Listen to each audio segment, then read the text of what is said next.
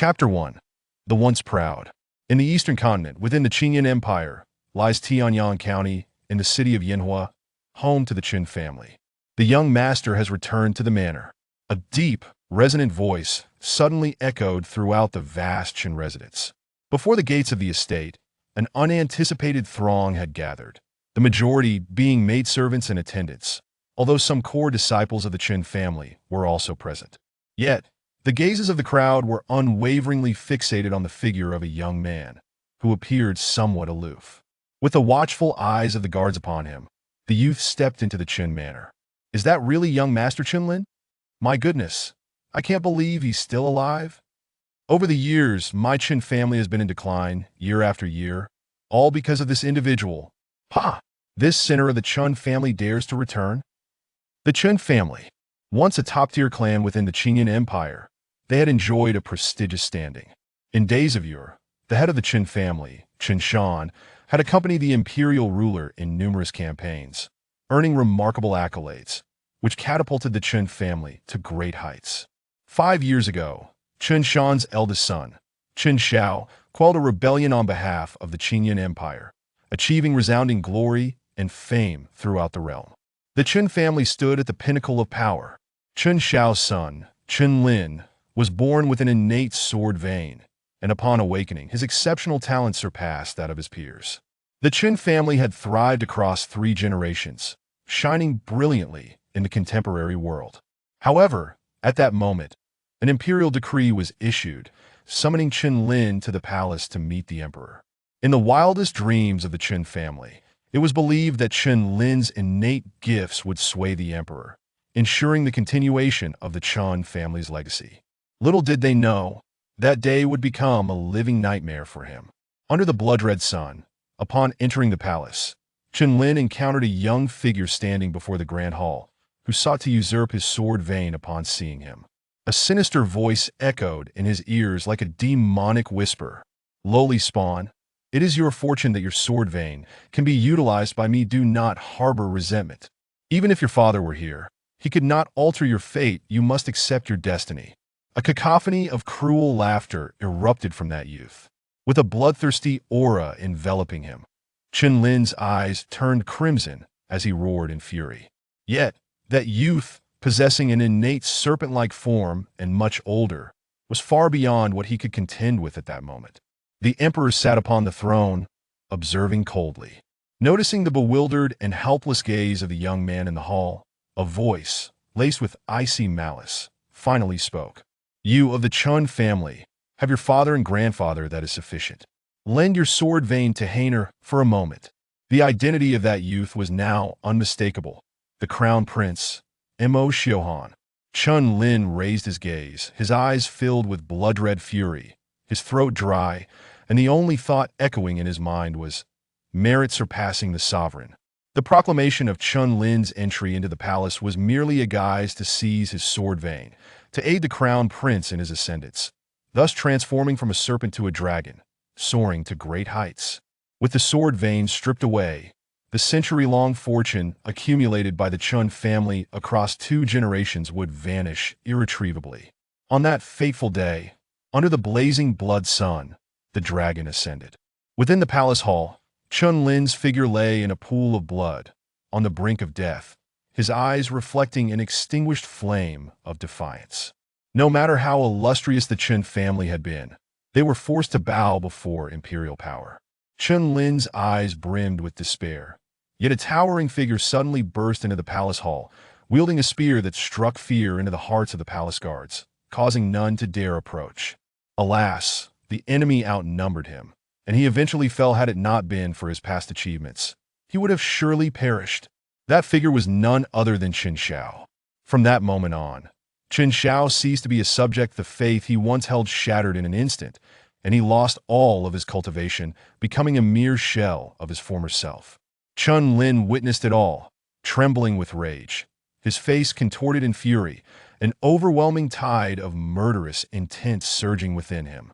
Stripped of his sword vein, he felt powerless, yet his father, devoted to the empire, should not have met such a fate. His Qin family did not deserve this destiny. Within his heart, hatred entwined with rageful loathing for his impotence and fury at the emperor's heartlessness.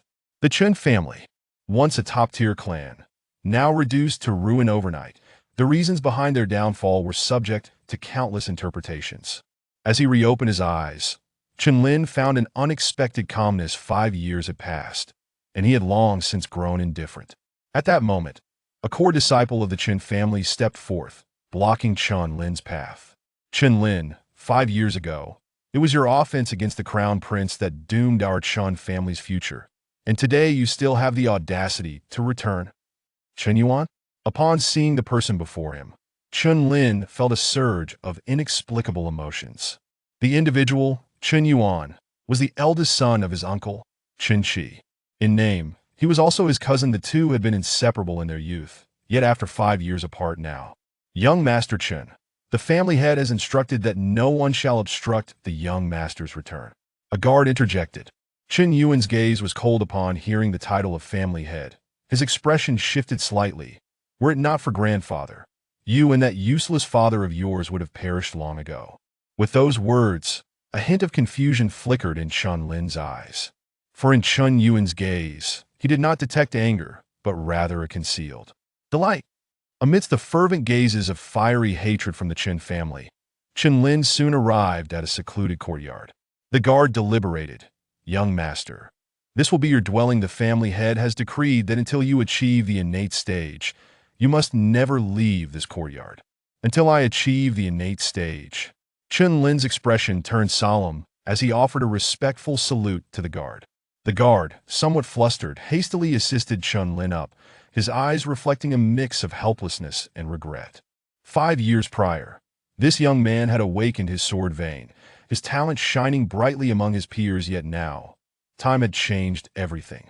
Moreover, the family head's words were impossible for one who had lost their sword vein to fulfill. The human body possesses 9 meridians, which must initially absorb elemental energy to open the veins. After opening the 9 realms, one begins to condense the innate Tao fruit, entering the first innate realm, the Kaiyuan realm. A martial artist who reaches the Kaiyuan realm can be deemed an innate warrior, officially stepping into the path of cultivation. Within the Chen family, those who have currently entered the Kaiyuan realm are few and far between. Once the guard departed, Chen Lin entered the room and sat in meditation, his expression growing grave. Upon returning to the family today, both the other members of the Chen family and Chen Yuan exuded an indescribable strangeness. Though they uttered harsh and frigid words, he perceived a hint of reluctance and helplessness in their eyes.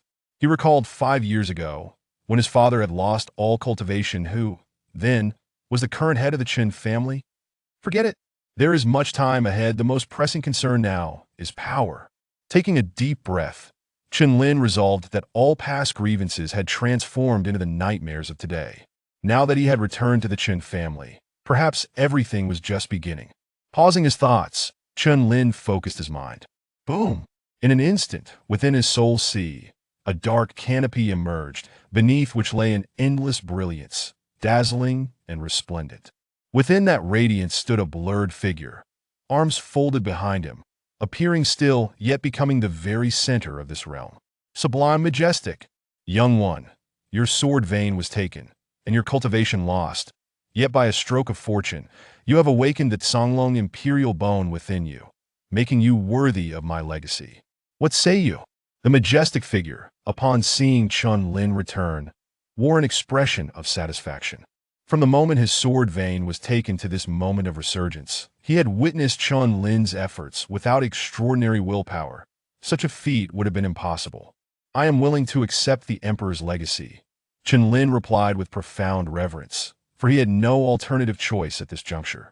Once Mo Shohan integrated the sword vein, he had already manifested the form of a true dragon, his cultivation advancing by leaps and bounds. He yearned for vengeance, for the grudge of having his sword vein stolen, for the humiliation of being imprisoned. Chen Lin's face twisted with rage, his hatred and fury intertwining, his eyes ablaze with boundless murderous intent. The towering figure spoke no more, merely stating, I am known as the Emperor Tianhuang, who once ruled over the 9 realms. I fought valiantly throughout my life, only to be betrayed in the end. You shall inherit my path, and in the future, you must avenge me against that traitor. Can you accomplish this?" Chun Lin was momentarily taken aback. The supreme being before him had fallen to his current plight due to betrayal by a lowly scoundrel. The adversaries he faced must have been unimaginably powerful. "Great Emperor, I am willing to accept the legacy," Chun Lin declared resolutely. He too bore the burden of blood vengeance if he did not seize this divine opportunity. He feared he would never catch up to Mo Zion's shadow. "Good lad, I truly did not misjudge you." The Emperor Tian Huang smiled slightly. In the next moment, he formed a seal with his hands, and a remarkably mysterious stream of light flowed from his fingertips, akin to dark fire descending from the heavens, entering Chun Lin's body. Boom! In that instant, countless intricate and obscure runes filled Chun Lin's mind. The runes radiated an endless glow, arranged above and below, ultimately forming 5 grand characters. Tianhuang Dao Divine Scripture. Chapter 2. Tianhuang Dao Divine Scripture. Tianhuang Dao Divine Scripture. Tianhuang awakens. The Dao God manifests. The ancestor created the era. The Dao God established the laws. The Tianhuang Dao Divine Scripture is the supreme technique for cultivating body, sword, and spirit simultaneously. The first volume, the Body Refinement Chapter, requires the practitioner to base their cultivation on the 10 great imperial ferocities to forge an unparalleled dominant body. Chun Lin's gaze turned vacant as he absorbed the introduction, his mind profoundly shaken. Simultaneously, a domineering force began to flow silently within Chun Lin's body, and his injuries began to mend themselves. The ailments accumulated over 5 years vanished without a trace. The Tianhuang Dao Divine Meridian is divided into 3 volumes. Only when you have begun to cultivate the first volume, the Body Refinement Chapter, will the second volume unveil itself. Though your sword vein has been taken from you, you are fortunate to have awakened the Songlong Imperial Bone, which far surpasses that worthless sword vein by billions of times. Among the 10 great imperial beasts, the Dragon Clan is one, and the Songlong Imperial Clan boasts an imperial presence, being one of the 5 dominant dragon clans, capable of supporting your cultivation of the Body Refinement Chapter. The Tianhuang Emperor spoke eloquently, while Chun Lin was already overwhelmed with excitement, his fists clenched and flames of passion igniting in his eyes. "Heaven does not abandon me. Heaven does not abandon me. I never imagined such divine prowess existed in this world. Mo Xiuhan, I shall return everything you have inflicted upon me." After exhaling deeply, Chun Lin suppressed the tumult within and continued, "Senior Emperor, I wish to cultivate the Body Refinement Chapter of the Tianhuang Dao Divine Meridian." Upon hearing this, the Tianhuang Emperor nodded slightly. He then pointed towards Chun Lin, and an extraordinarily brilliant holy light enveloped him, forming a colossal cocoon of light that emanated an overwhelming aura. The Imperial Bone has manifested. Calamity is approaching. Outside the Qin residence, after Chun Lin departed, the members of the Qin family did not leave immediately. Instead, they exchanged glances and, ensuring no one else was around, revealed bitter smiles. "Young Master Yuan, young Master Lin has finally returned alive," murmured a servant, cautiously surveying the surroundings. Chun Yuan stared intently in the direction Chun Lin had left, lost in thought, before slowly nodding and whispering, "It is good that he has returned. With his return, there is hope. The master has ordered that the Li family has sent someone. Young Master Yuan, please go and receive them." Suddenly, a guard entered the courtyard, raising his voice. Chun Yuan's expression shifted, and he nodded helplessly, while the other members of the Chun family regained their composure. In the western courtyard of the Chun family. "Haha, is this the illustrious Chun family that once dominated the capital? How does it appear now so much like beggars from a dilapidated mountain village? Haha, Li Liang, do not speak so recklessly. The Chun family is still a prominent clan. We are here on serious business." Indeed, as my young master says. The youth named Li Liang, of a rather stout build, stepped into view. Behind Li Liang stood a handsome young man, elegantly wielding a feather fan. Upon seeing him, Chun Yuan's brow furrowed deeply. "Li Zhe." Chun Yuan's expression turned guarded. for this youth was the strongest among the younger generation of the Li family. In Yinhua City, the four prominent families are the Li family, the Zhao family, the Nangong family, and now the Qin family. Chun Yuan, I heard your genius of a sword vein has returned. Why is he not here to meet us? Li Ze's face bore a mocking grin. Li Ze, you do not come without reason. I doubt you came merely to reminisce. Qin Yuan retorted coldly. Li Ze chuckled lightly. Qin Yuan, I am indeed here to deliver an important message. Your Qin family's 500 acres of Yuan vein mine will, from this day forth, belong to my Li family. As those words fell, the members of the Chun family gazed in disbelief. The Yuan vein mine was rich in Yuan stones, essential for martial artist cultivation. Li Ze, have you lost your senses? How dare you speak such arrogance in my Chun family? Do you truly believe that my Chun family fears your Li family? Chun Yuan's eyes bulged in anger, having never anticipated Li Ze's audacity. Young Master Chun, do not be so hasty. You must know that tomorrow marks the annual mining competition in Yinhua City. Youngsters from our four families are free to challenge the strongest among the other three families. The outcome will directly determine the ownership of each clan's Yuan vein mine. Li Ze spoke confidently, a smile upon his face. In short, Li Ze had informed Qin Yuan that he intended to challenge the Chun family the next day, and he was already certain of victory. Contempt, blatant contempt. As Chun Yuan contemplated this, fury surged within him, but just as he was about to speak, a graceful figure approached from a distance. Upon seeing this figure, both Qin family disciples and Li family disciples fell into an involuntary silence. The newcomer wore a flowing azure-green long dress adorned with blooming blue lotuses at the hem, her elegant long hair tied into a ponytail cascading over her right shoulder. Her jade-like smooth face possessed sparkling, liquid-like eyes. Xiao Xiao, I didn't expect you to be here as well. Li Ze's eyes lit up with delight upon seeing her. Li Ze, do not speak too soon. Whether you can win tomorrow remains uncertain. Qin Xiao Xiao gracefully approached Qin Yuan, casting a sidelong glance at Li Ze. Ah, Xiao Xiao, you aren't pinning all your hopes on that discarded waste with the stolen sword vein, are you? Li Ze laughed heartily. Had it been 5 years ago, that fellow's brilliance would have indeed overshadowed him. He would not have qualified to be his opponent. But now, the circumstances were entirely different. The Qin family did not present anyone he deemed worthy of concern. Upon hearing this, Qin Xiao Xiao's delicate form shuddered slightly, her beautiful eyes seeming to flicker with the image of a young man, the one she had not known about in 5 years. Xiao Xiao, let me reiterate. If you agree to marry me, the Qin family and the Li family will become one, and these conflicts can naturally be avoided. Li Ze suddenly proposed, his gaze greedily appraising the young woman's figure. Li Ze, do not be so overbearing. Qin Yuan stepped forward, his Yuan force surging, an aura of innate power radiating, causing many to narrow their eyes in astonishment. Oh, so you Qin Yuan dare to be insolent before me. It seems you have reached the initial stage of the opening realm, but before me, you are still insignificant. With a sinister laugh, Li Ze suddenly erupted with an overwhelming force, instantly suppressing Chun Yuan's aura. The mid-opening realm. The members of the Chun family gasped in shock, and Qin Yuan stumbled back, his eyes wide with terror as he regarded Li Ze.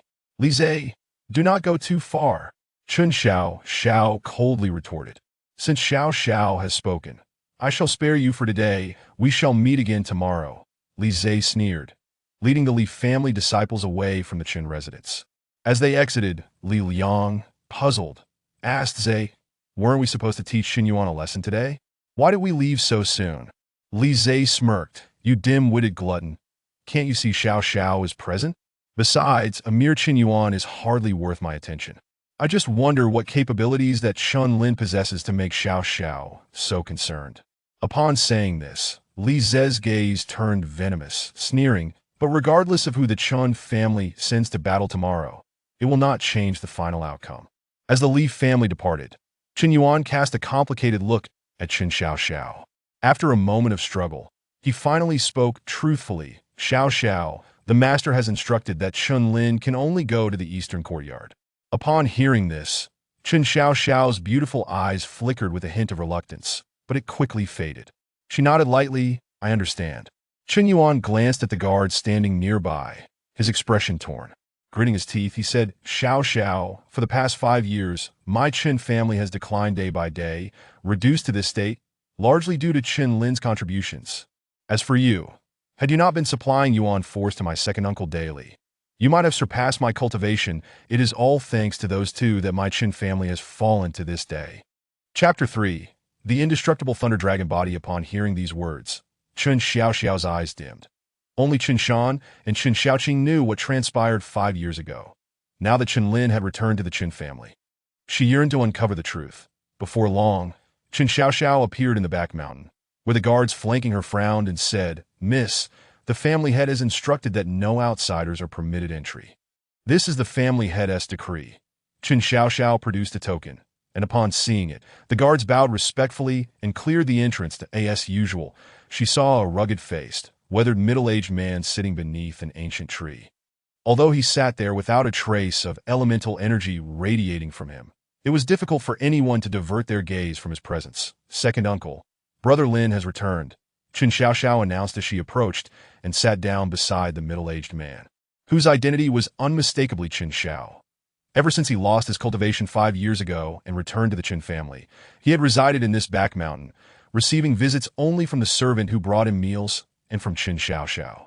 Returned. Has he? Qin Xiao spoke in a calm tone, but Qin Xiaoxiao could still perceive the flicker of emotion deep within his eyes.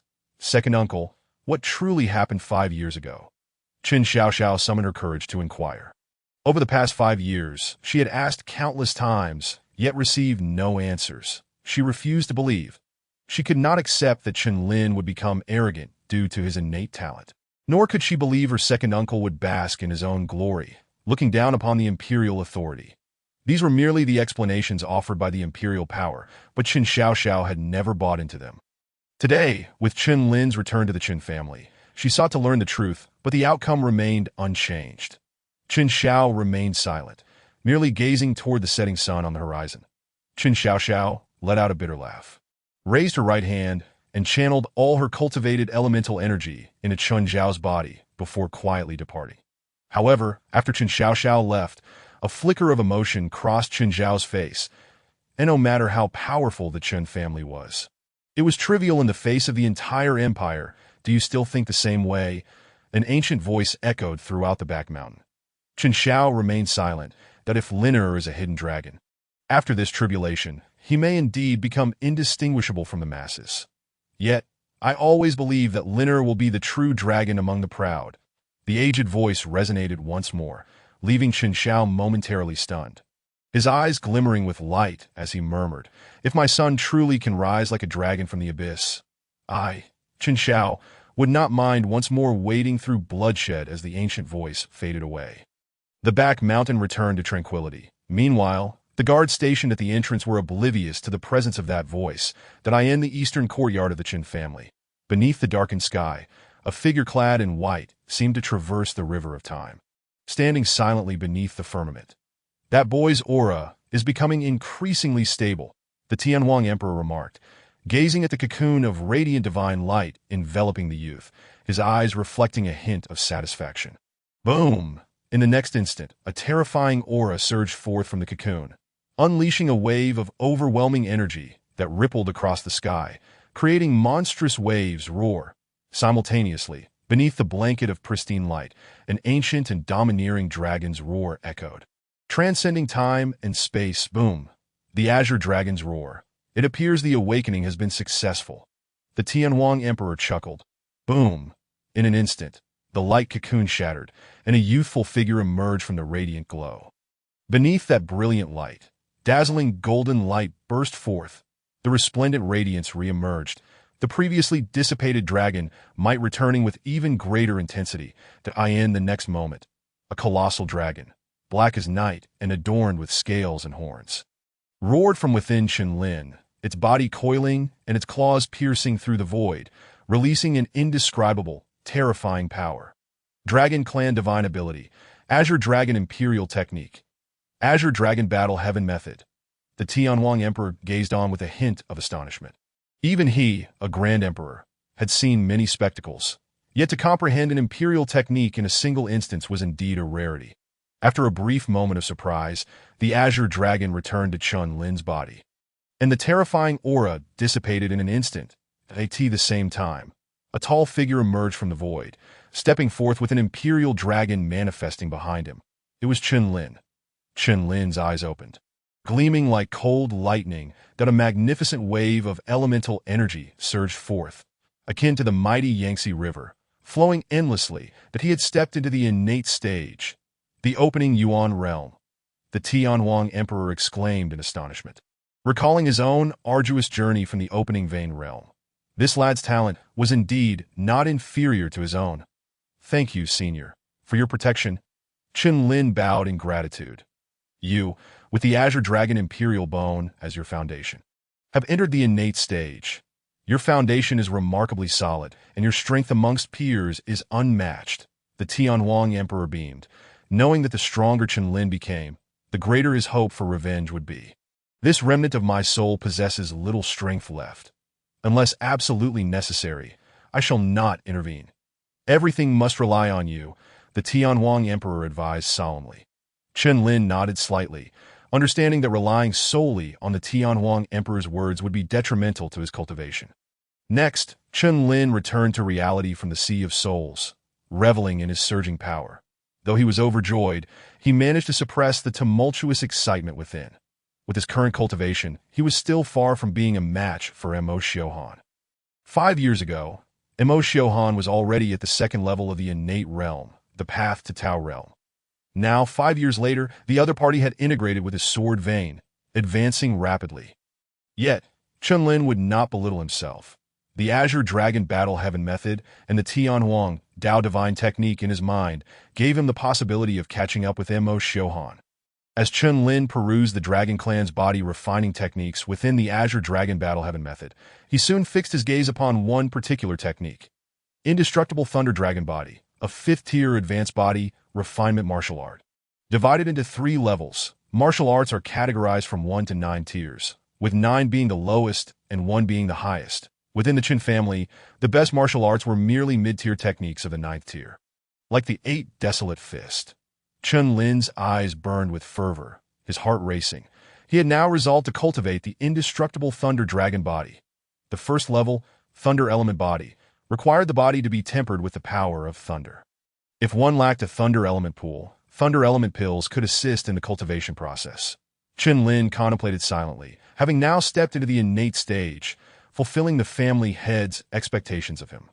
Just then a sharp, piercing sound suddenly assailed him, causing Chun Lin to shudder, cold sweat breaking out on his back as he swiftly dodged to the side. In the moment Chun Lin evaded. An arrow shot down towards the ground, stirring up a cloud of dust. Haha, as expected of the first genius of Yanhua City from years past. Even though your sword vein was taken, you still possess some strength. Hearing the voice, Chun Lin turned to see 3 figures sneering at him. Allow me to introduce myself. I am Zhao Nuo, an external aide summoned by your family head. The speaker's gaze toward Chun Lin was laced with derision. External aid? Clarify your intentions. Chun Lin narrowed his eyes. You truly are quite useless. But then again, after spending 5 years in that hellish place, what progress could you possibly make? Originally, I thought that the person who made Xiao Xiao so infatuated must possess extraordinary abilities. Yet upon seeing you today, Zhao is left greatly disappointed. Zhao Nuo chuckled, his voice dripping with ridicule. What did you say? What happened to Xiao Xiao? Chun Lin's eyes blazed with fury. In his mind, a beautiful figure emerged. Reminiscent of 5 years ago, her enchanting features adorned with a radiant smile that could outshine 100 flowers. Recalling that image, an icy aura erupted from Chun Lin, startling those present. The two beside Zhao Nuo, after a moment of stunned silence, burst into unabashed laughter. Brother Nuo, this lad is truly lucky. Otherwise, how would Qin Xiao Xiao ever take a liking to him? Today, let us brothers teach this worthless boy a lesson. As the words left their lips, the 2 figures lunged forward, heading straight for Chun Lin, their arms brimming with surging elemental energy. One at the 8th level of the opening vein realm, the other at the 9th, both formidable opponents. Chapter 4. Family Head Qin Song Boom. Their fists collided with Chun Lin standing resolutely, his gaze frigid as a dragon's blood surged forth, launching a sweeping punch. Bang! The shockwave reverberated, sending Zhao's two warriors crashing to the ground, blood spraying from their mouths. As for Chun Lin, he had not moved an inch. Witnessing this spectacle, Zhao Nua's pupils constricted as he coldly remarked, "So you've regained some cultivation. However, that does not justify your worthiness for Xiao Xiao." With his words, a tide of elemental energy surged forth, causing those present to change countenance. Opening Yuan realm. Before him, Zhao Nua was already a master of the first level of the innate realm, indeed possessing the arrogance to back it up. "Chun Lin, if I do not teach you a lesson today, you truly will not know the heights of heaven or depths of earth," Zhao Nua declared coldly. As he spoke, a wave of commotion erupted nearby, revealing two familiar figures emerging from the crowd. Qin Yuan. Zhao Nu's eyes brightened as he beheld a figure behind Qin Yuan, a vision that had haunted his dreams. Qin Xiao Xiao. As for Qin Lin, upon catching sight of that familiar silhouette, his eyes reddened, and his body trembled uncontrollably. Xiao Xiao. The two locked gazes, and Qin Xiao Xiao merely nodded slightly, her expression imbued with complexity. Qin Lin felt as though his feet were encased in lead, halting his advance.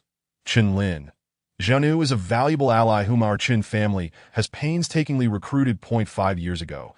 You forced the Qin family to seek refuge in this fire city, and now do you intend to obliterate our last glimmer of hope?" Qin Yuan reprimanded coldly, pulling Qin Xiao Xiao behind him, casting her a deep, meaningful glance. "Ha, Qin Lin, did you see? Only I, Zhao Nu, stand a chance against Li Zhe. Otherwise, your Qin family's essence will be handed over without a fight." Zhao Nu sneered that, of course, his assistance to the Qin family came with a price. After the battle tomorrow, 1/3 of the Qin family's essence would become his Zhao family's. Moreover, he would have the opportunity to see Qin Xiao Xiao every day. Truly a win-win situation. As for Qin Lin and Qin Yuan, in his eyes, they were no different from worthless debris. Qin Lin, witnessing Qin Xiao Xiao's cold indifference, felt a deep sense of unspoken anguish. However, upon seeing Zhao Nu's smug grin, a fleeting shadow of complex emotions crossed his brow. Seeing Qin Lin remain silent, Zhao Nu's pride swelled further, deeming Qin Lin unworthy of the title of genius he had once held 5 years ago. Now reduced to a cowardly rodent. Watching the retreating figures of Qin Xiao Xiao and the others, an inexplicable emotion flickered in Qin Lin's lowered gaze. Qin Yuan. Qin Lin furrowed his brow in contemplation. Twice he had witnessed the helplessness etched upon the other's face. Yet from whence did this helplessness arise? Why did so many members of the Qin family, including Xiao Xiao, seem to be enduring and restraining something? Who, after all, was the true head of the Qin family now? Qin Lin pondered.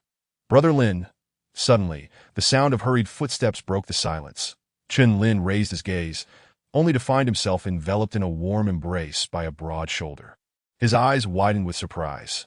Yu Qingang, Chun Gang, his cousin, had often trailed behind him in their youth, engaging in mischievous antics, and their bond had been incredibly profound since those days. "Brother Lin, I can't believe you've truly returned." Chun Gang had initially doubted the news of Chun Lin's return to the family, but as the commotion grew, he chose to come to the east courtyard to witness it for himself. "Chun Gang, do you know who the current head of the family is?" Chun Lin asked, fixing his gaze upon Chun Gang.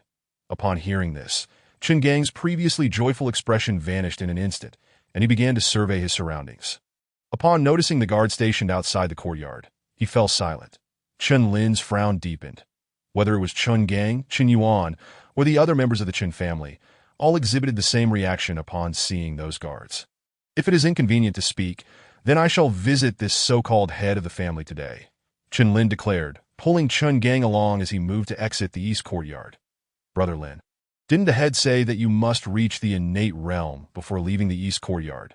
Chun Gang said with a wry smile. Qin Lin merely smiled faintly, and at that moment, a surge of dragon-like energy erupted from him, rippling like the waters of a vast lake, causing Chun Gang to tremble in shock. "This is the opening Yuan realm?" Chun Gang's eyes widened in astonishment. "Brother Lin, you've actually stepped into the innate realm." Chun Gang could hardly fathom this, especially since the news of Qin Lin losing his powers 5 years ago had been common knowledge. Yet here he was, 5 years later, returning with even greater strength than before.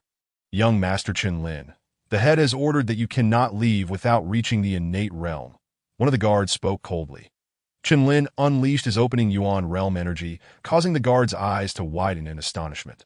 Before he solemnly replied, I will report to the head. And no need. I shall go myself. Chen Lin's gaze sharpened as he seized the guard, rendering him unable to move. What are you doing? The guard exclaimed in terror. Chen Lin smiled and replied, You might as well stay put. With that, the guard's body fell limp to the ground. Chen Gang, witnessing this scene, struggled to suppress his trepidation, his body trembling uncontrollably that he's merely a watchdog. There's no need to be so fearful, Chen Lin chuckled lightly. However, Chen Gang seemed to be in a daze, leaving Chen Lin even more puzzled. After a short while, the two arrived at the Chun family hall. Chen Gang waited outside while the guard announced Chen Lin's arrival, allowing him to enter the hall. Upon entering, Chen Lin's gaze immediately fell upon Chen Qi, his uncle, who stood at the side. Chen Qi's eyes lit up upon seeing Chen Lin. But after a quick glance upwards, his expression returned to normal. Noticing this, Chen Lin turned his attention to the main seat, where a middle-aged man clad in a black robe sat with a grim countenance. You are Chen Song? Chen Lin's eyes widened in astonishment, for the man seated above was none other than the former steward of the Chen family, Chen Song. Yet now, he had become the head of the Chen family. How could grandfather possibly allow a steward to become the head of the Chen family? Although my father has lost his powers and is now a mere shell of his former self, my uncle Chen Qi is still here. Chen Lin's thoughts raced, but he still bowed respectfully to the man above. Chen Lin, has your cultivation truly broken through to the innate realm? Chen Song questioned with a cold expression, clearly recalling that just a day prior, Chen Lin had been an ordinary person. To elevate an ordinary individual to the status of an innate realm warrior in a single day was utterly impossible. The many elders of the Chen family standing below also cast solemn gazes upon Chen Lin. Meeting their stares, Chen Lin smiled slightly, a dragon-like aura emanating from his being. This is the opening Yuan realm? Chen Song's body jolted, his pupils contracting in shock. Not only him, but Chen Qi and the other elders of the Chen family also stared wide-eyed, their eyes alight with joy. Humph! A sudden cold snort echoed through the hall, causing the elders of the Chen family to shudder as their momentary joy vanished in an instant. So you truly possess the cultivation of the initial opening Yuan realm. You dared to conceal your strength upon returning to the family. What audacity! You are to be fined 1 year's worth of Yuan stones as tribute. Do you have any objections? After the shock, Chen Song questioned coldly. Chen Lin nodded in silence, refraining from any rash actions. Chen Song waved his hand, signaling Chen Lin to leave, while Chen Qi watched Chen Lin's departing figure, feeling a surge of delight that he quickly suppressed. Then, stepping forward, he said, Head, tomorrow the Li family will initiate the contest for the essence. Why not let Chen Lin fight on behalf of our Chen family? Chen Qi, I've already invited a genius from the Zhao family to assist us. Chen Song replied nonchalantly, the refusal implicit in his tone. Chen Qi could only fall silent, as the others dispersed. Only Chen Song remained, muttering to himself, Your Highness aided me in becoming the head of the Chen family, but due to that old coot Chen Shan allowing Chen Lin to return. I never expected this boy to possess the strength of the innate realm. A glint of murderous intent flickered in Chen Song's cold eyes, but it was quickly replaced by a smile. The Chen family is still under my control, that a mere Chen Lin cannot stir up any trouble. After leaving the main hall, Chen Lin sought out Chen Gang to inquire about the whereabouts of the former head. Chen Gang, appearing bewildered, shook his head, saying, Brother Lin, after grandfather abdicated, he secluded himself in the rear mountain. The rear mountain? Chen Lin murmured to himself. Now that the Chen family was under Chen Song's dominion, with grandfather in seclusion and his father reduced to an ordinary person, it became clear that the Chen family faced dire internal and external strife.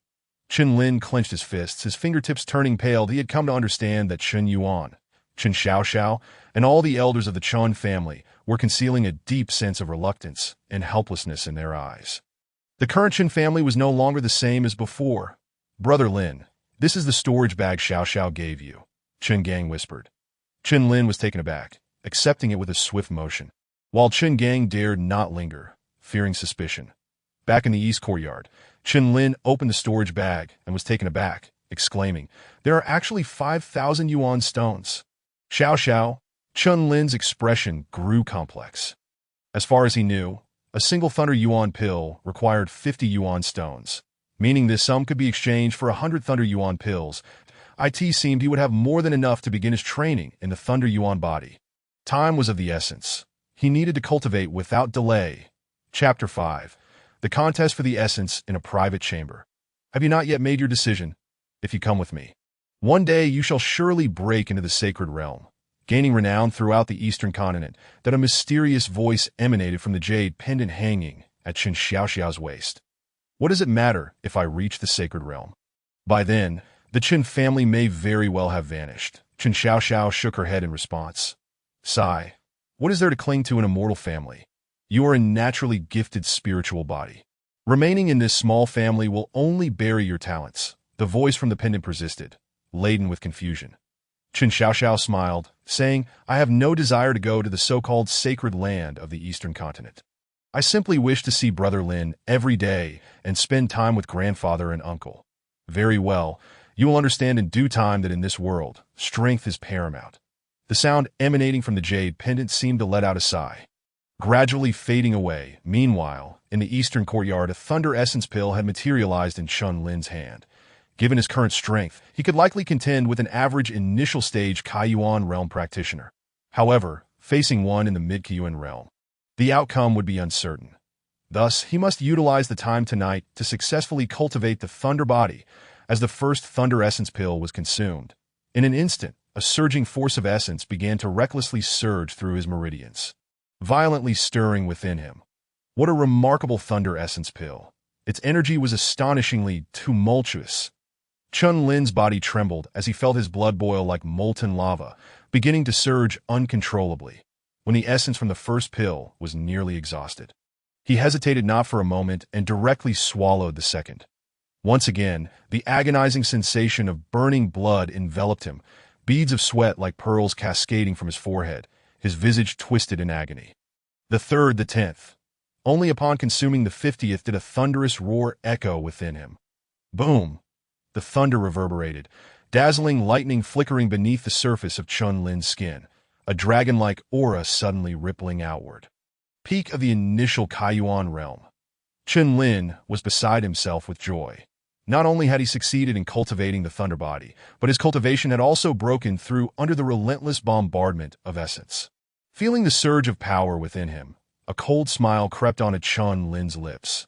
It was time for him to make his move. At the Chun family estate, as time passed, disciples of the Chun family began to converge towards the same location. For today marked the contest for the family's essence vein mining area. Those are the disciples of the Leaf family, suddenly declared one among them. In unison, all eyes turned towards the opposite side, where a dozen Leaf family disciples stood, led by a middle-aged man named Li He, the family's grand elder. Following closely behind was a youth wielding a feather fan, none other than Li Zhe, whose gaze swept across the crowd, lighting up upon spotting a familiar figure. Xiao Xiao, it has been too long, Li Zhe exclaimed with a smile, fanning himself. Before Qin Xiao could respond, Qin Yuan stepped forward, coldly interjecting, You only returned yesterday. How easily the esteemed young masterly forgets. Oh, is that so? My yearning for Xiao Xiao is akin to an ancient saying. A day apart feels like 3 autumns. Li Zhe replied, feigning deep emotion, that I scoff. How shameless. With your frequency of visiting brothels every 3 days, you dare to pester Xiao Xiao. A voice suddenly rang out, causing Li Zhe's expression to darken as he scowled at the newcomer. Ah, it is young Master Zhao. However, today's matters pertain solely to the Qin family. What business do you have here? Li Zhe's countenance grew grim. To be frank, I am the aide summoned by the Qin family today. Here specifically to deal with you, Zhao Nuo retorted, his gaze icy, glinting with malice. This wretched creature had the audacity to covet Xiao Xiao before his very eyes. He could not allow such insolence to go unpunished. If you seek death, do not blame me. Li Zhe's eyes flickered with menace as he grinned savagely. Just then, a figure's sudden appearance drew the attention of all present. Qin Lin? Chun Yuan exclaimed in astonishment. Beside him, Qin Xiao was equally taken aback. a glimmer of surprise flashing in her lively eyes. Haha, is this not the once-renowned prodigy of the Chun family? Instead of resting in bed, have you wandered into the wrong scene? A disciple of the Li family mocked. Upon hearing this, the expressions of the Chun family members grew exceedingly complex. Chen Lin, have you come here today to further disgrace our family? You should return at once. Chun Yuan coldly admonished, his eyes betraying an unspoken turmoil, as if he were suppressing something. You worthless fool! How dare you show your face? Zhao Nuo sneered, dismissing Chen Lin entirely. Oblivious to the outsider's opinions, Chen Lin approached Chen Xiaoxiao. His voice hoarse, "Are you all right?" Chen Xiaoxiao lightly nodded, and to everyone's astonishment, she stepped forward and embraced Chen Lin. "Both uncle and I have been waiting for your return," she whispered in his ear.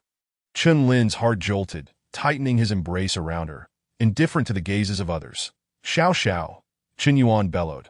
Startled, Chen Xiaoxiao pushed Chen Lin away, acutely aware that every action of the Chun family must be executed with utmost caution. Witnessing this scene, Chen Lin took a deep breath and slowly stepped aside. "Chen Lin, you have quite the audacity." Li Zhe was the first to react, his voice booming, his expression darkening further. Everyone in Yinhua City knew of his infatuation with Chen Xiaoxiao. How could Chen Lin dare to act so brazenly before him? Zhao Nuo also regained his composure, his expression twisted with fury. "Chen Lin, do you believe I will spare you today? You speak too much." Chen Lin raised his gaze, speaking coldly. "Enough." A deep voice resonated as a middle-aged elder emerged from the crowd. It was Chen Qi, the grand elder of the Chen family. "Elder Li He, if there are no objections, let the contest for the Essence Vein mining area commence." "Just as I wish," Li He replied with a cold smile. Turning to Li Zhe, "Do not let a single one escape." That Li Zhe tilted his head with a grin, nodding emphatically before leaping onto the arena, declaring, "Li Zhe of the Li family, challenging all juniors of the Chun family." With this proclamation, it was as if a stone had been cast into a tranquil pond, stirring 1,000 waves of fury. The Chen family members glared furiously. The disdain in Li Zhe's words was palpable. "Li Zhe, allow me to test your strength." A voice sliced through the air as Chen Yuan stepped onto the arena, facing Li Zhe from a distance. "Just you, Chen Yuan?" Li Zhe shook his head with a sneer. Sighing internally, it seems the Chen family truly is no one left. "Li Zhe, you overstep your bounds." Chen Yuan's face flushed crimson as he advanced like the wind, closing the distance to Li Zhe. "You underestimate yourself. Let me show you the disparity in our strengths. May you understand that an ant cannot shake the heavens." With a chilling shout, as Chen Yuan prepared to unleash his strike, Li Zhe merely raised his right arm, delivering a sweeping punch. Bang! The clash of their fists produced a thunderous roar. Under the scrutinizing gaze of countless onlookers, Chen Yuan was sent flying backward by the force of the punch. Blood cascading forth. One strike. He had been defeated in a single blow. The Chen family members gasped in shock, unable to comprehend how Chen Yuan, already a practitioner in the Kaiyuan realm, could not withstand even one of Li Zhe's strikes. How is this possible? Chen Yuan's pupils dilated, his face a mask of disbelief that he had anticipated that he would be no match for Li Zhe, but he had never imagined he would be unable to withstand even a single blow. In response to the astonished gazes, Li Zhe merely chuckled coldly. "Haha, there is nothing impossible. Do you even train diligently? Perhaps it would be wise to reflect on your own shortcomings." As his words fell, Chen Yuan's face flushed deeper, his body trembling, a fresh wave of blood surging forth. At that moment, a chilling aura of killing intent surged forth as Li Zhe cast a menacing glance at Chen Lin. Sneering, "Chen Lin, it is your turn to come up and die." Chapter 6. The Azure Dragon, Token Li Zhe, do not be hasty. Today, Zhao Nuo stands here, and I will not allow you to act recklessly. Following Li Zhe's arrogant proclamation, Zhao Nuo was the first to step forward. "Zhao Nuo, I advise you not to wade into this murky water, lest you invite trouble upon yourself," Li Zhe cautioned, considering the growing strength of the Zhao family, which was now on par with the Li family. "I have promised Xiao Xiao that I would fight for the Chen family. How could I go back on my word?" Zhao Nuo laughed heartily, glancing back at Chen Xiaoxiao. This display caused Li Zhe's earlier calm to evaporate entirely as he roared. "Zhao Nuo, you and that Chen Lin brat cannot escape today. Do you think I fear you?" Zhao Nuo retorted coldly. Boom!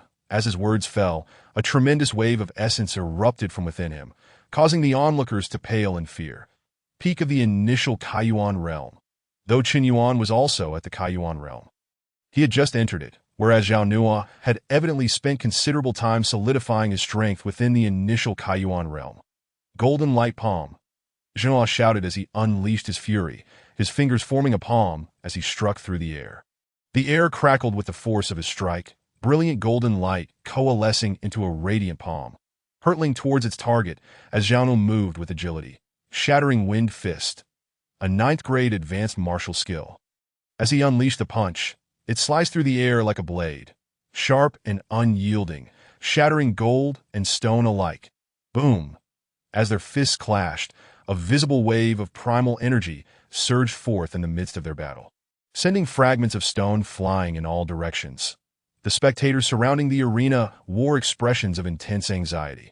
Most disciples of the Qin family clenched their fists tightly, their fingers straining with effort. After all, the outcome for Zhao Nua was pivotal to the Qin family's lineage. Only Qin Lin maintained a calm demeanor, observing the scene on stage with a discreet shake of his head. Although Zhao Nua displayed no vulnerabilities in his offensive and defensive maneuvers, the situation was far more complex than it appeared to be. With this thought, Qin Lin averted his gaze and turned his attention to Qin Xiaoxiao, whose bright eyes sparkled with an enduring radiance. Boom! Once more, a deafening roar erupted from the stage as the two combatants entwined in a rapid exchange, occasionally accompanied by the piercing sound of their strikes colliding. Crash! A formidable wave of primal energy rolled forth as Li Zhe leveraged his momentum to leap back, distancing himself from Zhao Nua. After playing with you for so long, it's time to settle this. Li Zhe smirked coldly, simultaneously unleashing a terrifying surge of primal energy that cascaded forth like the mighty Yangtze River at the mid-stage of the opening Yuan realm. The Qin family gasped in astonishment, and Qin Lin, too, raised his head with a slightly grave expression. Indeed, Li Zhe possessed an audacious prowess. Even at mid-stage of the opening Yuan realm, he had evidently been at this level for quite some time. It was likely that he would advance to the late stage of the opening Yuan realm within a month. Shattered Gold Fist. One for shattering wind, the other for shattering gold. Li Zhe grinned menacingly as a dazzling golden light flickered in the air, enveloping his right arm, that he then unleashed a sweeping punch, the force of his fist creating a resounding shockwave. Boom! In a moment of panic, Zhao Nua summoned all his primal energy to counter the ferocious blow. In an instant, he spat out a mouthful of blood, his body flying backward like a kite severed from its string. Witnessing this scene, Qin Shi, who had been observing from the platform, furrowed his brows. While Li He burst into laughter, declaring, "Elder Chun, it seems today, fortune favors my Li family." Qin Shi remained silent, fixating his gaze on the young man below. Following Qin Shi's line of sight, Li frowned slightly. "Qin Lin, it is your turn." After kicking Zhao Nua aside, Li Zhe directed his attention toward Qin Lin, concealing a hint of murderous intent beneath his cold smile. That moment, all eyes from the Qin family converged upon Qin Lin. For 5 years prior, this very youth had been the most illustrious among them. Under the weight of countless gazes, Qin Lin shrugged and smiled. He had not come merely to spectate. If he did not act now, when would he? However, as he took a step forward, Qin Lin's brow furrowed slightly at the sight of the girl's resolute expression, causing a pang in his heart. He gently spoke, "Xiaoxiao, trust me." Qin Xiaoxiao's eyes brimmed with a myriad of emotions. Disregarding the onlookers, a flicker of inquiry danced within her gaze. Yet in Qin Lin's eyes, she perceived an unprecedented confidence. At the same time, a voice resonated from the jade pendant, causing Qin Xiaoxiao's eyes to flicker once before she ceased to obstruct his path. Qin Lin smiled subtly, leaping onto the arena, an invisible chill emanating from him like a cold frost. As he ascended the platform, the Qin family held their breath, their gazes sharpened. The incident regarding Qin Lin's sword vein being seized was well known, and upon witnessing Li Zhe's mid-stage prowess, apprehension filled the hearts of the onlookers. Can he manage this? Qin Yuan's face turned pale as he clutched his chest, speaking weakly. Qin Xiaoxiao, upon hearing this, smiled radiantly and said, "Big brother, at this juncture, do we have any choice but to believe in him?" Qin Yuan remained silent, casting a hopeful glance toward the two figures confronting each other on the stage. "Haha, Chen-Lin. Your incessant pursuits of Xiao Xiao have become intolerable. Today, I shall make you pay the price. Li Zhe cackled, clenching his fists slowly as a powerful wave of primal energy surged forth from him like a dragon emerging from the sea. Peak mid-stage of the opening Yuan realm. Feeling this overwhelming energy, Li stroked his beard, a confident smile gracing his face, while Qinchi wore a solemn expression, fully aware that Chen-Lin's strength was merely at the initial stage of the opening Yuan realm. This was the last hope of the Qin family. Amidst the astonished gazes of the crowd, Chen-Lin, undeterred by the immense pressure, smiled lightly and proclaimed, "Might I propose a wager for this arena battle?" The Qin family members were taken aback, bewildered by his words, except for Qinchi and Li He, who exchanged glances of concern. The latter asked, "What wager do you propose in this battle? Not only shall we wager the Chen family's primal vein mining rights, but also the Qinglong token that I wonder if your Li family can agree." Chen-Lin stated confidently. Following his declaration, an uproar erupted within the Chen family estate. Did I hear correctly? This lad is actually wagering the Qinglong token? The Qinglong token was the key to entering the Qinglong Tower, and there were only 10 such tokens in the entire Yinhua city, held by the 4 great families and the city lord's estate. Chen Yuan and Chen Xiaoxiao were equally astonished, the former bewildered. What on earth is Chen-Lin up to? Does he not realize that Li Zhe's strength is already enough to look down upon the mid-stage of the opening Yuan realm?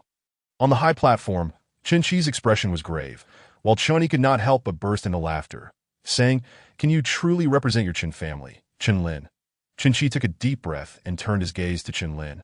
But upon seeing the youthful face filled with an unwavering resolve that belied his age, he realized he could indeed represent the Chen family. Suddenly, a voice rang out. All eyes shifted toward the approaching figure clad in black. And upon recognizing him, the Qin family members were taken aback. "Chen Song," Li smiled slightly. "Is what the Qin family had said true?" Chen Song laughed heartily. "Of course, it is true." His words settled.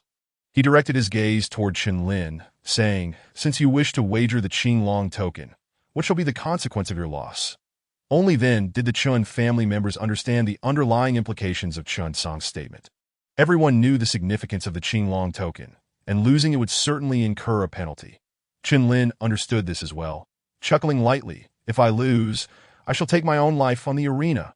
Li Zhe, come forth and meet your demise." His words resonated with a chilling finality, provoking Li Zhe's laughter. "Chen-Lin, I truly cannot decide whether to call you arrogant or not. Haha, the Qinglong token delivered to my doorstep is indeed a delightful surprise." Boom! As he finished speaking, Li Zhe unleashed his full power in an instant, shouting, "Shattered gold fist." The brilliant golden light erupted, the might of this 9th-tier advanced martial technique, leaving the spectators in awe. It was worth noting that Zhao Nuo had just fallen to this very technique. It seemed Li Zhe was intent on a swift resolution in that moment. All eyes were fixated on Chen-Lin. Chapter 7. Victory Boom. The force of the punch tore through the air, the golden light blinding. Faced with this overwhelming blow, Chen-Lin, under the tense scrutiny of the onlookers, stood his ground, not moving an inch. Rumbling, yet in the next instant, a thunderous roar reverberated as a radiant lightning aura began to emanate from Chen-Lin's body, illuminating the space around him. A surge of tumultuous, thunderous power coursed through the air. Emanating from within Chen-Lin, exuding an unparalleled force that radiated freely to the members of the Qin family, Chen-Lin appeared as a thunderous deity, wielding dominion over lightning, invincible in his might. What level of martial arts is this? Such terrifying thunderous power. Has Chen-Lin also entered the innate realm? Exclamations of astonishment erupted from all directions as Chen Yuan's face lit up with joy, his eyes glued to the lightning figure on the stage. Chen Xiaoxiao's eyes sparkled with wonder, reflecting her astonishment at Chen-Lin's newfound prowess. On the arena, Chen-Lin transformed into a tempest of thunder, embodying the initial form of the thunder elemental body. Feeling the overwhelming surge of power within him, he raised his fist to counter Li Zhe's strike. Bang! As their fists collided, a visible wave of primal energy erupted, causing both combatants to be thrown back simultaneously, neither yielding in the confrontation. This sight filled the Chen family members with unrestrained delight, while Li He on the platform wore a grave expression. wondering where Chen Lin had acquired such high-level martial arts. Turns out, you possess some skill. This martial art of yours is quite impressive. If you were to surrender it now, I might spare your life. Li Zai's chilling words, laced with a hint of murderous intent, revealed that Chen Lin's strength had indeed taken him by surprise, yet it had not surpassed his control. Simultaneously, Li Zai's growing animosity surged. If he did not eliminate Chen Lin today, he would undoubtedly become a formidable adversary in the future. With this thought, Li Zai's gaze turned cold, his primal energy erupting as a crimson pill appeared in the palm of his right hand. Primal explosion pill. The Chen family members were left in disbelief at Li Zai's blatant disregard for fairness. Resorting to such underhanded tactics before their very eyes. Truly despicable. Chen Yuan's eyes were bloodshot as he bellowed, while Chen Xiaoxiao clenched her delicate hands, her beautiful eyes reflecting deep concern. Although Li Zai's actions were despicable, they fell within the bounds of the rules. Haha, Chen Ling, today marks your day of reckoning. A surge of terrifying primordial energy, comparable to the late stages of the Kaiyuan realm, erupted from his body like a waterfall. This immense pressure caused many spectators near the arena to turn pale, illustrating the colossal burden Chen Ling was shouldering. Killing intent. Chen Ling scoffed, having spent 5 years trapped within a sea of blood. Surrounded by ruthless and savage individuals, the intent to kill, in his current state, was almost trivial.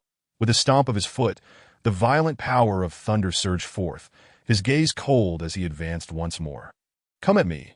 Li Zai's face twisted in fury as he leaped forward, his form shifting rapidly until he was face-to-face with Chen Ling, their attacks clashing with thunderous roars. The younger generation watching the duel was gripped with terror. Li Zai had consumed a Yuan explosion pill, yet Chen Ling still managed to withstand it. My elder brother Chen Ling remains as brilliant as he was 5 years ago. I knew the calamities of these 5 years would not be able to subdue him.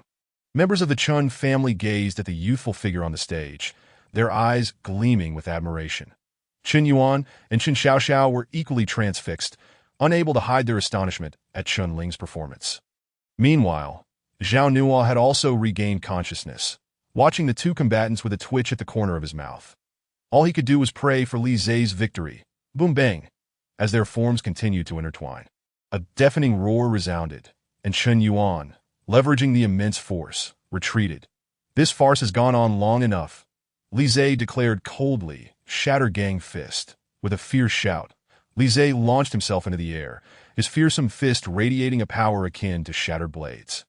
Barreling directly towards Chen Ling yet, Chen Ling's expression remained unperturbed. In an instant, a violent force of thunder erupted around him. Thunder lightning fist. A technique comprehended from the thunder elemental body with an icy gaze. Chen Ling unleashed a punch that collided directly with Li Zai's attack. A terrifying shockwave erupted, shaking the arena. Boom! Seeing this, Chen Qi and Li He could no longer remain seated.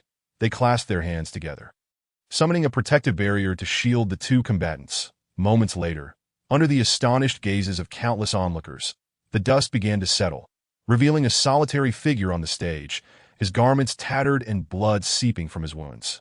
It was Chen Ling. Chen Yuan's throat felt dry, and after a moment of shock, he exclaimed joyfully, "My elder brother has won. The Chen family's lineage is preserved." Ha! Heaven bless the Chen family. The Chen family erupted in laughter upon seeing Chen Ling's silhouette, their earlier apprehensions dissipating in an instant. Meanwhile, Chen Xiaoxiao's eyes glistened with tears of joy. Chen Qi looked at the weary, yet resilient figure of the young man, understanding that the Chen family had been saved. This wretched beast is so ruthless. Li He's countenance darkened, that Li Zai's body had turned to char, collapsing into a pool of blood after that last strike. Chen family head, do you not think you owe me an explanation? Li He coldly questioned. Chen Song retracted his smirk, snorting derisively. He turned to Chen Ling and said, "Chen Ling, it was merely a competition. Why resort to such lethal force?" Ha! Li Zai's every move aimed to kill. If I truly harbored murderous intent, you'd be lucky to see even his corpse, Chen Ling retorted, wholly indifferent to Chen Song's dark expression. Just as expected, Chen Ling declared as he descended from the arena, meeting Chen Xiaoxiao's gaze with a faint smile. The Chen family members clenched their fists in silent joy, their elation evident, but they gradually tempered their smiles upon hearing Chen Song's words at the same time. Chun Ling did not rest. He scanned the surroundings and, spotting Zhao Nua's terrified expression, stepped forward. Initially, Zhao Nua could hardly believe that Chun Ling had defeated Li Zhe, who had consumed a yuan explosion pill. But the reality left him astonished once more. Brother Chen, what business do you have with Zhao? Zhao Nua's heart raced, realizing that his previous actions must have made him appear as a mere fool in Chun Ling's eyes. I recall you mentioning wanting to dispose of me, Chun Ling asked nonchalantly, though his words carried a sharp edge that made Zhao Nua tremble. Brother Chun, I was blind to your prowess, that if you could overlook past grievances, I would willingly offer 1/3 of my family's resources to the Chen family. Zhao Nua's eyes reflected his terror, desperately seeking to preserve his life. Chun Ling studied Zhao Nua for a moment, then nodded slightly. You are quite clever. Zhao Nua felt a bitter pang in his heart, yet simultaneously relieved that he was not lying in a pool of blood beside Li Zhi family head. My family will send someone to handle the transfer of the resource mine. However, do I need to collect the Qinglong order? Chun Ling then turned his gaze to Li He. Oh. Li He's expression twisted with conflict. Not only would he have to concede the resources, but he would also have to surrender the Qinglong order. Returning to his family would surely invite severe punishment. Yet, at this point, he had no choice but to comply. Unexpectedly, that young whelp who once lost the sword vein could possess such terrifying strength. Today, my Li family admits defeat. Chen family head, until we meet again, Li declared, retrieving 2 tokens inscribed with the image of the Qinglong from his storage pouch and tossing them to Chun Ling. Receiving the Qinglong order, the Chen family erupted in joy once more, and a smile crept onto Chun Ling's lips. Yet, Chen Song frowned and coldly commanded, hand over the Qinglong order. Chun Ling shook his head defiantly. Locking eyes with Chun Song, family head, this is my spoils of war. Do you mean to seize the spoils of the clan's junior? Chun Song's fury surged as he gritted his teeth, yet he found himself powerless to act. Turning away in frustration, that he realized that Chun Ling would become a formidable adversary in the future. The outcome of this battle had sent shockwaves throughout the entire Yinhua city, and once more, Chun Ling's name resonated in the ears of the masses. Chapter 8. Tianbao Tower. The conflict over the resources between the Chun and Li families came to a close, while the Zhao and Nangong families ultimately saw Nangong emerge victorious. Following Chun Ling's triumph, the Chun family did not revel in the anticipated joy. Instead, they fell into a deeper silence. Chun Ling sensed the oppressive atmosphere as he sat within his chamber, lost in thought. Piecing together the various reactions of those around him, he concluded that the Chun family's true concern lay with Chun Song. That old fool, who once merely served as a steward, had now ascended to the position of family head. Could it be? A surge of rage erupted within Chun Ling, royal lapdog. His eyes blazed with fury, and the leaves in the courtyard disintegrated into dust under the weight of his killing intent. Just then, a figure appeared, Chen Qi. Upon seeing Chun Ling, Chen Qi's expression was particularly complex. This is the reward you earned for securing victory for the Chen family. After handing over a storage pouch, Chen Qi hesitated, wanting to say more, but the guard standing nearby watched them intently, forcing him to remain silent. In the end, Chen Qi merely patted Chun Ling's shoulder, his eyes filled with a hint of approval. Chun Ling nodded gravely, glancing at the Qinglong order in his hand, already aware of what needed to be done next. Once Chen Qi departed, Chun Ling examined the contents of the storage pouch, which contained 5,000 yuan stones and the Chen family's sole remaining 9th grade advanced martial technique, the 8 desolation fist. A faint smile crossed Chun Ling's face. These rewards were indeed useful to him. He then stepped outside, heading toward the family head's courtyard. The guards noticed Chun Ling and prepared to report. Chun Song stepped out. What brings you here? Chun Song frowned. Chun Ling suppressed the killing intent bubbling within him and replied with a smile. Family head, I wish to inform you that the Qinglong Tower will open in 10 days, that I plan to pass the extra 3 Qinglong orders to Chen Yuan, Chen Xiaoxiao, and Chen Gang. The Qinglong Tower was a mysterious treasure sought by a secretive organization for the purpose of uncovering talented youths for the empire. It was rumored that the tower consisted of 9 levels, with various spiritual treasures and elixirs awaiting those who could ascend through each level. For many years, no one in Yinhua City had managed to reach even the 7th level, making the Qinglong Tower nearly inaccessible to ordinary folk. Upon hearing this, Chen Song raised an eyebrow, his understanding of the Qinglong Tower's origins clear, that he knew that even royal prodigies struggled to advance many levels. What could a mere disciple from a small city like this hope to achieve? Such arrogance and delusion. Upon reflecting on this, Chen Song felt a sense of relief. Under Chen Lin's gaze, he slowly nodded in agreement. Observing Chen Lin's retreating figure, Chen Song couldn't help but recall the moment he defeated Li Zhe. This young man indeed had his fair share of extraordinary encounters. Impossible, for decades, within the entire Qinyan Empire, apart from the Crown Prince, no one has managed to surpass the 9th level. How could Chen Lin possibly do it? If he possessed the sword vein, there might still be a glimmer of hope, but as it stands, what can he rely on? With these thoughts, Chen Song suppressed his unease. Just after parting ways with Chen Song, Chen Lin spotted a graceful figure not far away, and his heart brightened. The it was Xiao Xiao. The young lady, noticing Chen Lin's approach, maintained her distance. Consequently, Chen Lin said nothing further and merely produced 3 Qinglong orders. I have informed the clan head. In 10 days, the 3 of you will accompany me to challenge the Qinglong Tower. Chen Lin spoke slowly, observing the forced aloofness in the girl's eyes, which pained him deeply. Xiao Xiao accepted the Qinglong order and suddenly remarked, Brother Lin, I have heard that the Qinglong Tower belongs to the Tianbao Tower, which is not affiliated with any empire, but originates from a mysterious force. The existence of Tianbao Tower makes even the empires wary. Rumor has it that anyone who can conquer the 9th level will receive the protection of Tianbao Tower. Upon hearing this, Chen Lin was taken aback.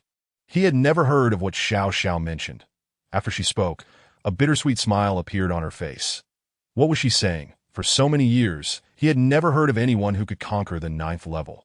By the way, the duel between the Nangong family and the Zhao family was particularly thrilling.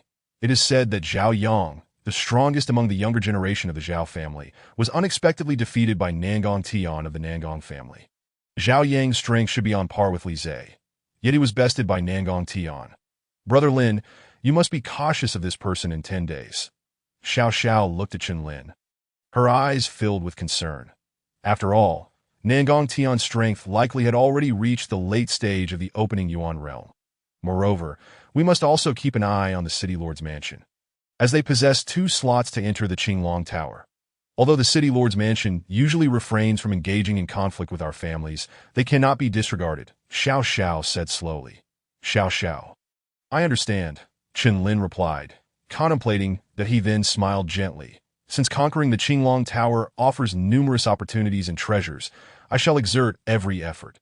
Xiao Xiao nodded lightly, and the two shared a tacit understanding without further elaboration.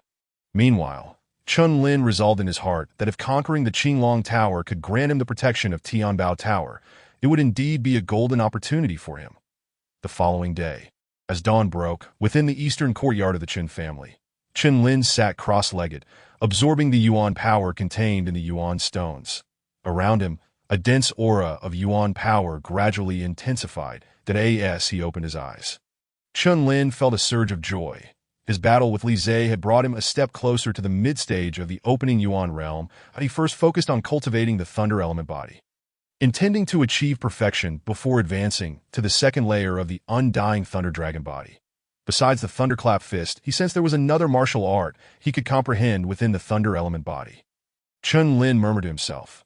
As far as he knew, the Thunderclap Fist was at the pinnacle of the 9th grade martial arts, that if he could grasp the next technique, it might very well reach the 8th grade. He steeled his determination, realizing that both the City Lord's Mansion and Nangong Tian likely possessed the late-stage opening Yuan realm strength, and he could not afford to delay any longer. Simultaneously, Qin Yuan and Xiao Xiao, along with the others, also chose to devote themselves to cultivation, for challenging the Qinglong Tower was indeed a chance for fortuitous encounters that the members of the Qin family entered their silent meditation. The city of Yinhua was abuzz with hidden currents that in the southeastern region. There stood an opulent mansion, the Nangong family. Inside, an elderly man gazed hopefully at a young swordsman in the courtyard that a cool breeze swept through, rustling the withered leaves. Yet the young man's eyes remained tightly closed. Suddenly, as if sensing something, the boy opened his eyes in a flash, wielding his sword to slash horizontally, reducing the withered leaves to mere dust. At that moment, the vast courtyard resonated with the sound of clashing swords, like a long, resonant song. The elderly observer, whose weathered countenance suddenly brightened with joy, laughed heartily. "Haha, the heavens favor my Nangong family." Unbeknownst to him, the young swordsman stood with his sword sheathed, his expression cold and serene, resembling a pine tree amidst the snow, utterly unfazed by the resounding echoes that the city lord's mansion. A middle-aged man in splendid attire stood with his hands clasped behind his back, observing the young man before him. Recently, Chen Lin and Nangong Tian have risen to prominence. It appears that the challenge of the Qinglong Tower will not be tranquil. Father, do not worry. That Chen Lin merely defeated the worthless Li Zhe and is not worthy of my concern. However, Nangong Tian is said to be on the verge of comprehending the innate sword intent, which indeed poses a challenge. Nevertheless, even if he grasps the innate sword intent, I remain unafraid. The young man named Jin Xiu chuckled lightly. "Ha! Well said. You are indeed my son. Sun Ling, I have heard that those who conquer the 9th level of the Qinglong Tower will receive unparalleled fortune." Sun Ling, the lord of Yinhua City, smiled slightly. Upon hearing this, the young man standing at the lower side of the room had his eyes gleam with determination, clearly intent on achieving victory. Yinhua City has once again become fervent due to the Qinglong Tower. Chapter 9. The envoy Su Yinran. In the moment before dawn breaks the darkness, the members of the Chen family, including Qin Yuan and Xiao Xiao, gazed gravely at the interior of the house. Boom! The wind howled and thunder roared. The annihilating thunder seemed poised to descend from the heavens, causing everyone present to tremble involuntarily. Qin Yuan remarked, "This momentum is likely comparable to the late stage of the opening Yuan realm." Indeed, Brother Lin, the trials of 5 years have not defeated him. Instead, they have made him rise anew. Qin Gang stood nearby, watching this astonishing scene with delight. The younger generation of the Chen family displayed excitement on their faces. Deep within the Qin residence, a middle-aged man's eyes sparkled with admiration. How has this young man made such rapid progress? Just a few days have passed, and his emitted fluctuations already rival the late stage of the opening Yuan realm. In front of him stood Qin Shi, who upon hearing this did not share the expected joy but wore a rather serious expression. While Liner is indeed outstanding, the potential dragons entering the Qinglong Tower this time are not limited to him. Standing before them were the elders of the Chen family, trusted confidants. Qin Shi's expression was grave as he scanned the surroundings, realizing that the only one they could place their faith in was Qin Lin. As the discussion unfolded, the morning sun cast its light upon the earth, and the commotion in the eastern courtyard gradually subsided. Creak! With a soft sound, Qin Lin stepped out of the house, his eyes sparkling like gemstones. In his aura more formidable than in previous days to the others, the once overwhelming aura of Yuan power surrounding Qin Lin seemed to have dissipated entirely. Brother Lin, today marks the opening of the Qinglong Tower. Let us hurry. Chen Gang and Xiao Xiao approached Qin Lin, speaking softly. The 4 members of the Qin family set forth towards the city, witnessed by many. All the while, Qin Song observed from a distance. Is the Qinglong Tower regarded as the last hope? Haha, I hope you can seize this final opportunity. Qin Song's cold laughter sent shivers down the spines of the guards nearby, in the heart of Yinhua City. A colossal tower loomed. The towering structure reached into the clouds, adorned with a giant dragon, its claws poised and its eyes fierce, instilling fear in all who gazed upon it. This was the Qinglong Tower. At this moment, on the periphery of the Qinglong Tower, a multitude of martial artists had gathered in anticipation of its opening day, though most were merely there for the spectacle. When Qin Lin and his companions arrived at the tower, they could see a young man standing with his sword against a tree in the southeastern corner. Surrounding him were many who regarded him with wary eyes, yet none dared approach. Nangong Tian.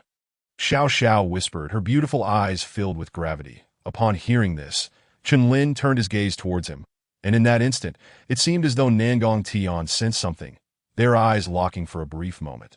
In the air, sparks of fire flickered, astonishing all present. That individual was none other than Qin Lin.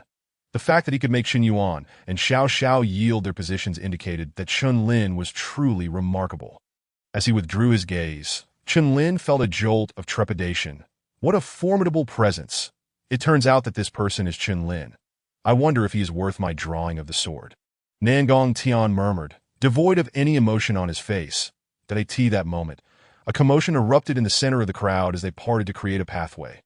Walking through this path was a dashing young man, resplendent in attire, who strode forth like a sun amidst the stars. Sun Qi, the #1 prodigy of the city lord's mansion. Hearing the murmurs, Xiao Xiao quietly spoke, and Qinlin nodded slightly before his expression turned serious. "You are Qinlin? I have heard you defeated that worthless Li Zhe. You do possess quite the skill." Sun Qi cast a glance at Qinlin, disregarding the gazes of the crowd, and chuckled softly. As his words fell, an immediate hush enveloped the atmosphere, with many expressions tinged with amusement. Everyone was aware that the Li family had lost the Qinglong order due to the struggle over the Yuan veins. Sun Qi's utterance was akin to a dagger aimed at the heart.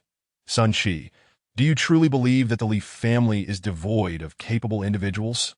Though stripped of the Qinglong order, Li Zhe still bore his injured form to this gathering. If you've resorted to drugs just to stand a chance, perhaps it's best to remain silent." Sun Qi's cold smile emanated a sudden surge of pressure that forced Li Zhe to stagger back. Unable to contain the blood spilling from his mouth, the aura he exuded was that of the late stage of the Kaiyuan realm. The crowd erupted in a flurry of excitement upon sensing this powerful Yuan force, which had been speculated to belong to Sun Qi. Yet, when they felt the undeniable energy firsthand, gasps of astonishment escaped their lips. Qinlin's expression grew serious. It was evident that Sun Qi was far more audacious than Li Zhe, suggesting he possessed significant prowess. Some individuals should not assume that defeating a few weaklings elevates them to the status of prodigies. They must understand that there are always greater talents beyond themselves. Sun Qi's final disdainful snort indicated his target, which the crowd had already surmised. However, Qinlin maintained his composure throughout, seemingly unfazed. The onlookers slowly shook their heads, their eyes betraying a hint of disappointment. They had anticipated a thrilling spectacle, yet it appeared to be rather mundane. Boom! At that moment, a tremendous roar erupted from within the Qinglong Tower. An ethereal blue light shone forth, and a dragon's roar resounded through the air, reverberating endlessly. Simultaneously, outside the Qinglong Tower, a graceful silhouette descended from the sky, instantly captivating the attention of all present. The woman, clad in a flowing purple gown, accentuated her exquisite figure, and a tear mole beneath her charming eyes added to her allure. As for her identity, she was indeed remarkable, an envoy from the Tianbao Tower, known as Su Yinran, and the person in charge of the Qinglong Tower in the city of Yanhua. Upon seeing Su Yinran, the stewards of various families bowed respectfully, as her noble status commanded their utmost reverence. After surveying the surroundings, Su Yinran's gaze seemed to settle in a particular direction, prompting the crowd's attention to shift accordingly. What prowess does this lad possess to garner the envoy's favor? Sun Qi gritted his teeth, seething with resentment, for Su Yinran's gaze lingered on Qinlin. Qinlin, puzzled, could only nod slightly. He was certain he had not encountered her before. "The Qinglong Tower is reopening, and I trust everyone is looking forward to it. However, the rules remain unchanged. The 1st to 3rd levels feature bronze puppets, while the 4th to 6th levels house silver puppets. Let us all strive forward." Su Yinran spoke gently, a smile gracing her enchanting face, causing the martial artists present to flush with excitement, including Sun Qi, who clenched his teeth in frustration. "Lingu, the bronze puppets will be half a minor realm above our own level, while the silver puppets will be a full minor realm above. Moreover, these puppets possess immensely durable bodies, making it exceedingly difficult for us to inflict true harm.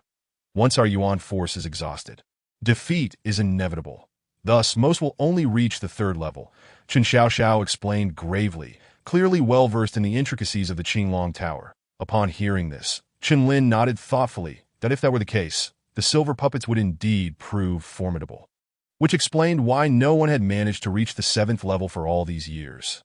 "Everyone, as you enter the tower, remember to exercise caution that if you find yourselves outmatched, shatter the Qinglong order in your possession." The Qinglong order not only served as a ticket to enter the tower, but also acted as a life-saving talisman. Shattering it would ensure a safe exit. Qinlin reminded the four. And Chun Yuan and Chun Gang silently acknowledged, their expressions grave, clearly understanding the terror that lurked within the Qinglong Tower. Qinlin had little more to articulate, and just as the four were about to enter the Qinglong Tower, a figure suddenly approached, obstructing their path. Sun Qi? Qin Yuan's brows furrowed. The newcomer was indeed Sun Qi, who directed a disdainful gaze at Chen Lin and chuckled. Boy, within the Qinglong Tower, only those who reach the 7th level and beyond can encounter one another. If you can only progress to the first 6 levels, you shall remain a mere pretender. However, it is true that for decades, no one from Yanhua City has reached the 7th level. Today, I, Sun Qi, shall break this record. His domineering words reverberated like thunder, laced with a piercing edge aimed squarely at Chen Lin. Chapter 10. The challenge begins. Roar. The dragon's roar thundered, piercing the heavens that I in the instant the Qinglong Tower opened.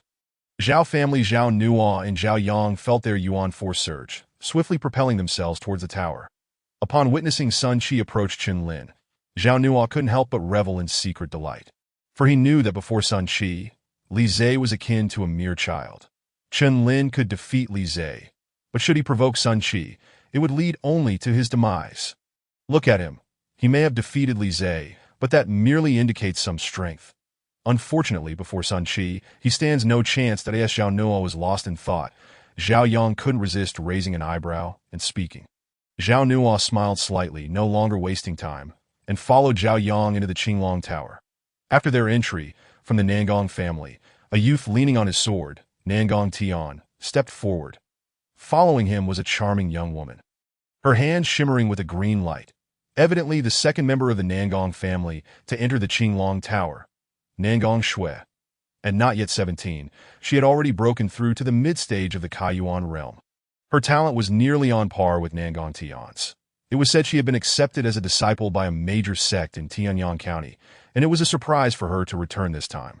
Among the spectators, some recognized Nangong Shui's identity and gasped in astonishment, especially upon hearing that she had been accepted by a major sect in Tianyang County. Yet, considering her extraordinary talent, it all seemed reasonable. The icy silhouette, true to her name, was as frigid as snow. However, just before entering the tower, her cold gaze inadvertently swept over Chen Lin. That brief glance captured the attention of all, including the perpetually sullen Sun Qi. In Yanhua City, who was unaware that Sun Qi harbored affections for Nangong Shui. Yet, Nangong Shui's demeanor was notoriously frigid, offering no warmth to anyone. Witnessing this scene, Sun Qi's fingers clenched tightly, a flicker of fury igniting in his eyes. But for now, his priority was to enter the Qinglong Tower. Boy, you'd best manage to reach the 7th level. Once Sun Qi departed, only the Chun family remained. This kid is insufferably arrogant. Chen Yuan seethed, his anger palpable. Had it not been for Chun Gang's restraint, he might have charged at Sun Qi moments ago. Everyone, exercise caution as you enter the Qinglong Tower, that if you find yourselves outmatched, shatter the Qinglong order. Chen Lin advised, dismissing Sun Qi's taunts. The three nodded lightly, then proceeded towards the Qinglong Tower. As Chen Lin was the last to enter, he felt a sudden flash of light before his vision was engulfed in a gray space. With an impenetrable darkness ahead, before Chen Lin could acclimate, a resounding noise echoed through the space. Boom! Before him, a puppet figure materialized unexpectedly. The puppet, adorned in ancient bronze, exuded a formidable aura that swiftly spread across the area. Mid-stage of the Kaiyuan realm. Chen Lin was momentarily taken aback. He was currently at the pinnacle of the early stage of the Kaiyuan realm, just a step away from advancing. That AS for this bronze puppet. As Qin Xiaoxiao had mentioned, it was indeed half a minor realm superior to the challengers. Thus, it was not surprising that he faced a puppet of the mid-stage of the Kaiyuan realm. Thud! A dull sound resonated as the bronze puppet suddenly lunged forward, launching a punch directed straight at Chen Lin's face. The pressure bore down upon him. Chen Lin's expression grew solemn, but he retaliated with a punch of his own. Bang! A thunderous collision echoed through the space, and Chen Lin stood his ground, while the bronze puppet was forced back several meters. Witnessing this, Chen Lin's gaze sharpened, and with a swift motion, he unleashed another punch. This strike was executed with such speed that even the bronze puppet could not react in time, landing directly on its abdomen. Bang!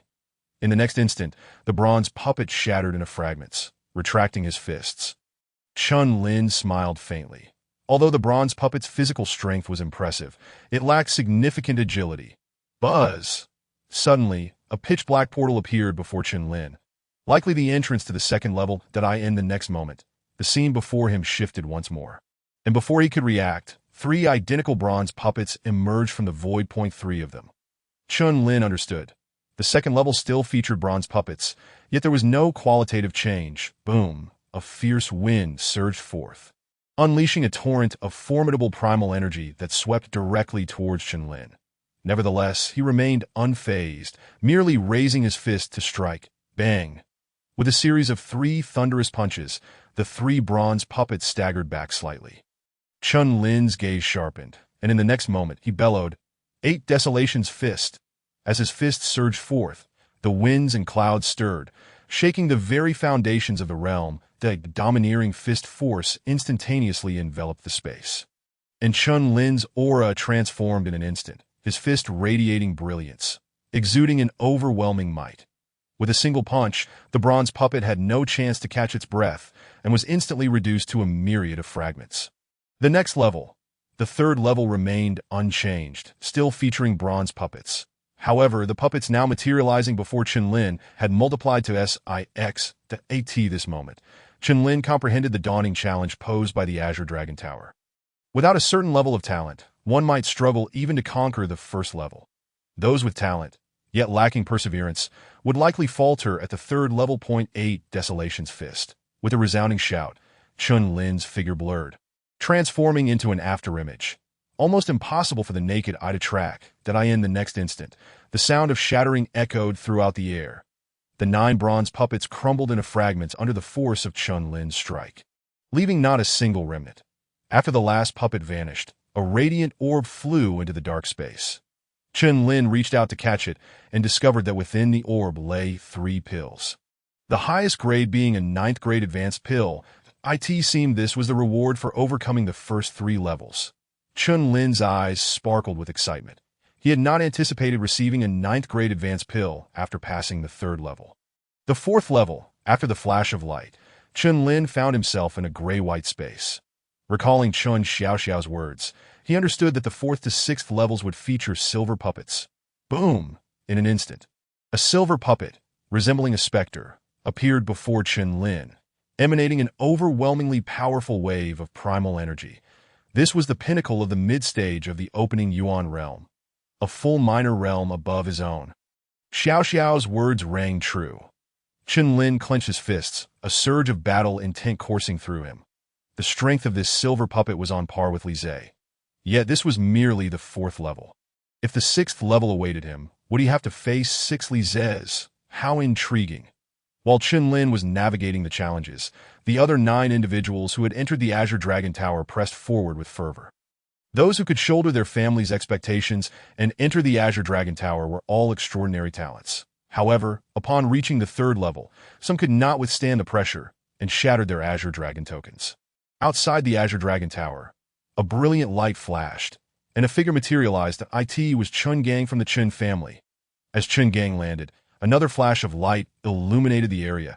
It was Zhao Nuo from the Zhao family? Haha, I never expected Zhao Nuo to be defeated at the 3rd level.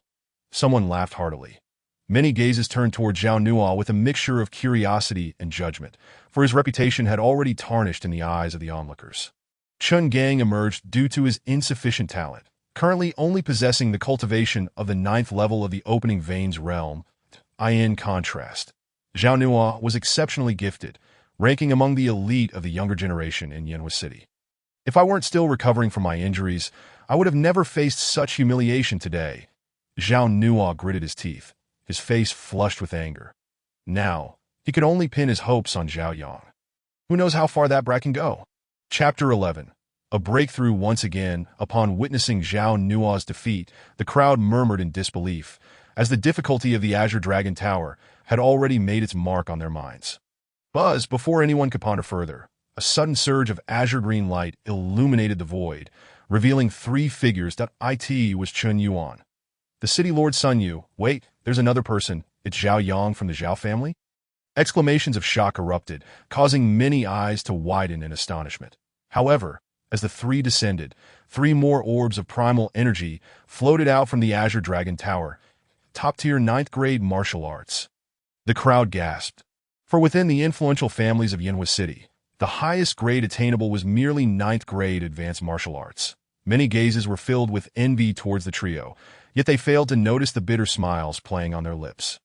With Zhao Yang emerging, did this not imply that the Zhao family had faced complete annihilation? Someone whispered. Yet, this remark reached Zhao Nua's ears, causing his expression to fluctuate between blue and white. Today, the Zhao family's reputation had been utterly disgraced. Zhao Yang's strength was at the pinnacle of the mid-stage of the opening Yuan realm. Logically, he should not have fallen at the 4th level. Yet, due to being defeated by Nangong Tian days prior, his injuries had yet to heal. Buzz! Another faint sound resonated, and the azure-green light enveloped a graceful figure as she descended. The young woman, clad in a flowing azure dress, appeared even more enchanting amidst the shimmering blue light, leaving many momentarily entranced. "Xiao Xiao, how far did you advance?" As soon as she landed, Qin Yuan eagerly inquired. Qin Xiao chuckled lightly. "The 5th level." Qin Yuan's smile faltered. After all these years of channeling primal energy to Qin Xiao, she had reached the pinnacle of the opening veins realm and even surpassed him in the levels she had cleared. Nevertheless, Qin Yuan felt more joy than envy that another beam of light flashed from the tower. The crowd could no longer contain their excitement. That is 8th grade martial arts? So, one could obtain 8th grade martial arts after clearing the 5th level. Qin Xiao joyfully accepted the reward, yet instead of immediately examining the martial arts, she fixed her gaze intently on the Azure Dragon Tower. Currently, all hopes rested solely on Qin Lin. The remaining members of the Qin family also clenched their fists, pacing anxiously, their eyes fixed on the Azure Dragon Tower. Inside the Azure Dragon Tower, an alternate space revealed 6 silver puppets materializing, and in that moment, a flurry of snowflakes began to fall. The snowflakes landed on the ground without melting, instead making a sound akin to shattered blades slicing through the air. The graceful figure narrowed her eyes, forming seals with her hands, and the snowflakes coalesced into a dragon of snow, surging towards the 6 silver puppets. Boom! A thunderous roar echoed, and as the snow dragon charged, the 6 silver puppets were utterly obliterated. Completing this feat, the figure remained composed, yet her icy gaze flickered momentarily, reflecting the silhouette of a young man within her pupils. That a portal appeared, and she shook her head slightly before stepping through. In a parallel space, the same 6 silver puppets surrounded another young man, who stood resolutely with a sword in hand. Boom! The silver puppets sprang into action, encircling the young man, unleashing a torrent of formidable primal energy. Yet, in the face of this onslaught, the young man merely raised his gaze. To him, the charging silver puppets appeared to move in slow motion. In that still moment, a resounding sword cry reverberated through the void. Clang! The sound of the sword rang clear, and a dazzling silver sword light flashed through the air, followed by a chorus of shattering sounds as the 6 silver puppets were instantly reduced to fragments. The young man sheathed his sword, his expression inscrutable as he murmured, "The 7th level. I, Nangong Tian, have arrived. I hope to encounter someone worthy of drawing my sword." "Ha!" A shatter from me, accompanied by a raucous laugh. A figure wielding a blade cleaved through the air, the blade's brilliance shining like a beacon, its forces piercing as a cold wind that strike descended. Countless silver shards exploded, scattering wildly. The blade's radiance continued to shine, illuminating the visage of a boisterous young man, Sun Qi.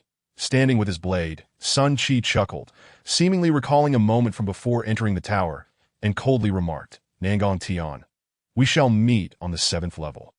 In his view, among the younger generation entering the Azure Dragon Tower, only Nangong Tian could possibly rival him.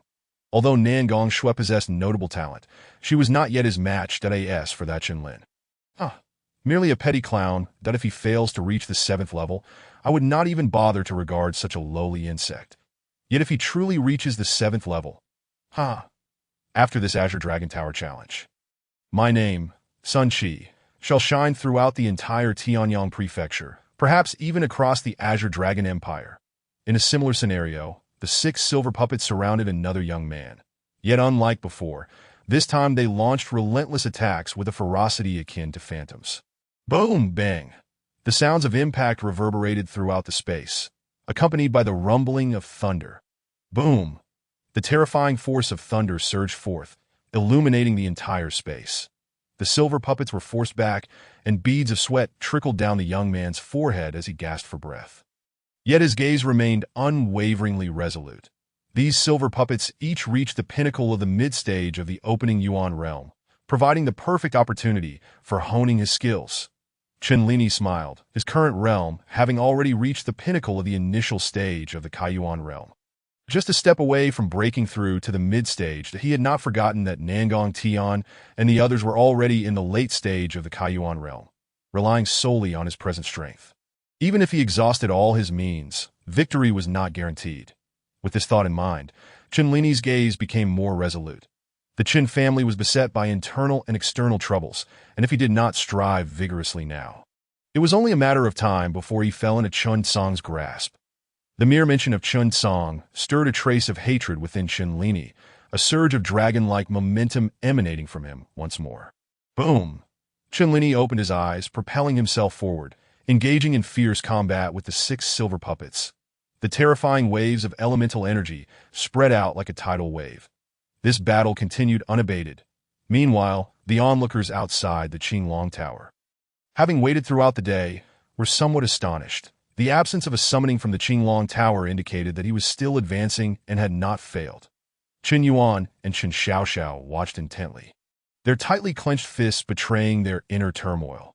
This kid is still persevering. Within the Zhao family, Zhao Nuo could not help but widen his eyes in disbelief that if this were the case, then it appeared that 4 individuals had managed to reach the 6th level of the Qinglong Tower.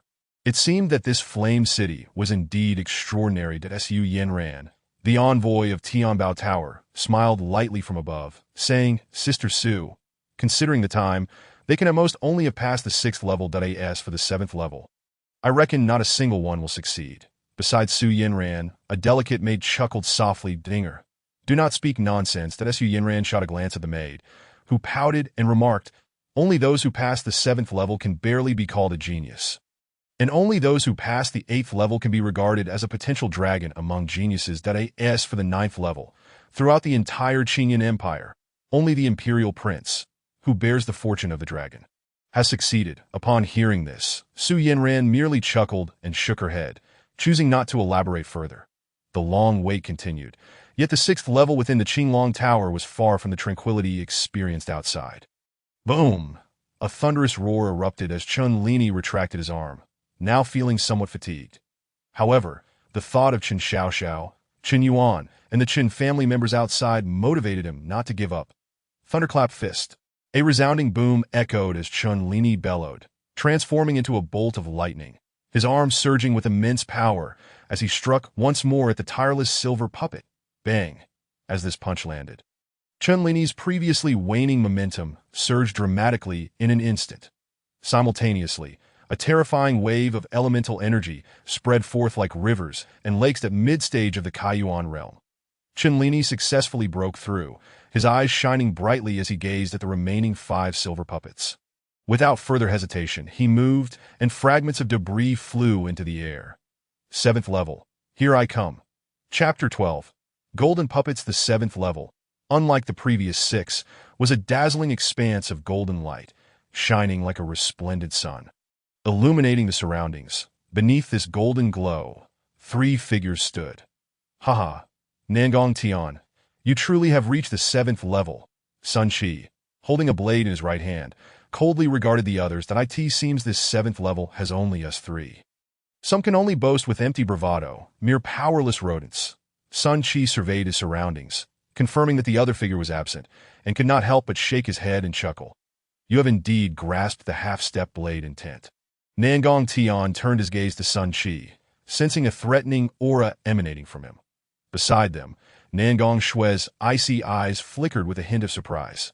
Innate martial artists, upon comprehending the grand trends of heaven and earth, would next enter the realm of perception. The Sun Chi before them had grasped the blade intent. Even if it was only half a step, it was sufficient to look down upon others within the Kaiyuan realm. Sun Chi, with an air of arrogance, replied calmly, "If I am not mistaken, you two have likely comprehended half-step sword intent. This is just perfect. You are worthy to be my opponent." Just as his words fell, the light within the pillars suddenly intensified, and a figure materialized. Upon recognizing that figure, both Sun Chi and Nangong Tian's expressions froze. "Chenlini." Sun Chi's pupils constricted, And after the initial shock, a sinister grin spread across his face. I was worried this kid wouldn't show. Nangong Shui, dressed in white, also displayed surprise at Chunlini's arrival at the 7th level. Under the watchful gaze of the three, Chunlini descended from the void and immediately encountered Sun Qi's malicious countenance. Congratulations, Nangong Tian said indifferently. Chunlini nodded slightly at that moment. Sun Qi scoffed. Chunlini, I never expected you to truly arrive at this 7th level. Unfortunately, this will be your final chapter. Whether or not it is not for you to decide. Chunlini's gaze turned frigid. He had never actively sought trouble with Sun Qi. However, the latter had repeatedly instigated conflict. Did he really think Chunlini would cower? Moreover, now that he had stepped into the mid-stage of the Kaiyuan realm, he was eager to test his newfound strength against someone. Kid, do you think a little pressure will scare you? If you wish for death, I can certainly grant it to you right now. Sun Qi brandished his long knife, a chilling aura spilling forth from the blade. Sun Qi, we are in an entirely unfamiliar space. Do not act recklessly. Nangong Shui interjected at that moment to swear. Are you protecting this boy? Sun Qi asked, momentarily taken aback. Nangong Shui furrowed her lovely brows and shook her head to no, it's just that we are currently in a completely alien space. It is best to clarify the rules of the 7th level first. What if I want to kill this kid right now? Sun Qi's eyes blazed with fury, his intent to kill towards Chunlini reaching its zenith. However, Nangong Shui stepped forward, positioning herself protectively in front of Chunlini. Seeing this, Sun Qi trembled with rage, but did not dare to advance. Nangong Tian gradually relaxed his grip on his sword's hilt. After all, given Nangong Shui's current strength, she was still at a disadvantage against Sun Qi, who had comprehended half-step blade intent. Moreover, as they were nominally siblings, he naturally needed to ensure her safety. Kid, I want to see who can protect you later. Sun Qi suddenly chuckled, his icy gaze fixed on Chunlini. Chunlini smiled, but the coldness in his eyes had already turned to frost. As the atmosphere among them grew tense, a brilliant golden light suddenly illuminated the entire space. The four then beheld 2 radiant pillars of light emerge, each possessing a key-like opening.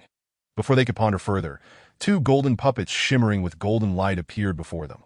Could this be the legendary golden puppets?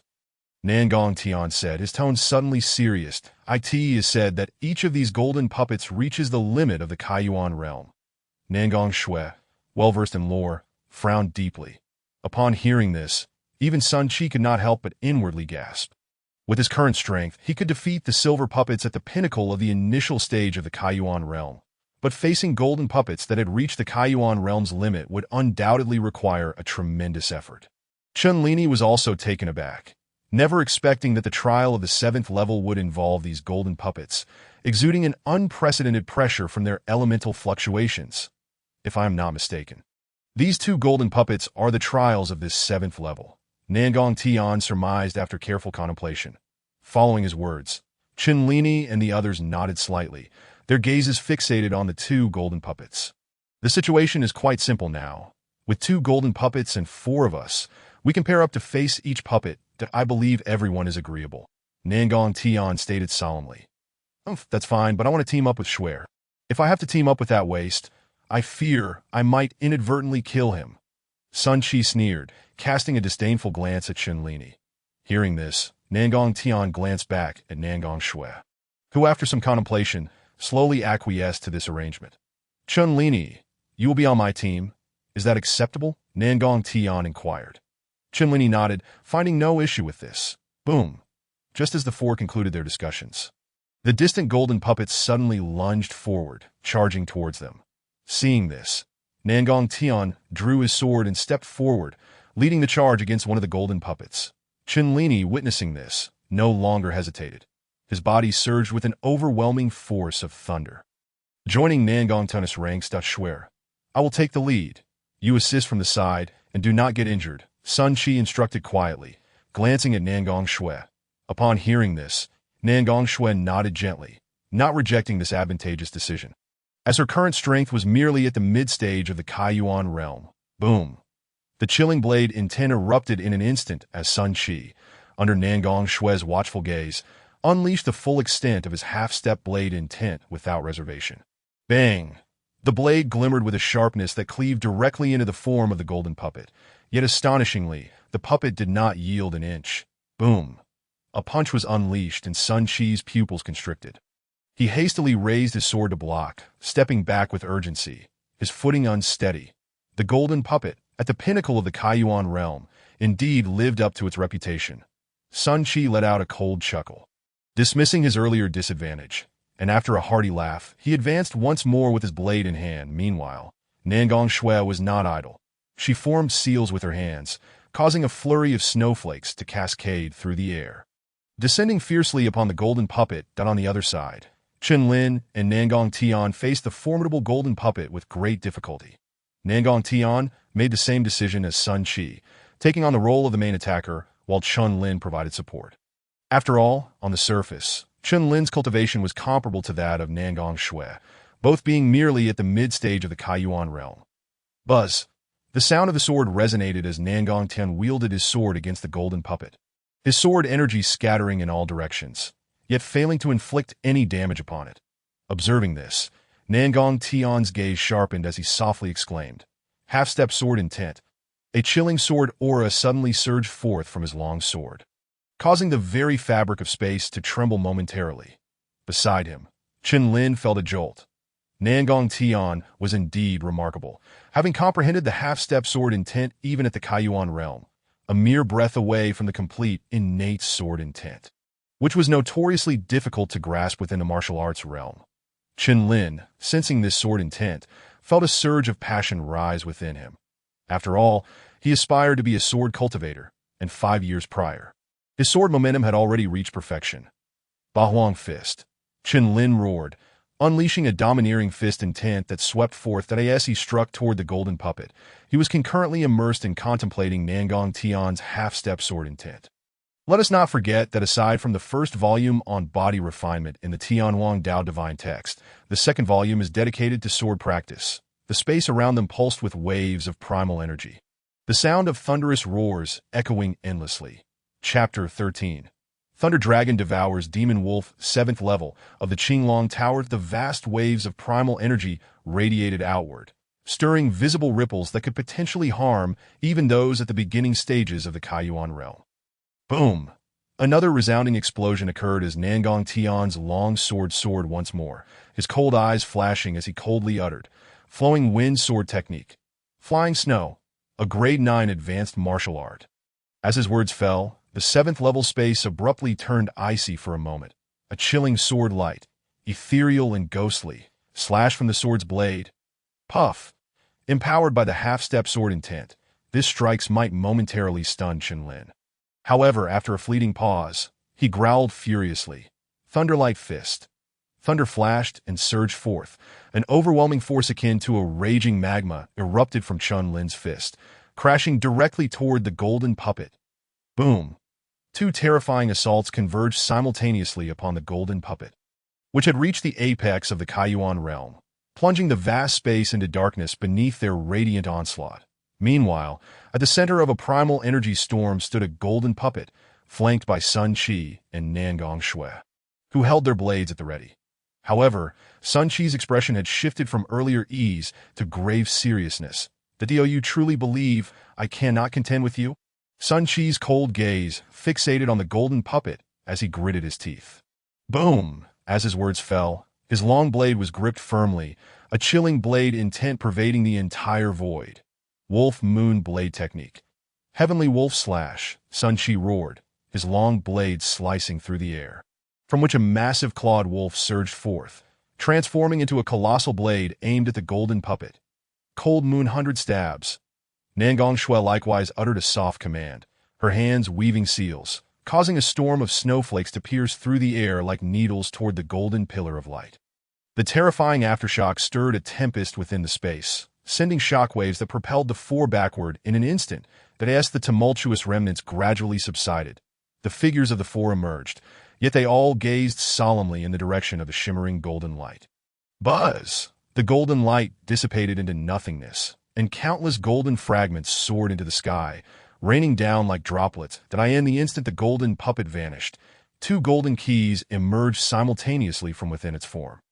Upon witnessing this scene, The four in the distance finally exhaled in relief. Yet in the next moment, a figure stepped forth, appearing at the spot where the golden puppet had just disappeared. Haha, the golden keys. I presume this is the key to the 8th level. It was Sun Chi, clutching the golden key with a glint of fervor in his eyes. The opening of that light column perfectly aligns with the shape of this golden key. Nangong Shue's cold gaze flashed as she articulated the crucial point. Nangong Tian stepped forward, his sword soaring forth, effortlessly claiming the other golden key into his grasp. The atmosphere in the chamber grew tense. Moments ago, the four had collaborated, but with the emergence of the golden keys, they were now on the brink of fracturing. Nangong Tian, your strength is sufficient to ascend to the 8th level, but certain individuals may find their journey ends here. Sun Chi chuckled coldly. Nangong Shue's expression also grew grim. However, she understood that facing off against either Sun Chi or Nangong Tian would yield no assurance of victory. Moreover, reaching the 7th level had already met her expectations.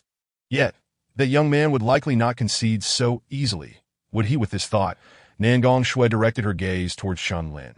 Feeling the weight of 3 gazes upon him, Chen Lin smiled lightly and stepped forward. Oh, Chen Lin, do you still harbor discontent and wish to test your mettle? Sun Chi chuckled lightly, his tone laced with mockery. Chen Lin, upon hearing this, shook his head with a smile, his voice cold.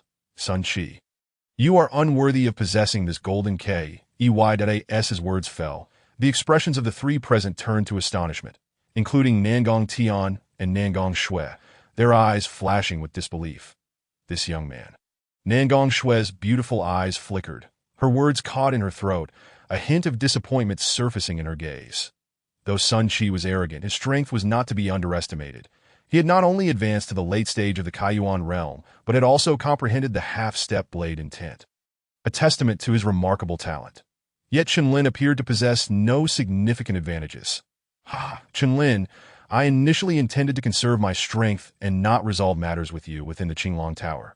But now, I must reconsider. Sun Chi grinned maliciously, striding toward Chen Lin, his long blade swirling as a blade intent erupted like a meteor in the night sky. Boom! You have persistently provoked me. Today, I shall put an end to this.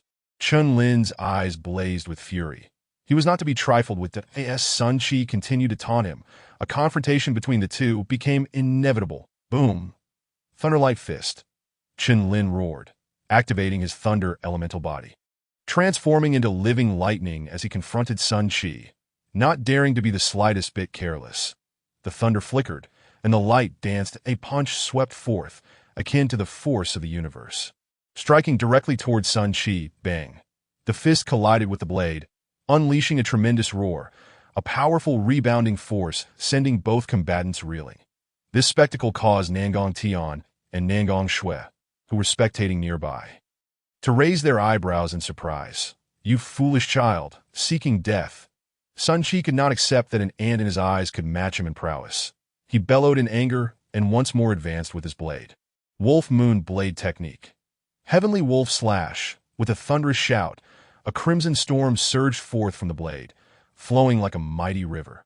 Chen Lin stamped his foot, unleashing all his primal energy without reservation. His gaze fixated on the Dark Night Wolf rushing toward him. The next moment, a blinding bolt of thunder erupted from the center of the arena, transforming into a thunderous dragon that coiled around Chen Lin. Thunder Elemental Body. Thunder Dragon Roar. Chen Lin raised his gaze, his eyes radiating a fierce coldness, the terrifying thunderous power enveloping him, morphing into a fearsome thunder dragon that roared ferociously. Wind and thunder split the heavens. The dragon's roar echoes through the void. This thunder dragon roar was the second martial art Chen Lin comprehended within the thunder elemental body, reaching the 8th grade martial art level in an instant. The thunder dragon in the void surged forward, an unstoppable force aimed at the Dark Night Wolf. A contest of wolf versus dragon. A clash of supremacy. Boom! At the moment of contact, the thunderous dragon mercilessly engulfed the demon wolf. Showing no mercy. From a distance, Sun Chi watched this unfold, his eyes widening in shock. Yet the thunderous dragon continued its relentless charge toward him. A spurt of blood erupted as Sun Chi's body crashed to the ground like a sandbag. His form a gruesome mess, Hiss standing nearby, Nangong Tian and Nangong Shui felt their throats dry, staring in disbelief at Sun Qi's horrific injuries, momentarily rendered speechless that he actually. Nangong Shui, typically composed, now found her heart racing with anxiety. What terrifying, thunderous power! That martial art must have reached the 8th grade level. To triumph over Sun Qi, who comprehended blade intent, while merely at the mid-stage of the Kaiyuan realm. How fearsome! Nangong Tian shook his head with a bitter smile. The arrogance he once possessed now seemed somewhat ridiculous, for he could sense that he, too, would be unable to withstand Chun Lin's final move, the Thunder Dragon's roar.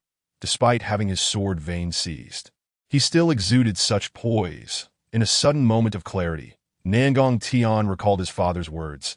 A hidden dragon lies in the depths. Through relentless setbacks, should one surpass the Dragon Gate, the ascent shall be meteoric. Unbeknownst to them, Lin approached Sun Qi, retrieving the golden key. Sun Qi struggled with his battered body, watching helplessly as the golden key was taken away, before spewing a mouthful of blood and losing consciousness. Lin did not strike the fatal blow. After all, Sun Qi was gravely injured, his cultivation reduced to a mere fraction, and his Dao heart damaged. He was likely to be rendered useless in the future. As he gazed at the golden key in his hand, a slow smile crept onto his face. Chapter 14. The comprehension of intent outside. A day had already passed, yet most martial artists remained seated, eyes closed in quiet meditation, patiently awaiting developments within the Qinglong Tower. During this time, the lord of the city, Sun Ling, along with the heads and elders of various prominent families, had gathered around the tower, particularly the head of the Nangong family, given that 2 of their own remained inside. Chen Song of the Chen family stood at the southwest corner of the Qinglong Tower, flanked by other elders, including Chen Shi and Chen Yuan. Chen Xiaozhao's beautiful eyes were fixed on the situation within the tower, clearly worried. However, upon Chen Song's arrival, she dared not display her concern too overtly. Meanwhile, Chen Song's gaze was shadowed as he looked toward the towering structure. A sense of unease creeping in. This young man has actually made it to the 7th level. Has he truly stumbled upon extraordinary fortune? Yet the 7th level is merely the real trial of the Qinglong Tower. As he thought of this, a cold smile appeared on Chen Song's face. That on the other side, however, the atmosphere was markedly different from that of the Chen family, filled with warmth and camaraderie, with Qi Ji's strength. He will undoubtedly outshine the rest. A young member of the Sun family exclaimed eagerly. Indeed, Qi Ge has comprehended half-step blade intent. Not only in Yinhua City, but throughout the entire Tianyang Prefecture. He can be considered a genius. The members of the Sun family laughed heartily. Upon hearing that Sun Qi had grasped half-step blade intent, the crowd was momentarily taken aback, for to achieve such understanding in the Kaiyuan realm was truly exceptional. In an instant, Chen Xiao and Chen Yuan's expressions hardened.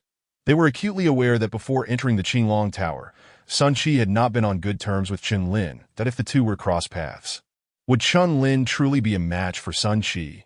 Suddenly, as the crowd pondered in silence, the long quiet Qinglong Tower erupted with 2 blinding beams of light. It seems some opportunists have emerged, Sun Ling remarked, standing with his hands clasped behind him, a faint smile gracing his lips. That it appeared that his Qi was now advancing to the 8th level. Upon hearing this, Chen Yuan and Chen Xiao exchanged worried glances toward the azure glow. I thought there was something remarkable. It is merely the 7th level. Countless geniuses in the capital can achieve this. Chen Song scoffed coldly. To hope to compare with the crown prince is nothing short of delusion. After a brief pause, the blue light receded, gradually revealing 2 figures, causing the atmosphere in the arena to freeze, as if plunged into ice. Buzz. It is Nangong family's Nangong Shui, but the other figure seems so familiar. Isn't that the first genius of the Lord's estate, Sun Qi? Someone exclaimed, recognizing the 2 identities and immediately raising their voice in excitement. How could it be Sun Qi? His cultivation has reached the late Kaiyuan realm, and he has comprehended half-step blade intent. Even an ordinary peak Kaiyuan realm practitioner would not stand a chance against him. No way. It truly is Sun Qi. The crowd gasped in disbelief upon seeing Sun Qi's visage. The Chen family, including Chen Xiao, felt a jolt of astonishment. It is not Lin Ge. Chen Xiao exclaimed, astonished. Chen Yuan was equally stunned. caught between shock and indescribable joy, for Sun Qi's defeat signified that Chen Lin had once again advanced. Reaching the 8th level. That was indeed the 8th level. The Chen family members were filled with elation, their eyes brimming with hope that in stark contrast. After witnessing Sun Qi's fall, everyone rushed towards him. Seeing this scene, Nangong Shui hurriedly made her way toward the Nangong family's direction. The head of the Nangong family was not greatly surprised by Sun Qi's defeat. After all, their family did not rely on Nangong Shui, but rather on Nangong Tian. As long as Nangong Tian remained in the competition, hope still lingered for the Nangong family. Qi, who is it that severely injured you? Your cultivation is nearly obliterated. Who could be so ruthless? Sun Ling roared, his eyes ablaze with fury as he gazed upon Sun Qi's battered form, that a terrifying killing intent surged forth from him like a torrent, causing those nearby to tremble involuntarily. Sun Ling's strength was likely on the verge of breaking into the 3rd stage of the innate realm. The crowd was astonished, yet they pondered who could possibly defeat a late Kaiyuan realm practitioner. Under the scrutiny of countless bewildered eyes, Sun Qi, pale-faced, managed to stammer, "Father, it was Chen Lin." Chen Lin? The name echoed through the assembly, causing many to fall silent. Chen Lin? Chen Song shuddered at the mention. Wasn't that lad only in the early Kaiyuan realm? How could he have possibly bested Sun Qi? Meanwhile, Chen Yuan and Chen Xiao were filled with delight, coupled with immense shock. Never did they expect Chen Lin to truly prevail over Sun Qi. The Sun family members, upon hearing Chen Lin's name, were equally incredulous. Yet Sun Qi's repeated nodding left Sun Ling convinced. Head of the Chen family, has your Chen Ling gone too far? Sun Ling's gaze burned with fury, laced with murderous intent. Upon hearing the accusation, Chen Song's expression soured. Lord Sun, let us not forget that the envoy Su is still present. Until the Qinglong Tower concludes, it would be wise to refrain from impulsive actions that, of course. Once the Qinglong Tower concludes, I shall provide you with an explanation, he added. Sun Ling, upon hearing this, glanced at the distant figure of Su Yanran, took a deep breath, and forcibly suppressed his anger. Very well, I shall await your explanation, head Chun. As Sun Ling departed, a glint of ferocity flashed in Chen Song's eyes that if not for the crown prince's orders, he would not have tolerated the insolence of a mere lord of Yanhua City. While the name Chen Lin stirred a tempest outside, within the Qinglong Tower, Chen Lin and Nangong Tian had already arrived at the 8th level. Inside the 8th level, chaos reigned, an expanse of darkness and void. Upon their arrival, Chen Lin and Nangong Tian diverged, both wisely refraining from making a move until they understood the rules governing this level. After 2 hours, drawn by a faint glimmer of light, they reconvened in that moment. The previous confusion in their eyes had vanished. Intent, they exchanged a knowing glance, exclaiming in unison, "Haha, it appears you have also discerned that this 8th level tests the martial artist's comprehension of intent. The deeper one's understanding of martial arts intent, the more radiant the light emanating from them, and the surrounding mist shall dissipate. Presumably, once the mist is entirely cleared, the path to the 9th level will reveal itself." Nangong Tian chuckled lightly, casting a proud glance at Chanel in response. Chen Lin nodded slightly, for Nangong Tian's words resonated with his own findings in his perspective. The first 7 levels of the Qinglong Tower were absolute tests of a martial artist's strength, while the 8th level dealt with an unavoidable aspect of martial arts, the comprehension of intent. Whether one could grasp intent in the Kaiyuan realm was a definitive test of a martial artist's innate talent. Impervious to external influence, with this thought, Chen Lin felt a heaviness in his heart, for he was acutely aware that Nangong Tian had already comprehended half-step sword intent. Buzz! As he pondered, a radiant aura began to shimmer around both of them. However, the brilliance surrounding Nangong Tian outshone that of Chen Lin. Chen Lin, in terms of strength, I may fall short of you, but this 8th level tests comprehension of intent, so do not hold it against me. Nangong Tian declared confidently, for he had begun understanding sword intent 3 years prior, and it had taken him 3 years to progress from complete sword technique to half-step sword intent, that he understood that crossing this threshold was akin to scaling the heavens. I shall make the first move. Nangong Tian chuckled softly, setting off ahead, determined to find the entrance to the 9th level at the fastest pace possible. That seems I must take a gamble. Chen Lin closed his eyes to gather his thoughts, slowly opening them again as a chilling sword intent began to emanate from within him. 5 years ago, he had awakened his innate sword vein. The subsequent 5 years had plunged his life into an abyss of darkness. He had believed he would forever be estranged from the sword, only for fate to take an unexpected turn. As Qinlin immersed himself in comprehending sword intent, a soft sigh echoed from the depths of his soul sea. This tower bears a connection to that old fellow. It is indeed this lad's opportunity. Very well, I shall lend you a hand.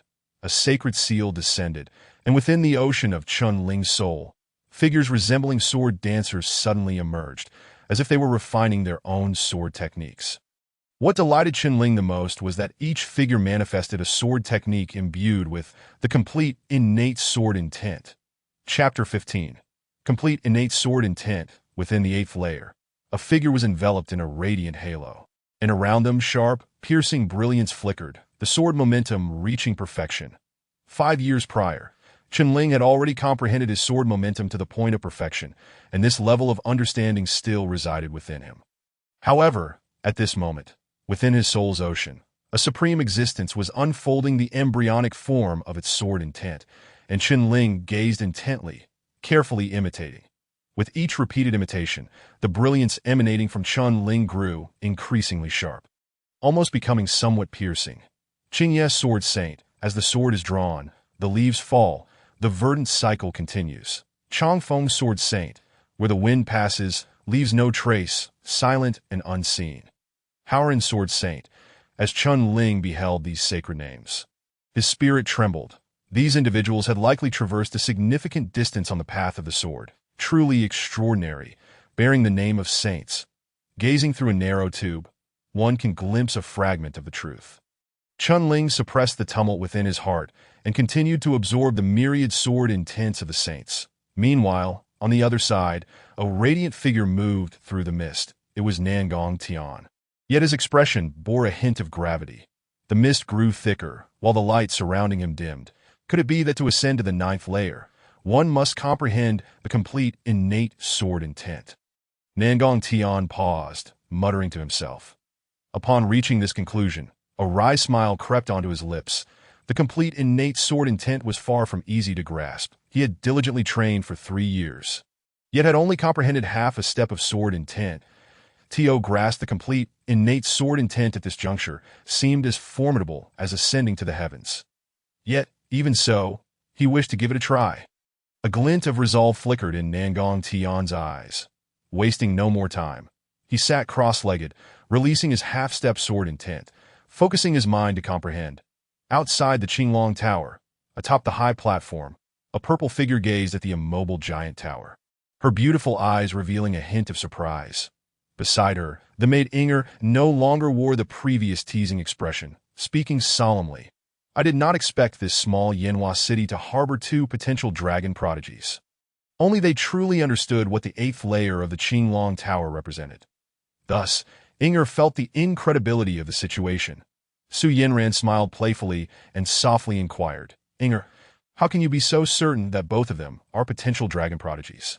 Upon hearing this, the seriousness on Inger's smooth face was replaced by a look of shock, stammering, Sister Su, you wouldn't mean to say that one of them might break through to the 9th layer, would you? But the conditions to reach the 9th layer are far too stringent for a Kaiyuan realm warrior. Su Yanran remained silent, for she understood the conditions Inger referred to, which was the comprehension of complete sword intent. Achieving complete sword intent was exceedingly challenging, even for those in the innate 2nd realm of the Dao realm, let alone for Kaiyuan realm fighters. Thus, anyone who could comprehend complete intent in the Kaiyuan realm would qualify to step out of the ranks of potential dragon prodigies. Also referred to as true dragon prodigies, as countless eyes were fixed upon the Qinglong Tower, a sudden, piercing brilliance erupted from within the 8th layer. Clang! Like the sound of a sword ringing, a resonant thunder echoed. Within the 8th layer, the previously dense mist began to dissipate under the impact of this sound at half-step sword intent. Yet it was not over. At the center of that piercing brilliance, a youthful figure sat quietly, surrounded by a radiance capable of effortlessly tearing apart a nascent Kaiyuan realm warrior. 1 could only imagine the perilous situation in which the youth found himself. Nevertheless, even in such a state, The boy's eyes remained bright, as if reflecting the initial forms of countless saints' comprehension of sword intent. Innate sword intent, transforming the formless into form, transcending the unknowable, to become sentient. With a low shout, Chen-Ling unleashed a torrent of sword intent that surged wildly around him. And in an instant, an indescribable brilliance burst forth uncontrollably from his being. Innate sword intent. In that fleeting moment, Chen-Ling's eyes flew open, akin to a lightning strike across the sky, as the resonant thunder echoed throughout the heavens. Shaking the universe, deep within the ocean of his soul, the supreme figure nodded inwardly upon sensing this brilliance, murmuring, "It is worth my efforts in nurturing him. He should possess a tenth of my former prowess. No, perhaps a mere fraction of that. Wait, how could this lad even compare to me? It's absurd, it's absurd." A light chuckle reverberated, and the supreme figure fell silent. Is this what complete innate sword intent truly is? Chen-Ling closed his eyes to sense it, inwardly astonished that he could perceive that upon comprehending the complete sword intent, his combat power had indeed seen an enhancement. However, to what extent this enhancement reached, he could not ascertain. Such a tremendous commotion naturally attracted Nangong Tian, who was also comprehending sword intent. Yet upon his delayed arrival, he realized that this sword intent indeed originated from Chen-Ling. Ha! Nangong Tian, practiced swordsmanship at 3, comprehended sword momentum at 9, perfected sword momentum at 15, grasped half-step sword intent at 18, and prided myself on my unparalleled talent in the sword path. Nangong Tian laughed towards the heavens, but suddenly cast his gaze upon Chen-Ling, a bitter smile creeping onto his lips. "I am not your equal." Having spoken, Nangong Tian closed his eyes with a soft sigh, crushing the Qinglong token in his hand, its brilliance illuminating as his figure vanished. As Chen-Ling watched Nangong Tian's instantaneous disappearance, he could not help but sigh inwardly. His ability to comprehend innate sword intent was largely due to the sword intents of those saints, and he had come to understand where those sword intents originated. Fortune is also a part of strength. Chen-Ling did not dwell on this, dispersing his sword intent, causing the mist to dissipate entirely. And a beam of light surged forth instantaneously. The 9th layer. Chen-Ling smiled slightly, stepping forward as Chen-Ling ascended to the 9th layer. Outside the Qinglong Tower, a dazzling blue radiance caused everyone to hold their breath in anticipation. Who could it be? The Chun family, the Nangong family, and the City Lord Sun family all focused their attention on that radiant light that Inger. "Who do you think that eliminated figure is?"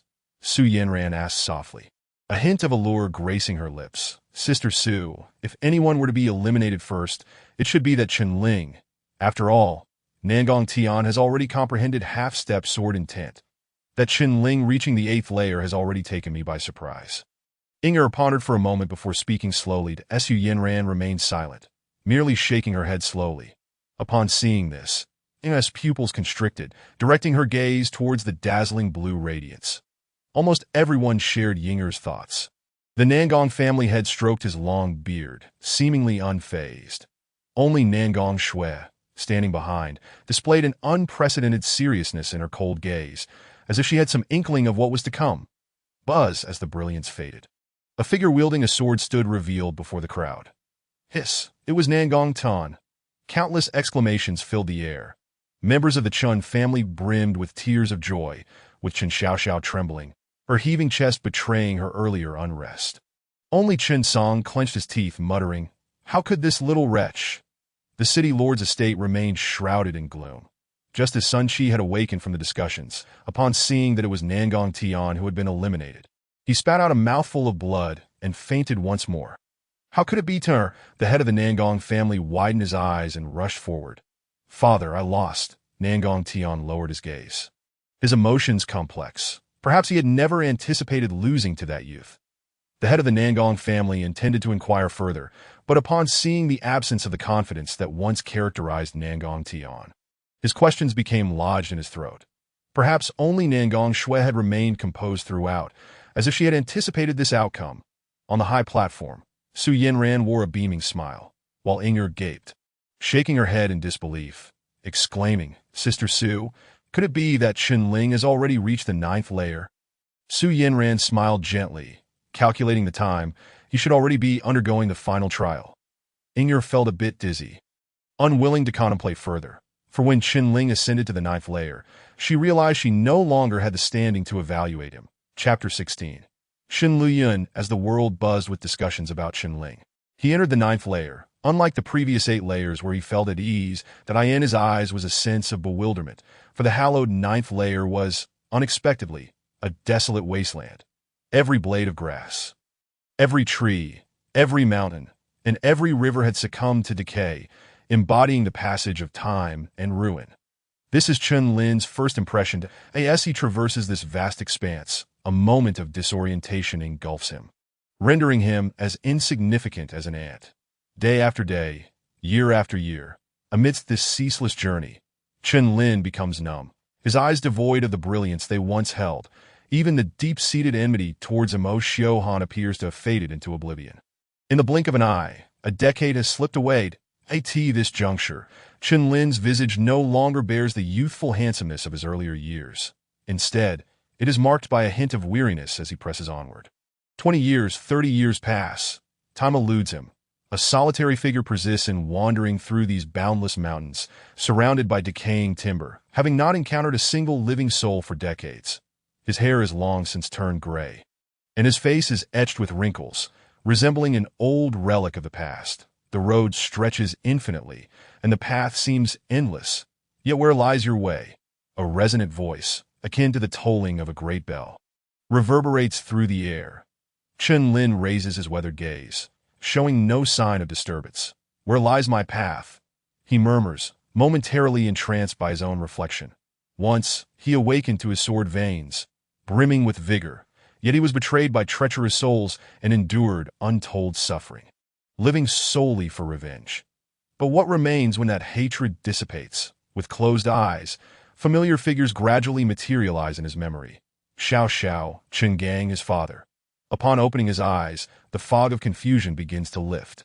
Replaced by a newfound resolve, he harbors no grand ambitions, but only wishes to wield his sword to protect those dear to him.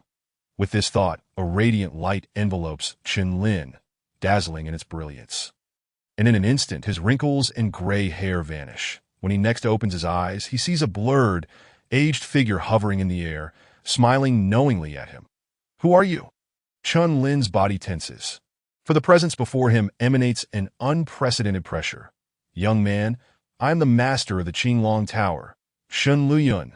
The figure states calmly. Upon hearing this name, Chen Lin's eyes flicker with curiosity, but he respectfully bows, asking, Senior, what was that vision just now? That was the final test of the Qinglong Tower, a test of the heart. While innate talent and martial prowess are undeniably important, people often overlook the strength of the spirit. Those whose resolve falters, no matter how gifted, will struggle to progress on the martial path and are unworthy of my inheritance. Though you experienced a century within the illusion, only a short moment has passed in reality.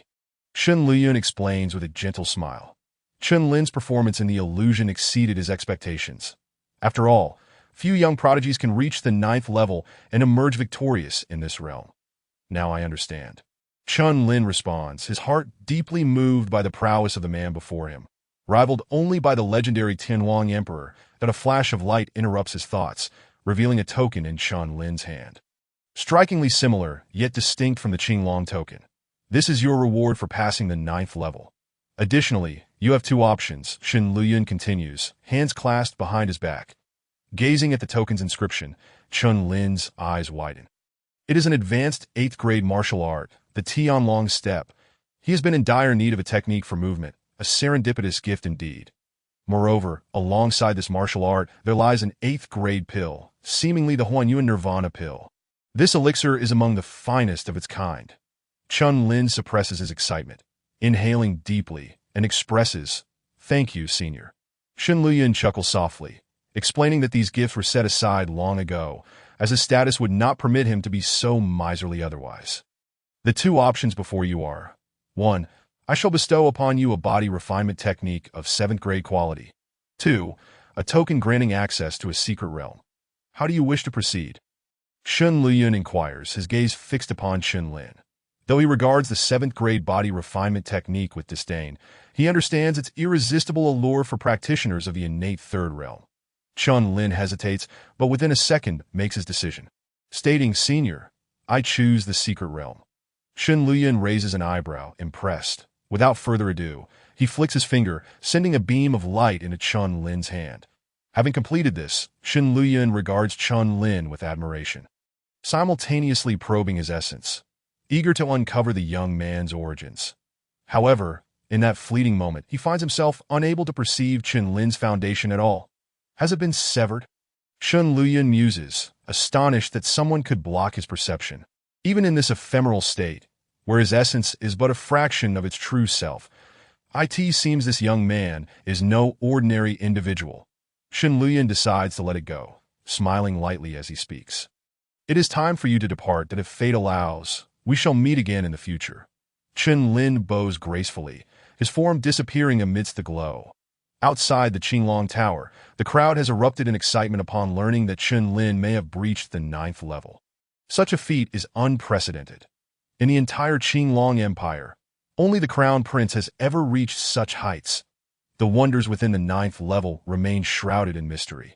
The Qin family members clasp their hands tightly, their eyes gleaming with anticipation. Yet Qin Song wears a dark expression. This young wretch possesses such capabilities. It is truly unexpected. A flicker of malice glimmers in Qin Song's gaze that the crowd fixates on the Qinglong Tower.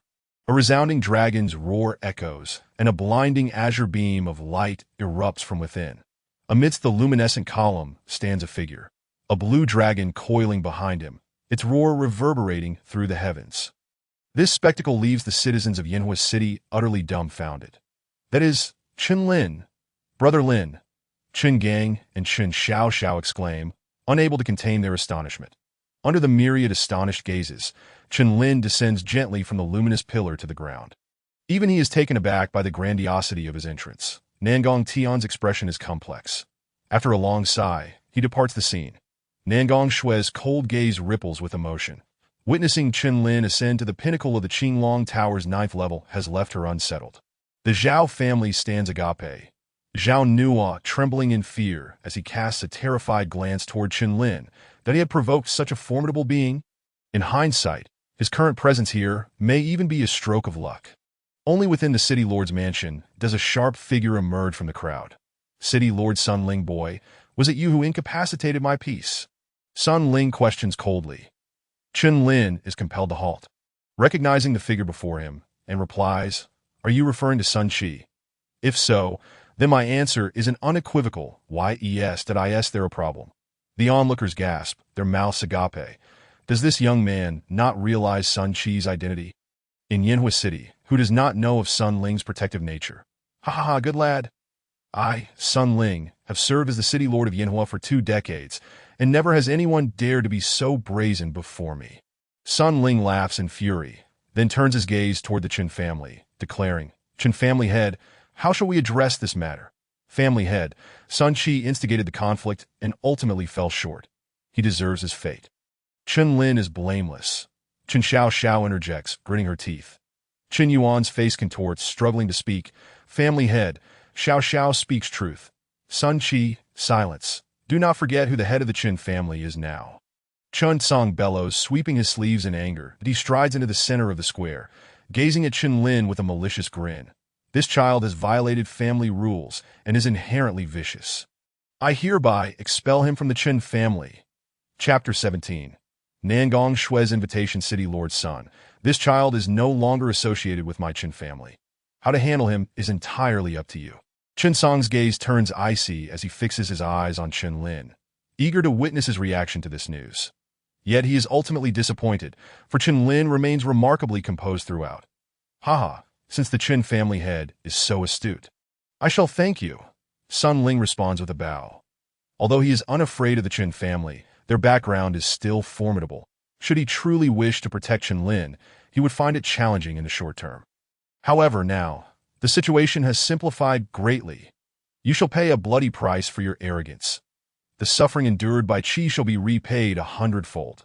Sun Ling's voice turns cold, a chilling murderous intent emanating from him, causing the surrounding crowd to recoil in terror.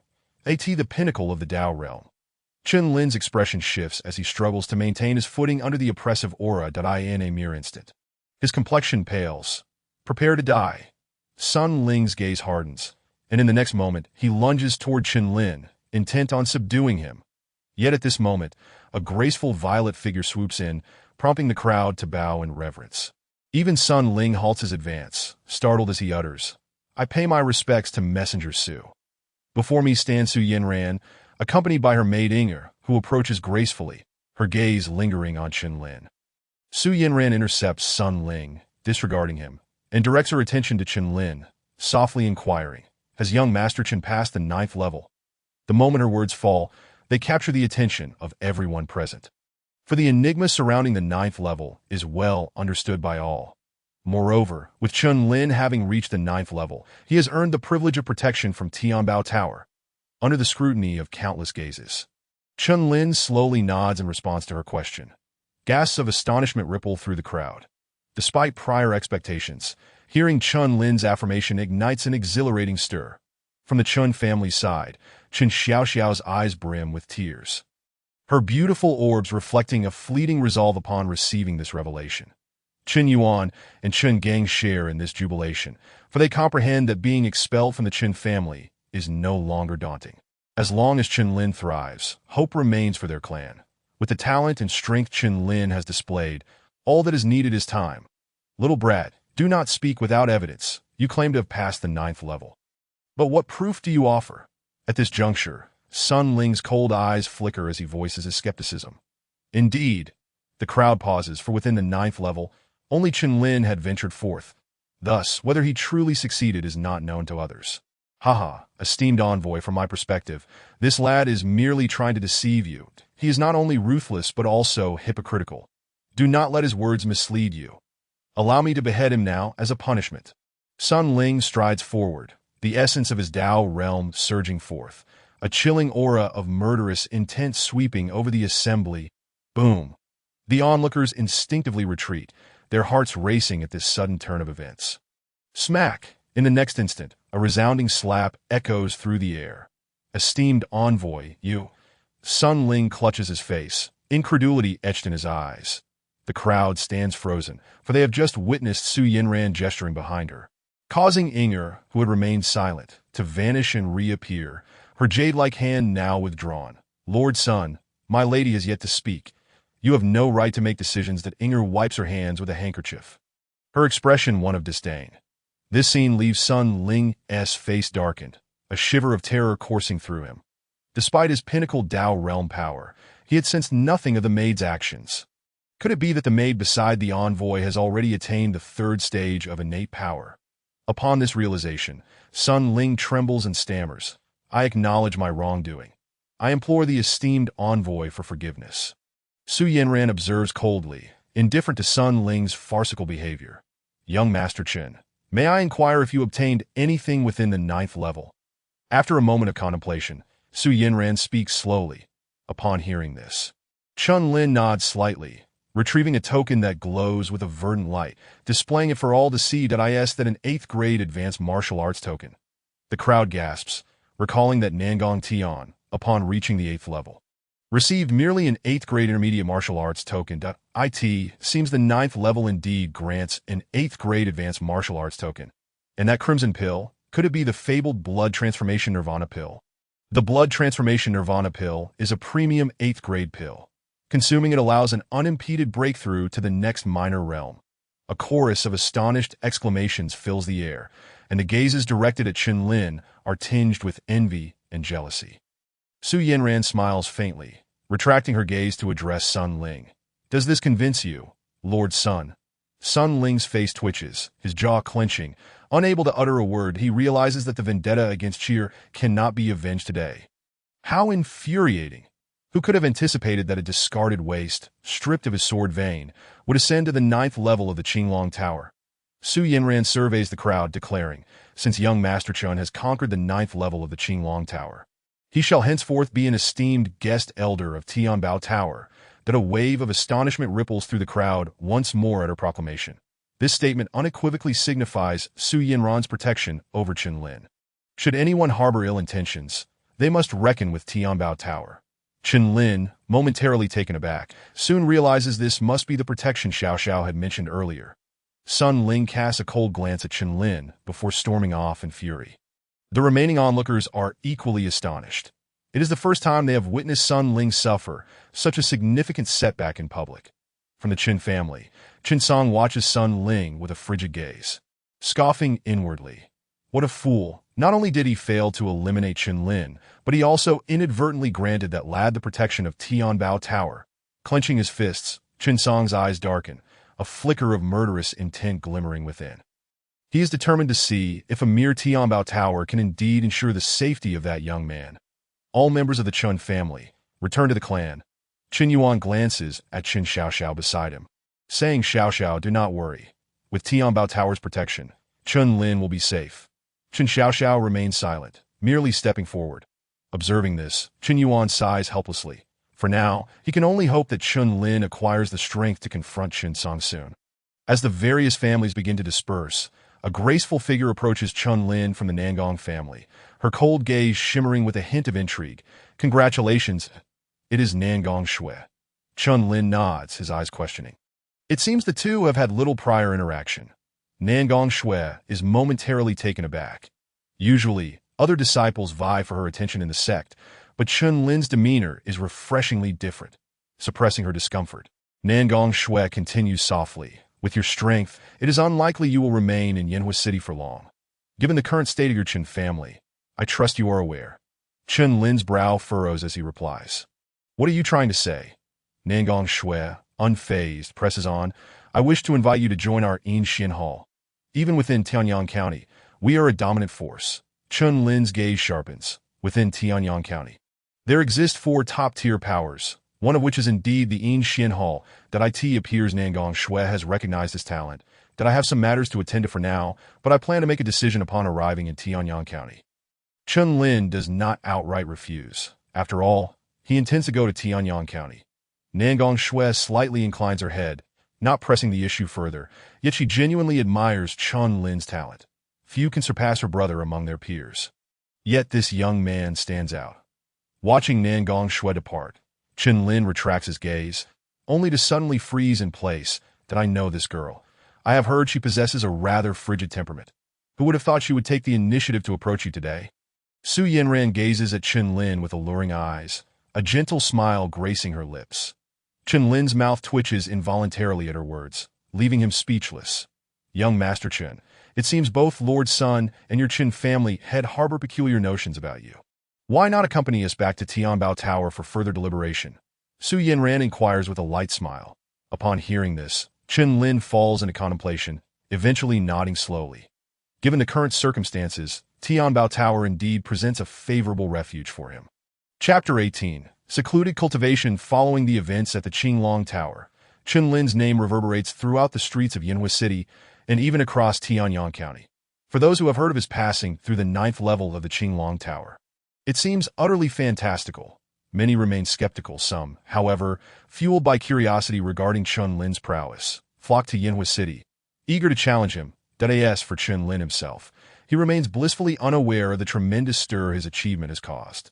At the Tianbao Tower branch, Su Yanran sits in the hall, her maid Inger standing to the side, her gaze surveying a figure clad in black. Young Master Chen, having passed the 9th level of the Qinglong Tower, it won't be long before your name resonates throughout Tianyang County. Su Yanran's enchanting eyes fixate on Chen Lin. Her face, illuminated by the moonlight, carries a hint of a beguiling smile. Chen Lin, avoiding her gaze, realizes that Su Yanran's beauty is perhaps the most captivating he has ever encountered, every movement imbued with allure. Yet the current predicament of your Qin family is far from optimistic. Su Yanran trails off, her words laden with unspoken implications. Chen Lin falls silent, lowering his gaze. May I inquire if the esteemed envoy knows what realm Qin Song currently occupies? With a gentle smile, Su Yanran discerns the young man's thoughts and replies earnestly. In Yanhua City, both Lord Sun and the head of the Chen family have reached the pinnacle of the Dao realm. The heads of the other 3 families are slightly weaker, only having attained the late stage of the Dao realm. Chen Lin nods heavily, understanding the weight of the situation, then raises his gaze, resolutely stating, Might I request a quiet room for meditation, esteemed envoy? Of course, Su Yanran replies, nodding slowly before turning to Inga. Please escort young Master Chen to the cultivation chamber. Inger nodded and immediately walked ahead, with Chen Lin closely following behind. As they watched the two depart, Su Yanran seemed to smile softly, murmuring, "How can one confine a true dragon beneath the waves?" Under Inger's guidance, the pair walked for about a quarter of an hour before arriving at a secluded chamber. Chen Lin suddenly raised his head, retrieving a martial arts manual from his storage ring, and handed it to Inger, saying, "Miss Inger, might I exchange this martial arts text for some elemental stones?" Upon seeing the prominent title on the cover, Inger was momentarily taken aback, exclaiming, "Is this the 8 Desolations Fist of your Chun family?" Chen Lin nodded.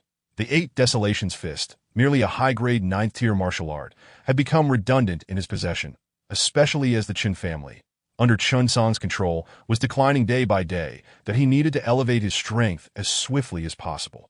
In due time, he would have superior martial arts techniques to offer to Xiao Xiao and the others. Inger gazed at him with a complex expression, aware of Chen Lin's terrifying talent. Yet it was incomprehensible that he had been expelled from his family. She couldn't fathom whether the head of the Chun family was in his right mind.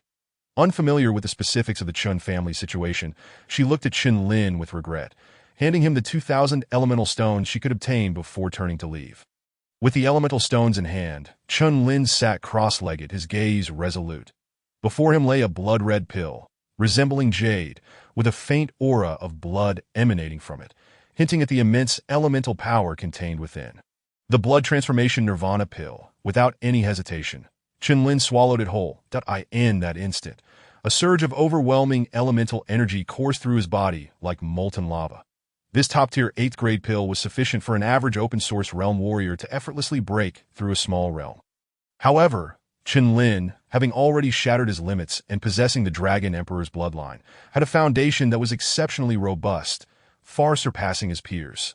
Therefore, this blood transformation nirvana pill might not be enough to propel him into the late stage of the open-source realm. Yet, with the additional 2,000 elemental stones he had, it should suffice for his breakthrough. In the Chun family's backyard, a graceful figure stood beneath the parasol tree, gazing into the distance as if lost in thought. At that moment, a voice only she could hear echoed in her soul sea. "Now do you understand? Only strength can protect those you cherish. Furthermore, I observed the young man you have been longing for yesterday. Although his sword vein was taken, his current talent is even more formidable, leaving even me unable to see through him, that if you remain in this small family, the distance between you and him will only grow." The ethereal voice pulled Chen Xiaoxiao back to reality. Upon hearing these words, Chen Xiaoxiao sighed deeply, for when Chen Song expelled Chen Lin from the family the previous day, she was powerless to effect any change.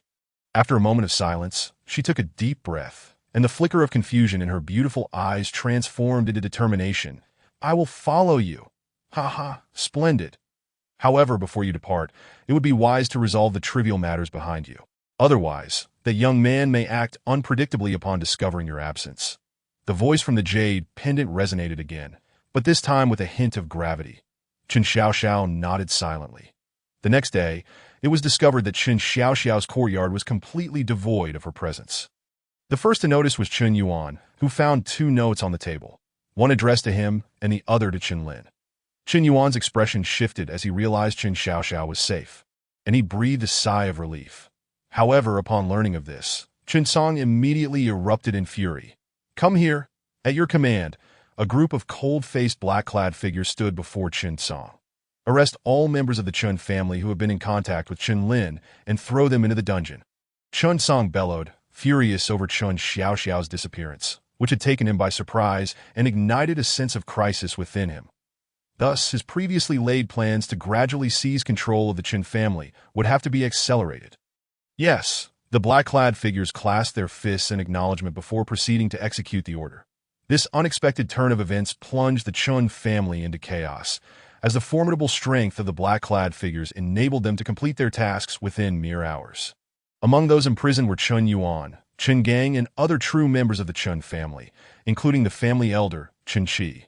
Within the dungeon, Chen Qi gazed at the familiar faces around him, offering a bitter smile.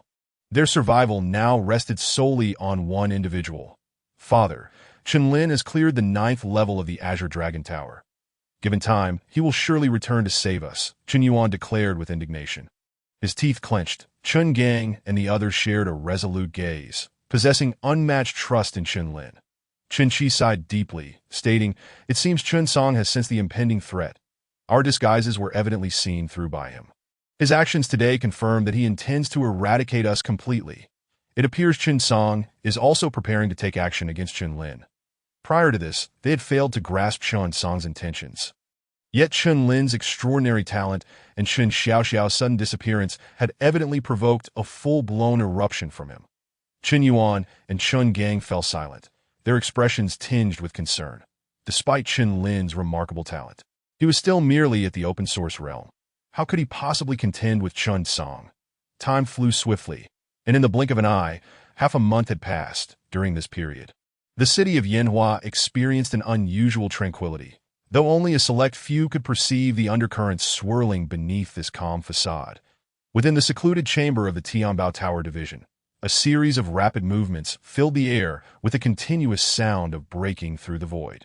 As shadows flickered within the space, Dragon Step. Suddenly, a light exclamation rang out as the figure's agility ascended to another level.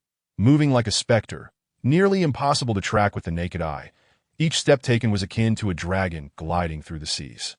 This figure, of course, was Chen Lin, who had diligently honed his skills over the past half-month.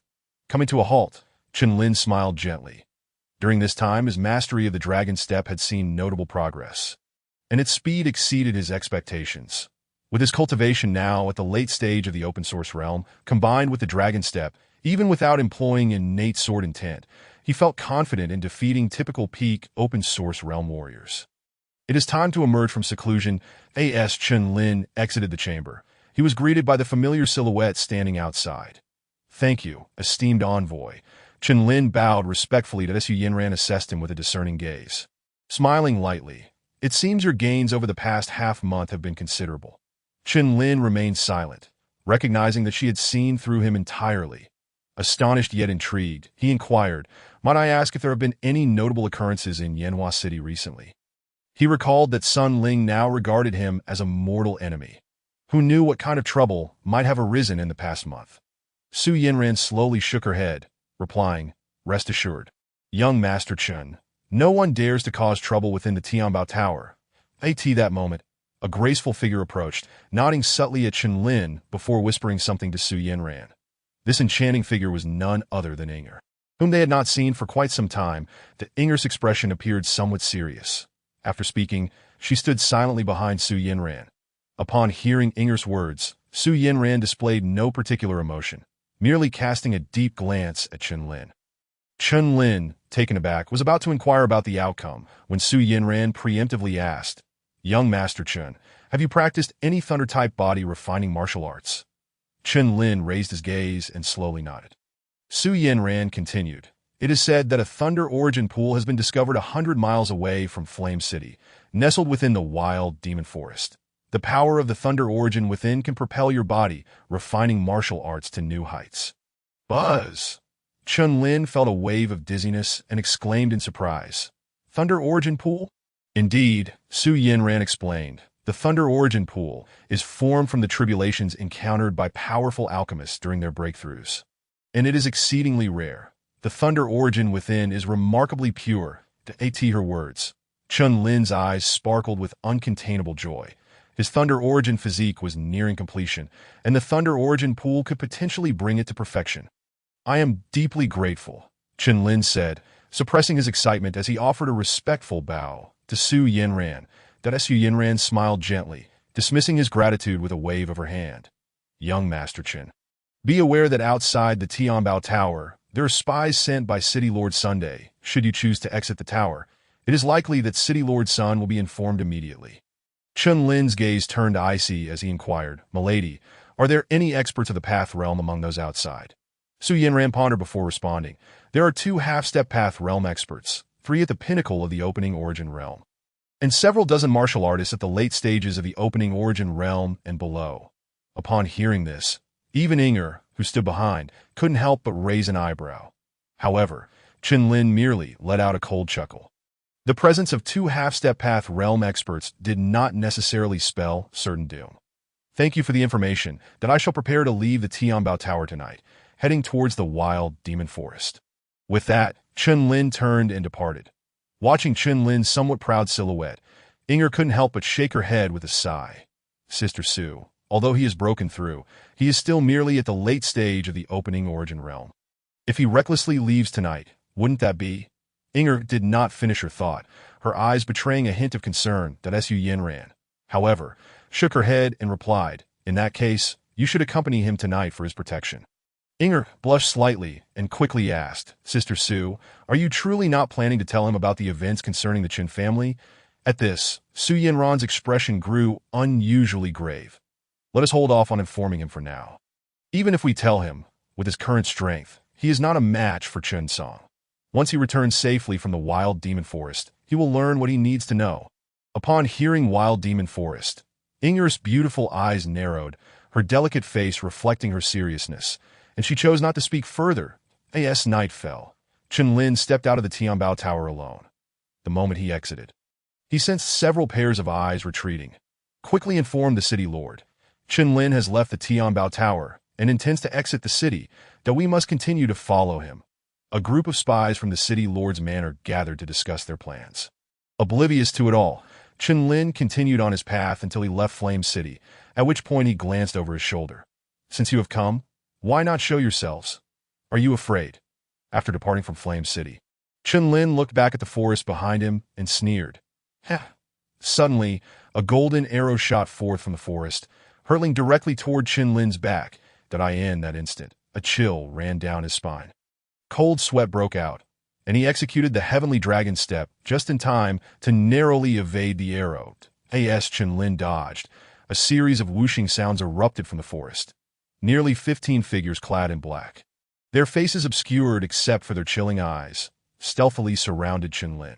The two foremost figures radiated a powerful wave of elemental energy that surpassed the realm of opening origin warriors. Half-step path realm. Haha, City Lord's son truly regards me highly to send 2 half-step path realm assassins. However, since you dare to come tonight, be prepared to meet your demise. Chen Lin's eyes suddenly turned frigid, his voice imbued with a murderous intent that momentarily stilled the air around them. Upon hearing his words, several black-clad assassins felt a chill run down their spines. They were the hunters. Yet tonight, they sensed a more intense killing intent emanating from a mere boy under 18. The leading assassin stepped forward, dispersing Chen Lin's aura with his presence, and coldly remarked, no wonder you are the genius who conquered the 9th level of the Azure Dragon Tower. In less than half a month, you have advanced to the late stage of the opening origin realm. Given you a bit more time, it seems my brother and I would no longer be your match. Chen Lin's eyes widened in recognition. So you are the left and right guardians of the city lord's manor, left Scar and right Scar. But recognizing us will do you no good. Tonight, no one can save you. Left Scar retorted coldly. Realizing that time was of the essence, he chose not to waste words with Chen Lin and gestured to the others behind him. That signal. The remaining 13 black-clad assassins charged at Chen Lin as if they had received a death sentence, their curved blades ready to strike. Those who kill shall be killed. Chen Lin stepped forward, thunder roaring around him, transforming into a thunderous war god. In an instant, Chen Lin vanished from sight as he executed the heavenly dragon step. Thunderlight fist, as the lightning flickered, Chen Lin's arms swept out, obliterating the closest late-stage opening origin assassin in a single blow. The scene left the remaining black-clad assassins in disbelief, yet Chen Lin offered them no respite. Unleashing another powerful punch, blood mist erupted, and severed limbs flew through the air. Chen Lin's eyes turned crimson as he continued to rain down punches upon the advancing assassins, showing no mercy. Thunder Dragon Roar. A deafening dragon's roar reverberated through the air, momentarily freezing the space around them. Seizing the opportunity, Chen Lin executed the heavenly dragon step, appearing before a peak opening origin assassin like a wraith. The assassin's pupils constricted. Boom. Another resounding explosion echoed as blood mist erupted once more. After a quarter of an hour, Chen Lin retracted his right fist, shaking his arm as he gazed at the 2 remaining foes. Unable to suppress a smirk. Only you 2 are left. Chapter 20. Underlying currents buzz. As he surveyed the ground littered with corpses, Left Scar trembled, and in the next moment, an almost tangible killing intent erupted from his body. You possess some strength. However, that is precisely what will bring me the thrill of slaughter. Left Scar cackled, his blade glinting as he charged at Chen Lin. Thunder-light fist. Chen Lin's gaze turned icy as he swung his fist, colliding with the blade in a thunderous crash. Boom! The tremendous sound reverberated as both combatants were forced to retreat simultaneously. Chen Lin paused, his elemental energy surging, advancing once more as he unleashed another sweeping punch. Boom! Seeking death. Heavenly Wolf sword technique. A sharp shout rang out as Left Scar pressed forward with his sword, unleashing a wolf-shaped sword energy that rippled through the air. Dragon Step. Chen Lin swiftly executed the Heavenly Dragon Step, transforming into an afterimage as he dodged the strike and countered with a punch aimed at his opponent's face that moment. Right Scar, who had remained motionless, finally sprang into action, moving like lightning. He also unleashed a punch, resulting in a thunderous clash that sent visible shockwaves through the air. Staggering backwards, Chen Lin was caught off guard and retreated several dozen meters, blood trickling from the corner of his mouth. The strength of a half-step path realm warrior was indeed formidable. With his current late-stage opening origin realm strength, even with the Heavenly Dragon Step, he found it quite challenging to contend with them. Is this all I can manage? Chen Lin felt a tinge of disappointment. His validated strength was not as formidable as he had hoped. Sigh, the assessment of my abilities is complete. It is time to deal with you. Chen Lin's words struck like a thunderclap, causing both men to momentarily falter in disbelief. Haha, kid, you remain as arrogant as ever. In that case, do not blame us for taking advantage of our numbers. Left Scar had initially intended to confront Chen Lin alone, but realized after their brief exchanges that Chen Lin's talent was indeed monstrous, that if he were to attempt this alone, it would likely take considerable time to subdue him. Right Scar sneered, his eyes filled with malice as they fixed upon Chen Lin. Buzz in response to their actions. Chen Lin merely chuckled softly before stepping forward, a chilling sword intent slicing through the air. What is this? Innate sword intent. A complete innate sword intent. How is this possible? How old are you?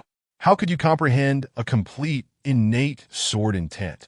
Feeling the sudden onslaught of sword intent, Zhuoba was taken aback. His entire being trembling uncontrollably that a shadow of death seemed to envelop both individuals. As for all the questions arising from this predicament, you shall seek the answers in hell, the moment you approach to kill me. Your fate for this night was already sealed. Chen Lin picked up a long sword, its chilling and sharp sword intent slicing through the darkness, instantly solidifying into a tangible force. Slash with a light shout. Chen Lin moved like lightning, soaring swiftly through the forest, executing a diagonal slash. Thousands of sword energies coalesced into a single point of radiant brilliance, reminiscent of the stars. Under this strike, Zhuoba was engulfed in boundless panic. As terror filled his eyes, he hurriedly crossed his blade in front of him, attempting to block Chen Lin's sword infused with intent. Sizzle. However, under the formidable sword intent, Zhuoba's weapon was severed as easily as tofu. Not good, Zhuoba exclaimed in alarm. Thud following his cry, the sound of sword energy slicing through flesh suddenly resonated. Blood splattered, and a head rolled to the ground. It was Zhuoba's. The innate sword intent was terrifying indeed. I will kill you. Upon witnessing Zhuoba's demise, Yuba's eyes blazed with fury. Disregarding the dire situation, he charged towards Chen Lin. Yet in that moment, Yuba's flaws were exposed, and Chen Lin's gaze sharpened as he seized the opportunity to strike once more. Thud! Following the release of sword energy, a head soared high into the air, still bearing a semblance of unwillingness in its eyes. The cold wind rose like frost as Chen Lin stood resolutely with his sword, his cold gaze unchanging. After 5 years of bloodshed, he had long since grown numb to taking lives. Time passed unmeasured, and 2 graceful figures entered the forest. Upon witnessing the sea of corpses and the headless bodies of 2 half-step Dao realm warriors, the figure standing behind couldn't help but gasp in shock. Sister Su, did he accomplish all this alone? Inger asked through gritted teeth that Su Yinran's beautiful eyes also bore a heavy weight, after closing her eyes to sense the surroundings and confirming the absence of any other presence. She nodded that Tio be able to slay half-step Dao realm warriors while in the late stage of opening Yuan realm. Such talent is comparable to some prodigies from great clans. Inger, not from the fiery city. possessed an extraordinary vision. Yet even she was somewhat astonished by Chun Lin's display that Su Yinran smiled gently, choosing not to speak further. The two arrived swiftly and departed just as quickly, while the man in question remained blissfully unaware of it all. At the city lord's mansion, after sending out assassins, Sun Ling sat contentedly in a grand chair, awaiting news, with Sun Qi by his side. Although his cultivation was diminished, Sun Ling cherished his only son dearly. Regardless of his shortcomings, father, with the two guardians on the move, Chen Lin's head will surely be within our grasp. Sun Qi remarked, sipping his tea that ha, my son speaks wisely, with the strength of Zuba and Yuba. Dealing with Chen Lin should indeed be effortless. Sun Ling chuckled, stroking his long beard, his eyes brimming with pride that it was at this moment that hurried footsteps echoed, and a guard rushed in, his face alarmed. What has happened? Sun Ling raised an eyebrow, while Sun Qi's eyes sparkled with anticipation, likely expecting news of Chen Lin. The guard knelt, trembling as he reporting to the city lord the bodies of the left and right guardians, along with 15 others, were found this morning in the forest, 10 miles outside the city. What did you say? Sun Ling's pupils constricted suddenly, his voice booming. Sun Qi trembled as well, fanning his ears, convinced he must have misheard. The guard shook his head, and moments later, another individual approached, carrying 2 white cloths. Under the watchful gaze of Sun Ling and Sun Qi, he unveiled them to reveal 2 severed heads. They're the guardians. In an instant, Sun Ling erupted in fury, an overwhelming killing intent surging forth like a tidal wave. You insolent wretch, I will slay you. The thunderous intent reverberated through the city lord's mansion, and Sun Qi, upon recognizing the familiar heads, felt a wave of uncontrollable dread for the first time. How is this possible? Just days ago, he was merely at the mid-stage of opening Yuan realm. How could he possibly contend with half-step Dao realm warriors? Sun Qi's eyes widened in disbelief. He could hardly fathom that he had once fought evenly with Chen Lin, only for their disparity to grow so vast in just a few days. Where has Chen Lin gone? Sun Ling, regaining his composure, inquired. The guard, in a panic, replied, It is said that he is headed towards the wild demon forest. Sun Ling's gaze sharpened, muttering to himself. In that case, the wild demon forest shall be your demise. In the main hall of the Chen family, the events at the city lord's mansion could not escape Chun Song's watchful eye, upon learning that Chen Lin had slain half-step Dao realm warriors. Disbelief flickered across his face. However, after the shock, a sense of urgency surged within him. There is no time to waste. Glancing at the secret letter in his hand, Chen Song's lips curled into a sinister smile. The letter was an invitation from Sun Ling to join forces against Chanel At the time. He had dismissed the proposal. Yet now, witnessing Chen Lin's rapid growth, he felt a chilling fear. Shadow guards. Chen Song sneered, At your command. Following his laughter, numerous shadowy figures appeared in a flash, each exuding a power on par with half-step Dao realm warriors. Your sole target this time is one person, Chen Lin. Chen Song pronounced, each word deliberate and cold. Indeed. The detached voices echoed in unison. Chapter 21. Wild Demon Forest. The Wild Demon Forest, situated in the heart of Tianyang County, is a vast mountain range teeming with demon beasts. The perimeter inhabited by creatures comparable to human innate 3 realms, deterring common folk from venturing near. However, within this wild demon forest lies not only danger, but also countless opportunities and treasures, luring numerous warriors to compete for them. After all, demon beasts are rich in resources, and the high-grade demon cores they possess contain powers that can help warriors break through their limitations.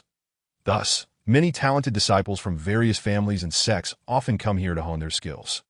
Boom, roar. Within the dense forest, the roars of demon beasts echoed, causing weaker warriors to tremble in fear. Buzz! At that moment, a powerful surge of elemental energy erupted from the outer woods that I in the center of a deep pit. A dozen warriors surrounded a beast the size of a small hill. The creature had crimson eyes, long, sharp black fur, and a gaping maw filled with razor-sharp fangs. It was a demon ape. This demon ape was not only massive, but also possessed terrifying strength. Even ordinary body-refining warriors dared not confront it head-on. Miss Ouyang, we will hold this beast at bay while you find the right moment to strike it down. In the midst of the crowd, A handsome young man with elongated features spoke to a young girl beside him. The girl, with delicate features, rosy lips, and bright eyes that sparkled like stars, exuded an aura of agility, akin to a wild fox in the forest. Drawing attention Deadeye in her right hand, she wielded a long sword, her swordplay sharp and precise with every move. Hearing the young man's words, the girl nodded earnestly. Brother Yangfeng, that demon ape has reached the 7th rank of demon beasts. Please be careful. A 7th-rank demon beast, comparable to the Dao realm among human warriors. Hearing this, Yangfeng's brows furrowed. His cultivation was only at half-step Dao realm. Alone, he could not hope to match the demon ape. However, with the support of the 10 or so individuals behind him, they stood a chance. Roar! Hearing the demon ape's roar once again, Yangfeng wasted no time and charged forward alongside his companions. Boom! Despite Yangfeng's youth, he couldn't be more than 20 years old. His cultivation was remarkably robust, placing him among the elite of his peers, clearly hailing from a prominent family or sect. The majority of his companions were also at the peak of opening Yuan realm, and their combined assault applied considerable pressure on the demon ape. Witnessing this, Ouyang Mingyue did not hesitate. In the next moment, she raised her long sword, unleashing a tidal wave of elemental energy that surged along the blade. Half-step Dao realm? Wow. This sight left the onlookers hidden in the shadows utterly astonished. The identities of these individuals were clearly beyond their comprehension. Boom! Ouyang Mingyue paid no heed to the crowd's reaction. She simply lifted her sword and aimed it straight at the demon ape's forehead. If this strike were to connect, it would surely slay the beast in one blow. Yet before the next second could pass, the furious demon ape, sensing the lethal intent of the strike, struggled to break free from the encirclement, fleeing into the distance. This beast is escaping. Yangfeng's brow furrowed. That I will go kill it. Ouyang Mingyue's beautiful eyes flashed with a glimmer of murderous intent. Her figure moved, rushing directly towards the direction in which the demon ape had fled. Upon witnessing the disappearance of Ouyang Mingyue and the demon ape, Yangfeng and the numerous disciples behind him exchanged their expressions of concern for a hint of cold laughter. This foolish girl has finally fallen for it. The warriors trailing behind Yangfeng wore smug grins on their faces. Brother Yang, there are several demon beasts ahead that are comparable to the demon ape. Even if Ouyang Mingyue has comprehended half a step of sword intent, she is certainly not a match for those beasts at that time. Once she is exhausted, Brother Yang can seize the opportunity to make a heroic rescue. And Ouyang Mingyue will undoubtedly be endlessly grateful that the young man spoke. A cunning smile spread across his face. Once that happens, when she pleads with the county lord on my behalf, the quota for the Qingyin hunt will be within our grasp. We here extend our early congratulations to Brother Yang. Just don't forget us, your brothers. Upon hearing this, the youth named Yangfeng broke into a satisfied laugh. The elaborate scheme he devised for this hero saving the beauty scenario had indeed taken considerable effort. It could be said to be flawless. That foolish woman would never detect the ruse. With this thought, Yangfeng's smile widened further. Rest assured, everyone, that if our plan succeeds and I, Yangfeng, secure a quota for the Qingyin hunt, I will certainly not forget the tremendous assistance from my brothers. When I become renowned throughout the empire, I will surely share the glory and wealth with you all. The crowd responded with expressions of delight. Internally, Yangfeng couldn't help but click his tongue, thinking them a bunch of simpletons. They would believe a few empty words that if he truly obtained the quota for the Qingyin hunt, what need would he have for these worthless fellows? To expose his despicable tactics? Ridiculous. Yet for now, he still required their assistance. With this in mind, Yangfeng's smile remained undiminished. Let us prepare to head to Ouyang Mingyue. The group responded in unison. Trailing behind Yangfeng, in the dense forest ahead, the path traversed by the demon ape had been reduced to ruins, with many weaker warriors directly killed by the shockwaves, a most grievous fate. Ouyang Mingyue, light on her feet, followed closely behind. Upon witnessing this scene, a flicker of anger crossed her beautiful eyes. What a beast, truly unforgivable, with a delicate shout. Ouyang Mingyue leaped into the air, her vital energy surging as her sword sliced through the air, felling a withered tree to block the demon ape in an instant. However, the demon ape shattered the tree with a single blow. Yet in that fleeting moment, Ouyang Mingyue had already reached the demon ape's rear. Roar! With a single strike, a brilliant sword light imbued with infinite sharpness, descended upon the demon ape's back. After that strike, the demon ape collapsed with a resounding crash. Ouyang Mingyue raised an eyebrow, pondering how her strike could possibly have slain the demon ape. Could it be that the creature was already gravely injured? A series of questions flashed through her mind, but she chose to approach for a closer inspection. Hiss! Ouyang Mingyue couldn't help but gasp as she beheld the demon ape's abdomen, from which blood flowed like a fountain. The wound resembling a gaping M.A.W. .it appeared as though it had been struck open by a fist. But how could such a sturdy creature sustain such an injury? With this thought, Ouyang Mingyue felt reassured. Chuckling softly, hee, honing my skills against demon beasts before the Qingyan hunt truly is a splendid choice. She then glanced into the distance, muttering, why haven't Brother Yang and the others arrived? Could they have encountered other dangers? After her words fell, she looked at the demon ape's corpse, a smile gracing her face as she prepared to claim the demon beast's core. Just then, a youthful voice unexpectedly emerged from beneath the demon ape's body. Miss, we've merely crossed paths. Do you intend to seize my spoils?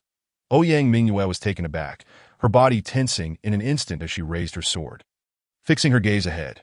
Who dares to play tricks in front of me? Ahem, it's me, came a light cough. Emerging from beneath the massive beast's corpse was a bloodied, somewhat disheveled young man clad in black. Despite his current state, he possessed an air of icy elegance. This was none other than Chen Lin, who had been in the wild demon forest for a month. Chapter 22 Ouyang Mingyue upon seeing Chen Lin's sudden appearance. Ouyang Mingyue's knitted brows could not help but lift, puffing out her cheeks as she exclaimed, this demon ape was clearly slain by me. When did it become your spoils? You better clarify this. Why should it be your claim just because you say so? Chen Lin smiled slightly, unfazed by the girl's anger, but his gaze shifted down to his right arm. Ouyang Mingyue followed his gaze.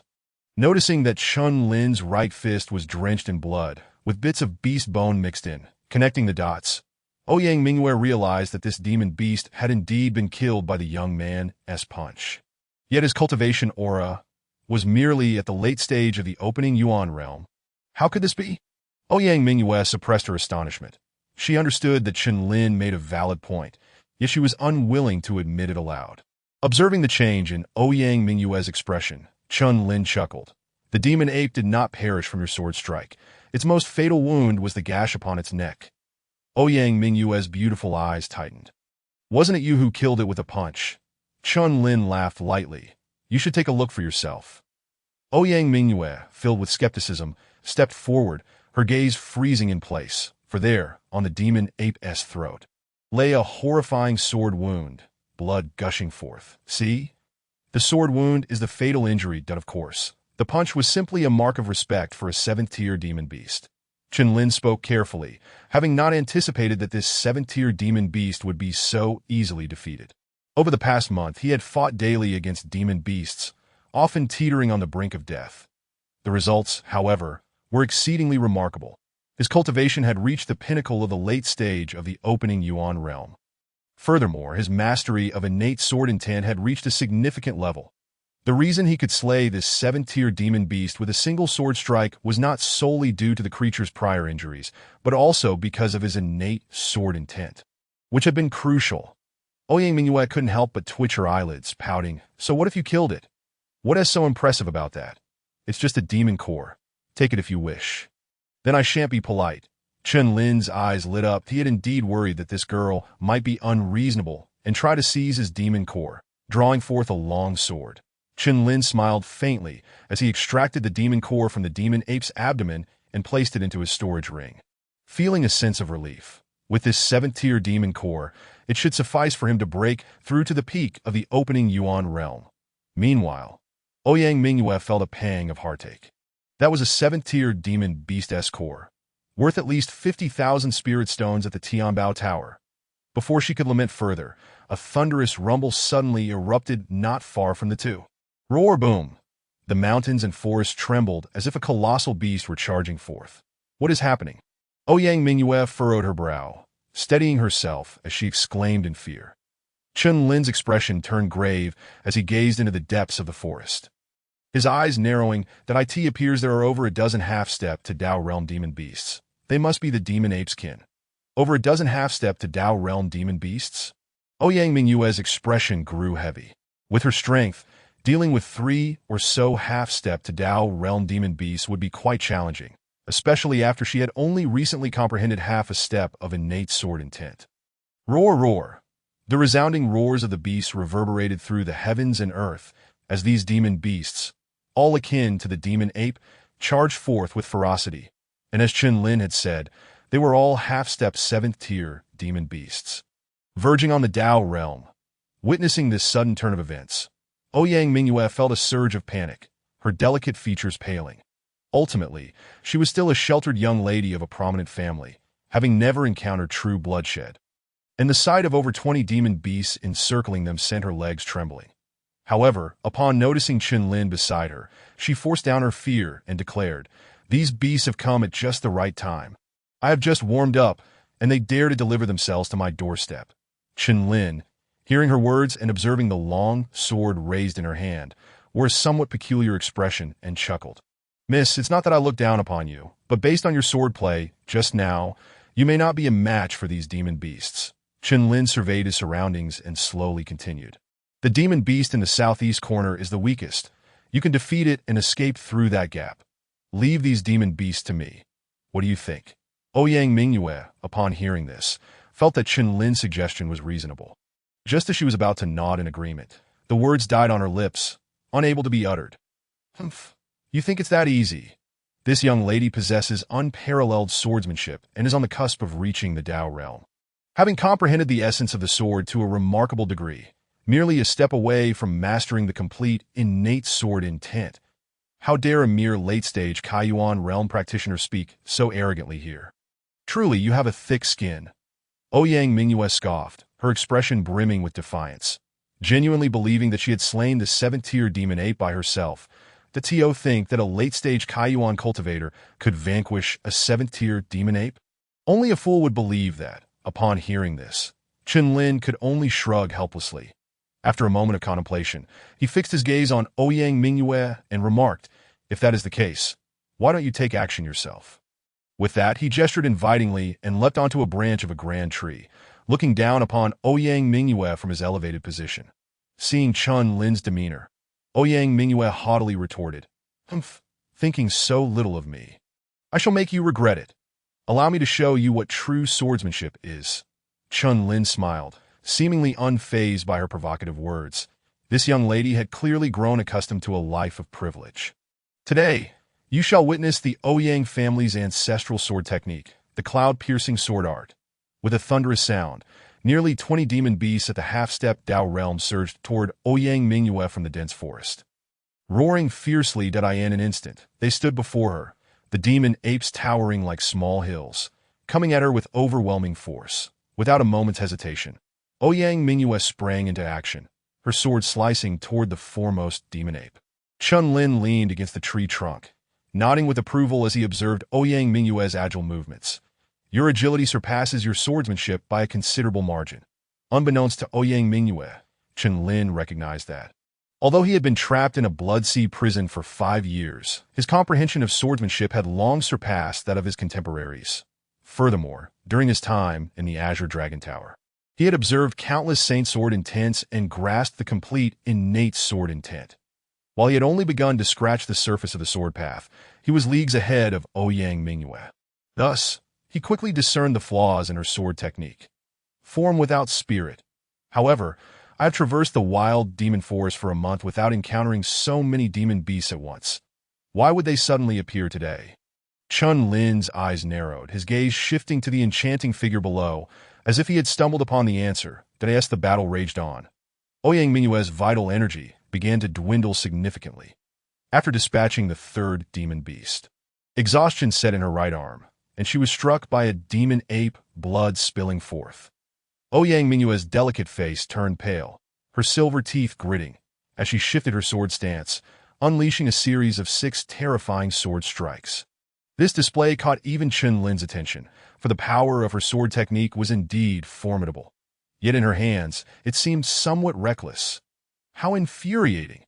Even the cloud-piercing sword art cannot deal with this pack of beasts. Ouyang Mingyue exclaimed in frustration.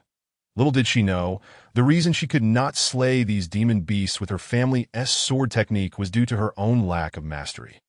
Ouyang Mingyue's thoughts became increasingly frantic as fatigue from prolonged exertion left her with little fighting strength, and if she did not escape soon, she might well lose her life. She understood this predicament clearly. Yet she found herself unable to extricate herself. "My lady, do you require assistance?" Chun Lin's voice drifted down from the tree trunk. Chapter 23. Just one sword? Oof. This young lady needs no help. These mere beasts are no match for my family's sword technique. Ouyang Mingyue bit her silver teeth, responding with indignation. Chun Lin chuckled. "If that is the case, please continue." Ouyang Mingyue's expression froze. Did he not realize that she was merely putting on a brave front? What an ungentlemanly man! After casting a fierce glare at Chun Lin, she turned her attention to the dozen or so demon apes before her, feeling utterly helpless. With a thunderous crash, the demon apes charged toward her once more, the ground shaking with their ferocity. Ouyang Mingyue, lacking the strength to evade, gritted her teeth and raised her sword defensively. Then a tremendous force coursed through the blade, exacerbating the injury to her right arm. A wave of searing pain surged through her body. She had never endured such humiliation before, and her eyes turned red. That, of course, the outcome was partly her own doing. Had Ouyang Mingyue admitted her limitations earlier, Chun Lin would have willingly intervened. Glancing up at the tree trunk, Ouyang Mingyue found Chun Lin still unmoving. How disheartening. This was the first time in her life she had felt so wronged. She realized that Chun Lin had recognized her inability to contend with the demon beasts, yet still refrained from offering assistance, that if you need help, just speak up. Chun Lin remarked as he took a flask of fine wine from his storage ring and began to sip leisurely. "Rest assured, even if I perish here today, I shall not require your assistance," Ouyang Mingyue retorted, her face flushed with indignation. Chun Lin chuckled softly. "As long as you are happy," his words fell. Ouyang Mingyue seethed with anger.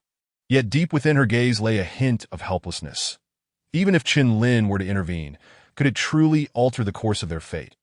Ouyang Mingyue was aware that Chun Lin was merely a late-stage Kaiyuan realm cultivator. How could he possibly stand against these half-step Dao realm demon beasts? While she projected bravado, her heart remained kind, and she could not bring herself to drag Chun Lin down with her in her final moments. Observing her turmoil, Chun Lin murmured, "Aside from being stubborn and having a lackluster sword technique, everything else seems top-notch." Did I end her moment of distraction? Ouyang Mingyue was struck by a demon ape, her body flung backward, blood spraying forth. Witnessing this, Chun Lin put away the wine, leaping down from the tree. "My lady, is your ancestral sword technique truly so formidable? How could you be sent flying with a single blow?" Ouyang Mingyue's beautiful eyes sparkled with fury as she replied, "It is merely because I have not fully mastered my technique. Otherwise, these demon beasts would not stand a chance against my sword."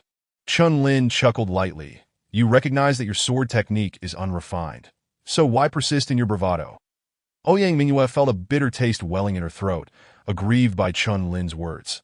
Noticing her reaction, Chun Lin coughed lightly before turning his attention back to the demon apes. That moment, Ouyang Mingyue's expression shifted, as if she sensed a change in Chanel. Indescribable, chilling sword intent suddenly filled the forest. "You ought not to overexert yourself. I have companions nearby who are likely to arrive shortly. You should flee for your life and not risk your safety for me." Ouyang Mingyue could not bear to sacrifice another for her own survival. And although she felt fear, she spoke up nonetheless. Chun Lin's heart warmed at her words, and he resolved not to waste time with the demon beast. That he swiftly drew a sharp sword from his storage ring.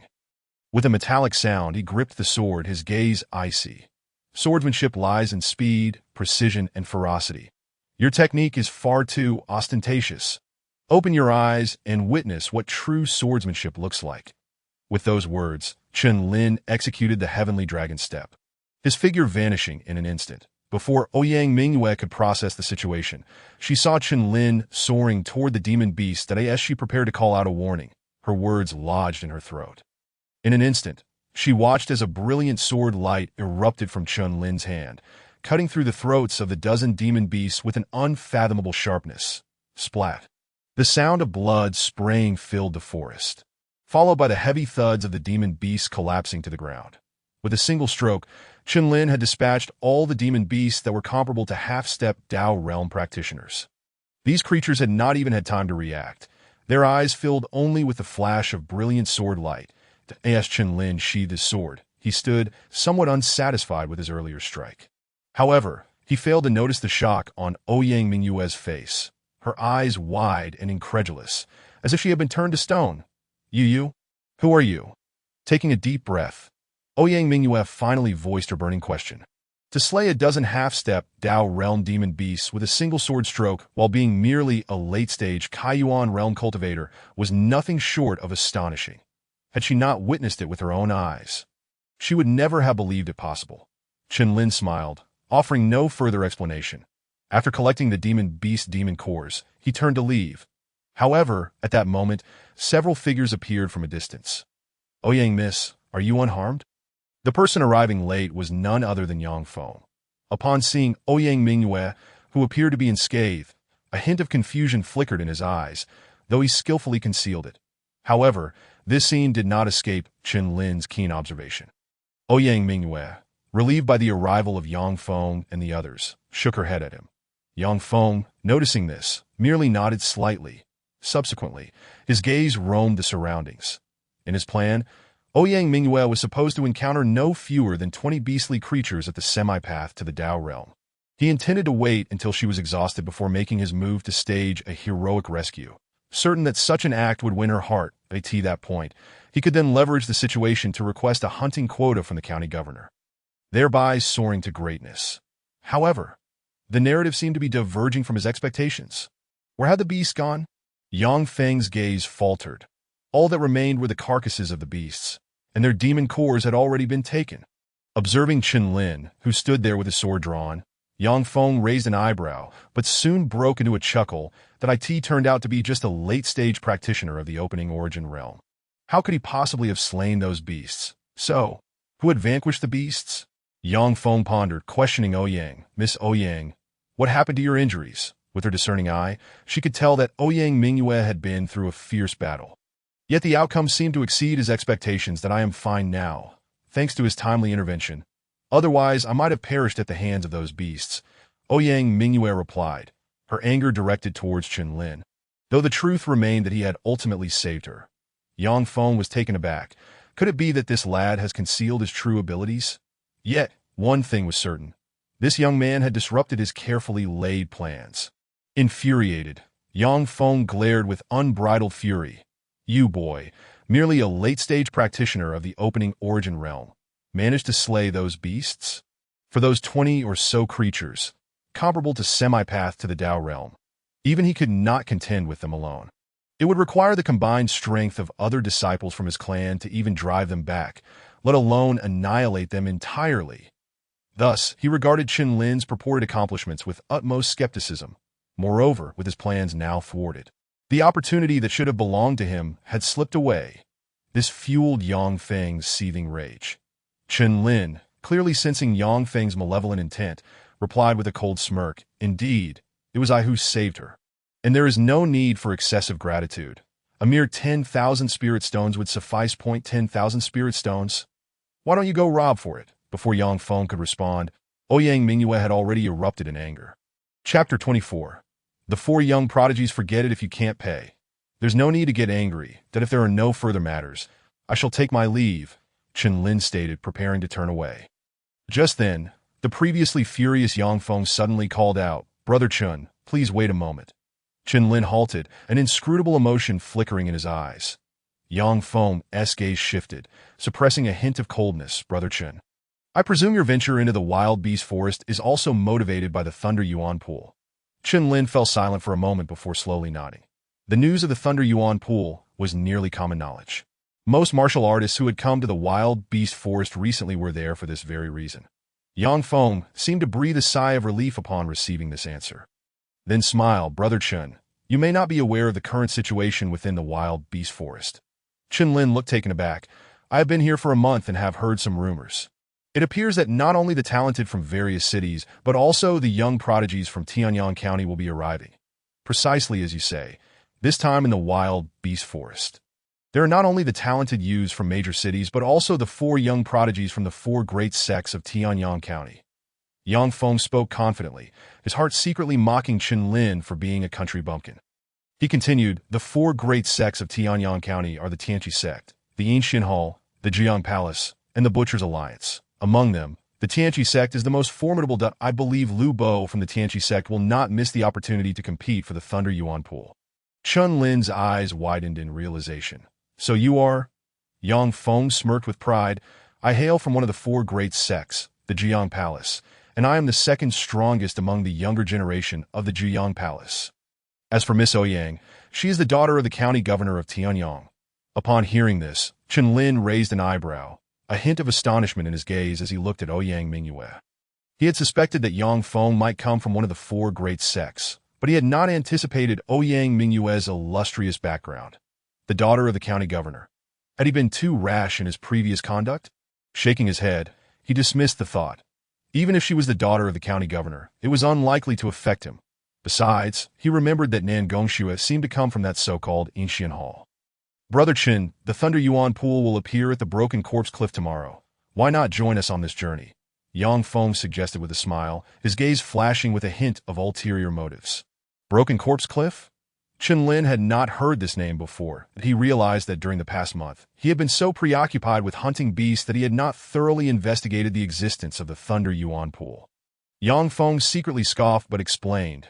The Broken Corpse Cliff is known as the most perilous area on the outskirts of the wild beast forest, and it is said that countless human martial artists' remains lie piled beneath the cliff.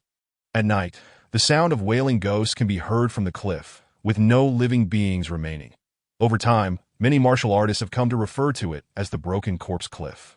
Chen Lin nodded slowly, having caught a glimpse of the coldness in Yang Feng's eyes. Unsure of what schemes he was plotting, he even suspected that the beasts Ouyang Mingyue encountered today might have been sent by this man.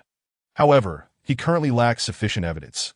Glancing at the still fuming Ouyang Mingyue, Chen Lin's eyes flickered, and he smiled slightly. Since Brother Yang has extended such a warm invitation, I shall gladly accept. Yang Feng laughed heartily. With your participation, even if we encounter people from the Tianqi sect, we need not fear. Ouyang Mingyue had little to add, for she had witnessed Chen Lin's strength firsthand, far beyond mere appearances. Meanwhile, on the other side of the wild beast forest, by a stream, a group of graceful figures stood, drawing countless gazes. The foremost figure, dressed in a flowing white gown, possessed a captivating beauty, her skin as smooth as jade. Opposite her stood a striking young woman with cold eyes. If Chen Lin were present, he would recognize her as Nan Gongxue. Junior Sister Shui, did you say someone has passed the 9th level of the Qinglong Tower? How is that even possible? The leading figure exclaimed in astonishment. Nan Gongxue merely smiled. Sister Ling Yin, I assure you, my words are true. Whether you choose to believe it is entirely up to you. He is here in the wild beast forest as well. Ling Yin, the girl with the beautiful eyes, looked grave. This was the first time she had seen her usually calm and detached junior sister lose her composure over someone else. It seemed she wanted to meet this person. Outside the wild beast forest, a fierce wind howled as a figure transformed into a blur, arriving at the entrance, slightly panting, shaking his head. I'm just in time. His voice fell. The surrounding martial artists finally recognized the figure who had appeared after the previous blur vanished. It was a remarkably young boy. I've heard a rumor about someone who has passed the 9th level of the Qinglong Tower. I wonder if it's true. If it is, I must witness for myself who this remarkable individual is. However, if that thing emerges, I might not have time to seek this boy out. Never mind, I will wait until tomorrow before deciding. The boy furrowed his brow, deep in thought for a while before his figure blurred once more, darting toward the wild beast forest. In the central area of the wild beast forest outskirts, close to the Broken Corpse Cliff, several figures stood. Miss Ouyang, the ominous winds at the Broken Corpse Cliff will cease tomorrow, allowing us to ascend and enter the Thunder Yuan pool to absorb its power. Yang Feng spoke solemnly. Ouyang Mingyue had little interest in the Thunder Yuan pool. After all, she had no interest in body refinement, and the so-called Thunder Yuan power held no allure for her. Yet, she recalled that the insufferable fellow was adept in both body refinement and swordsmanship. How had he managed to shatter a 7th-tier beast body with a single punch?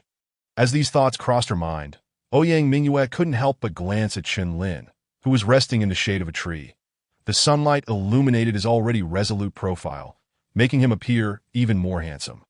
She had to admit, aside from his irritating speech, it was hard to find any other flaws in him. At that moment, Chen-Lin opened his eyes, and their gazes locked in the air. Duh. Why did you open your eyes? Ouyang Mingyue exclaimed in panic, feeling as though she had been caught red-handed. Chen-Lin, oblivious, twitched his mouth in irritation. Whom had he offended by merely opening his eyes? As the dawn broke, and the first rays of sunlight pierced through the clouds, a multitude of formidable figures began their march towards the Butcher's Cliff in the wild and enchanting forest. The emergence of the Thunder Element Pool was indeed a rare opportunity, for it was a treasure trove for body cultivators, only forming when a divine elixir realm warrior transcended their tribulation. The reason it was deemed a treasure for body cultivation lay in the immense power of thunder contained within the pool, which could significantly temper the physical body. Yang Feng promptly urged the others, his demeanor somewhat urgent. Let us hasten to the Butcher's Cliff.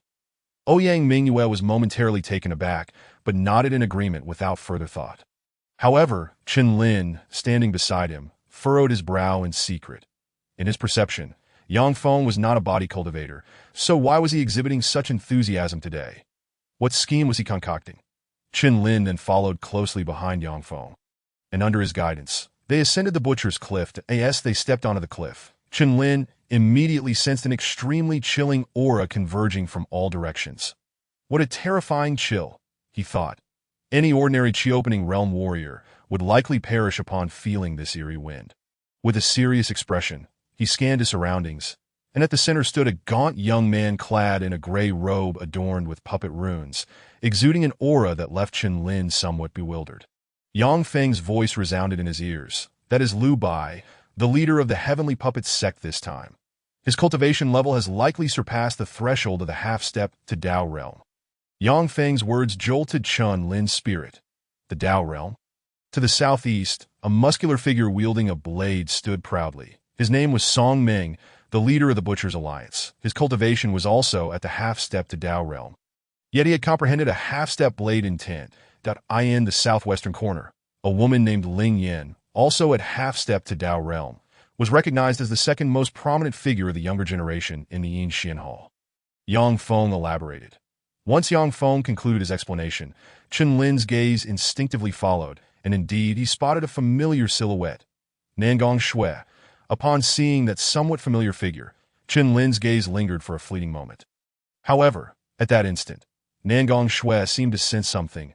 Slowly lifting her frosty, beautiful eyes to meet Chen-Lin's gaze, that he really came, she murmured softly to herself. Beside her, Ling Yin noticed Nangong Shui's anomaly and followed her gaze.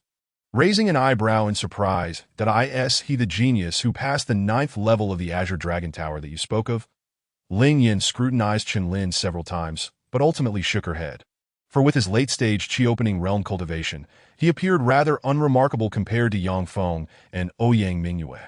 Nangong Shui lightly nodded, sensing Ling Yan's doubt, and could only manage a wry smile, resigning herself to the situation.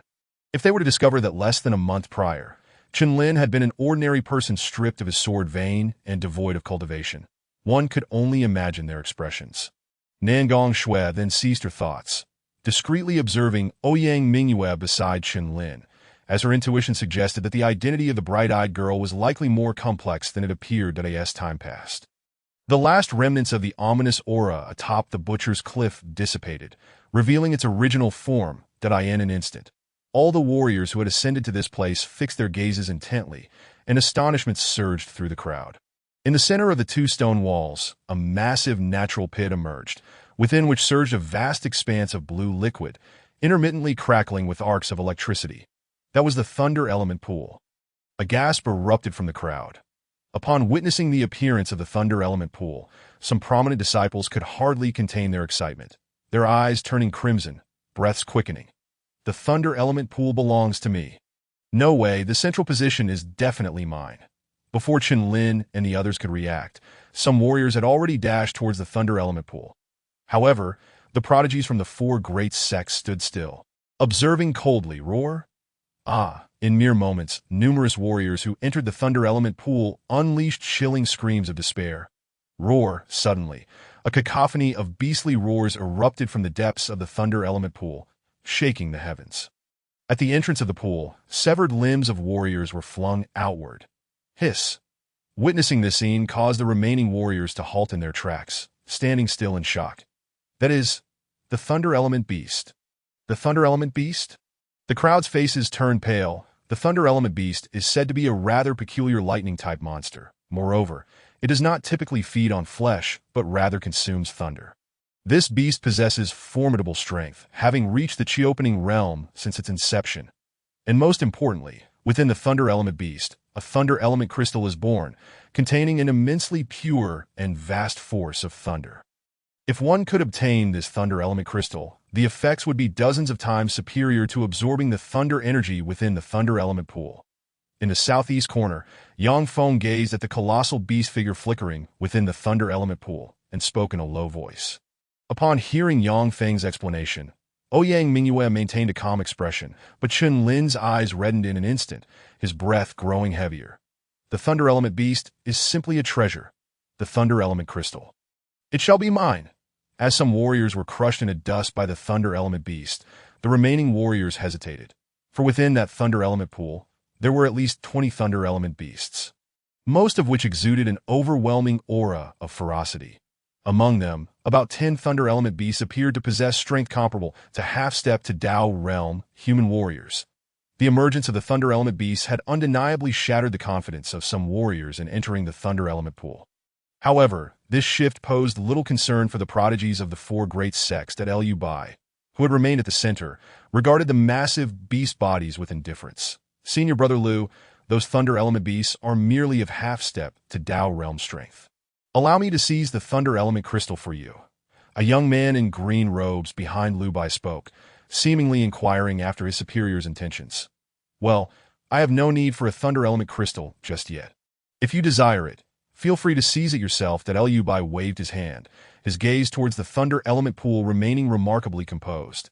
Hearing this, the young man furrowed his brows slightly, but, upon hearing the latter half of Liu Bai's statement, a hint of joy appeared on his face. He was a practitioner of body-refining martial arts, and thus had a fervent interest in the Thunder Element Crystal. Just a moment ago, he had contemplated seizing the Thunder Element Crystal alongside Liu Bai, but he had not anticipated that Senior Brother Liu would show no interest in it whatsoever. What, then, was the purpose of their visit to the Butcher's Cliff?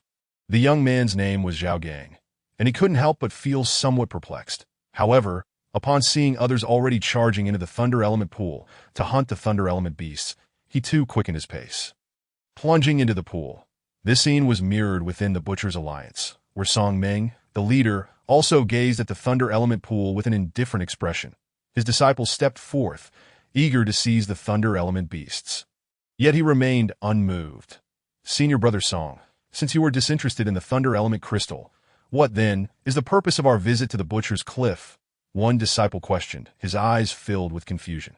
However, upon hearing this, Song Meng merely placed his long knife horizontally before him. Smiling as he replied, "You will know soon enough that if Liu Bai is not anxious, then neither shall I be." After his words fell, Song Meng turned his head away, his gaze taking on a playful quality as he remarked, "That waste Yang Feng has been fawning over Ouyang Mingyue, but it seems there is an unfamiliar character among them." Song Meng's gaze shifted to Chen Lin, curiosity flickering within. After all, he was well aware of who Yang Feng was. For someone to command both Yang Feng and Ouyang Mingyue's courtesy, their identity could not be trivial. Song Meng shook his head, his resolve unwavering.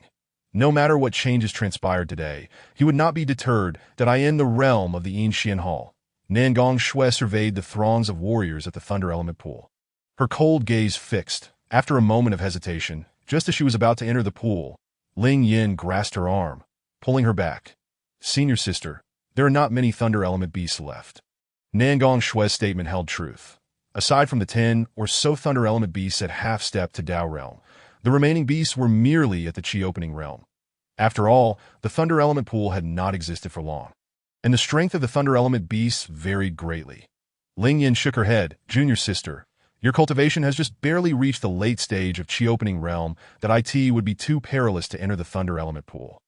Moreover, the disciples of our Yin Hall are predominantly sword cultivators, and thus the acquisition of this Thunder Origin Crystal Stone holds little significance for us." Ling Yan's words plunged Nangong Shui into deep contemplation. After a moment, she lifted her gaze, scanning the surroundings, her eyes narrowing in focus. Why has neither the Tian Kai sect nor the Slaughter Knife Alliance made a move?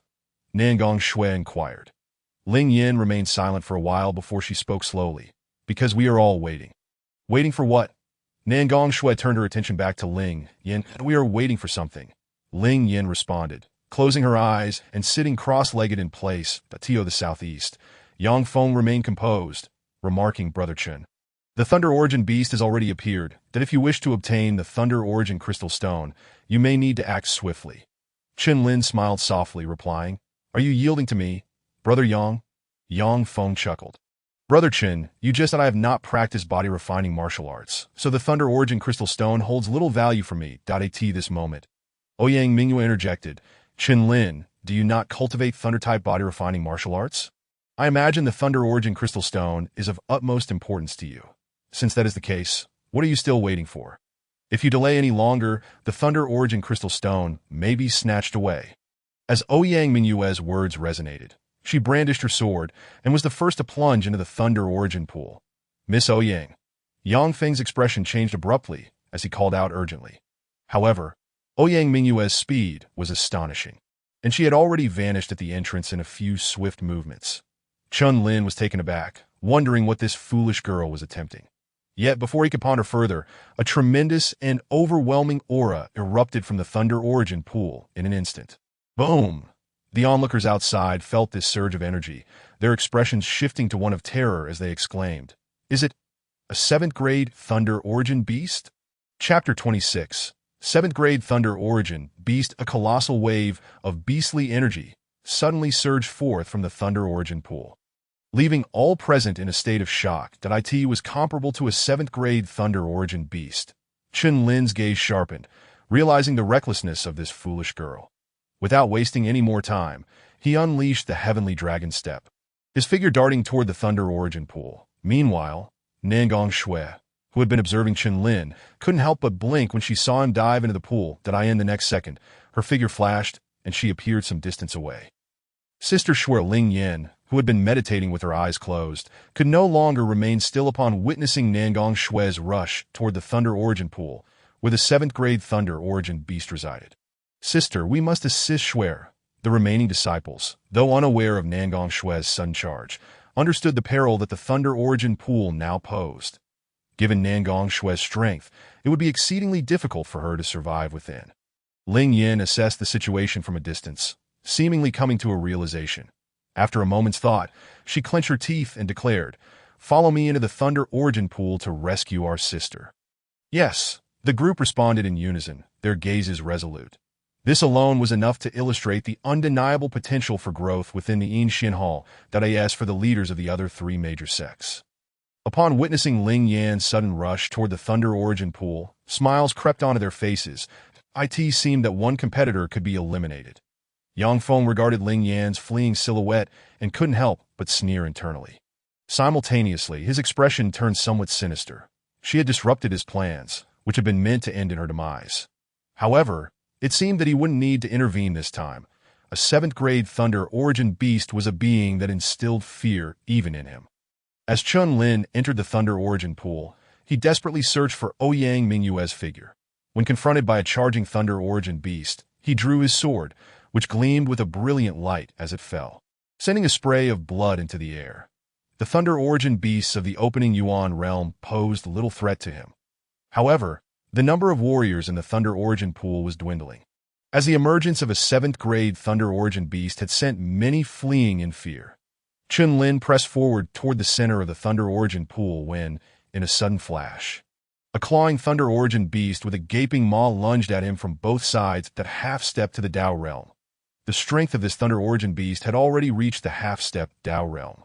Chen Lin's expression turned icy as he unleashed his sword intent, striking down from the void with a single slash. Bang! In a flash of sword light, a bloodied head soared into the air, like a sandbag thrown far away. In the next moment, within the decapitated beast's body, a crystal enveloped in arcs of lightning slowly emerged. Chen Lin grasped it in his hand, immediately feeling an exceptionally pure surge of Thunder Origin energy. What a treasure! Qin Lin's eyes gleamed with delight. If he possessed this Thunder Origin crystal stone, he could undoubtedly refine his Thunder Origin body to perfection.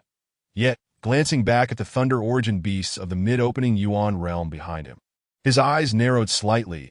It was uncertain whether those beasts contained Thunder Origin crystal stones, but it was certain that a half-step Dao realm Thunder Origin beast would possess one. As Qin Lin reached this conclusion, he continued to search for Ouyang Mingyue while dispatching the charging Thunder Origin beasts one by one. After about an hour, he finally arrived at the central area of the Thunder Origin pool, where he immediately spotted a familiar figure. Above the pool's surface, a graceful silhouette wielded a sharp sword, striking down at the half-step Dao realm Thunder Origin beast with a single blow. The sword light was dazzling, and as it fell, the figure, seemingly vexed, exclaimed, "Such a beast perish!" This figure was, of course, Ouyang Mingyue, who had entered the Thunder Origin pool first. Now, watching the coarse-haired Thunder Origin beast, she was visibly furious as she lifted her sword and declared, "Shaoyan Sword Art, Celestial Guidance." With the utterance of this phrase, the previously weakened momentum of her sword surged forth with unprecedented might. The sword light sliced through the air, imbued with unparalleled sharpness. With a flash, the brilliant sword light passed, and the head of the Thunder Origin beast was sent soaring high, blood gushing forth like a fountain. After acquiring the Thunder Origin crystal stone, Ouyang Mingyue's eyes sparkled with joy as she sensed something behind her, a shadow clad in black. "That was quite a sword strike." Qin Lin approached, speaking as he was noticed. "Humph, now you've witnessed my strength." Ouyang Mingyue rarely received praise, and she haughtily responded with a snort. Qin Lin nodded slightly. After all, that last strike was indeed formidable. Were he in her position, he might not have been able to counter it effortlessly. Here, Ouyang Mingyue produced a storage pouch and handed it to Qin Lin. Qin Lin, perplexed, asked, "What is this?" Ouyang Mingyue turned her head away, her voice tinged with a playful huff as she replied, "Thunder Origin crystal stones. Consider it a repayment for your life-saving grace." Upon entering the Thunder Origin pool, Ouyang Mingyue had relentlessly hunted the Thunder Origin beasts to gather these stones, all to repay Qin Lin for saving her life. As Qin Lin accepted the storage pouch, his gaze paused for a moment in surprise. "You weren't injured, were you?" Inside the pouch, the Thunder Origin crystal stones varied in size, and there were indeed dozens of them. Tio think that after an hour, he had only managed to collect 20. Hearing the concern in Qin Lin's voice, Ouyang Mingyue's expression revealed a hint of elusive joy, yet she feigned indifference and shook her head. Qin Lin let out a slight sigh of relief. Storing the Thunder Origin crystal stones in his spatial ring. Boom! At that moment, an overwhelming aura suddenly surged from not far away. Upon sensing this energy, Qin Lin's expression turned grave as he quickly hurled the wooden tube into the distance. A 7th-grade Thunder Origin beast. Ouyang Mingyue's gaze sharpened as she recalled the 7th-grade demon ape that had once pursued them, and now, only the two of them remained. Qin Lin, what should we do?" Ouyang Mingyue's delicate form trembled as she beheld the colossal creature, panic seeping into her words. Qin Lin stepped forward, positioning himself protectively in front of Ouyang Mingyue. "I will hold it off. You must escape first." In a flurry, Qin Lin grasped his sword tightly, his gaze icy as he faced the approaching Thunder Origin beast. Surrounding it flickered blinding arcs of lightning, thick bolts of thunder seeming to strike down upon its beastly form. Boom! A black bolt of thunder erupted from the Thunder Origin beast's maw, hurtling straight toward the two of them. Witnessing this, Qin Lin swung his sword, unleashing his innate sword intent, which clashed against the annihilating thunder. Bang! The overwhelming shockwave erupted from the center of their confrontation, the tremendous backlash sending Qin Lin staggering back several dozen meters, spitting out a mouthful of crimson blood. This scene compelled Ouyang Mingyue, who stood behind him, to rush forward and stand by his side. "Young lady, if you don't leave now, do you wish to die alongside me?" Seeing Ouyang Mingyue's reckless determination, Qin Lin's expression grew serious. The 7th-grade Thunder Origin beast before them was astonishingly powerful, and it wouldn't be long before it reached the mid-7th grade. "And who are you to dictate my actions? This young lady will come and go as she pleases." Ouyang Mingyue, suppressing her inner fears, spoke with a tremor in her voice. Qin Lin, feeling helpless and aware that surrender was not an option, once again adopted a fierce gaze that in that instant. He gripped his long sword tightly. stepping forward with a dragon stride, his form gliding like a dragon traversing the rivers, as he swept horizontally from his original position. With a powerful slash, Chen Lin leapt into the air, a terrifying crimson storm emanating from his blade, causing the surrounding void to momentarily freeze. This strike harnessed all his strength. A beam of scarlet sword light sliced diagonally towards the throat of the Thunder Beast at an exceptionally cunning angle. Bang! In the next moment, the Thunder Beast seemed to sense the impending danger, and from its gaping maw, it unleashed two bolts of lightning as thick as a palm. Boom! The first bolt extinguished Chen Lin's sword light silently, while the second bolt surged towards him. Caught off guard, Chen Lin was struck by the lightning, his body instantly propelled backward. Upon landing, Ouyang Mingyue, her eyes reddened, retrieved a pill from her bosom and fed it to Chen Lin. After swallowing the pill, Chen Lin managed to sit up, though his chest was a gruesome sight, with faint arcs of lightning flickering that we are all doomed now. Chen Lin's eyes filled with unwillingness, hearing this. Ouyang Mingyue's beautiful gaze betrayed no hint of the previous terror. Instead, she appeared much more composed. Roar! Just as the Thunder Beast charged at them again, a dozen powerful auras suddenly emerged from the distance. Chen Lin gazed into the distance, his spirits lifting, for the newcomers were none other than Nangong Shui and Ling Yan, among others. Chapter 27. Mysterious Disappearance. Boom! This group of individuals, led by Nangong Shui and Ling Yan, along with the talented disciples of the Yin Palace, surged forward. Upon seeing Chen Lin's dire state, Nangong Shui's cold eyes intensified as she charged directly at the 7th-level Thunder Beast. This scene caused Ling Yan, who followed behind, to narrow her beautiful eyes and glare fiercely at Chen Lin in the distance. Junior sister, be careful. If the 7th-level Thunder Beast were to engage in a one-on-one fight, none present would likely have the confidence to confront it. However, if dozens joined forces, their chances of victory would increase significantly. As Nangong Shui took the lead in attacking the Thunder Beast, the disciples of the Yin Palace wasted no time and launched their assault. Beast seeking death. Ling Yin, at the half-step to Dao Realm, summoned a glimmering sword in her right hand, its brilliance slicing towards the Thunder Beast.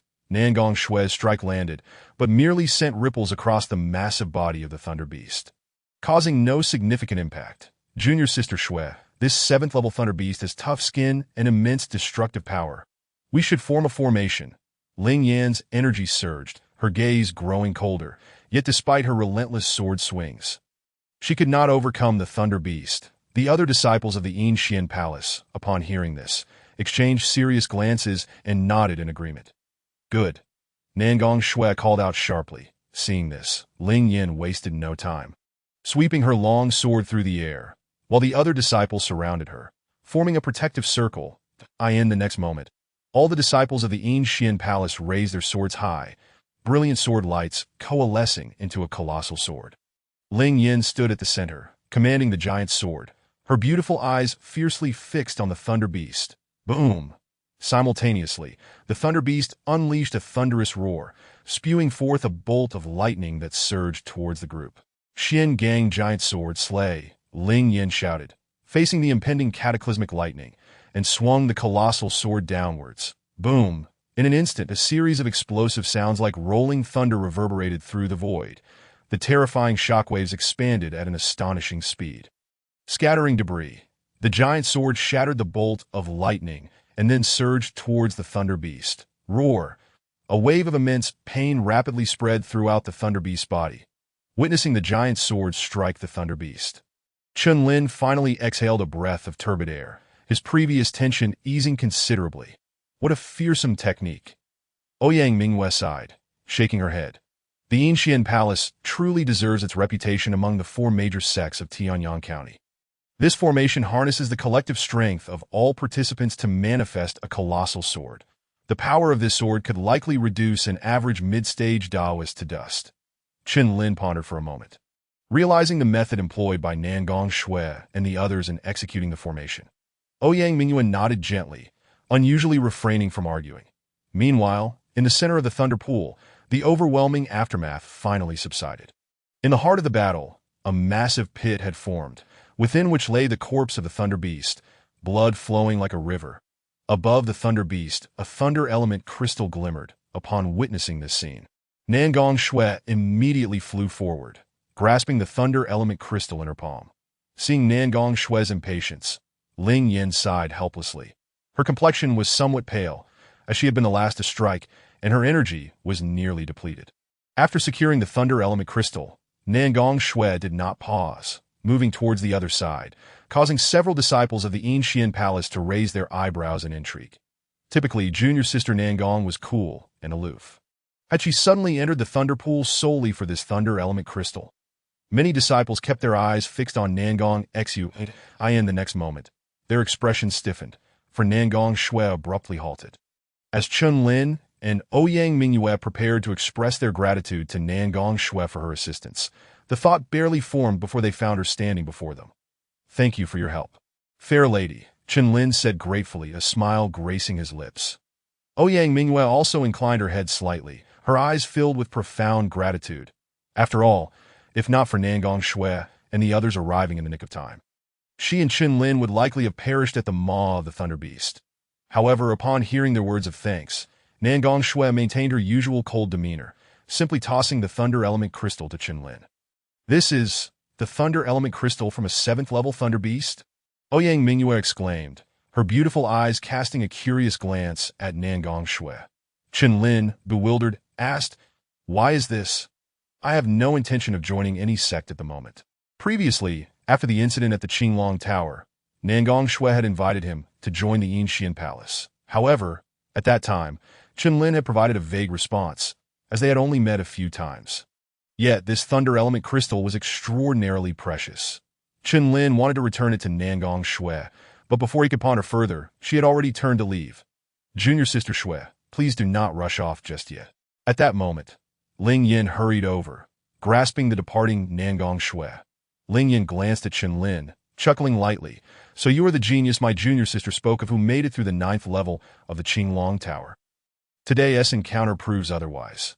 Just because of you, did you truly manage to navigate the 9th level of the Qinglong Tower? It is somewhat hard to believe." Chun Lin frowned, stating, "If you have no further business, I shall take my leave. Whether I pass through the 9th level of the Qinglong Tower is of no concern to you."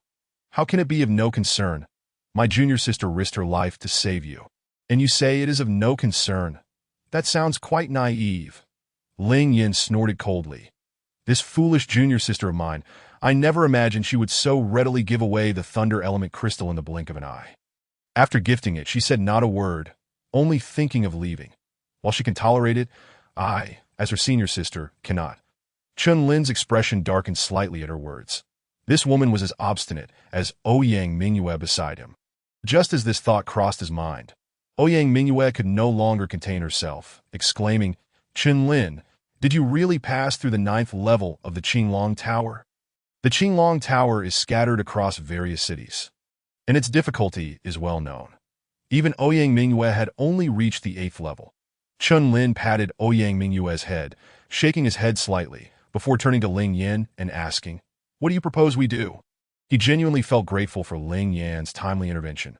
Otherwise, had it been anyone else speaking in such a manner, he would have likely retaliated with a slap. What to do is actually quite simple. "But first, we should exit." Ling Yin pondered for a moment before speaking, and as her words fell, a continuous surge of thunder element beasts surged forth from the thunder pool behind her. The onlookers exchanged grave glances. Acknowledging Ling Yan's statement, Chun Lin nodded in agreement and then stepped forward, moving with remarkable speed towards the exit of the thunder pool, closely followed by Ouyang Mingyue and Nangong Shui. After a brief interval, the group successfully emerged from the thunder pool. Chun Lin landed. A hint of satisfaction graced his face. The thunder element crystals he had acquired were more than sufficient to elevate his thunder body to perfection. Behind him, the sound of tearing air echoed repeatedly as Ling Yin and Ouyang Mingyue joined him. Upon reaching solid ground, Ling Yin immediately began to survey her surroundings. The next instant, her expression turned grave as she remarked, "Indeed, we are late." Chun Lin, perplexed by her words, asked, "What do you mean by late?"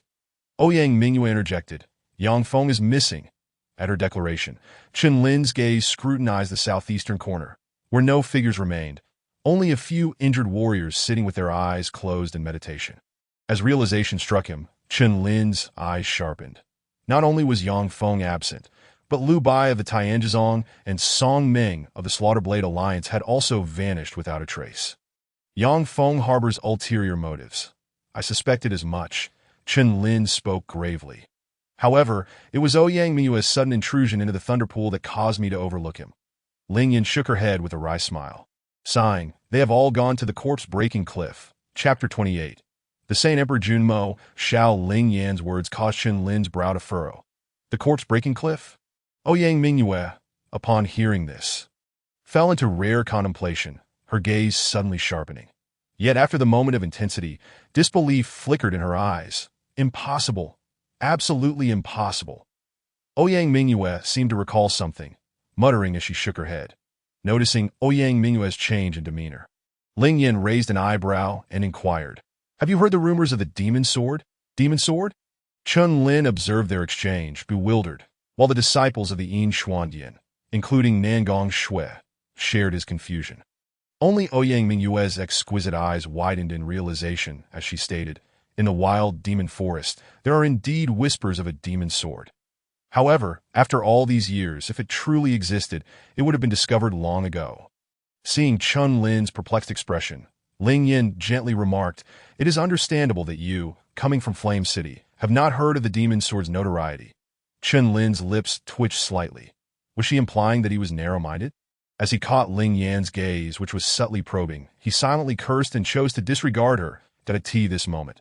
Nangong Shui discreetly inquired, "Senior sister, what exactly is this demon sword you speak of?" Ling Yin glanced at Nangong Shui with a hint of exasperation. She had intended to tease the unappreciative youth further. It is said that 100,000 years ago, the world was divided into two major factions, the human race and the demon race.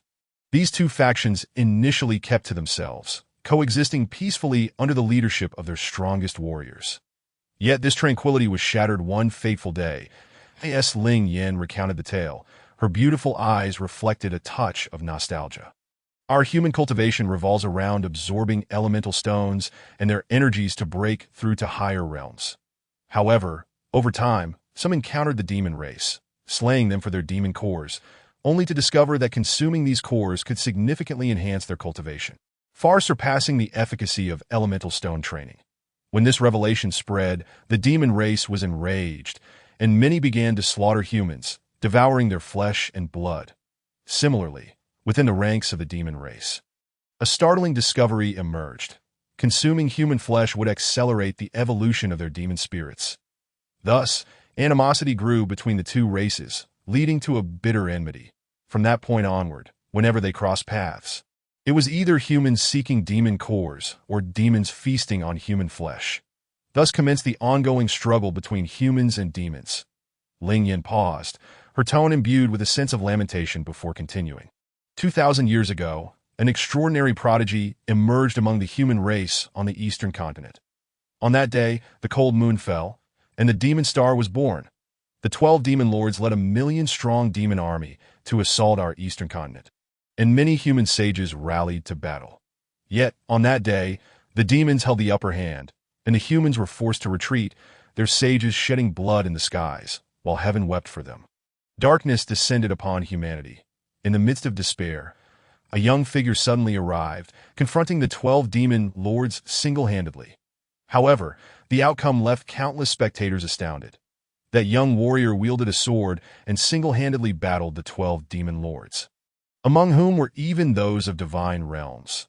The clash raged for 7 days and nights, and under the hopeful gazes of countless humans, that young figure, relying solely on his Saint Emperor cultivation, managed to slay 9 of the demon lords. The remaining 3 fled in disarray, and the young warrior, though gravely injured, laughed towards the heavens. Despite his injuries, he unleashed one final strike, severing the demon race's century-long fortune, leaving them in disarray. Ever since that as she spoke, Ling Yin became increasingly animated, facing 12 demon lords and slaying 9 of them, forcing 3 to retreat, while cutting off a century of demon fortune.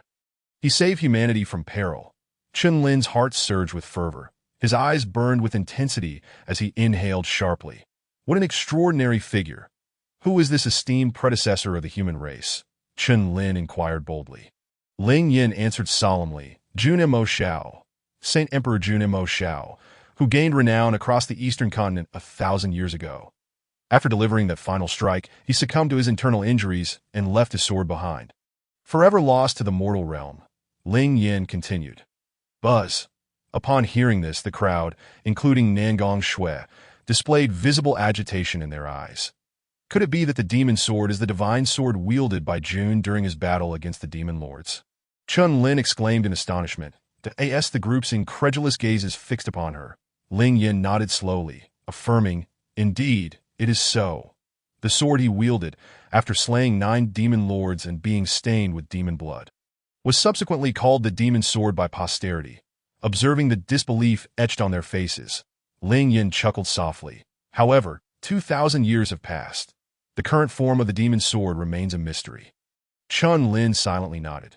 After 2 millennia, the demon sword would surely have sustained considerable damage. Otherwise, the throngs drawn to it would be far greater than just their group.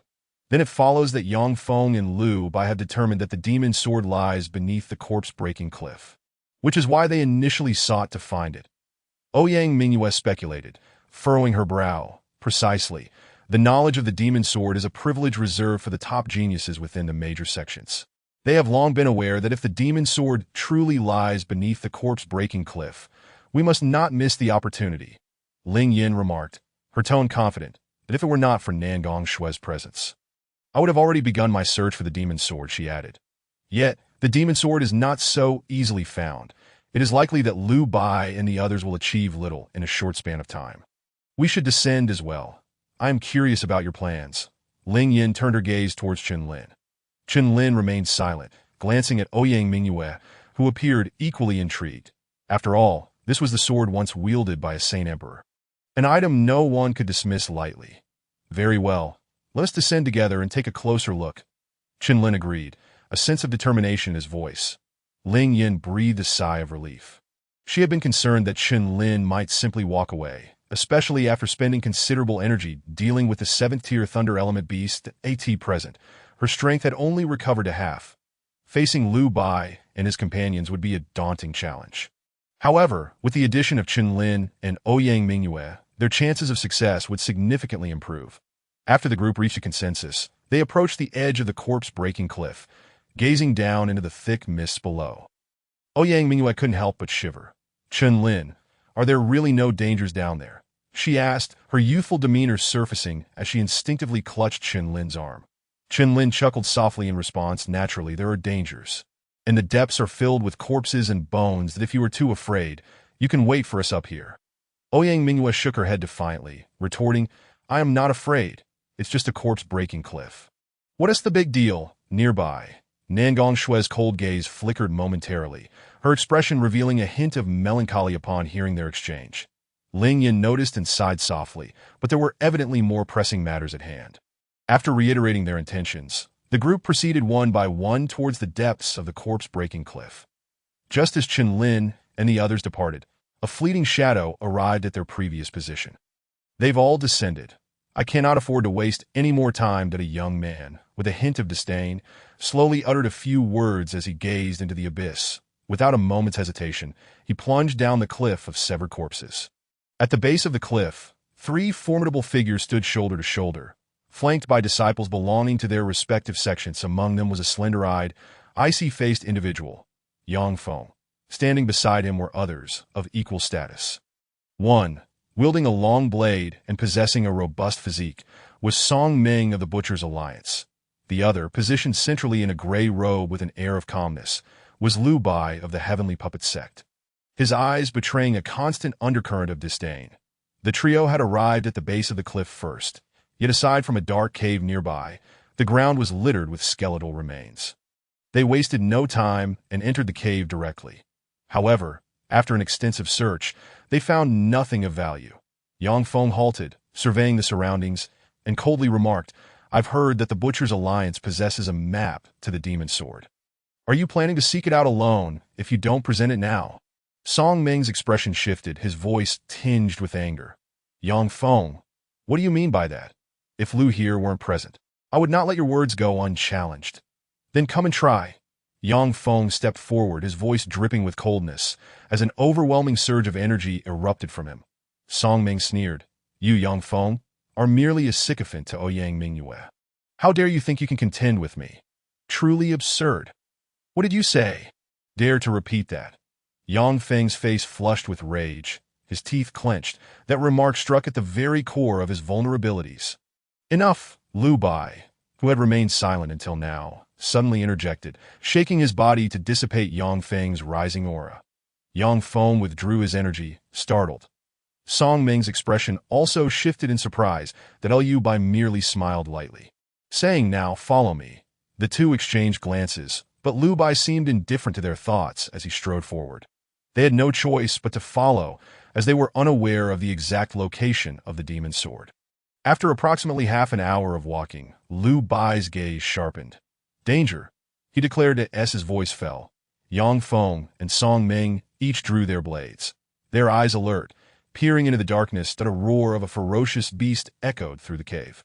Sending bats flapping chaotically in all directions that I in their line of sight, they beheld dozens of crimson beastly eyes glimmering from the shadows that Liu Bai narrowed his eyes, waving his hand as a brilliant light radiated from his palm, illuminating the space. The next moment, Yang Feng and Song Ming's faces paled as they gasped. Is that the celestial devouring crocodile? No! This is the lair of the celestial devouring crocodile. We must flee. Yang Feng's legs trembled, ready to turn and escape, overwhelmed by the oppressive aura that made his heart race. Wait! Liu Bai blocked their path. Song Ming stammered, Liu, the demon sword is indeed a legendary treasure, but it would be unwise to risk our lives for it.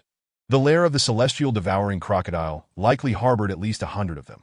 While most were 8th-tier beasts, their sheer numbers posed an insurmountable challenge. Liu Bai shook his head.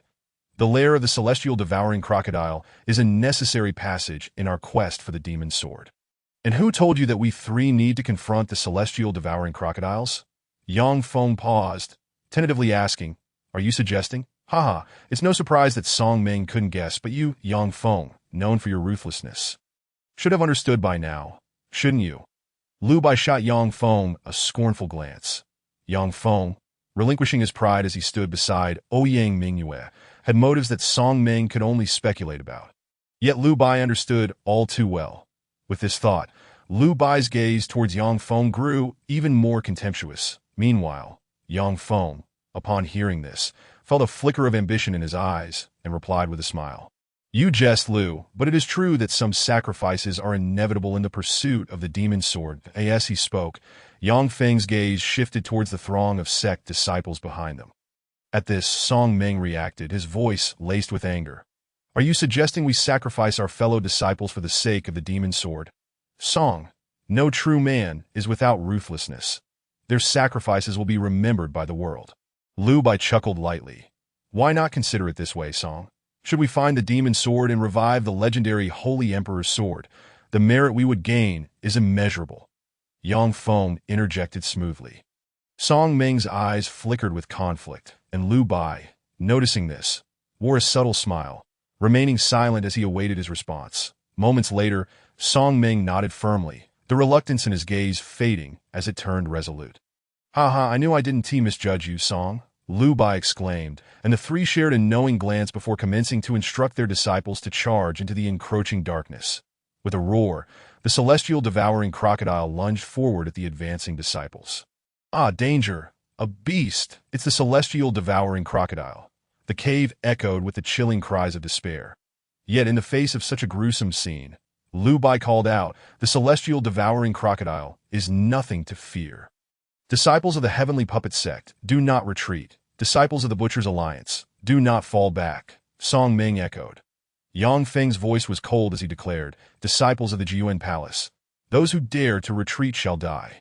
The unified command from the three instilled resentment among the disciples, yet they dared not voice their discontent, pressing onward with all their might. Witnessing this scene, the trio exchanged knowing smirks that a quarter of an hour later.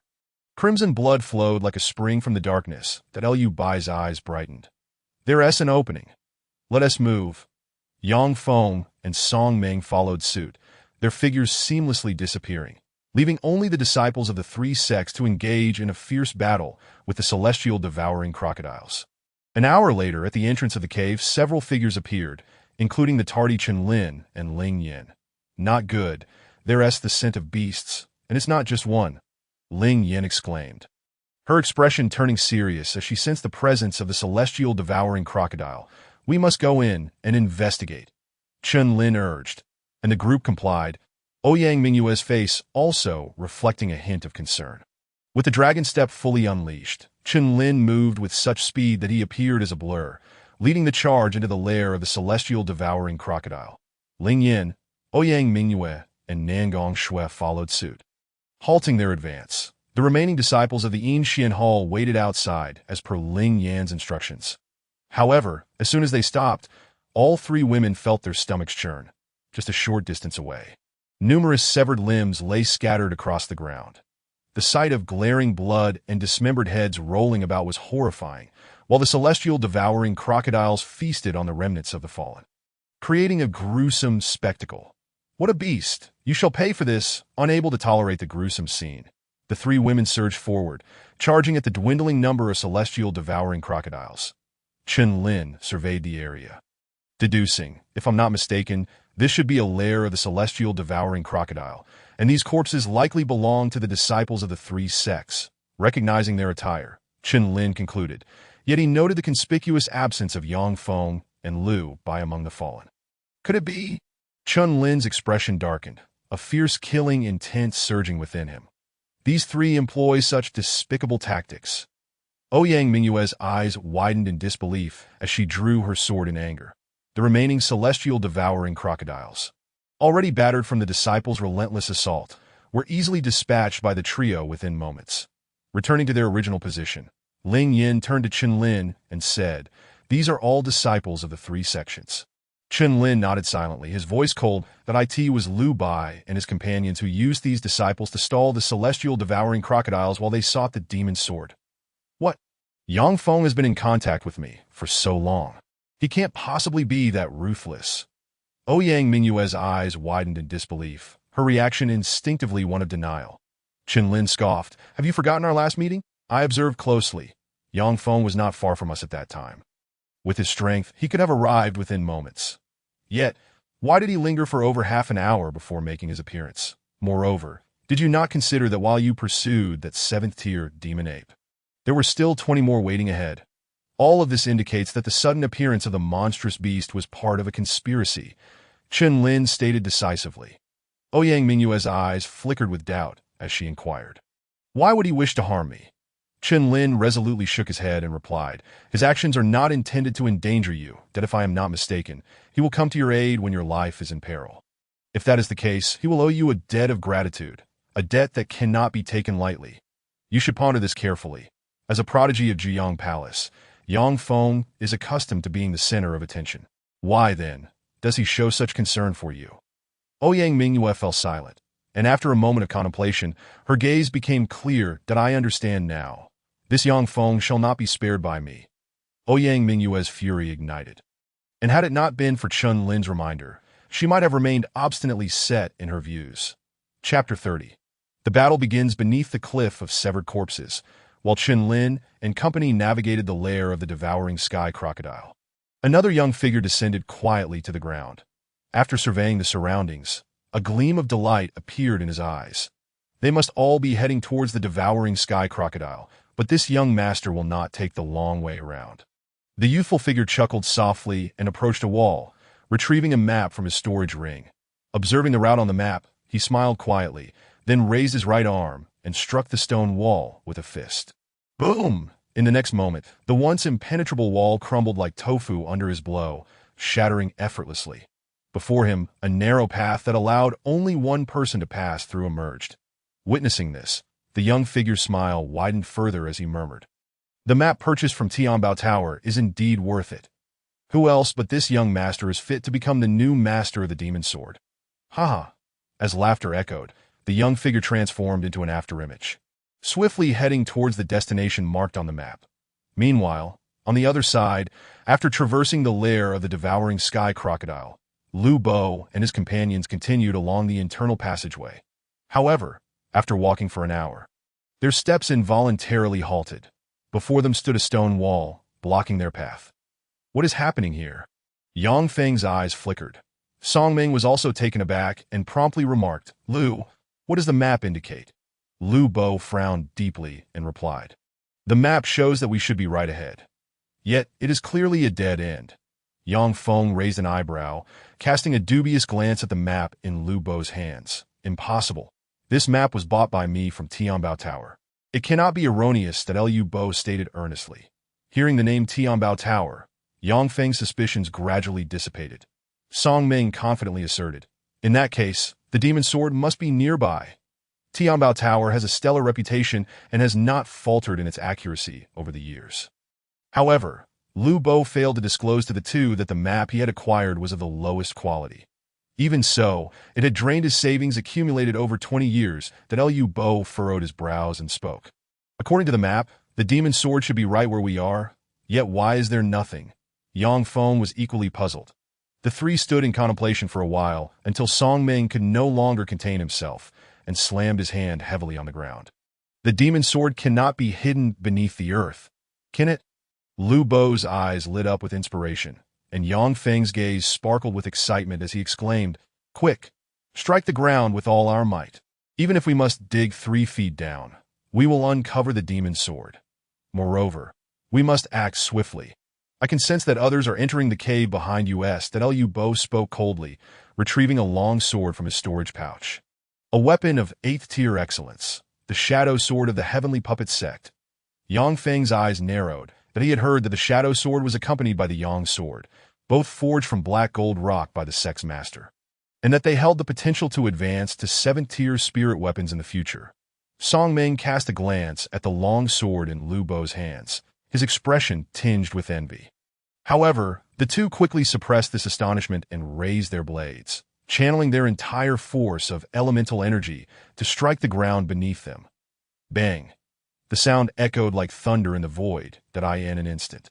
A massive pit appeared beneath the three of them. Seeing this, Lu Bo let out a cold smile and leapt into the pit. Naturally, Yang Feng and Song Ming were not to be outdone. Boom! As the three created the enormous pit, a powerful wave rippled throughout the cave. Meanwhile, in another dark corner, upon sensing this surge of energy, Chen Lin and his companions' eyes brightened. Southeast, it seems Lu Bo and his group have found the entrance to the demon sword. Ling Yin stated decisively. Ouyang Mingyue concurred. Chen Lin, let us hurry. Chen Lin nodded silently, and the 4 figures rushed towards the source of the noise. In less than a moment, Chen Lin and Ouyang Mingyue arrived at the vast pit created by Lu Bo and his companions. We should descend. In an instant, the 4 exchanged glances and, without hesitation, leapt into the pit. Upon descending into the depths, Chen Lin discovered that the space below was, in fact, a tomb. That we won't be disturbing this esteemed predecessor. Will we? Ouyang Mingyue whispered, for before them lay an immense burial site. However, Ling Yin chuckled. Miss Ouyang, if there is any disturbance, it would be Lu Bo and his group who have intruded first. I believe this esteemed predecessor is a reasonable individual. Chen Lin chuckled softly. Let us not dwell on that. Onward. Taking the lead, Chen Lin advanced, with the 3 following closely behind. Upon arriving at the rear of the burial site, their initial reaction was one of astonishment. There, embedded within the stone wall, was a silver-white long sword, its blade shimmering with a purple ethereal light, breathtakingly enchanting. The moment Chen Lin and his companions arrived, the silver longsword emitted faint yet distinct sword cries. Brimming with spirit. That is the demon's sword. At this moment, not only did Chen Lin's group notice the sudden change, but Lu Bo and his companions did as well. Upon seeing the unexpected arrival of Ouyang Mingyue and Chen Lin, a mocking glimmer appeared in Lu Bo's eyes as he remarked, I did not expect that the 7th tier thunder element beast did not prove perilous for you. However, you should not be here. Lu Bo, whether we should be here or not is not for you to decide. If a fight is to ensue, let it be. I'm not afraid of you. Ouyang Mingyue retorted angrily, stepping forward and pointing a finger at Lu Bo's nose. Miss Ouyang, this place is far too dangerous. You should leave at once, Yang Feng interjected. Yet upon hearing this, Ouyang Mingyue unleashed a sword strike towards Yang Feng. Witnessing this, Yang Feng paused, then swiftly raised his sword to block the attack. His gaze filled with confusion. Miss Ouyang, what is the meaning of this? You despicable wretch, not only did you conspire to harm me, but you also coldly sent your own sex disciples to their doom. How utterly shameful! Ouyang Mingyue exclaimed in fury. The moment her words fell, Yang Feng was taken aback. His scheme had been uncovered. He then turned his gaze towards Qinlin, as if seeking an answer. Boy, you have thwarted my plans time and again, that if I allow you to leave alive today, it would reflect poorly on me, Yang. Yang Feng's words dripped with malice. Unmasked and evident at this moment, he fully realized that his plans had been entirely exposed by Qinlin, which rendered all his previous efforts futile. How could he not be enraged? Yang Feng, you alone lack the qualifications to engage me in conversation. Qinlin raised his index finger and gently shook it. This scene caused even Ling Yin, who stood behind, to narrow her eyes, for Yang Feng's prowess was on par with her own. Furthermore, Qinlin's current realm was merely the later stages of the opening Yuan realm. Here, only Nangong Shui's overt strength was inferior to Qinlin's. Ha Yang, it seems the lady does not hold much faith in your abilities. Song Meng could not help but chuckle. Yang Feng's cold gaze revealed a murderous intent. A blood-red aura of slaughter emanating from him as he spoke in a chilling tone. Qinlin, today shall mark your demise. As his words fell, he surged forward, his sword cleaving through the air, unleashing a formidable sword light. Ouyang Mingyue had intended to strike first, but was unexpectedly blocked by Qinlin. Your injuries have yet to heal. You're no match for him. Best to observe, Qinlin declared, then disregarded Ouyang Mingyue, executing the heavenly dragon step, evading the sword's strike with grace. The two figures aligned themselves, and Qinlin drew his sword, confronting Yang Feng head-on, in a fleeting moment. The clash between the two individuals surpassed 100 exchanges. This spectacle left the onlookers momentarily stunned, particularly Ling Yin and Song Meng, whose faces bore expressions of astonishment. After all, they were most acutely aware of Yang Feng's prowess. Thus, witnessing Qinlin contesting evenly with him was nothing short of remarkable. Brother Song, I kindly ask that you restrain the remaining few. Once I acquire the demon sword, we can deliberate on its rightful ownership. What do you think? Lu Bai, observing the duel between the two, remained unfazed as he turned his gaze toward the demon sword embedded within the stone wall, his eyes igniting with fervor. Very well. Song Meng readily agreed, positioning himself before Ling Yin and the others, a palpable aura of blade intent emanating from him. Ling Yin and Ouyang Mingyue stepped forward, the former unable to suppress her words. Shuer, as your strength is the weakest, please stand aside for now. Nangong Shui's cold eyes glimmered with reluctance, yet she understood that this was not the moment for bravado, even if they come at me together. I fear nothing, Song Meng laughed heartily, as a surge of energy akin to a dragon emerging from the sea enveloped him, spilling forth like a tidal wave into the void. Half a step to the pinnacle of the Tao realm. Ling Yan's expression hardened, astonished at the realization of Song Meng's cultivation nearing the Tao realm. Given that both she and Ouyang Mingyue bore significant injuries, even a 2-on-1 confrontation would be fraught with pressure. Unfazed by their concerns, Song Meng wielded his long knife and cleaved through the air, leaving a distinct scar in its wake. Boom! In an instant, a terrifying tremor erupted within the tomb, dust and debris scattering in all directions. Boom! Dark Star Sword Technique. Star Radiant Slash. A low voice reverberated throughout the tomb. Yang Feng, who had been fiercely engaged with Qinlin, suddenly retreated several meters, a fierce glint flashing in his cold gaze. Qinlin's strength left him internally astonished. Yet simultaneously, his murderous intent intensified. There could be no mercy, for the consequences would be dire. With his command, Yang Feng's long sword radiated a dazzling star-like brilliance. Its sharpness imbued with an overwhelming sword intent that a beam of starry sword energy sliced horizontally toward Qinlin's face. Confronted by this strike, Qinlin's demeanor turned solemn as he raised his sword.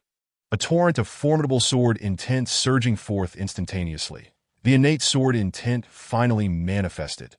In that moment, to Yang Feng's perception, Qinlin seemed to transform into a divine sword, exuding an unparalleled sharpness.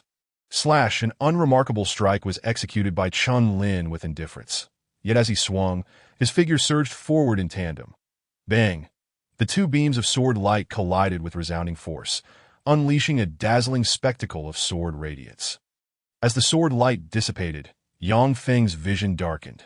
"You seek death." Yang Feng exclaimed in shock, for Chen Lin had instantaneously appeared before him, striking again with his sword. "Yang Feng, your malevolence cannot be permitted to persist today."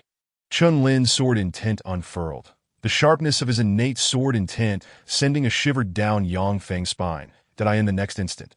Chen Lin executed the dragon step, his figure vanishing like a specter from Yang Feng's sight. The following moment, a shadow of death enveloped Yang Feng entirely. "This is bad."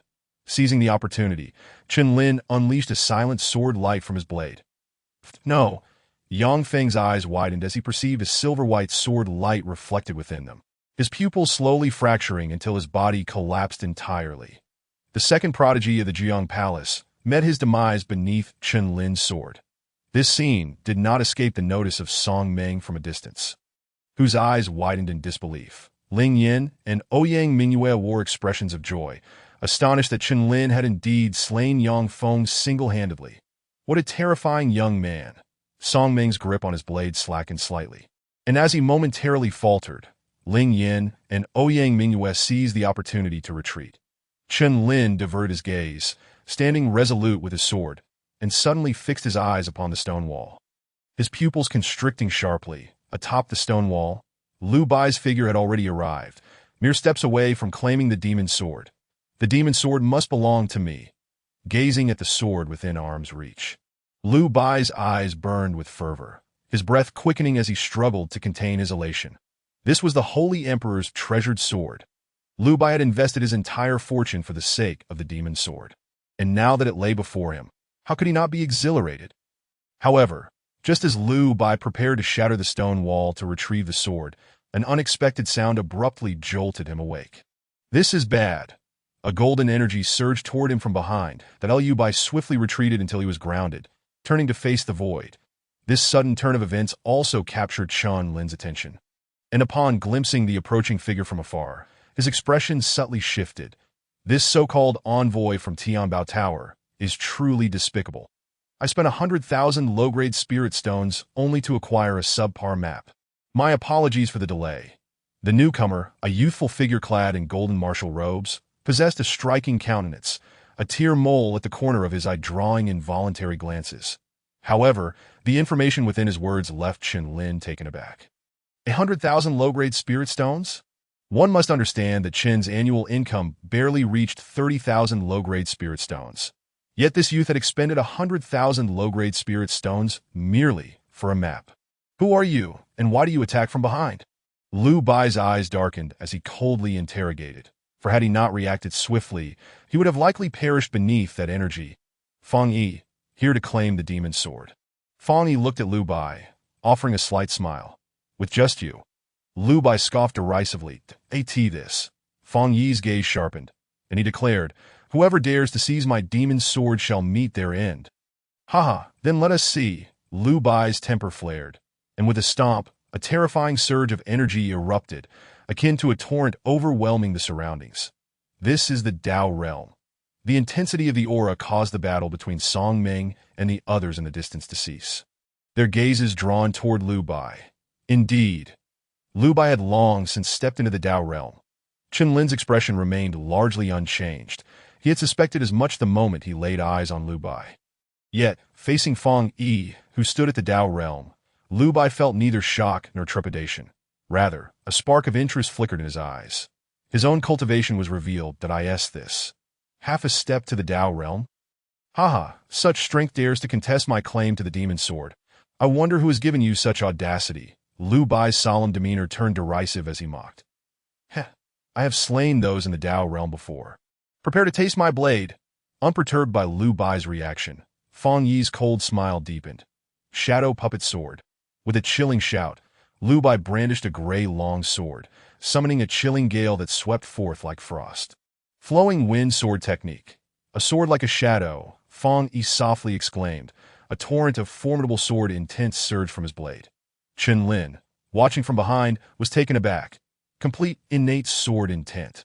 The seemingly youthful Fong, he had also comprehended the complete innate sword intent. Moreover, this sword intent appeared even stronger than his own. Has he achieved mastery in innate sword intent? Chun Lin's expression shifted. His own innate sword intent had merely progressed from entry-level to minor mastery over a month of slaughter within the wild demon forest. Who exactly is this Fong Yi? Not only did Chun Lin perceive this, but Liu Bai, as the party involved, felt a piercing sharpness aimed directly at him. This boy's sword intent? Liu Bai wielded his shadow puppet sword as he engaged Fong Yi in a direct confrontation.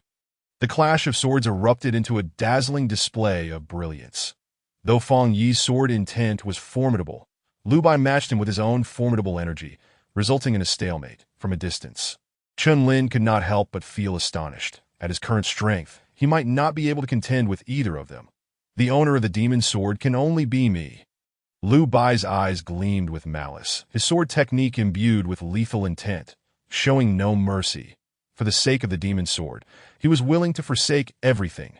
Fong Yi, sensing Liu Bai's murderous intent, responded with a cold gaze, unleashing his sword intent without reservation. A terrifying crimson sword shadow swept through the tomb like a storm. Boom! From the epicenter of their clash, a surge of sword energy exploded outward.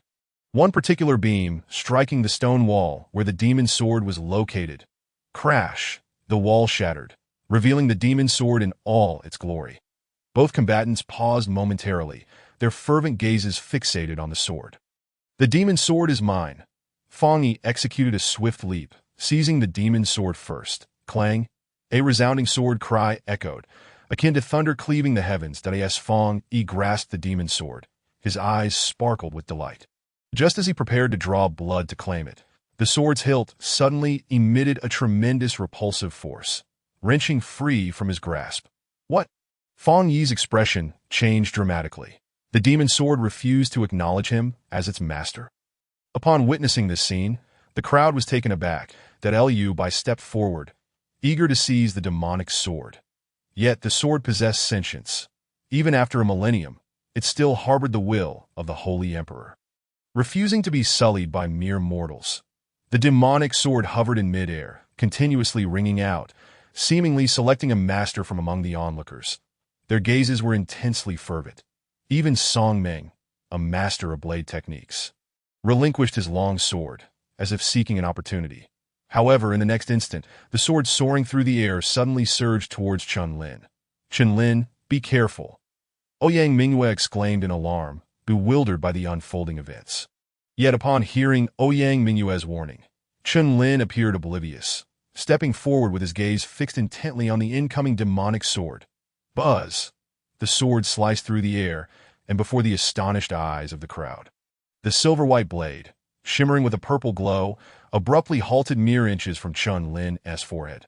Chapter 32. Retreating step by step, the demonic sword has actually chosen him. Liu Bai exclaimed incredulously. Clang! The sound of the sword resonated, and in the center of everyone's gaze, the demonic sword came to a sudden stop 3 inches from Chun Lin's brow. It then moved abruptly, with its tip pointing to the ground, the hilt floating in midair, as if awaiting something. Chun Lin's eyes narrowed, and a hint of self-satisfaction curled at the corners of his mouth. Are you intending to choose me?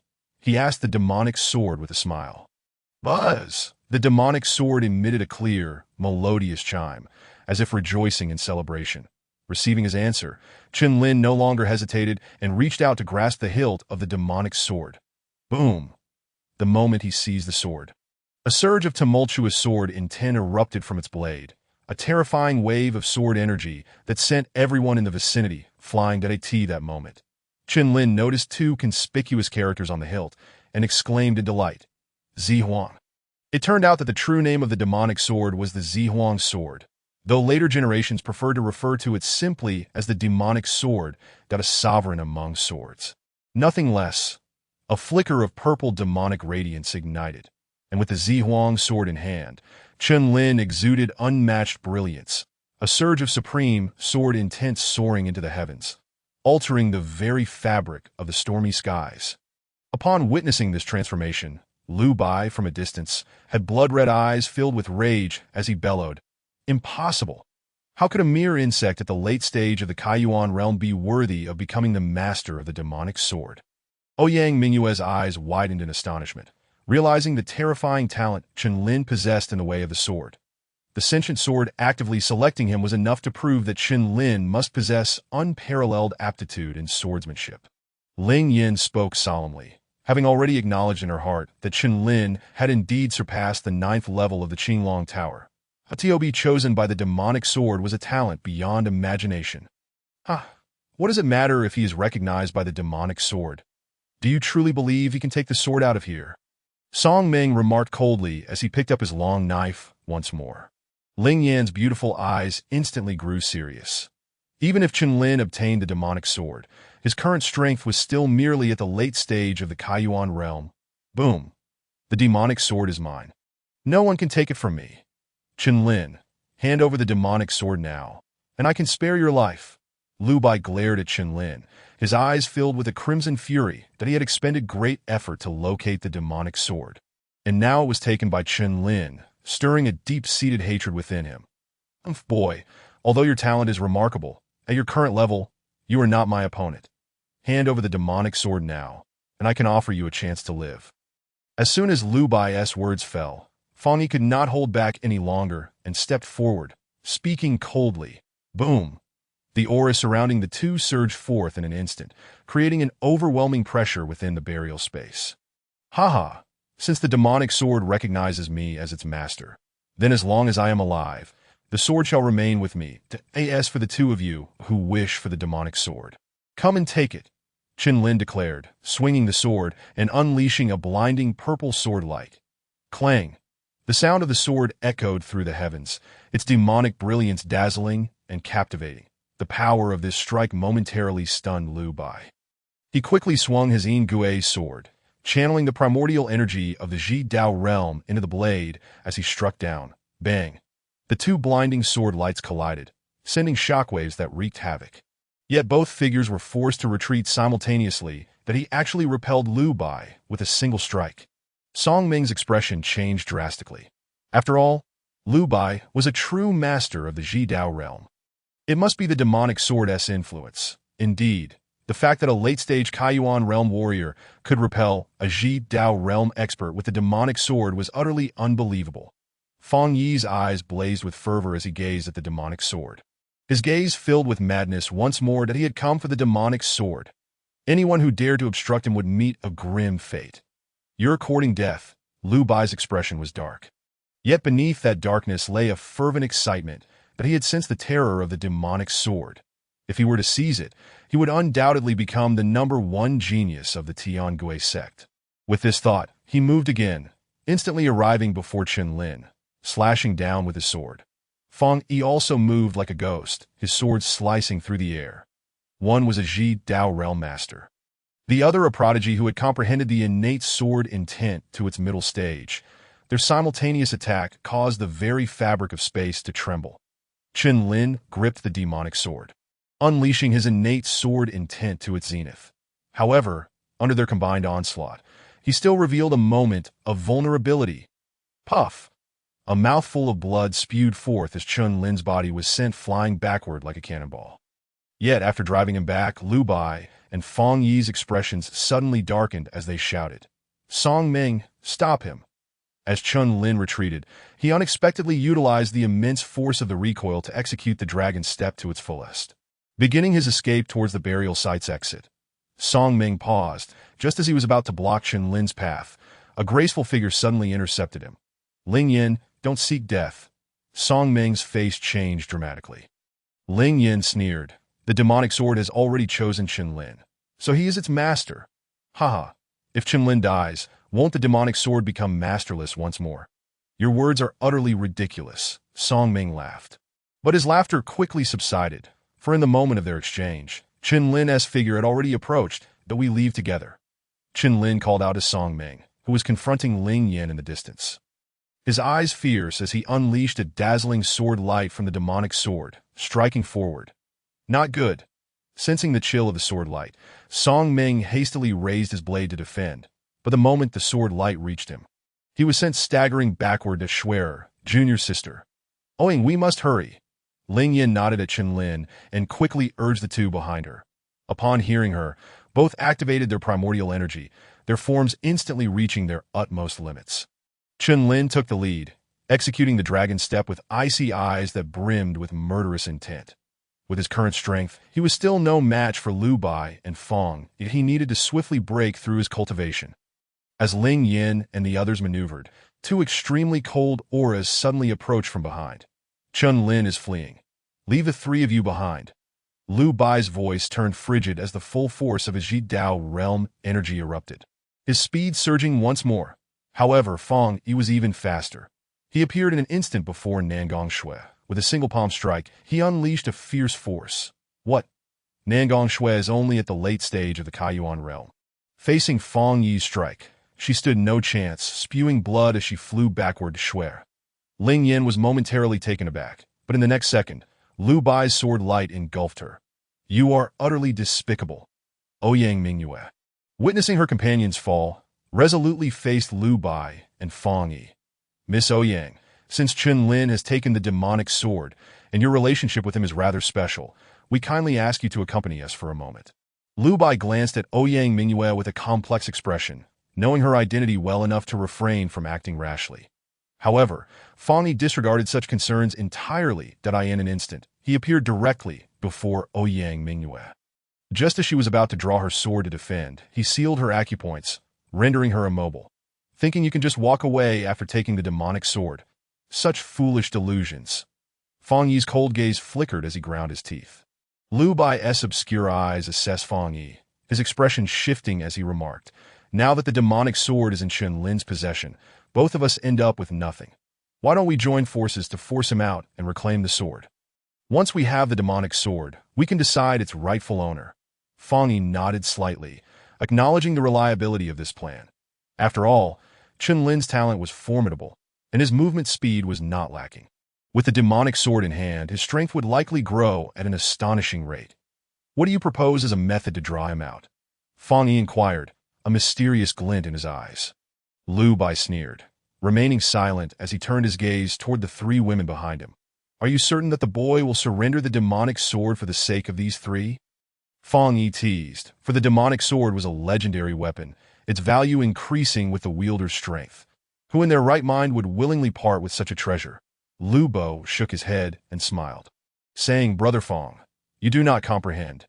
Individuals like Chen Lin are the easiest to deal with, as long as he dares to show himself. The demon sword shall once again become an unclaimed entity. Fong Yi appeared to grasp something, a hint of arrogant disdain flickering across his face. Chapter 33. Dual Breakthrough at the Corpse-Breaking Cliff. The news of the demon sword's emergence sent ripples of shock throughout the community of martial artists. Many were astonished upon hearing this news, for they had come solely for the thunder element pool. It is rumored that the demon sword is the legendary imperial sword of the Saint Emperor. Who would have thought it would re-emerge?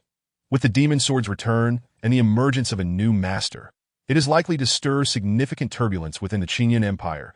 That is said that this new master of the demon sword is merely a young man at the late stage of the Kaiyuan realm, which is truly hard to believe. It has been over a century since the last appearance of the demon sword. After such a long time, its spirit has diminished significantly. It is now merely at the level of a 7th-tier spiritual treasure. A voice sneered. What of a 7th-tier spiritual treasure?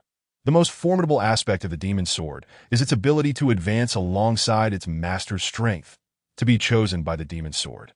This young man must possess extraordinary talent in the sword arts. Many onlookers at the corpse-breaking cliff gazed on with a mixture of envy and anticipation.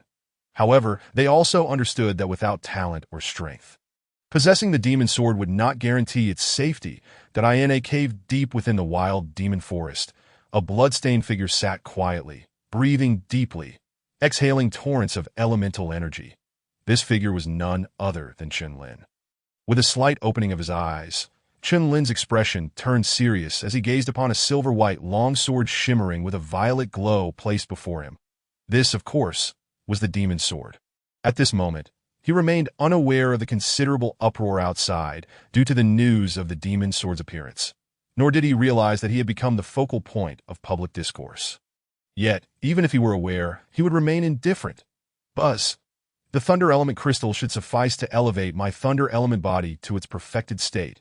Qin Lin retrieved the thunder element crystals from his storage ring, placing them before him, totaling over 100, including those gifted to him by Nangong Shui and Ouyang Mingadai. In the next instant, Qin Lin suddenly froze, followed by a torrent of thunderous elemental power erupting wildly. The thunder element body was the first layer of his indomitable thunder dragon body. Only upon perfecting it could he proceed to cultivate the second layer, the dark magic dragon body. With determination, Qin Lin opened his meridians, beginning to fully absorb the thunder elemental energy within the crystals, while the thunderous power within him gradually surged. Tianyang County, Tianbao Tower branch in a certain loft, two graceful figures stood one behind the other. The leading figure, with captivating eyes, exuded an enchanting charm with every smile and frown. None other than Su Yinran at tea this moment. She slowly set down her tea and inquired, "Inger, has there been any news from him?" Beside her, Inger appeared somewhat puzzled, envisioning the figure of a young man. Before she replied with a smile, "I have heard he has acquired the demon's sword and become its new master." The master of the demon's sword? Su Yinran expressed surprise, fully aware of the significance of the demon's sword. This fellow managed to be recognized by the demon's sword. How remarkable! Inger remarked, for her previous attitude towards Qin Lin had not been particularly friendly. Su Yinran shook her head and replied, "Being recognized by the demon's sword is one matter. Safeguarding it is the true test of his capabilities." His gaze sharpened as she understood Su Yinran's meaning, and she sighed deeply, choosing not to elaborate further. At the corpse-breaking cliff, 3 days had passed, and the number of martial artists gathered had significantly increased, especially after hearing that the new master of the demon's sword was merely at the late stage of the Kaiyuan realm. Many were stirred with excitement. However, on this day, Lu Bo of the Tianjiao sect and Song Meng of the Butcher Alliance released a dire proclamation. If the demon's sword's master, Qin Lin, did not show himself within 3 days, they would not hesitate to employ ruthless measures. Before the corpse-breaking cliff, we await your arrival, Lu Bo declared coldly, before witnessing Song Meng suddenly retreating. Before them sat 3 figures, languishing on the ground: Ling Yin, Nangong Shui, and Ouyang Mingyue. "You despicable scoundrels!" Ouyang Mingyue exclaimed with indignation. Ling Yin, equally furious, scoffed Lu Bo. "Song Meng, it is disgraceful for you, as leaders of your respective sex youth, to resort to such vile tactics. Surely, they could not be unaware that Lu Bo and his companions intended to use them as hostages to coerce Qin Lin into appearing. None of you matter to me. I only care for the demon's sword." Lu Bo sneered at the 3 from afar. Feng Yi, though internally repulsed by such tactics, could not quell the fury ignited by thoughts of the demon's sword.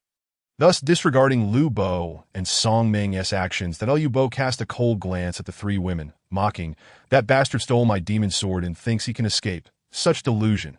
Humph, Lu Bo. Do not harbor such thoughts. My encounter with Qin Lin was merely fleeting, that he will not come." Ouyang Mingyue retorted with a cold huff, her delicate face devoid of color, appearing exceedingly pale and weak.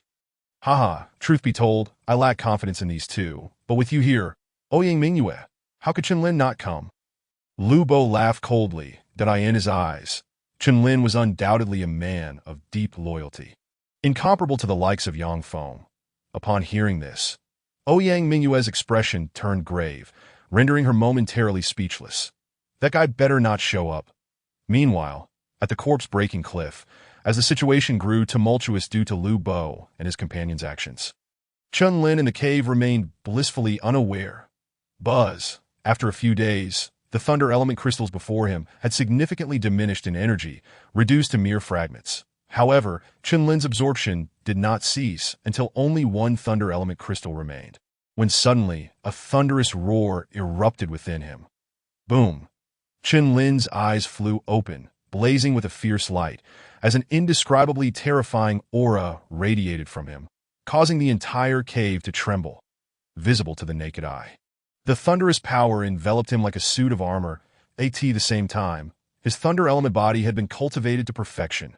Clenching his fists in excitement, Qin Lin was aware that previously he had comprehended the Thunder Fist and Thunder Dragon Roar techniques within the thunder element body, and their power had not disappointed him. Perfecting the thunder element body naturally brought about significant gains. Qin Lin quickly quelled his excitement, for he knew that Lu Bo's strength had already reached the early stage of the ultimate path realm. Given his current capabilities, facing two opponents was unlikely to end well. With this thought, Qinlin retrieved all of his elemental stones and demon cores from his storage ring, preparing for a decisive battle. However, the magnitude of his elemental power was far beyond that of other martial artists at the same level. He was already at the pinnacle of the late Kaiyuan realm, utilizing these 2,000 elemental stones and demon cores. Breaking through should not pose a challenge. Without any hesitation, Qinlin closed his eyes in meditation, swallowing a demon core that a tremendous surge of elemental energy erupted within him, akin to boiling magma, coursing relentlessly through his body. The elemental energy within the stones was absorbed at a terrifying speed that as time passed. The cave reverberated with a deafening roar. Within Qinlin, an overwhelming wave of elemental energy, surpassing the late stage of the Kaiyuan realm, surged forth and radiated outward. The peak of the Kaiyuan realm. Qinlin's eyes sparkled with delight, astonished that this breakthrough, fueled by around 2,000 elemental stones, had propelled him to the limits of the Kaiyuan realm. Should he advance any further, he would break into the half-step ultimate path realm. What a delightful surprise! Suppressing his joy, Qinlin's expression turned serious, having parted ways with the three women at the base of the corpse-breaking cliff. He now wondered where they had gone, that he stepped out of the cave, observing the chaotic scene outside, feeling perplexed. "Excuse me, do you know what is happening?" Qinlin inquired of a nearby martial artist. The individual frowned and responded, "You are unaware. Today marks the third day set by Lu Bo. If the master of the demon sword does not appear, bloodshed at the corpse-breaking cliff will be inevitable." The third day? Qinlin was bewildered, but he quickly followed up. "Who was present at the corpse-breaking cliff?" "I heard 2 disciples from the Yin Hall are here, and one is unknown. But she is exceptionally beautiful and keeps insisting that they should not come," the individual continued. Suddenly, the atmosphere around them turned icy and filled with murderous intent. "Lu Bo." Qinlin's eyes turned crimson as he roared. At this moment, he could no longer deny that the individuals at the corpse-breaking cliff were undoubtedly Ouyang Mingyue, Ling Yin, and Nangong Shui. The aura emanating from him caused the martial artist beside him to tremble involuntarily. This youth, seemingly younger than him, possessed such intimidating killing intent. "May I ask your name, brother?" Unable to restrain himself, the individual inquired, as Qinling's feet had already unleashed the dragon step, hastening towards the direction of the corpse cliff. However, a sharp and audacious voice reverberated through the air. "Demon Sword Master, Qinling." Chapter 34. Bloodshed unleashed buzz. As Qinling's voice echoed throughout the expanse, the previously mentioned martial artist could not help but tremble. His gaze filled with astonishment that it turned out he was the very person Lu Bai and the others had been waiting for. The new Demon Sword Master. The atmosphere at the corpse cliff grew lively. Many martial artists took notice of this spectacle, their faces betraying a hint of intrigue. Soon, a throng of them surged towards the corpse cliff, eager to witness the grandeur of the Demon Sword Master. At the corpse cliff, on the steep, jagged stone wall, stood 3 stout stone pillars, each binding a graceful figure tightly with iron chains. They were none other than Ling Yin and her companions. Yet, at this moment, the radiance had faded from their faces, leaving them pallid and wan. After days without a single drop of water, Ouyang Mingyue's once vibrant eyes now appeared dull, filled with weariness and indignation. "Damn Qinling. Please do not come." Beside her, Ling Yin maintained her composure, embodying the second prodigy of the Yin Hall, possessing her own dignity. However, buried deep within her gaze was a flicker of concern. After all, the actions of Lu Bai and his cohorts were despicable and shameless. If Qinling truly came to their rescue, it would be the outcome she dreaded most. She believed that given more time, the trio would not stand a chance against Lu Bai. But now, Ling Yin forced a bitter smile, despair washing over her pale visage. Under normal circumstances, her status as a disciple of the Yin Hall would have dissuaded Lu Bai from acting against her. However, with the mysterious Fong Yi in the mix, whose talents were extraordinary and origins unknown, he showed no regard for her, even disregarding Ouyang Mingyue's status as the governor's daughter. Ling Yin's gaze slowly drifted towards Nangong Shui, her beautiful eyes glimmering with empathy. After all, the latter was the weakest among them, and after so many days, her injuries had worsened to the point of near death. Nangong Shui, catching the concern in Ling Yan's eyes. Mustered the strength to lift her head and managed a faint smile. Senior sister, I am fine. Her voice was weak, yet a hint of a smile blossomed on her snow-white cheeks that you by Song Ming. Once I escape, I shall ensure you are ground to dust. Ouyang Mingyue bit down on her silver teeth, moving her arm with difficulty, her eyes brimming with unprecedented hatred. Haha. Ouyang Mingyue, do not be anxious. Once that wretched spawn who seized my demon sword arrives, do you think the three of you will still hold any value? At that moment, Lu Bai's sinister laughter echoed, his gaze lecherously assessing Ouyang Mingyue's delicate form. Feeling his gaze, Ouyang Mingyue's heart chilled, and she seethed, I will kill you. Her struggles only tightened the chains, causing her wounds to reopen. Blood trickled from the corner of Ouyang Mingyue's mouth, her previously pale face now showing signs of further exhaustion. Today marks the third day.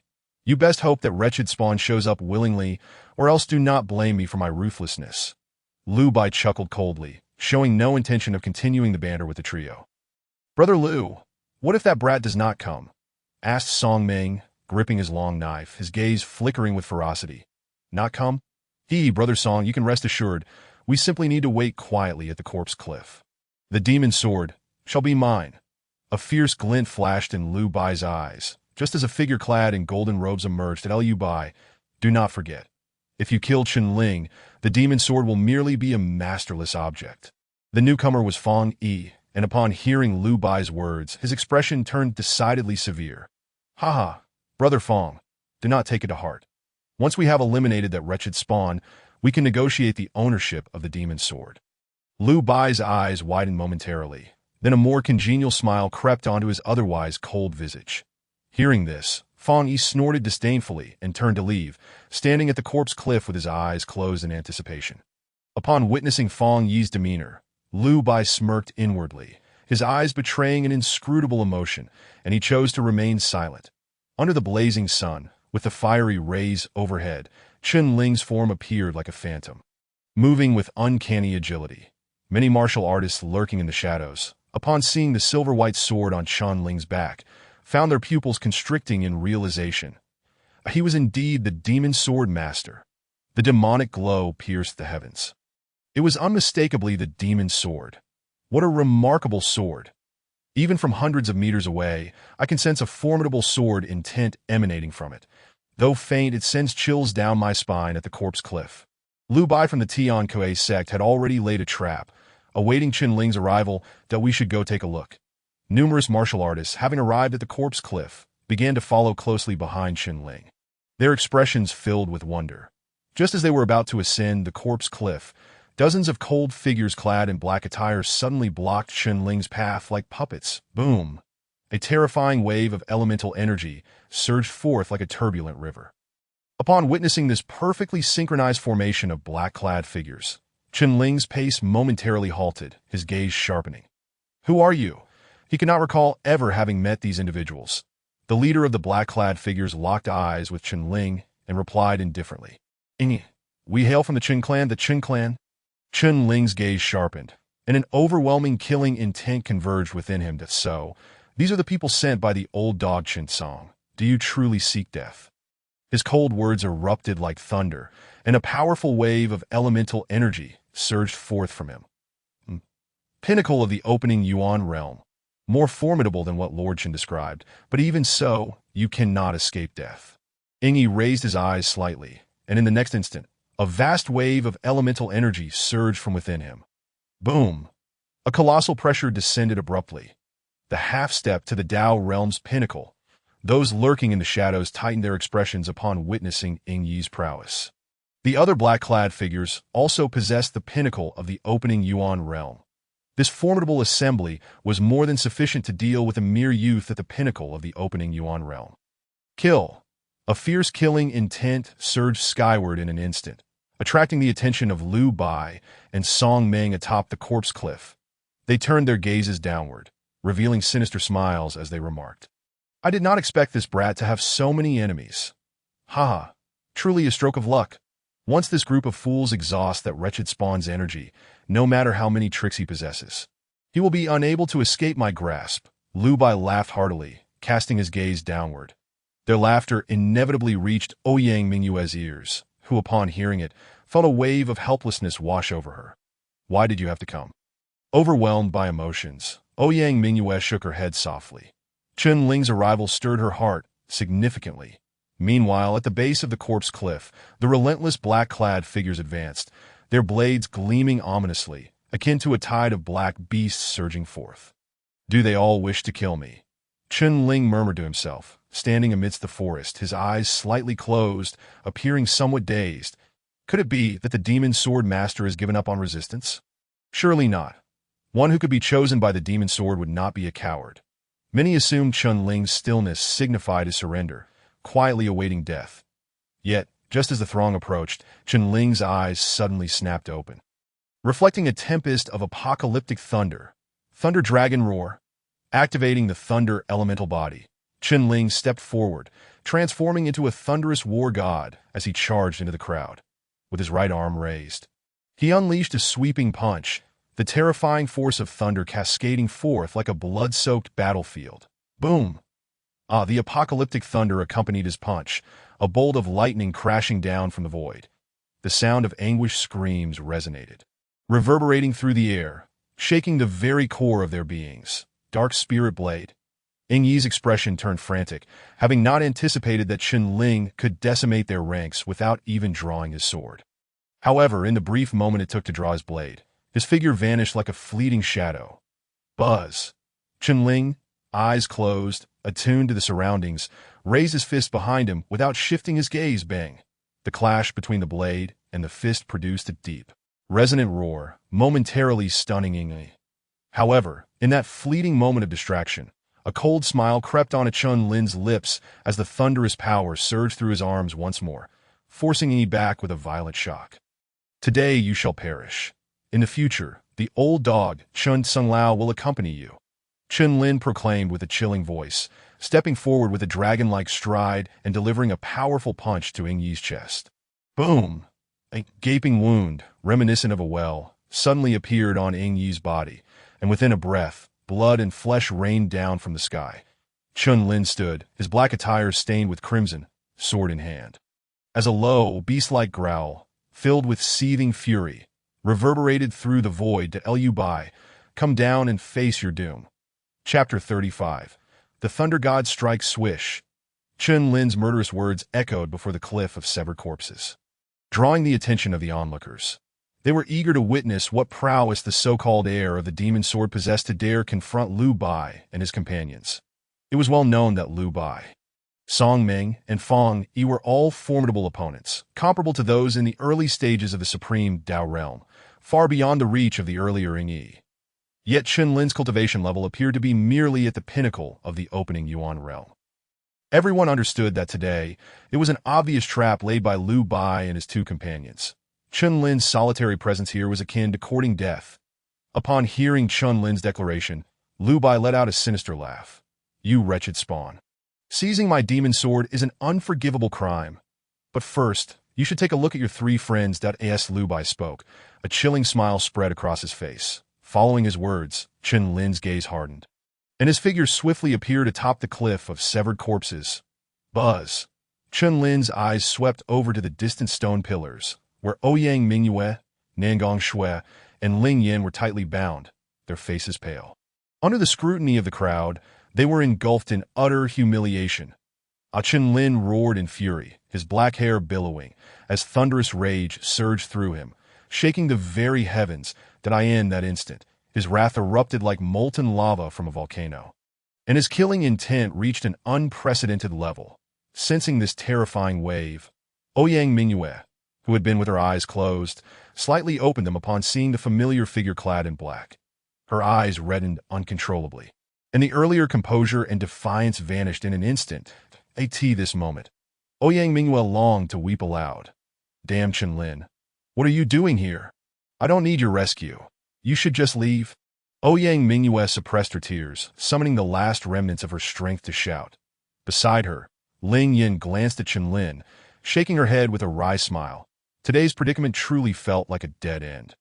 Nangong Shui struggled to lift her head, looking at Chun Lin, her previously cold eyes now shimmering with a hint of warmth. All three women possessed their own pride, and this scene left the onlookers deeply astonished. Yet for Chen Lin, it pierced his heart with anguish. Chen Lin, if you hand over the demon's sword, I can promise not to kill them, and you may leave unscathed. At this moment, Feng Yi, who had been watching coldly, finally spoke. He had come to the wild demon forest solely to obtain the demon's sword. Brother Feng, do you think this wretch will willingly surrender the demon's sword? You needn't waste your breath. Just kill him, and the sword will fall into our hands. Moreover, Brother Feng, weren't you searching for the one who passed the 9th level of the Qinglong Tower? That would be him. Lu Bai's eyes glinted as he sneered. You passed the 9th level of the Qinglong Tower? Feng Yi exclaimed, turning his gaze to Chen Lin with a cold inquiry. Chen Lin remained silent, an inexplicable expression in his eyes. Haha, since you have passed the 9th level, you must possess the Qinglong seal, correct? Feng Yi's voice dripped with coldness, as if he were privy to certain secrets. Chen Lin was indifferent. Could it be that the seal was the one bestowed upon him by the elder Shen Luyan? Ha! What a stroke of luck! The demon sword and the Qinglong seal you hold are both treasures of immense worth. It seems that today's battle is unavoidable. Feng Yi laughed heartily, gripping his longsword, as a fierce sword intent surged violently from within him, enveloping Chen Lin. Chen Lin, today I shall see how you can survive against the combined might of the three of us. Song Meng stood with his blade raised. A fierce blade aura emanating from his weapon. Swish!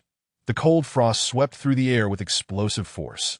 Song Meng charged forward, leading the charge with his blade raised, unleashing a vicious blade strike aimed directly at Chen Lin's face. This Song Meng was not only at the pinnacle of the half-step supreme Dao realm, but he had also comprehended the half-step blade intent, bringing his strength perilously close to the true supreme Dao realm. The ferocity of this strike bore down upon Chen Lin in an instant. The sharp blade aura sliced through the air. Chen Lin's gaze sharpened, and in the next moment his figure silently flickered away from his original position.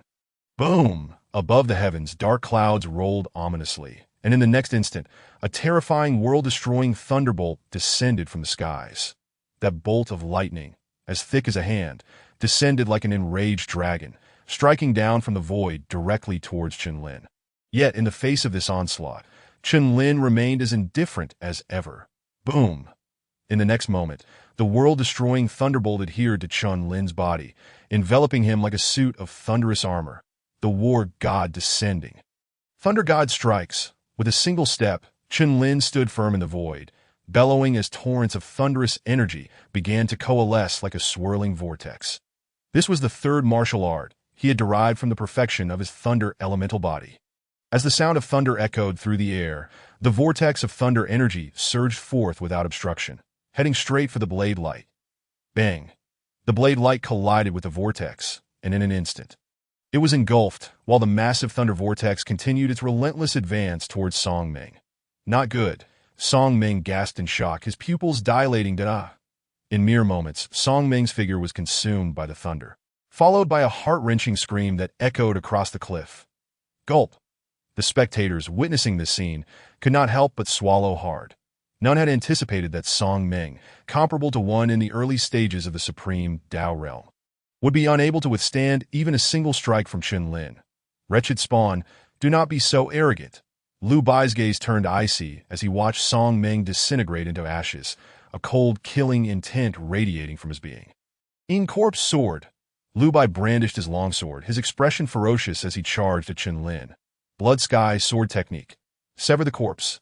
A chilling shout rang out as Lu Bai swung his sword, unleashing a blood-red sword shadow that surged forth like a golden rainbow. Empowered by the early supreme Dao realm, the might of this strike was undeniably beyond what Song Meng could compare. Sensing the ferocity of this strike, Chen Lin's expression grew grave as he shouted once more. Thunder God strikes. The world-destroying thunder roared forth, transforming into a vortex of thunder, in an instant of contact. The blood-red sword shadow seemed to exhibit a faint tendency to absorb the thunderous sword light. Chen Lin's expression darkened, and it surged once more as the thunder within the vortex roared anew. Boom! The terrifying shockwave erupted from the center of their clash, sending a powerful backlash that forced Chen Lin back several dozen meters before he could stabilize himself. while Lu Bai also staggered back 10 meters. Relying solely on the thunder elemental body was not enough to contend with him. Chun Lin sighed lightly. Then his expression hardened as for Lu Bai in the distance. He was inwardly astonished. The sword strike he had unleashed with all his might had failed to eliminate Chun Lin?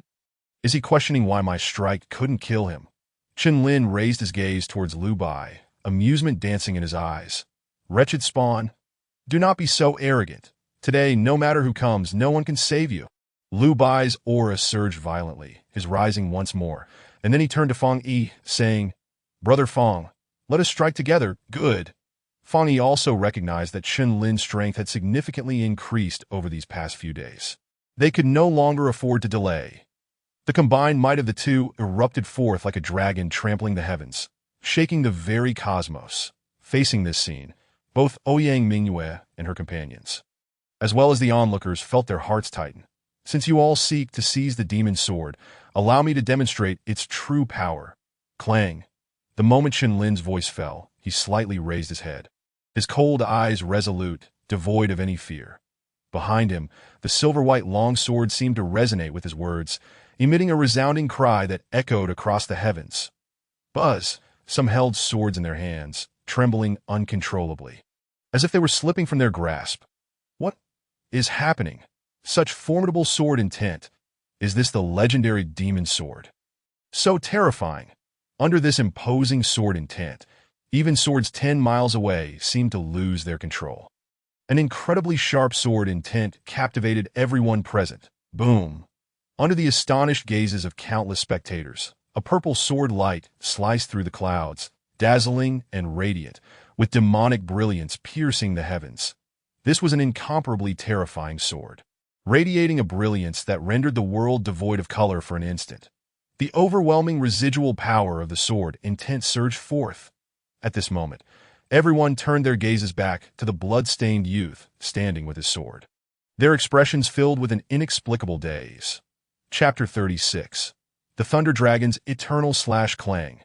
The resonant clang of swords echoed through the vast skies as beneath the blinding radiance of the demonic light, Chun Lin stood resolute with his sword, his cold gaze sweeping over Lu Bai and his companion, a palpable aura of murderous intent enveloping him. Down on the precipice of the corpse cliff, countless astonished eyes scrutinized the battleground of the three. And after witnessing the lingering might of the demonic sword, no one dared to underestimate this so-called master of the demonic sword any longer. Simultaneously, hundreds of gazes were fixated upon Lu Bai and his companion. With a sudden realization of the crowd's attention, Lu Bai merely scoffed, raising his shadowy puppet sword, from which a chilling wind howled like a raging specter, frost cascading around him. Bastard! The demonic sword is not for you to possess. It can never belong to you, Lu Bai roared, his form vanishing from sight in an instant, a tempest of primal energy surging within him.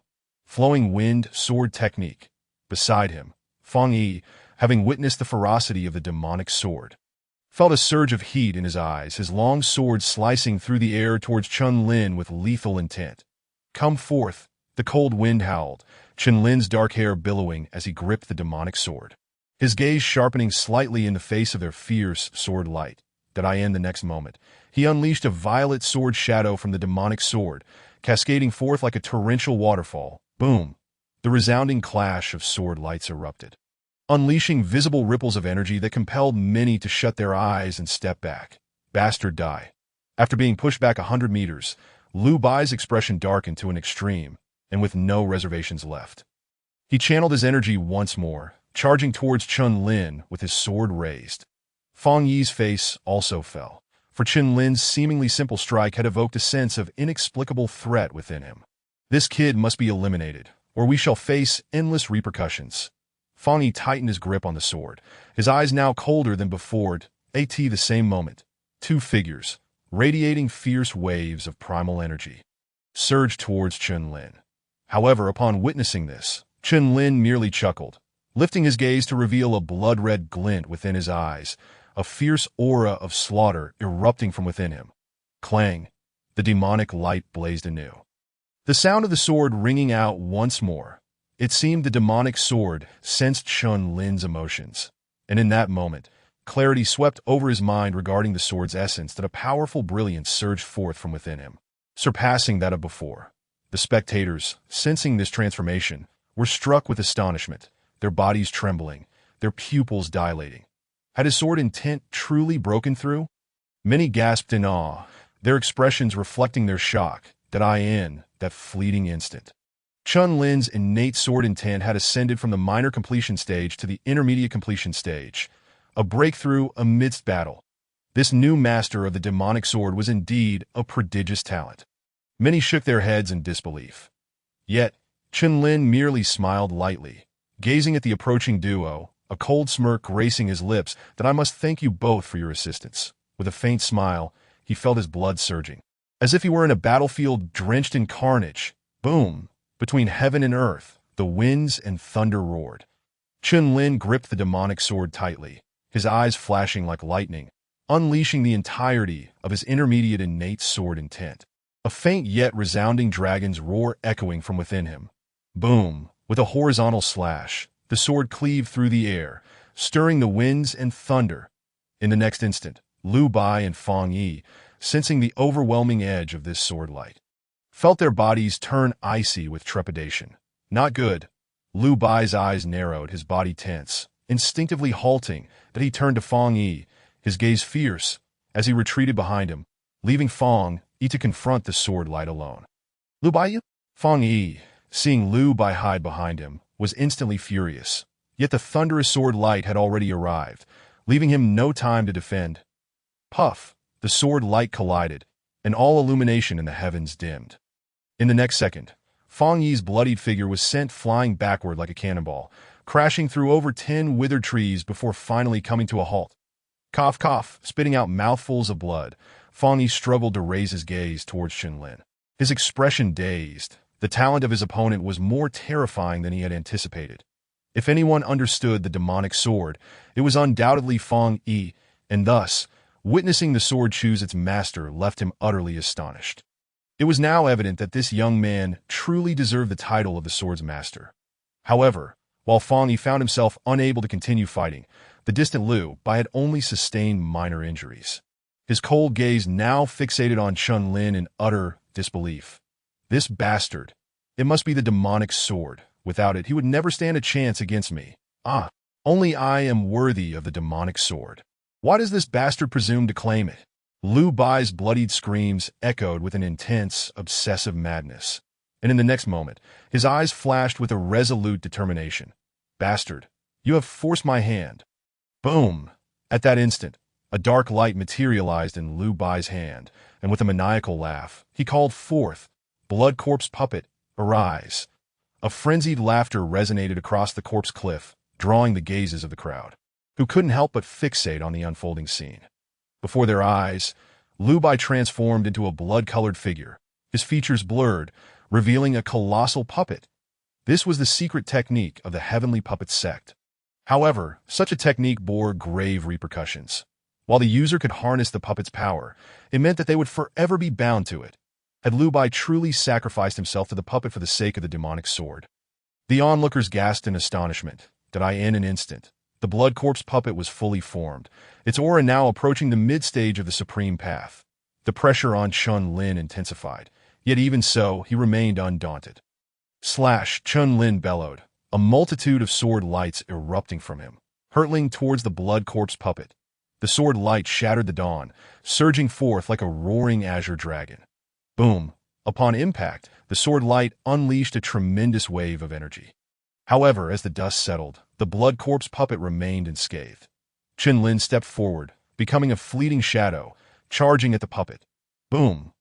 One after another, sword lights erupted from Chun Lin's hand, the sharpness of the demonic sword laid bare as it surged forth in a relentless assault. Chun Lin, today you shall undoubtedly perish. Not only will you die, but everyone around you shall meet the same fate. The blood corpse puppet, being Lu Bai, echoed with two frenzied voices, and as those words fell, an overwhelming fury erupted within Chun Lin. He soared into the air, his eyes filled with a blood-red killing intent, the sword intent erupting like a thunderstorm. The thunder dragon howled, the sword intent soared to the heavens. Indestructible thunder dragon slash. Chen Lin's voice rang out coldly, the raging thunder morphing into a phantom of a thunder dragon, merging seamlessly with the body of the demonic sword. This was a sword technique derived from the thunder god's might and his sword intent. As the indestructible thunder dragon slash was unleashed, the brilliance of the heavens dimmed in comparison, the eyes of all. There was only the magnificence of this single sword crack. The violent sword light struck Lu Bai. And in the next moment, the immense body of the blood corpse puppet was riddled with cracks resembling a spider's web. Boom! A thunderous explosion resounded. Before the eyes of the crowd, the blood corpse puppet erupted violently, scattering into countless fragments. Simultaneously, from within the puppet, a bloodied figure was flung backward, tumbling helplessly through the air. None other than Lu Bai. In a heartbeat, Chen Lin arrived before Lu Bai, his icy gaze fixed upon the terrified expression of his foe. You dare to kill me? I am the second prodigy of the heavenly puppet sect. If you slay me, the sect will not spare you. Lu Bai's face was a grotesque blend of blood and fear. Though he trembled with terror, he was also certain that given his affiliation with the heavenly puppet sect, Chen Lin would hesitate to strike him down. That's so. Yet have you forgotten one crucial detail? Chen Lin slowly squatted down, gripping Lu Bai's neck, observing the uncertainty in Lu Bai's eyes. Chen Lin spoke slowly. I've already killed Yang Feng and Song Ming. Why would I care about one more from the heavenly puppet sect? What? Lu Bai's heart sank, his eyes widening in dread. Yang Feng hailed from the Nine Yang Palace, one of the four great powers alongside the heavenly puppet sect. If Chen Lin had no fear of the Nine Yang Palace, how could he possibly fear the heavenly puppet sect? Rest easy and depart. Chen Lin's bloodshot eyes flickered, and he brought the demonic sword down in a swift arc, severing Lu Bai's bloodied head from his body, which soared into the air. Hiss! Witnessing Lu Bai's demise at Chen Lin's hands, the onlookers trembled, their bodies shaking as they gazed at the black-clad youth on the corpse cliff, their throats dry, unable to utter a single coherent word. Chapter 37. The splendor of the sword master unaware of the crowd's reaction. Chen Lin simply approached Fang Yi, asking, Who exactly are you? Haha, Chen Lin, to lose to someone like you, I am truly convinced. However, you cannot kill me. Fang Yi propped himself up, applauding Lu Bai's demise. The latter's despicable tactics had even incited Fang Yi's disdain, particularly as he had betrayed him at a critical moment. Chen Lin's gaze sharpened, realizing that Fang Yi's words held a grain of truth. After all, it was evident that Fang Yi did not originate from Tianyang County, and he likely possessed numerous means of self-preservation. Chen Lin, you possess the Azure Dragon Seal and are the new master of the demonic sword. This insignificant Azure Dragon Empire cannot possibly confine you. We will undoubtedly meet again, and at that time, I shall compete with you. As the words fell, Fang Yi smiled softly, his icy demeanor fading, and in his hand, he produced a spirit talisman, the void-breaking talisman. Chen Lin's pupils constricted as he realized he was utterly powerless against Fang Yi's methods, and could only watch as the latter vanished into thin air. However, he gleaned from Fang Yi's words that the latter did not hail from the Qinyan Empire. The ability to carry a void-breaking talisman, such a rare treasure, indicated that Fang Yi's identity was undoubtedly extraordinary. Suppressing the tumult of thoughts within, Chen Lin took a deep breath, his tense demeanor gradually relaxing. After casting his gaze upon the three enchanting figures atop the stone pillar, Chen Lin's form surged forward in an instant, rescuing each of the three women in turn. Yet by this time, the trio had already succumbed to unconsciousness due to their weakened states. Closing his eyes, Chen Lin sat cross-legged, administering some healing elixirs to the three women before he began to regulate his breathing. Observing this scene from a distance, countless pairs of eyes were stirred with intrigue. It was well known that Chen Lin had just endured a series of fierce battles and should now be utterly exhausted, devoid of any combat capability. Nevertheless, despite harboring such thoughts, not a single individual dared approach to test him. After all, Lu Bai's severed head was still displayed not far away. In this oppressive atmosphere, Ling Yin was the first to awaken, her gaze landing on Chen Lin with a flicker of astonishment in her beautiful eyes. After a brief moment, Nangong Shui and Ouyang Mingyue stirred awake in succession. Seeing the inexplicable expressions in the eyes of the two women, Ling Yin shared her conjecture, and only after she finished speaking did the two women direct their gazes toward Chen Lin. Chen Lin, Nangong Shui, who was typically aloof, could no longer maintain her calm upon seeing the young man in black seated before her. This fellow, Ouyang Mingyue's gaze was equally complex, observing the glaring blood on the young man's form. One could surmise the ferocity of the battle that had just transpired. She was well aware that the prowess of Liu Bai and his companions approached the realm of the ultimate path. Ling Yin gently patted Nangong Shui's shoulder, shaking her head with a wry smile. She never expected that the one who had rescued them would be the very person she had previously held in disdain. Under the watchful eyes of the three women, Chen Lin rubbed his nose, slowly opening his eyes with a smile. What is with that gaze? Are you plotting something nefarious against me? Die, Chen Lin lecture. As if this young lady would take a liking to you. You read truly daydreaming. Ouyang Mingyue huffed, turning away, yet only she knew the turmoil that roiled within her heart at that moment. The other two women remained silent, their emotions inscrutable. Noticing the atmosphere, Chen Lin's expression grew slightly awkward. And he spoke, "There are too many eyes here. We should first leave the corpse cliff." The consecutive battles had left him with barely 50% of his combat strength remaining, that if someone were to attack him again in an attempt to seize the demon sword, the outcome could be dire. Moreover, the three women were, to varying extents, severely injured. The pressing matter was to find a tranquil place to recuperate. Upon hearing his words, the three women nodded gently. Chen Lin then sheathed his sword, leading the way with one sword in hand, while the three women followed closely behind. Many individuals gripped their sharp weapons, contemplating an attack, yet they hesitated and wrestled with their thoughts. In the time it took them to deliberate, the figures of the four began to fade from view. Ultimately, they did not dare to strike. Apprehension and fear had permeated their very souls. Any martial artist who had witnessed the earlier events had lost the courage to confront Chen Lin. The demeanor of the sword master was indeed formidable. Somewhere within, the phrase "the sword master's aura" took root. Leaving many in a was. Chen Lin and his companions departed. The events that transpired before the corpse cliff began to spread far and wide. Who could have anticipated that Liu Bai from the Heavenly Puppet Sect, Song Meng from the Butcher Alliance, alongside the mysterious Fang Yi, would all fall to the hands of this demon sword master? Half a month slipped by in silence. During this period, the wild demon forest finally returned to its former tranquility. That in a certain cave, three exquisite figures sat quietly, engaging in rhythmic breathing, their vital energy swirling around them. At this moment, a figure clad in black stepped inside. Upon seeing the three in meditation, he remained silent, standing still in place. Before long, the three gradually opened their eyes, gazing at the newcomer with gratitude. "Thank you, young Master Chen." Ling Yin was the first to speak, being the most discerning among them. Nangong Shui regarded Chen Lin in silence, seemingly accustomed to concealing her emotions. "During this half-month, my junior sister and I have fully recovered from our injuries. It is time for us to return to the sect," Ling Yin said, cupping her fists and casting a glance at Chen Lin that shimmered with a hint of brilliance. Chen Lin nodded slightly in response. "The Thunder Element Crystal, I shall remember it well. Should you need it in the future, do not hesitate to ask. Haha, since young Master Chen has said so, I shall certainly keep it in mind."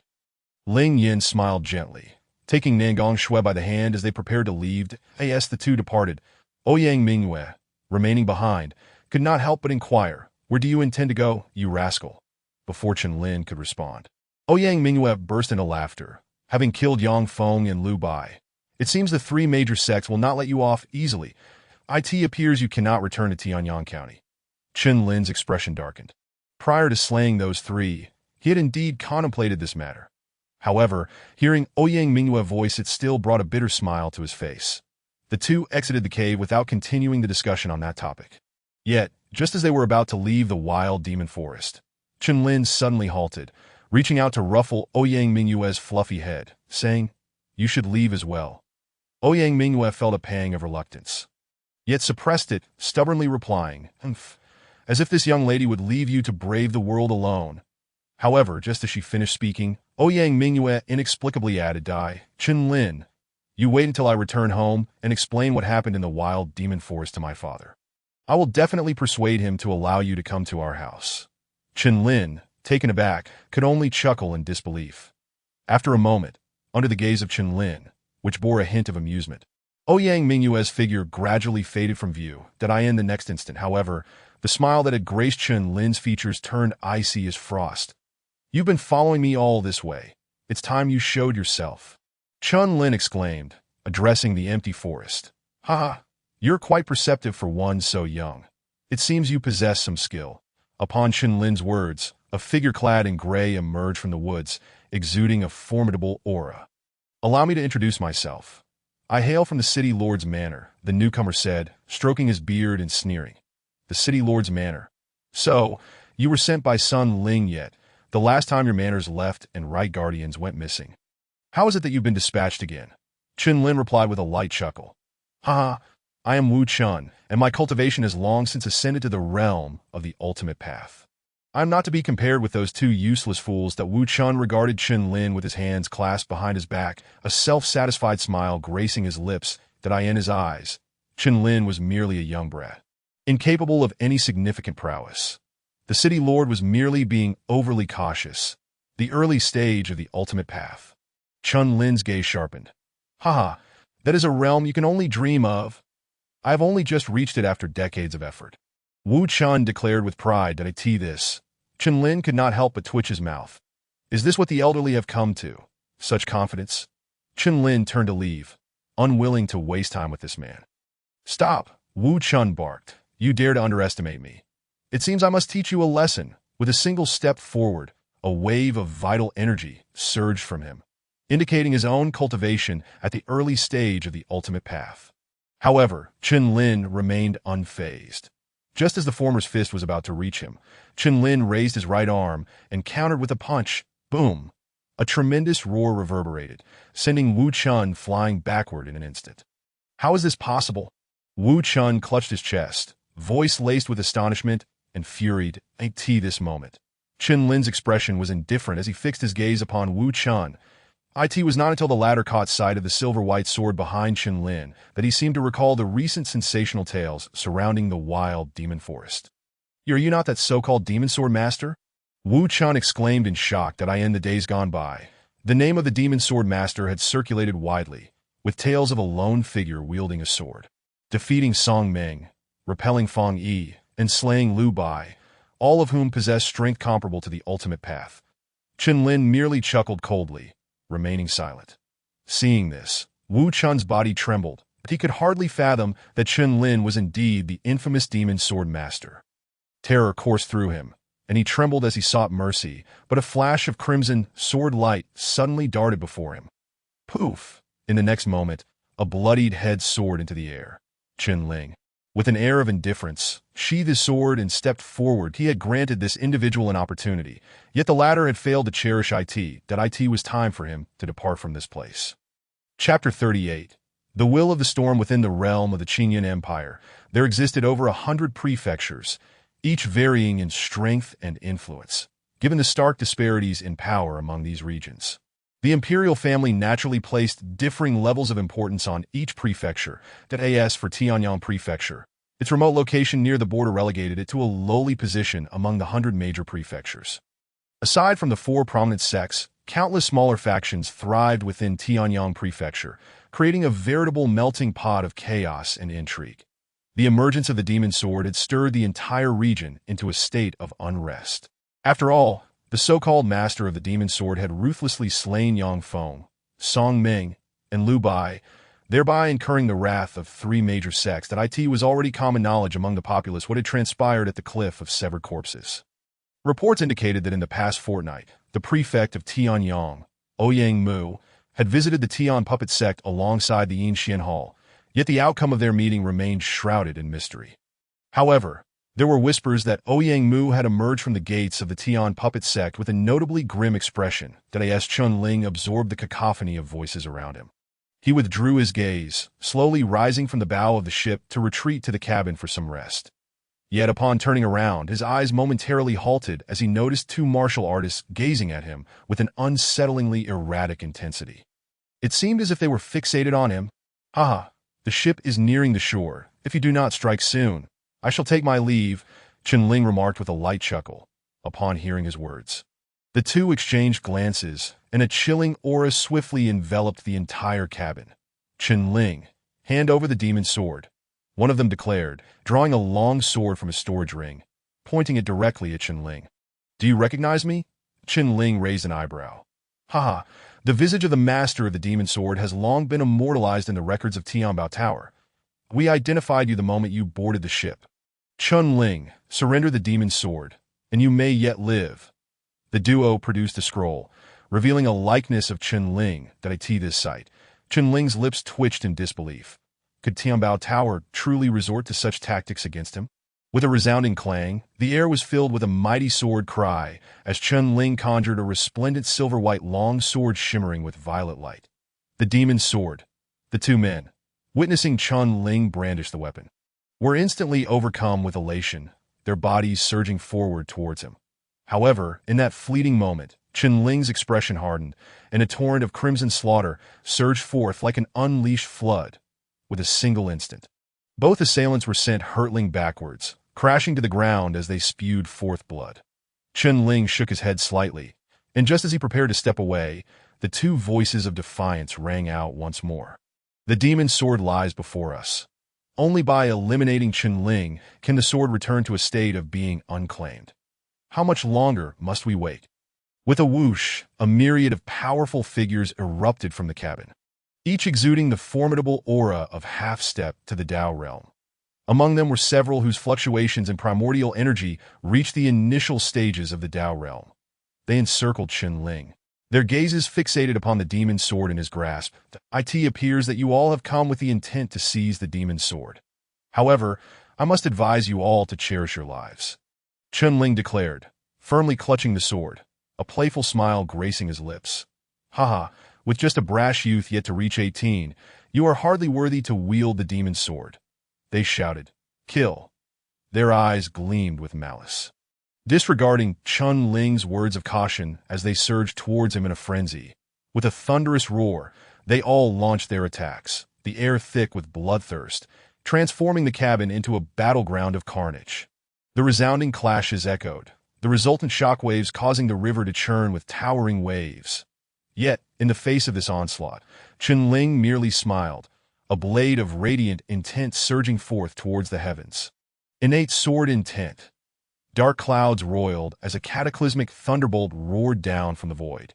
Qin Ling raised his sword, merging it with the thunder, and struck down with fury. The sword's shadow engulfed all. A chilling wail erupted, but this was just the beginning. After unleashing a strike, Qin Ling stepped forth with a dragon step, his form becoming an ethereal shadow as he charged into the remaining throng. With swift flashes, the demon sword's brilliance swept through the air, and cries of agony abruptly ceased. The ground was drenched with blood, and cold corpses toppled into the river. Moments later, Qin Ling sheathed the demon's sword. His black attire miraculously untouched, devoid of any stains of blood that in the span of a month, he had effortlessly advanced to the half-step Tao realm, dispatching ordinary initial stage Tao practitioners with a single stroke. At that moment, raindrops began to fall from the sky, gradually washing away the blood from the cabin. Seated at the bow of the ship, Qin Ling paid no heed to the lifeless bodies, lifting a wine jug to sip leisurely. However, after a short while, the rain intensified dramatically. Qin Ling raised an eyebrow, remaining unfazed, as a sword intent overflowed, forming a luminous barrier against the downpour. The rain fell with a resounding pitter-patter. Unbeknownst to him, Qin Ling closed his eyes, disregarding the torrential rain. Yet the droplets upon his sword intent barrier did not dissipate. Instead, they began to merge seamlessly with the sword intent. Meanwhile, Qin Ling entered an extraordinary state of being. In a sudden realization, Qin Ling's eyes snapped open, gazing skyward as the cascading rain transformed into razor-sharp sword chi. Deep within his soul sea, an unparalleled figure seemed to take note of Qin Ling's state. Astonished by his progress, this boy has comprehended the embryonic form of intent at the half-step Tao realm. The supreme figure murmured, observing Qin Ling's condition with a furrowed brow, that if this continues, achieving the unity of heaven and man will become exceedingly difficult in the future. Very well, I shall assist you once more. The supreme figure resolved, making a gesture as if transcending time and space. An inexplicable force surged forth from the void, causing the surroundings to feel as though they had solidified. In that moment, time itself appeared to freeze to Qin Ling. The torrential rain transformed into sword chi, relentlessly crashing towards him. Yet faced with this terrifying spectacle, he stood undaunted, allowing the rain to drench him in mere moments. His body bore numerous ghastly wounds. What is this power? It possesses the sharpness of sword intent, yet is more pure, accumulating all harm before unleashing it. The storm raged. Qianling's eyes widened in revelation, a spark of clarity igniting within him. For all he could see was the deluge cascading down that instant. His injuries had completely healed. The tempestuous sword chi was drawn back into his being, merging flawlessly within him. The will of the storm. Qianling's expression brightened as he wielded the demon sword, unleashing a seemingly ordinary beam of sword light that swept forth. Yet within that light resided an unparalleled sharpness, akin to the torrential downpour, leaving his adversaries with no means of evasion. The power of intent is not limited to the sword and blade you see before you, but encompasses the purest forces of nature within this realm. A thunderous voice suddenly resounded in Qianling's ear, one he recognized all too well. His expression turned solemn as he intoned, "I humbly request guidance, esteemed Emperor." The forces of heavenly intent are divided into 4 primary categories: the will of the earth, will of the fiery inferno, will of the swift wind, and will of the dripping water. These 4 ordinary forces are represented by tangible manifestations, making them relatively easier for martial artists to comprehend. Beyond these 4 ordinary wills, there exist rare forms, such as the will of ice, will of the tempest, and the will of the storm you have just grasped.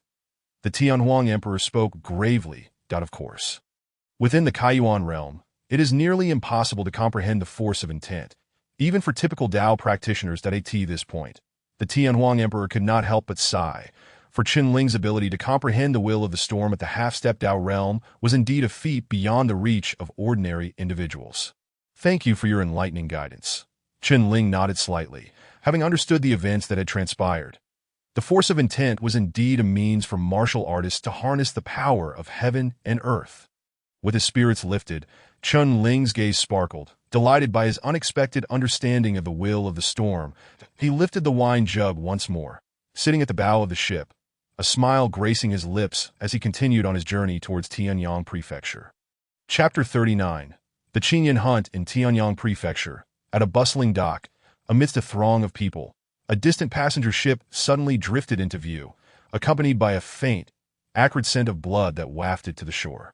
All the martial artists at the dock turned their gazes towards the vessel, their pupils constricting in shock. The ship was strewn with corpses, bloodied and marred, as if it had transformed into a sea of crimson. "Is this a ghost ship?" one person stammered, frozen in place at that moment. The ship docked, and a black-clad youth emerged from the deck, holding a wine jug. Upon seeing him, a few individuals' expressions shifted, astonished. "It is Qianling, the new master of the demon sword." "The master of the demon sword?" Upon hearing those 4 words, the crowd shuddered in unison. For over a month, the most frequently whispered tidings in their ears have been the news of the emergence of the demonic sword. The legendary sword of the Holy Emperor, said to have slain the 9 great lords of the demon clan, was a weapon that none could resist yearning for. However, upon witnessing the corpses aboard the guest ship, many could not help but shiver. Surely, these individuals had met their demise at the hands of the demonic sword, hadn't they? "Are you all inclined to give it a try?" Qianlin inquired with a smile, his gaze sharp. Upon hearing his words, the crowd halted, hesitant to advance, for the sight of the ship laden with corpses was indeed chilling. "Since you choose not to act, I shall take my leave." Qianlin chuckled, striding away from the dock. "Quickly inform the Tiankui sect and the Jiuyang Palace that the master of the demonic sword has arrived in Tianyang County." The martial artists standing around the dock shook their heads as they witnessed Qianlin's departing figure. Many had already set off towards the Tiankui sect and the Jiuyang Palace, clearly to relay the news. Unbeknownst to Qianlin, after his departure from the dock, he soon found himself on the bustling streets. It was not long before he overheard a flurry of whispered conversations. "In 6 months, the grand event of our Qin Empire, the Qin Hunt, will commence. Indeed, the Qin Hunt is held only once every 3 years. That I recall the last one took place in the Tianqi secret realm. The Qin Hunt gathers the prodigies from the 100 counties of the empire and the royal family. Yet only those truly exceptional can emerge victorious and attain fame in Qin Yun. Ha! Speaking of which, it seems our Tianyang County has only 2 slots for this Qin Hunt. Alas, it is true. Aside from Yin, son of the Tian Kuei sect, the governor's office has but 2 slots remaining. Among the 100 counties of the empire, Tianyang County is already at the bottom, that if this time no one makes a name on the Qingyun board, then next time, we may not even have a single slot left. I wonder who the governor will bestow these 2 slots upon. The discourse of the 2 martial artists reached Chun Lin's ears, causing his gaze to sharpen slightly upon hearing their exchange. The Qingyun hunt, gathering the prodigies from the 100 counties and the royal family. Could it be that Mo Xiuhan will attend as well? Chun Lin's body trembled, and at this thought, an uncontrollable sword intent began to surge around him. Observing this scene, the passing martial artist regarded Chun Lin with wary eyes, for the sharpness of his sword intent was exceedingly formidable. Regaining his composure, Chun Lin opened his eyes, his sword intent calming once more, though his gaze remained icy. Regardless of whether Mo Xiuhan would appear at this so-called Qingyun hunt, it presented an excellent opportunity for him to hone his skills. Engaging with the prodigies from the 100 counties was a rare chance indeed. Moreover, it would be an excellent opportunity to gauge how far he could advance. However, from the words of the 2 earlier, it seemed that participation in the Qingyun hunt required slots, and those slots appeared to rest in the hands of the governor of Tianyang County. Just then, the voices of the 2 resumed. I heard that today. The governor has issued a notice seeking a master of swordsmanship to instruct his beloved daughter. Indeed, this is the perfect opportunity to get close to the governor. Many renowned sword cultivators have gone to the governor's office to register. If any sword cultivator can successfully teach the young lady, perhaps the governor might reward them with a slot. Alas, I have yet to comprehend the essence of sword intent. Otherwise, I would have tried my luck. At this, Chun Lin's gaze flickered, and a smile crept upon his lips. This young lady, could she be that girl? Chun Lin chuckled, having arrived at a conclusion that it seems he must pay a visit to the governor's office. For he harbored a substantial interest in the slots for the Qingyun hunt. Chun Lin casually grabbed a martial artist to inquire about the route, then set off towards the governor's office. Before long, he arrived at the entrance of the governor's residence that a guard, upon seeing Chun Lin approach, coldly inquired, "What brings you here?" Chun Lin clasped his hands in greeting, smiling as he replied, "I have heard that the governor is seeking a master of swordsmanship. So I came to register." The guard, upon hearing Chun Lin's words, could not help but roll his eyes, mocking, "You consider yourself a sword master?" Chun Lin nodded silently. "If all goes well, my swordsmanship should suffice." The guard scoffed, "You, a mere boy who hasn't even grown a beard, dare to claim to be a master of swordsmanship? Hurry up and leave. Don't waste my time here, even if you intend to deceive. You ought to disguise it better." Chun Lin's expression darkened as he regarded the guard's scrutinizing gaze. It then dawned on him that after more than a month, his attire had become exceedingly tattered and unkempt, certainly not befitting a sword master. The guard sighed in resignation. Very well, that it appears your arrival here has not been easy, so I shall grant you an opportunity. But let me warn you, there are already many formidable sword masters inside. Do not endanger your life." Chun Lin nodded.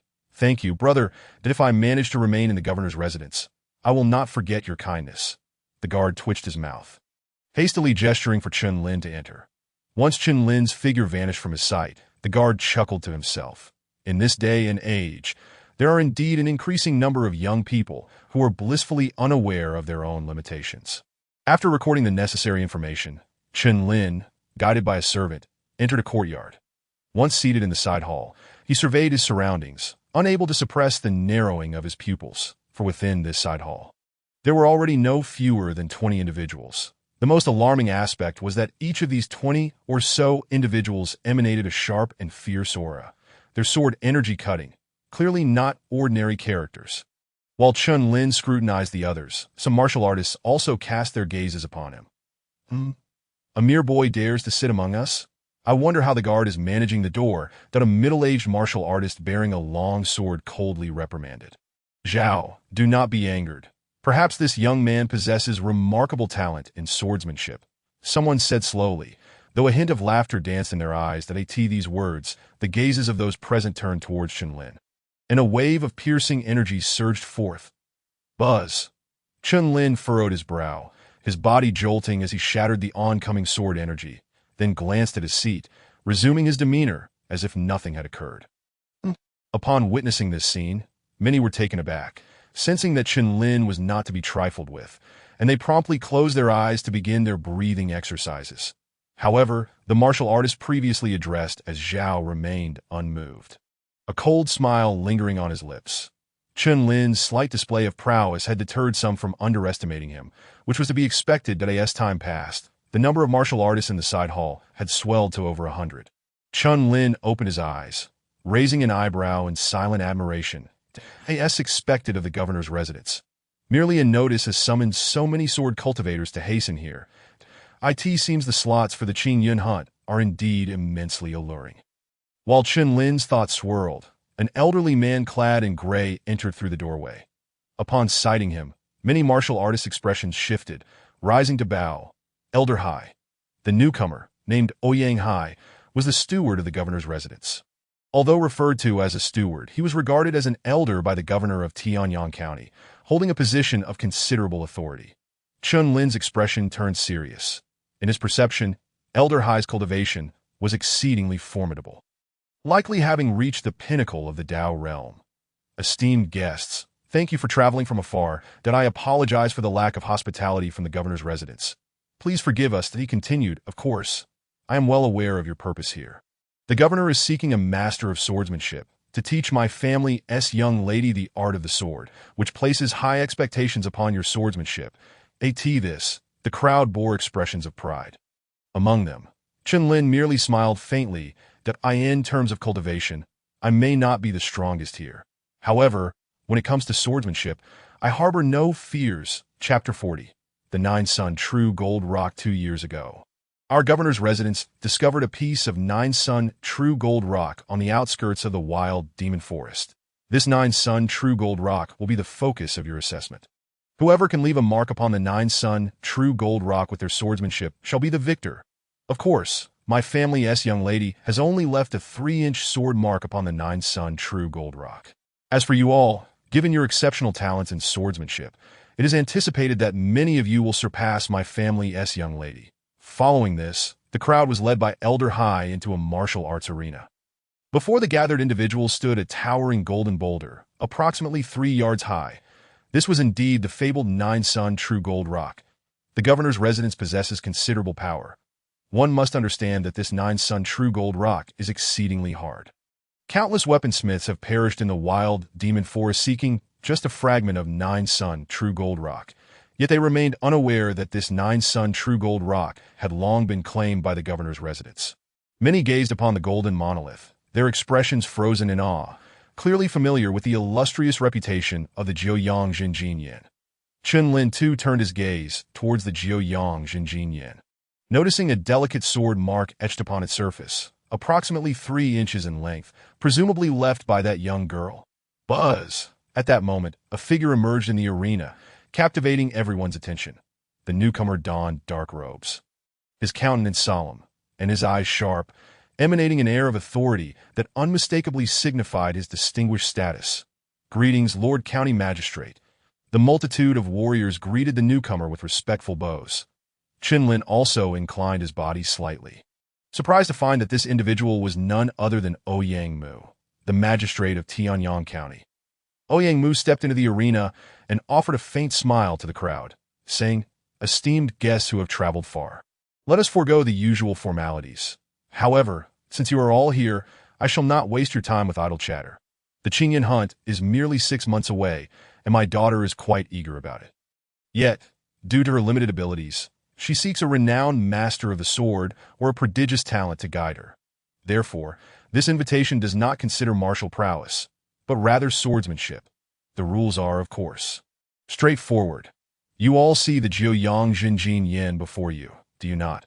Whoever can leave the deepest sword mark upon it shall be deemed the strongest in swordsmanship. Even a typical early-stage Ji Dao realm warrior, using an 8th-tier spiritual treasure with all their might, would struggle to leave even a trace. Thus, I implore you all to give it your utmost effort." Ouyang Mu smiled gently, betraying none of the sternness one might expect from such a figure. Instead exuding warmth to this juncture, Elder Hai interjected, "Indeed, for ultimately, among all present, only one shall remain. However, The magistrate has considered the arduous journey you have undertaken and has thus prepared 5,000 low-grade yuan stones for each participant. Upon hearing this, smiles began to appear on the faces of many, that if any of you can truly guide my daughter well and meet my expectations, then within the magistrate's residence, you may take whatever you desire. Ouyang Mu continued. Wow, his words sent a ripple of excitement through the crowd, as the allure of such a proposition was undeniably enticing. Throughout Tianyang County, regardless of the prominence of the Tian Kai sect or the other three major sects, they would all pale in comparison before the magistrate's offer. Moreover, this condition naturally included another coveted spot for the Qingyan hunt, which was the most exhilarating aspect. Lord Magistrate, is this truly the case?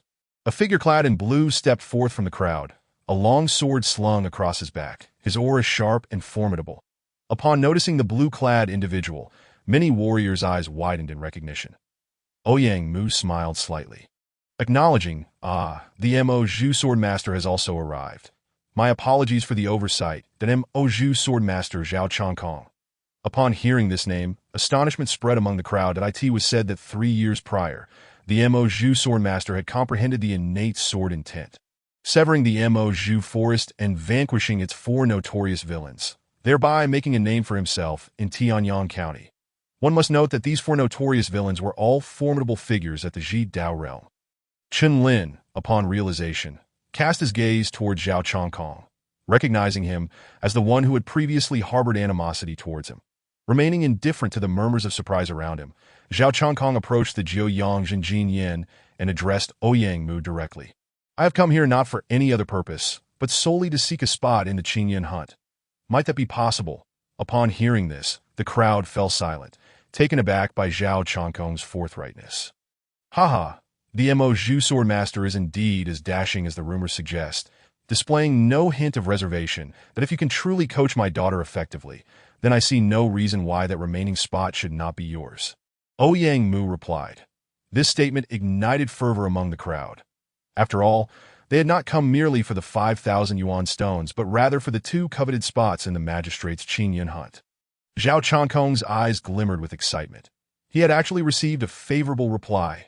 Chen Lin, upon hearing Ouyang Mu's words, also felt a surge of enthusiasm.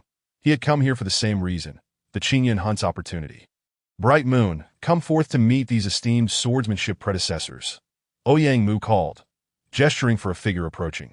The young girl, adorned in a pink and white long gown, possessed a delicate and lively countenance, her skin fair and smooth, her figure graceful and alluring. She was none other than Ouyang Mingyue. Haha, truly deserving of the title First Beauty of Tianyang County. Miss Ouyang's beauty is indeed captivating.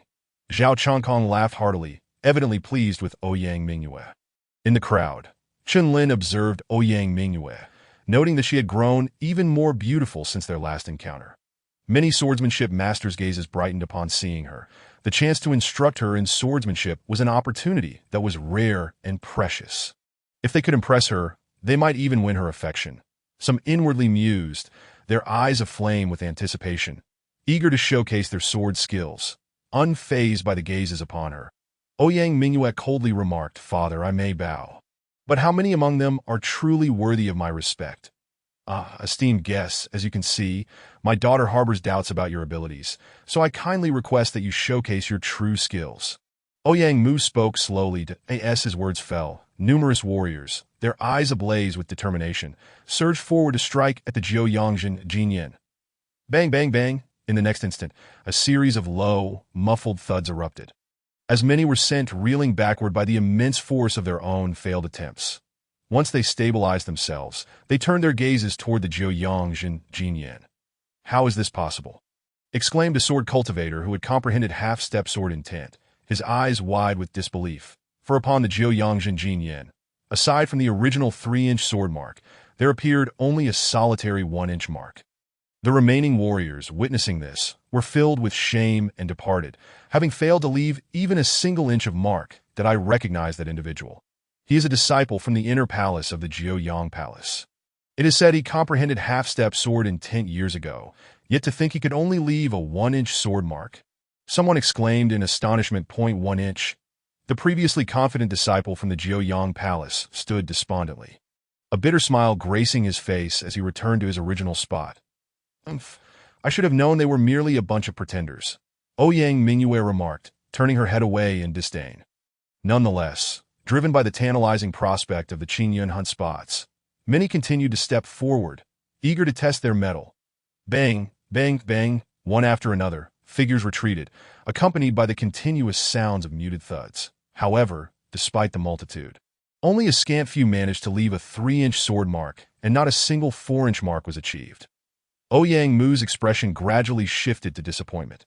In this vast Tianyang County, it seemed impossible to find a genuine sword cultivator.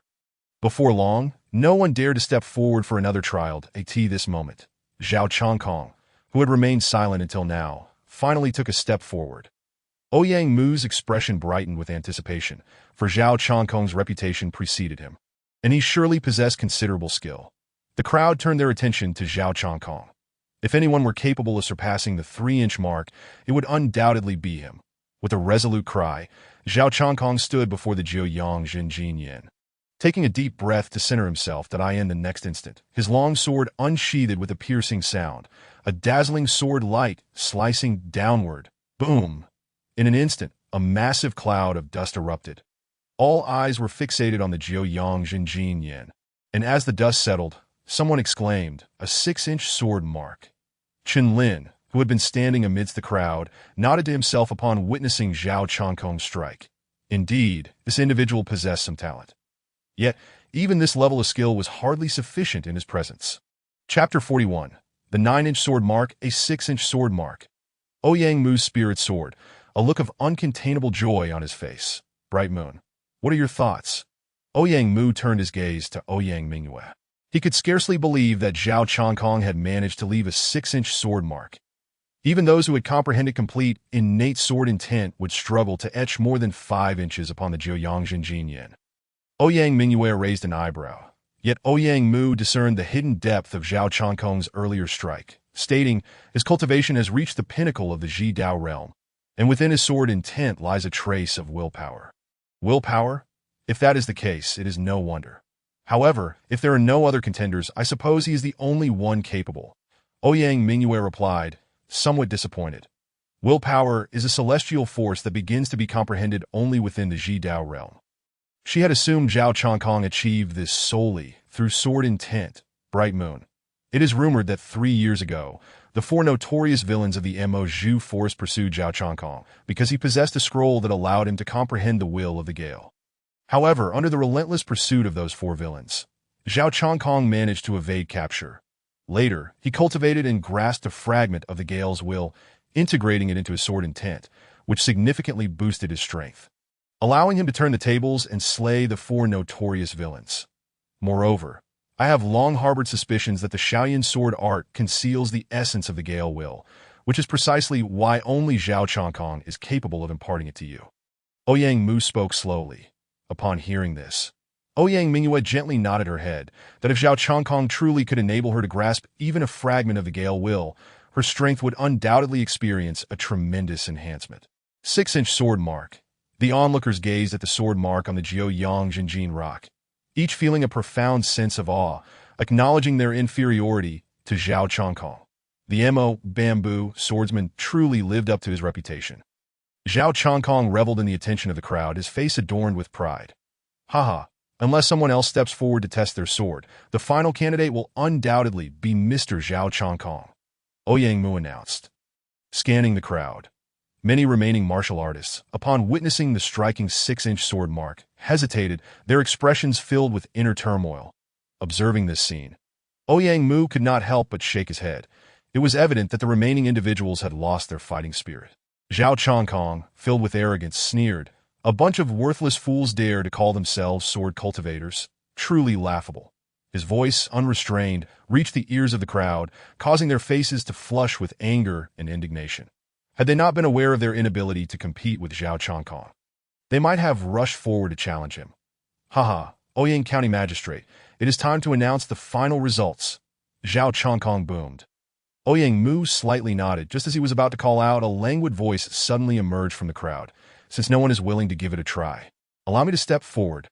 The crowd turned their gaze towards the source of the voice, revealing a young boy clad in black, his face strikingly youthful. "Oh, it's you," Zhao Chongkong remarked, momentarily taken aback, before a cold smirk appeared on his lips.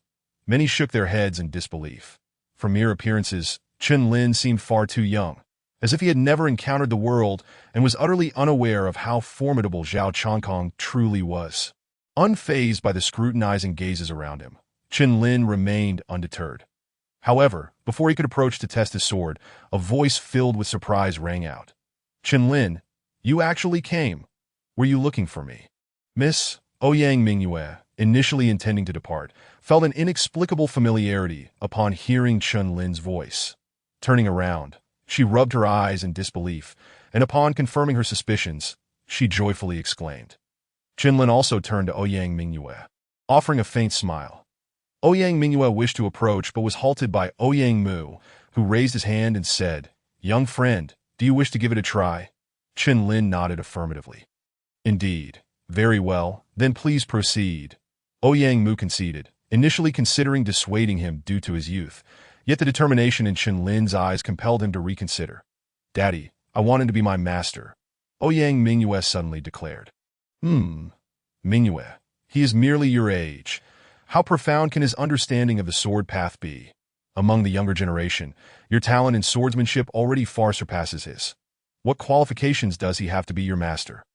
Moreover, I have already decided that Mr. Zhao Chongkong shall take on that role for you. This matter is not to be discussed further. Remember, during the Qingyan hunt, all the prodigies of the Empire's younger generation will gather. And with your current strength, you still have a considerable distance to cover. Use the remaining time to diligently practice alongside Mr. Zhao Chongkong.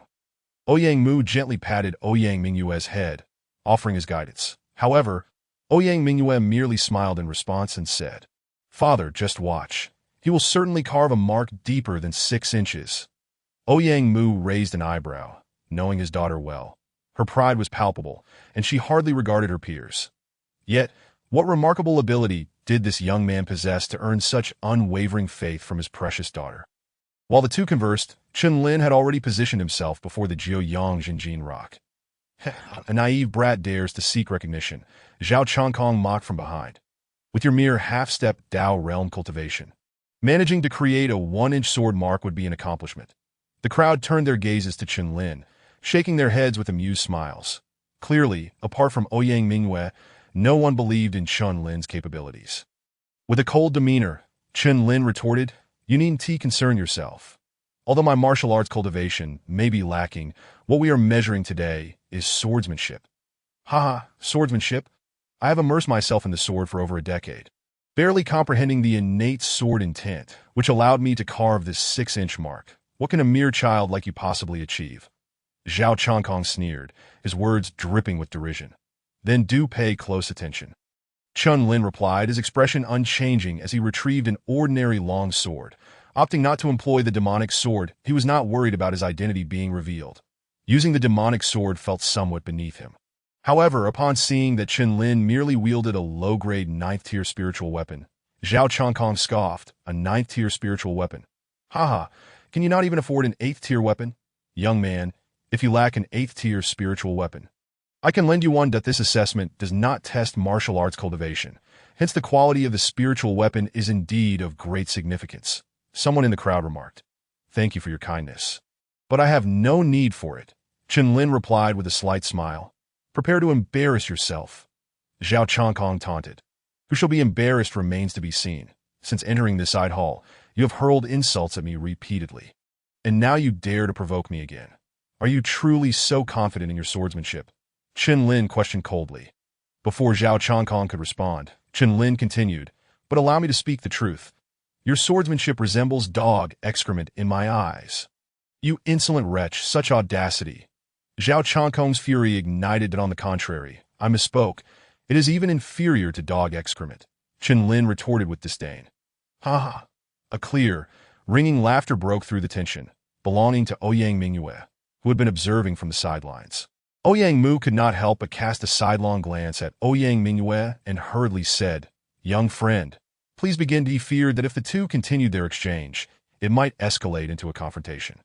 Chen Lin silently nodded, ignoring Zhao Chongkong as his gaze sharpened, In the next instant, sword in hand, he trembled with intensity, unleashing a formidable sword intent that soared towards the heavens in the eyes of the spectators. A momentary daze enveloped them. This sword intent? Someone gasped that moment. Chun Lin resembled a divine sword, unparalleled in sharpness, standing proud amidst the world. Slash! Chun Lin commanded coldly, and a silver-white sword light erupted from the blade. Cutting through the the sword light manifested. Everyone was momentarily blinded by its brilliance. Boom! A thunderous roar reverberated, echoing throughout the area, causing the crowd to hastily reopen their eyes, fixating on the Jiuyang Zhenjin rock. A few inches of sword mark? The question lingered in their minds, and soon enough, the smoke cleared, revealing the Jiuyang Zhenjin rock once more. 9 inches?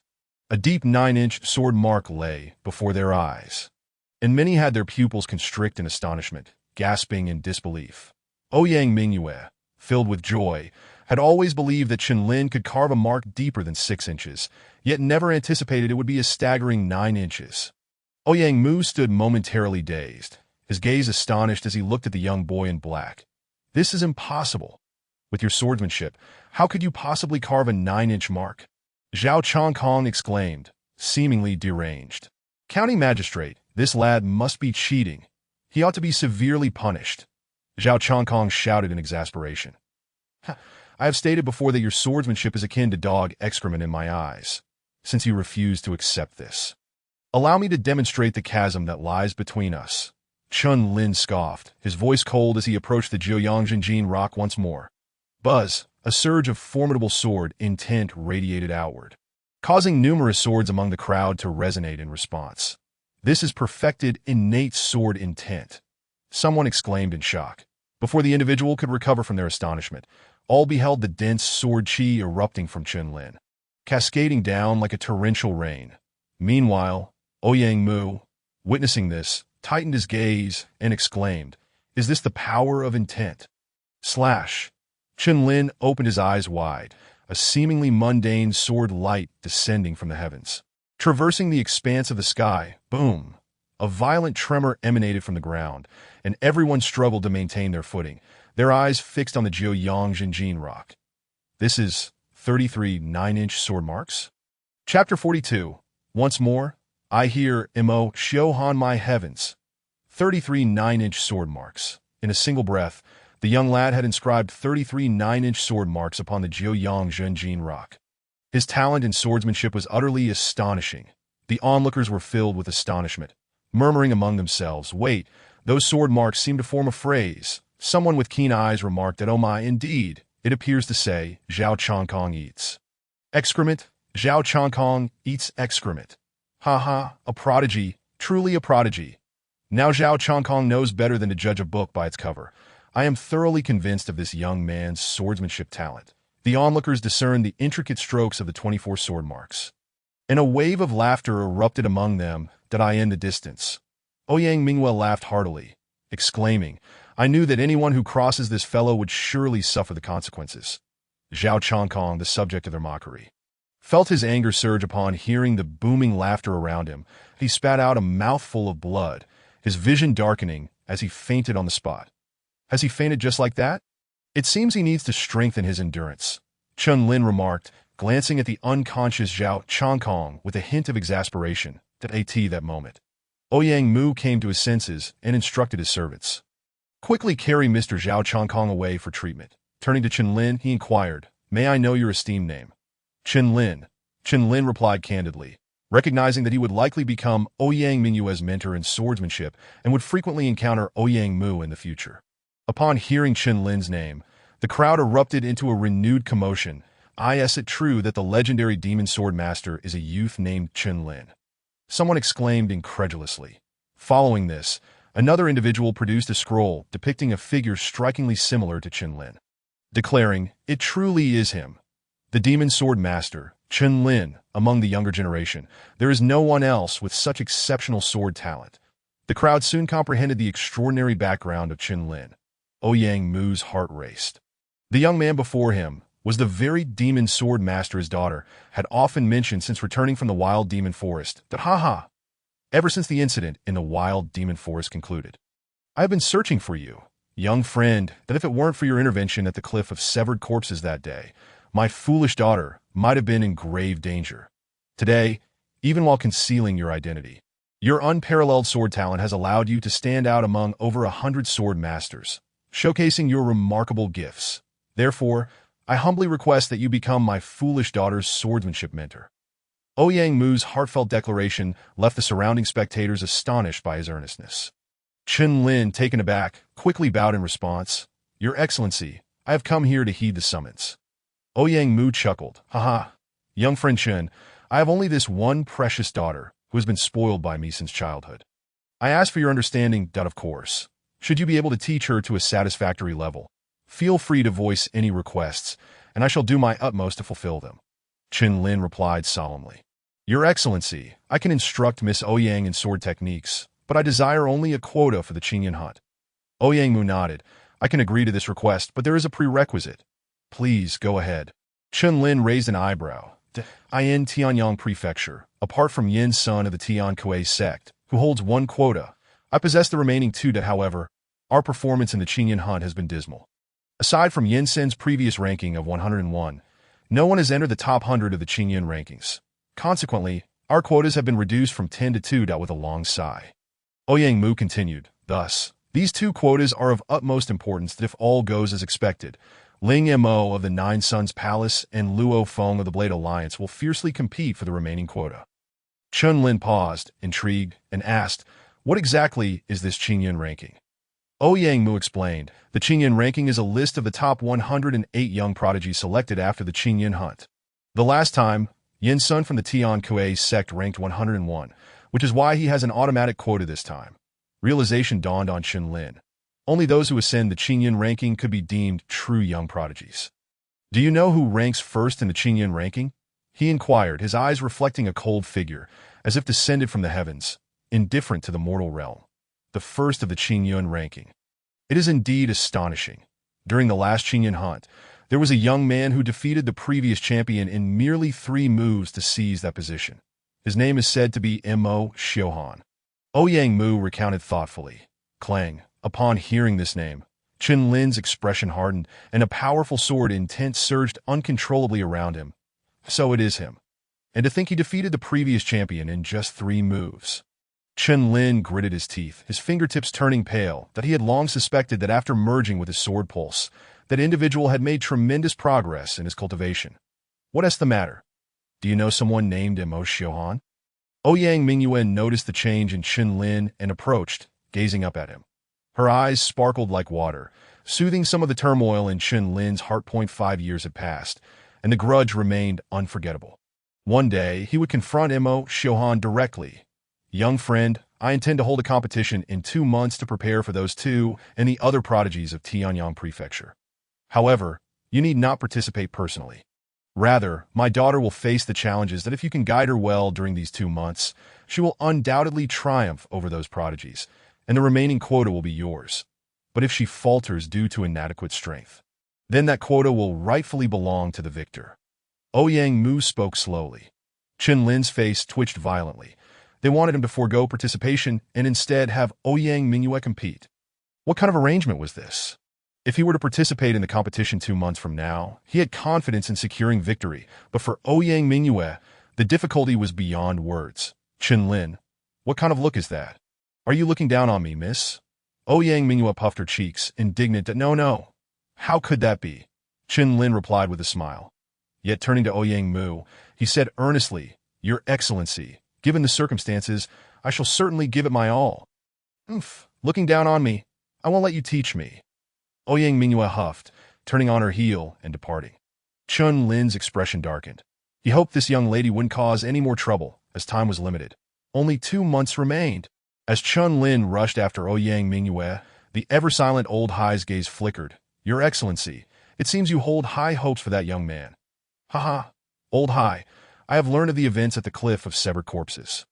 This young man was chosen by the Demon's Sword, which is indeed remarkable at such a young age. He has not only grasped the innate sword intent, but has also comprehended the willpower that even those at the path to sovereignty find challenging to achieve. Ouyang Mu exclaimed in astonishment. Willpower? Could it be the sword he wielded against the Nine Suns' true gold rock? Old Hai pondered, recalling that the sword had contained an unusual power he had yet to identify. Indeed, that willpower does not belong to the four common types. It must be a rare form of willpower. Ouyang Mu declared resolutely, his insight far beyond that of ordinary individuals that To comprehend rare willpower at the half-step path to sovereignty level. And to be the demon sword master, his aptitude is already on par with those prodigies in the top ranks of the Qingyun listing. Moreover, you must understand, he is one of us from Tianyang Prefecture. Ouyang Mu's expression deepened. Old Hai nodded slightly, choosing not to speak further. Chapter 43. The Shaoyan Sword Technique. The next day, Chen Lin stepped out of his room and inquired of a nearby maid. Where is your young lady? Is she not coming to practice swordsmanship today? The maid replied respectfully, Young Master Chen, my young lady usually rises around 10 in the morning. Chen Lin's lips twitched. It seemed the young lady's habits were rather poor. It is well known that morning is when a warrior's comprehension of the heavens and earth is at its peak, that he often practiced through the night, remaining vibrant even after days without sleep. With a sigh of resignation, he followed the maid to Ouyang Mingyue's courtyard. Just as he was about to knock, the door suddenly swung open with a creak that a clear cry rang out, and the door slammed shut tightly. Chen Lin's nose was abruptly struck, the pain causing him to gasp. What in the world, my young lady? What is going on here? Ouyang Mingyue, hiding behind the door, was startled to see a man at the entrance, as she typically only emerged at this hour to relieve herself. However, after a moment's shock, she managed a sheepish smile, saying, What brings you here so early, you rascal? Miss, it's still early. The sun is already risen high. If you do not practice your swordplay, I shall take my leave, Chen Lin said, a hint of irritation bubbling within him. Wait, why do you get so easily angered? I will be ready shortly, Ouyang Mingyue exclaimed, her expression suddenly alarmed as she hurriedly began to prepare. Chen Lin sat upon a stone bench in the courtyard, closing his eyes in quiet anticipation. Half an hour later, he stared blankly at the tightly shut door, remarking, Isn't your lady supposed to arrive soon? Young Master Chen, would you not wait a little longer? The maid whispered, her face displaying a hint of urgency. Chen Lin continued to meditate, breathing steadily to an hour passed once more. And feeling impatient, he decided to turn back. Just then, the door finally creaked open. Are you not here to teach me swordplay? Why do you wish to leave now? Ouyang Mingyue huffed, her tone light yet pointed. Seeing her, Chen Lin nearly choked with indignation. He had waited for 2 whole hours based on her promise of soon. Calm down. I must remain composed, before he could respond. Ouyang Mingyue chuckled. Do you not think you came here simply because you miss me? Chen Lin frowned. That is not the case. I do not believe you. It must be true that I know you are shy. It is perfectly fine, for I am already aware of your feelings, she said, a playful smile gracing her lips. Chen Lin intended to speak candidly about his visit concerning the Qingyun hunting quota, but upon witnessing her smile, he found himself momentarily at a loss for words. Our time is limited, that I in 2 months. You must face all the young prodigies of Tianyang County on stage. Therefore, showcase your strongest sword technique to me now, Chen Lin stated solemnly. Ouyang Mingyue was taken aback, seemingly perplexed. Hurry, do not waste any more time. Chen Lin urged. Very well, but stand back. I fear I may injure you, she replied, her beautiful eyes lifting as she spoke softly. Chen Lin chuckled. If you could injure me, then there would be no need for sword practice. You could simply await the final arena battle. Begin at once. I wish to see the extent of your abilities, he commanded, retrieving a flask of wine and seating himself, watching her intently. Ouyang Mingyue, hearing this, let out a light huff and then turned her attention away from him. From her storage ring, she produced a long sword and, with a swift motion, commenced her swordplay within the courtyard. The sword sang. Its aura sharp and piercing, each strike imbued with a half-step of sword intent that shattered the air around her. The technique she employed was both profound and intricate, alternating between swift, languid, gentle as water, and replete with lethal intent. Observing her performance, Chen Lin nodded slowly, recalling her mention of the Shaoyan sword technique during their previous encounter in the wild demon forest. Yet he noted that she had not even realized a fraction of its true power. Not far off, 2 figures stood within a pavilion, their gazes fixed upon Ouyang Mingyue as she practiced. Lord County Guard. It seems the young lady is demonstrating our family's ancestral sword technique, the elder remarked. His expression inscrutable. Indeed, but the girl has yet to grasp the essence of this technique. She possesses its spirit but lacks its form. Ouyang Mu lamented. The true caliber of this sword technique must surely reach the level of 6th grade advanced martial arts. The elder proclaimed. Not merely 6th grade advanced martial arts.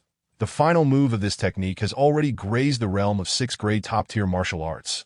Ouyang Mu asserted, his expression grave. Years ago, our ancestors from the Ouyang family wielded this technique to carve a path through the Qingyan Empire, leaving their mark upon history. However, it is notoriously difficult to master. The sword moves are but a shell, and the true soul lies within the willpower contained therein. Only by harmonizing with that will can one unlock its full potential. He explained, a pained smile upon his lips. Could that willpower be the will of the gale? The elder inquired, perplexed. It is indeed the will of the gale, yet it feels distinct, even when paired with the will of the gale.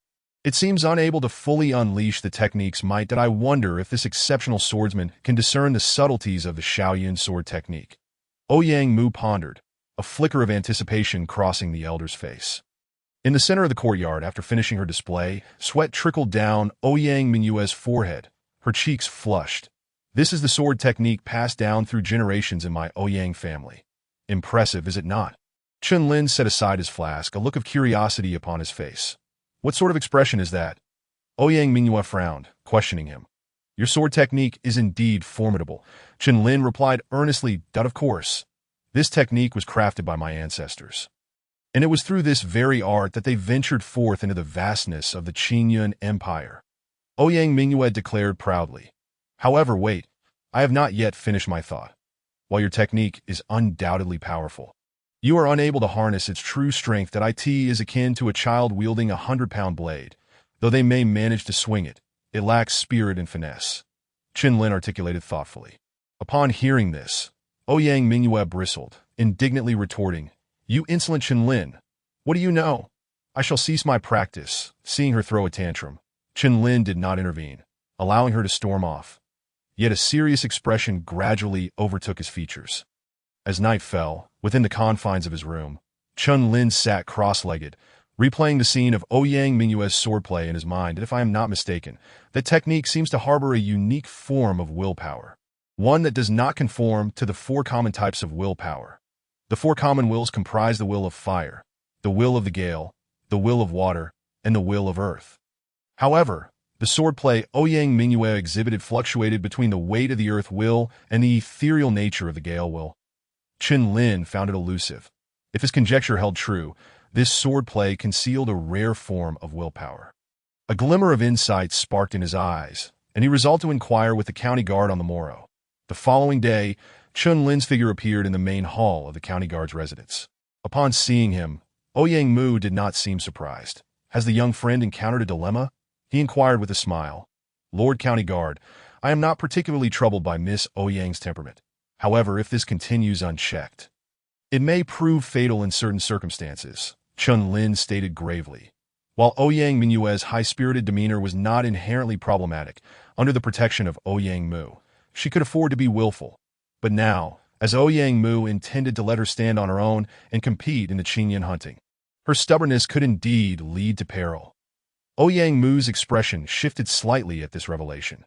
Chen Lin's words resonated with his own concerns that if you trust me, I implore you not to merely observe as I instruct Miss Ouyang in her sword practice tomorrow.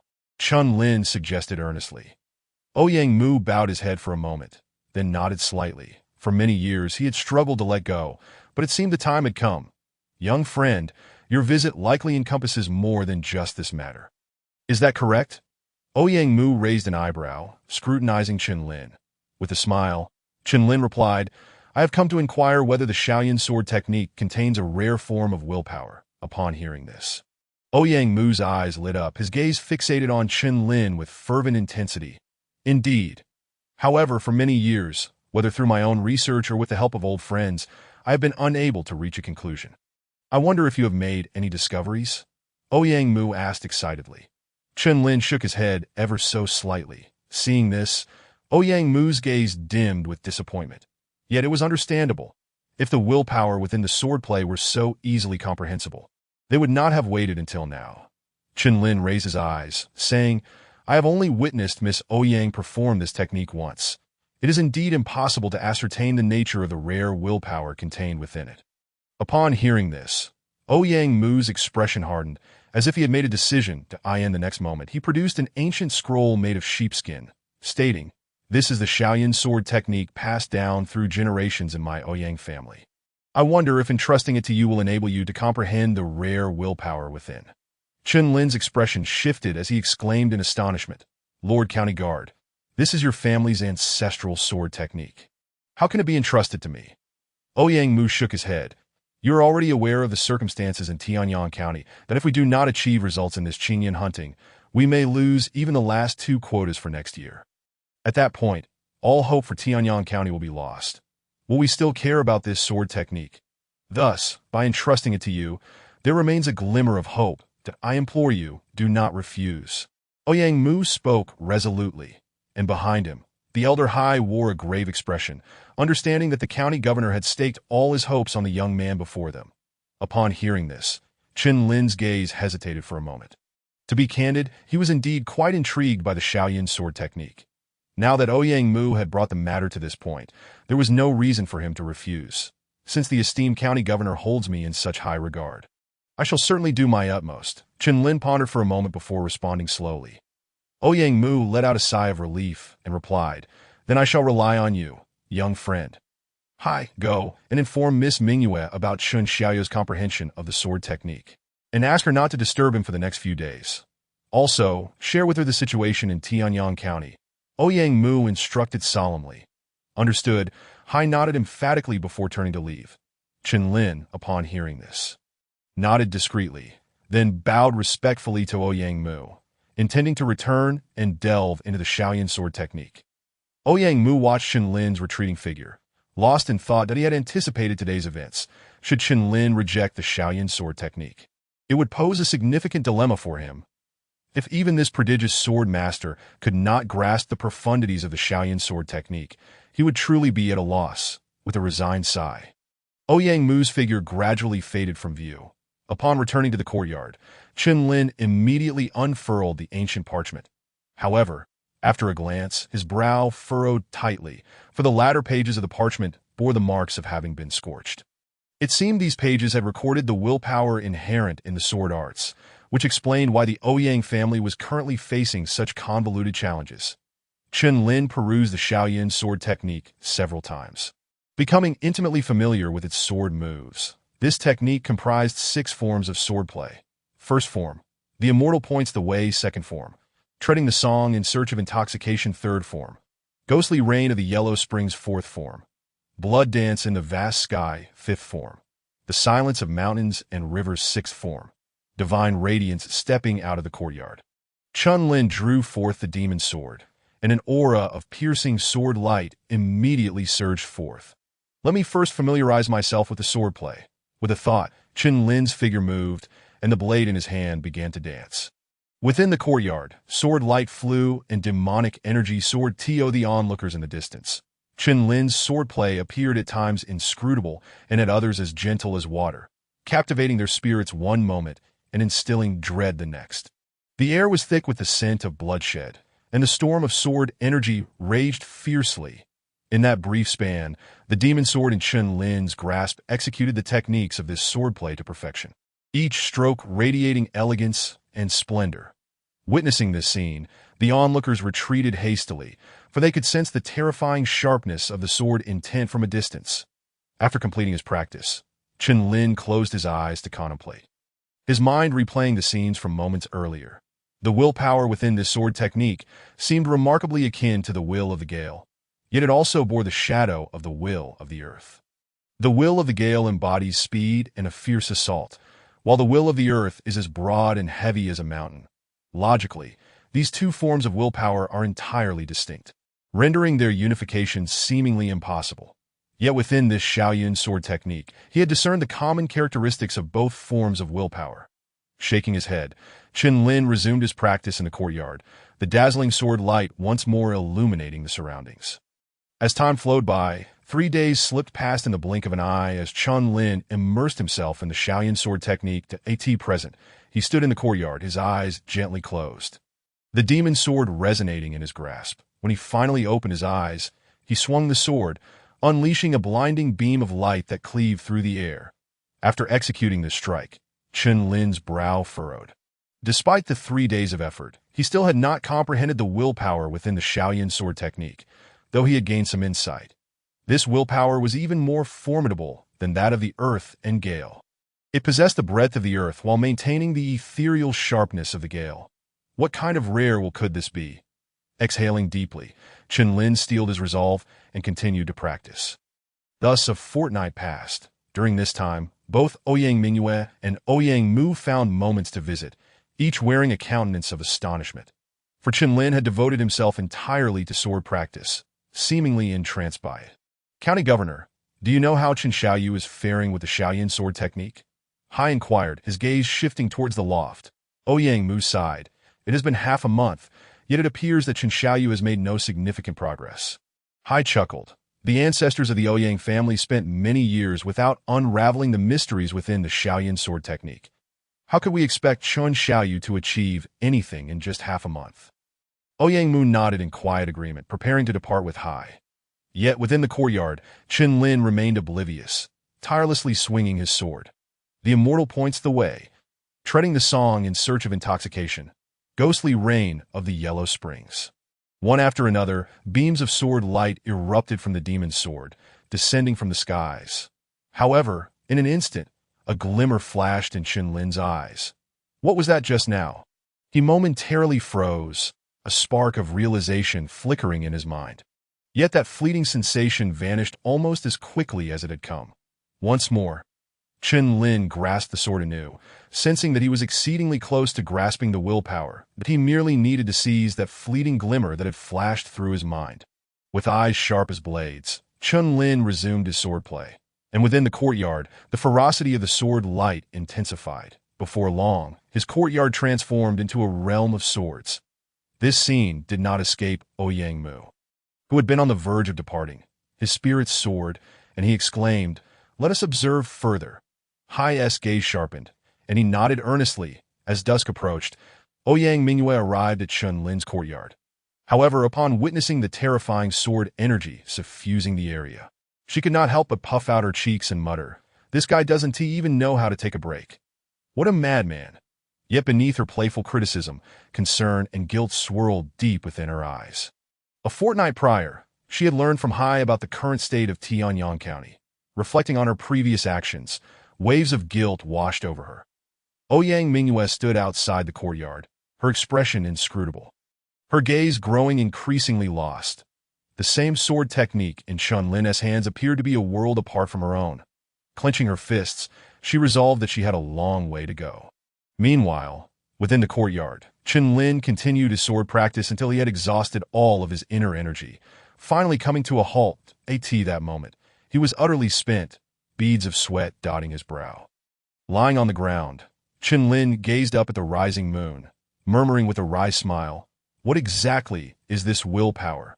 In that moment of distraction, a beam of morning light pierced through the clouds and bathed the earth. Was that light? Chun Lin's vision flickered as he sat up, beholding the radiant glow that shattered the dark veil of night like a flurry of piercing needles. "I understand now. That is, the will of the aurora. More ethereal and sharp than the gale, broader and more substantial than the earth. Only light can traverse the realm, illuminating the eternal night." Chapter 45. Refining the sword technique with clarity in his eyes. Chun Lin summoned the demon's sword once more, slicing through the air with a devastating strike, the sword light transforming into a shadow that appeared instantaneously in the vast void. Boom! With a single slash, he severed a withered tree 100 paces away, reducing it to splinters. Within the loft, upon witnessing this strike, Ouyang Mu's expression shifted dramatically, and his figure vanished in an instant. Buzz after executing this strike. Chun Lin stood firm, watching the approaching figure, his gaze glimmering. Was that sword move just now the immortal points the way? Ouyang Mu inquired, his expression brimming with excitement. Chun Lin nodded, replying, "Indeed, it was the immortal points the way." Yet the strike I just executed contains a trace of the will of the Aurora. The will of the Aurora. Ouyang Mu's pupils constricted in astonishment. The county governor's guess was indeed correct. The willpower contained within the Shaoyin sword technique was precisely that of the will of the Aurora. It was more ethereal than the gale and broader than the earth. Young friend, allow me to pay my respects. Ouyang Mu unexpectedly bowed deeply, clasping his hands in salute. County governor. Hai's eyes widened in disbelief, yet upon considering the secrets of the Shaoyin sword technique being unveiled, he fell into a momentary stupor. Chun-Lin was somewhat taken aback, saying, County Governor, please do not be so formal. The my understanding of the Shaoyin sword technique may inevitably lead to its use in future confrontations. Young friend, do not worry. As the governor of Tianyang County, how could I lack such magnanimity? You may freely utilize the Shaoyin sword technique. However, I have a request, my young friend, no matter how you choose to wield it in the future. I care not, but it must not be passed on to anyone else. Ouyang Mu's expression brightened, and he chuckled softly. Chun-Lin nodded silently. This request was not unreasonable. After all, the Shaoyin sword technique was a treasured family inheritance of the Ouyang clan. And had it not been for this fortuitous encounter, he might never have had the opportunity to cultivate this sword at that moment. A graceful figure approached, and upon seeing her, Ouyang Mu laughed heartily. Mingyue, my dear girl, you have arrived at just the right time. Chen Xiaoyu has already grasped the essence of the Shaoyin sword technique that he continued. For the time to come, you shall closely accompany Chen Xiaoyu to practice the sword art. As for me, I will endeavor to find a treasure that can aid you in comprehending the Aurora intent as swiftly as possible. Ouyang Mu smiled gently. Beside him, Ouyang Mingyue, upon hearing that Chen-Lin had successfully understood the Aurora intent, displayed a look of astonishment. This fellow. Chen-Lin turned to the Ouyang Mingyue behind him and smiled. Miss, are you no longer angry? Humph. Ouyang Mingyue huffed lightly, aware that Chen-Lin was referring to their earlier disagreement. Recognizing her own fault, she chose not to respond further. Once Ouyang Mu had left with a hearty laugh, Chen-Lin's demeanor turned serious as he said, 2 months have passed, and we are already nearing the halfway mark. Today, you shall begin your sword training. Seeing that Chen-Lin intended to leave, Ouyang Mingyue hastily inquired, What shall I do while you go? As for me, I shall naturally indulge in a good sleep. Chen-Lin yawned. The fatigue from the past half-month surged upon him all at once. You dare leave me here alone? Ouyang Mingyue pointed at Chen-Lin, exclaiming in outrage that if you don't wish to practice, then just return, Chen-Lin said casually. Return? But Ouyang Mingyue initially intended to turn and leave, yet upon recalling the upcoming competition in a month and a half, she felt disheartened. Seeing Chen-Lin truly enter the house, Ouyang Mingyue gritted her teeth and angrily declared, Chen-Lin, sleep to your heart's content in there. As the day passed, Chen-Lin awoke, stretched his arms, and after glancing at the window, smiled gently. It seems this girl has changed a bit. Pushing the door open, he observed the graceful figure still practicing her swordplay in the courtyard and nodded inwardly. You may stop now, Chen-Lin called out. Upon hearing this, Ouyang Mingyue's beautiful eyes narrowed, and instead of halting, she pivoted her sword's blade directly towards him. Chen-Lin, taste my sword. The anger from the previous day remained suppressed in her heart, not having vanished entirely. My dear disciple, a sword is not meant to be used this way. Chen-Lin admonished, shaking his head as he faced the incoming strike without flinching. Seeing this, Ouyang Mingyue smiled triumphantly. Although Chen-Lin's swordplay was superior, surely he could not handle her sudden assault. Clang in the next moment. A dull thud reverberated, and the smile on Ouyang Mingyue's face froze.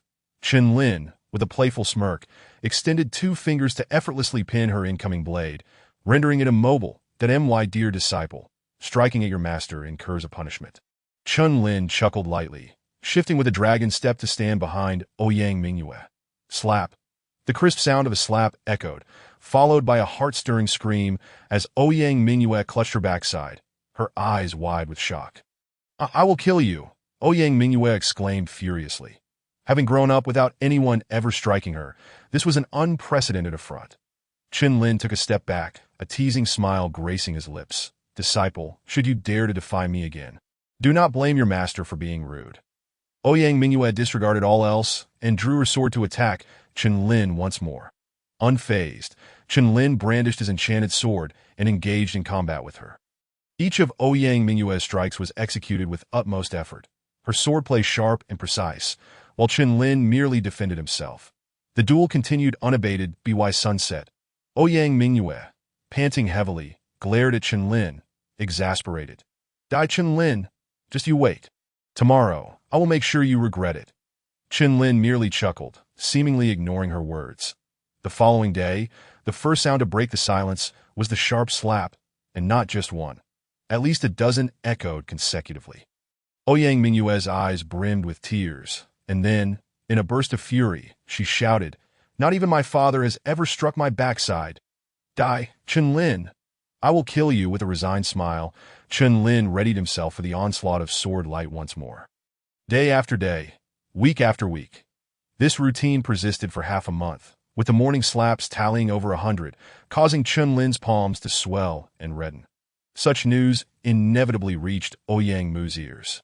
Hai Lao remarked, "Lord Prefect, the young lady has never endured such humiliation that I can no longer stand idly by as that boy takes advantage of her." Ouyang Mu, however, merely chuckled lightly. "Ha, Hai Lao, we both know Chen Xiaoyu's character. His actions are simply a means to train Mingyue's swordplay." Hai Lao's expression turned inscrutable as Ouyang Mu continued. Given Chen Xiaoyu's swordsmanship, defeating Mingyue would take no more than 10 moves. Why then, has Mingyue been able to endure an entire day's duel? It is merely because Chen Xiaoyu is using himself as a sharpening stone to hone her skills. Realization dawned on Hai Lao, and he said, "It is time to pay them a visit." Ouyang Mu smiled and soon arrived at Chen courtyard, watching the two figures engaged in combat with a hint of admiration. The young lady's swordplay has become quite formidable, that I dare say. In less than a month, she will fully comprehend the innate sword intent. Hai Lao exclaimed with delight. Indeed, if one practices daily against someone vastly superior, their skills will surely improve. Ouyang Mu replied with a smile that a hint of guilt crossed Hai Lao's face as he grasped Chen intentions. Ouyang Mu, not wishing to elaborate further, patted Hai Lao's shoulder and approached the courtyard. The two combatants, upon sensing Ouyang Mu's arrival, immediately ceased their duel. "Father!" Ouyang Mingyue exclaimed joyfully, having spent the past half-month sparring with Chen without a moment to visit Ouyang Mu. Ouyang Mu affectionately ruffled Ouyang Mingyue's hair, and then turned to Chen with gratitude, saying, "I thank you on behalf of my daughter for your guidance these days. Father, when has that fellow ever guided me? All he does is—" Ouyang Mingyue quickly silenced herself, a look of grievance crossing her face. "Ha, Mingyue, have you not noticed your sword intent improving?" Ouyang Mu implied. Upon hearing this, Ouyang Mingyue seemed to awaken to a realization. Indeed, over the past half-month, she had felt her swordsmanship had significantly advanced. Could it be because of that fellow? Ouyang Mingyue's gaze faltered, a complex mix of emotions swirling within her. Noticing her glance, Chen smiled gently, saying, "Lord Prefect, this is merely my duty. Though I am confident in helping Miss Ouyang break through her sword intent, the comprehension of the Aurora intent is beyond my control." Ouyang Mu chuckled. "I have come for that very matter. Half a month ago, there were reports of the existence of the Xingyuan Guanghua in the ancient plains of Dahuang County, a spirit fruit that facilitates the understanding of the Aurora intent. If we can obtain the Xingyuan Guanghua, it will greatly aid Mingyue in her comprehension." Upon hearing this, a glimmer of determination sparked in Chen eyes that if that were the case, the Xingyuan Guanghua must be acquired. Chapter 46. Journey to Dahuang County. The Xingyuan Guanghua lies in the ancient plains of Dahuang County. Thus, we must set off immediately. Chen spoke solemnly. Although Dahuang County is adjacent to Tianyang County, its overall strength vastly surpasses the latter. Consequently, despite their proximity, the two counties rarely interact. Ouyang Mu, therefore, knew little of Dahuang County and looked with a grave expression at Ouyang Mingyue, saying, "My dear, should we venture to Dahuang County, you must heed Chen Xiaoyu's instructions." Ouyang Mingyue raised her brows, surprised at the sudden decision to travel to Dahuang County. "Chen Xiaoyu, before we depart, I must inform you of something that in the past. You killed Yang Feng, Liu Bai, and Song Meng in the wild demon forest. All three are renowned geniuses within their respective sections recently. Your reputation has spread throughout the prefect's estate, and the three major sects are watching you closely. While you are within the safety of my estate, There is nothing to worry about, but should you step beyond its confines to Dahuang County, the journey will likely not be peaceful. Moreover, the most critical factor is Yang Feng's identity. Ouyang Mu reached this point, a flicker of concern surfacing in his gaze.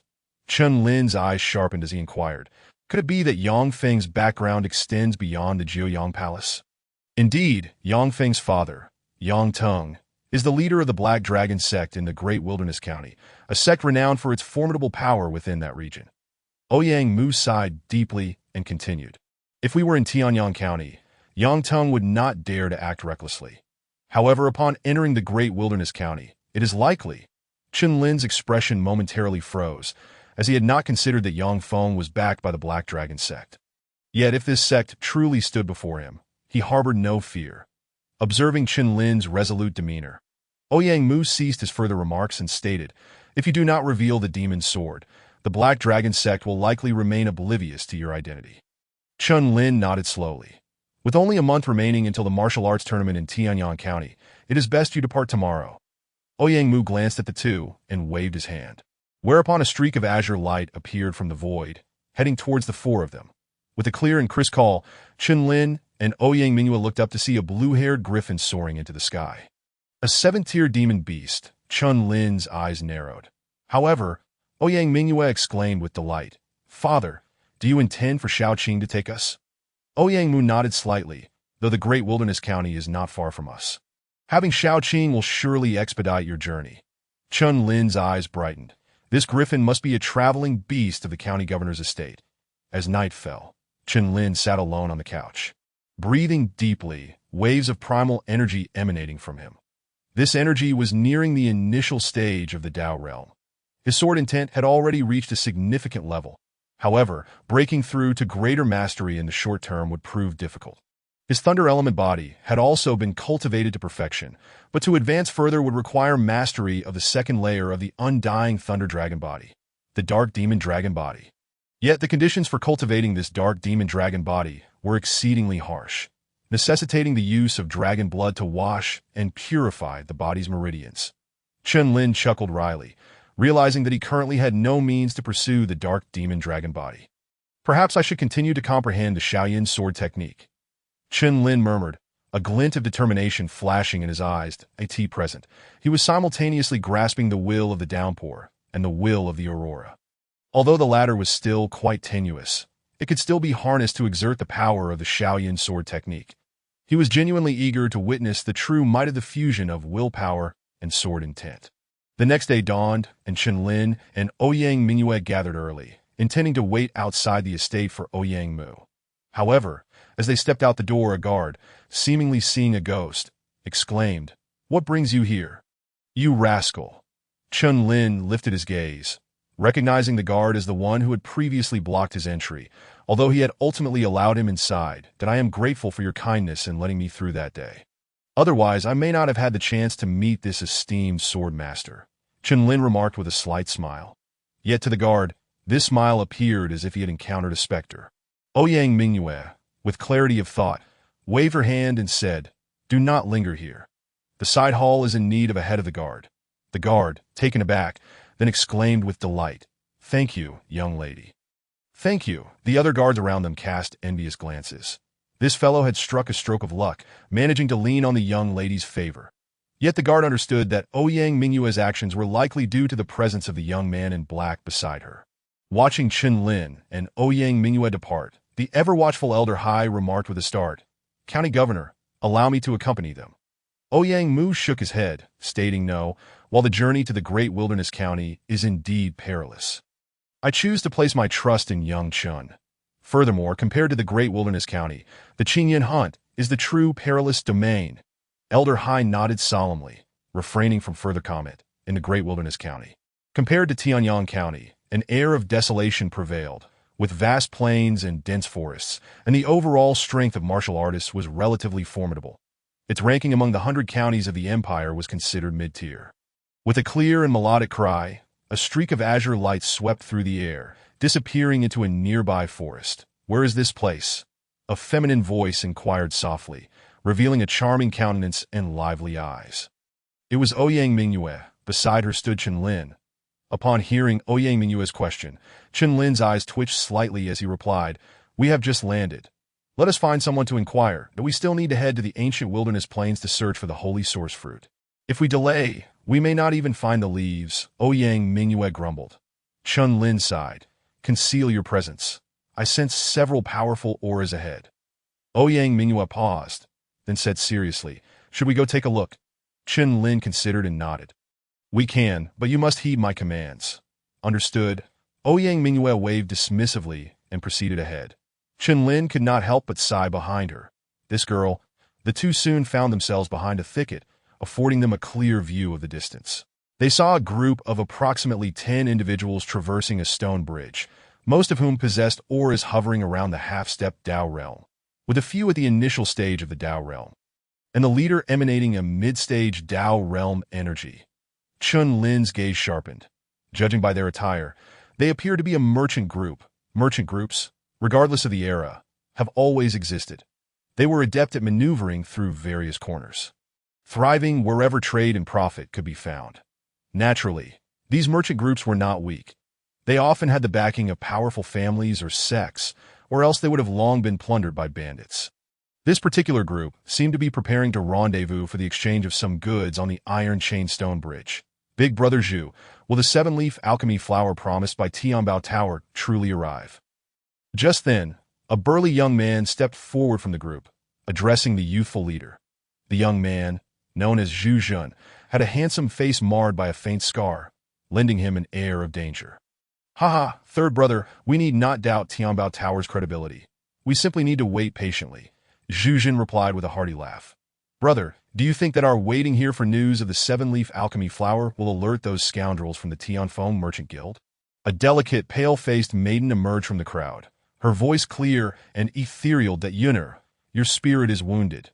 You should refrain from moving. Once the seven-leaf alchemy flower arrives from Tianbao Tower, it will heal your injuries," Zhu Jun urged, stepping forward with concern in his eyes. "Third brother, take good care of Yuner," he instructed the burly man beside him. Zhu Yun forced a bitter smile. "Brother, let us leave quickly. Otherwise, those scoundrels from the Tianfeng Merchant Guild will surely come." A stubborn glint appeared in the girl's eyes. Zhu Jun hesitated for a moment, but then firmly stated, "Yuner, do not worry if the Tianfeng Merchant Guild dares to come. I will not fear them." However, as his words fell, a tremendous surge of primal energy rippled through the distant forest. "Haha, Zhu Jun, I never expected your Fire Cloud Merchant Guild to be hiding here." A cold laugh echoed through the woods, and the crowd turned to see a dozen powerful figures approaching. The leader was a young man clad in a blue robe, his gaze directed mockingly toward Zhu Jun. "Tang China." Zhu Jun's eyes flared with fury upon recognizing him, gritting his teeth in anger. "Miss Zhu Yun, I warned you long ago that following such a useless brother would only lead to hardship. Why not join me, Tang China? I guarantee you a life of luxury and pleasure." Tang China disregarded Zhu Jun and leered at the petite figure of Zhu Yun. Hearing this, Zhu Yun's eyes reddened, her already pale face turning as white as snow. "Tang China, you have killed so many of my brothers. Have you come here today to settle the score?" Zhu Jun's eyes blazed crimson as he shielded Zhu Yun protectively, shouting fiercely, "Haha, settle the score? With you, Zhu Jun, and the remnants of your Fire Cloud Merchant Guild? This is the funniest joke I've heard in my life," Tang China sneered, his words dripping with derision. "Brother Zhu, give the order." The second brother fell to this group of scoundrels that if it comes to it, I will risk my life to take a piece of Tang China's flesh. The stout man, known as the third brother in Zhu Jun's words, now bore tears of blood in his eyes as he roared. Zhu Jun remained silent, turning to gaze at the remaining 10 brothers, each of whom exhibited an unwavering determination, devoid of any hint of fear. Concealed in the shadows, Chen Lin observed this scene and nodded slightly. Indeed, the remaining members of the Fire Cloud Merchant Guild were genuine men of valor.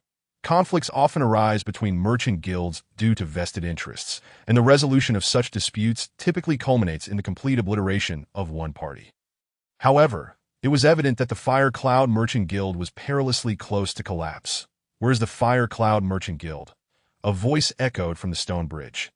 Everyone looked up to see a celestial crane soaring through the air, upon which stood an indistinct figure. "That must be someone from Tianbao Tower."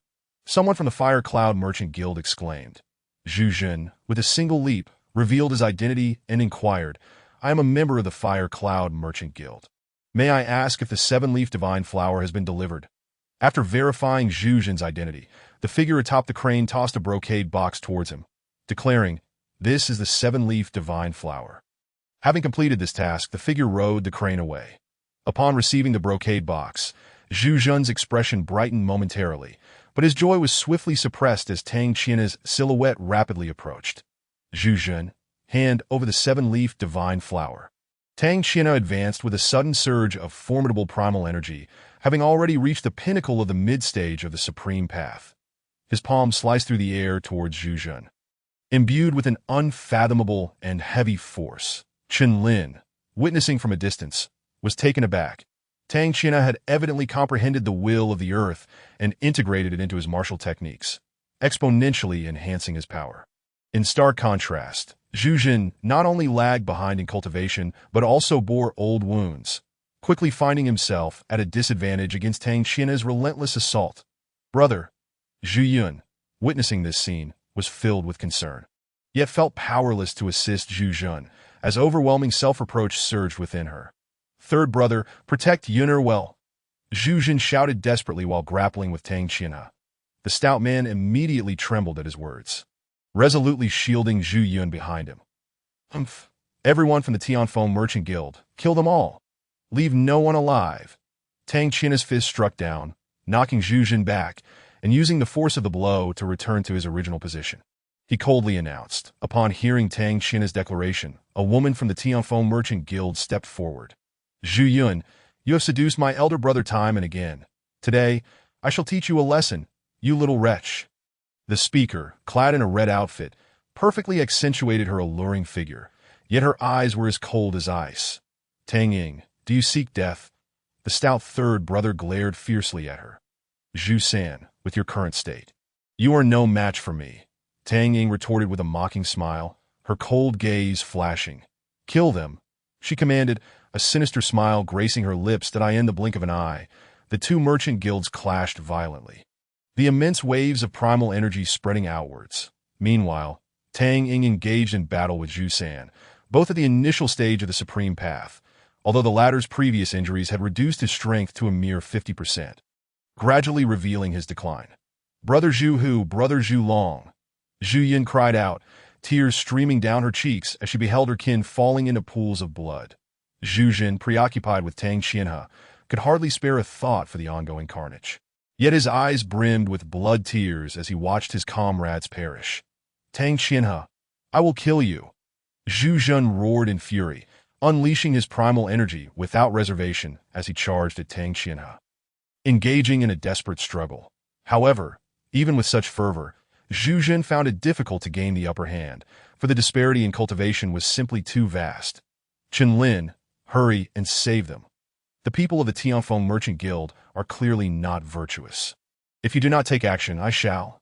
Ouyang Mingyue, hidden in the shadows, urgently pulled at Chen Lin. "Miss, the Tianfeng Merchant Guild members are exceedingly powerful." Chen Lin hesitated, his expression conflicted. "Humph, if you do not act, I shall," Ouyang Mingyue declared, resolutely preparing to step forward. "Wait!" Chen Lin sighed helplessly, his demonic sword emitting a resonant cry as it soared forth. "Haha, Zhu San, you are destined to fail." Tang Ying thrust her sword forward, forcing Zhu San to retreat, and then, with unyielding momentum, aimed for his throat. "Third brother," Zhu Yun cried out, her eyes ablaze with anxiety. She, herself injured, lacked the strength to intervene, helplessly witnessing this brutal scene unfold. Clang just then, a resounding sword cry pierced through the air, causing everyone to momentarily freeze. They beheld a silver-white long sword, shimmering with purple demonic light, soaring towards them with lethal intent. What a formidable sword! Tang Qianhe and Zhu Jun, having exchanged blows, staggered back, their expressions filled with astonishment. Zhu Jun, perplexed, raised his gaze towards the distance. "Just a little trick," Tang Ying scoffed as the silver-white sword approached her, dismissing it with a slash, bang in an instant. A crisp sound echoed as Tang Ying's sword shattered the moment it made contact with the silver-white blade. "How is this possible?" Tang Ying exclaimed in horror. Her sword was an 8th-tier superior spirit treasure.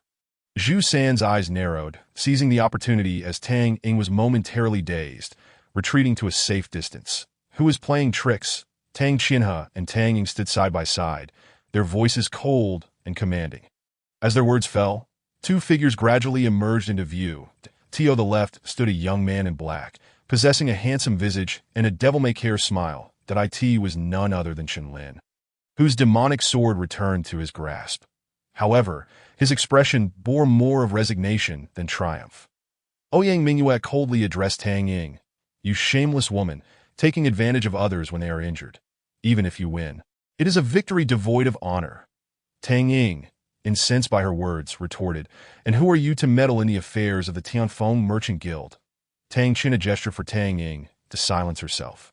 Then spoke solemnly, this brother, our Tianfeng Merchant Guild, and the Fire Cloud Merchant Guild have long harbored enmity, that if you two have no other intentions, it would be prudent to depart.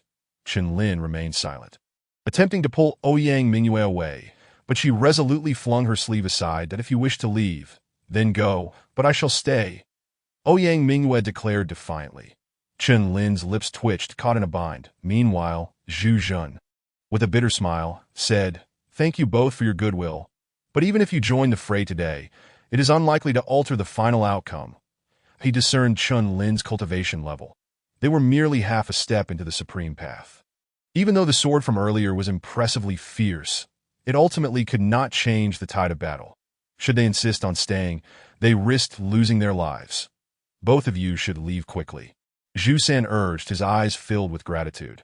Had it not been for Chen Lin's timely intervention, he would have perished at Tang Ying's blade. Have you two made your decisions? Tang Qian's voice turned frigid. Before Chen Lin could respond, Ouyang Mingyue coldly laughed. I shall not leave, but this fellow intends to. All eyes turned toward Chen Lin, their gazes laden with intrigue. Chen Lin, resigned, scratched his nose and said, I intended to leave, but I promised her father to safely escort this young lady back. I cannot go back on my word, can I? Tang Qian's gaze turned ice-cold as he sternly declared. So, you intend to stay and court death. Whether it is courting death remains to be seen, but since you have been lurking in the shadows for so long, it is time for you to show yourself. Chen Lin's gaze sharpened, and he swung his demonic sword downward, cleaving towards the distant forest. Boom! In the next instant, the sword light shattered countless withered leaves, revealing a figure wielding a sword. Upon seeing the figure, Zhu Zhen's pupils constricted in shock. The one-word swordsman, Pan Yu. Members of the Fire Cloud Merchant Guild trembled at the mention, with Zhu Sen exclaiming, It is said that the one-word swordsman Pan Yu can kill with a single stroke.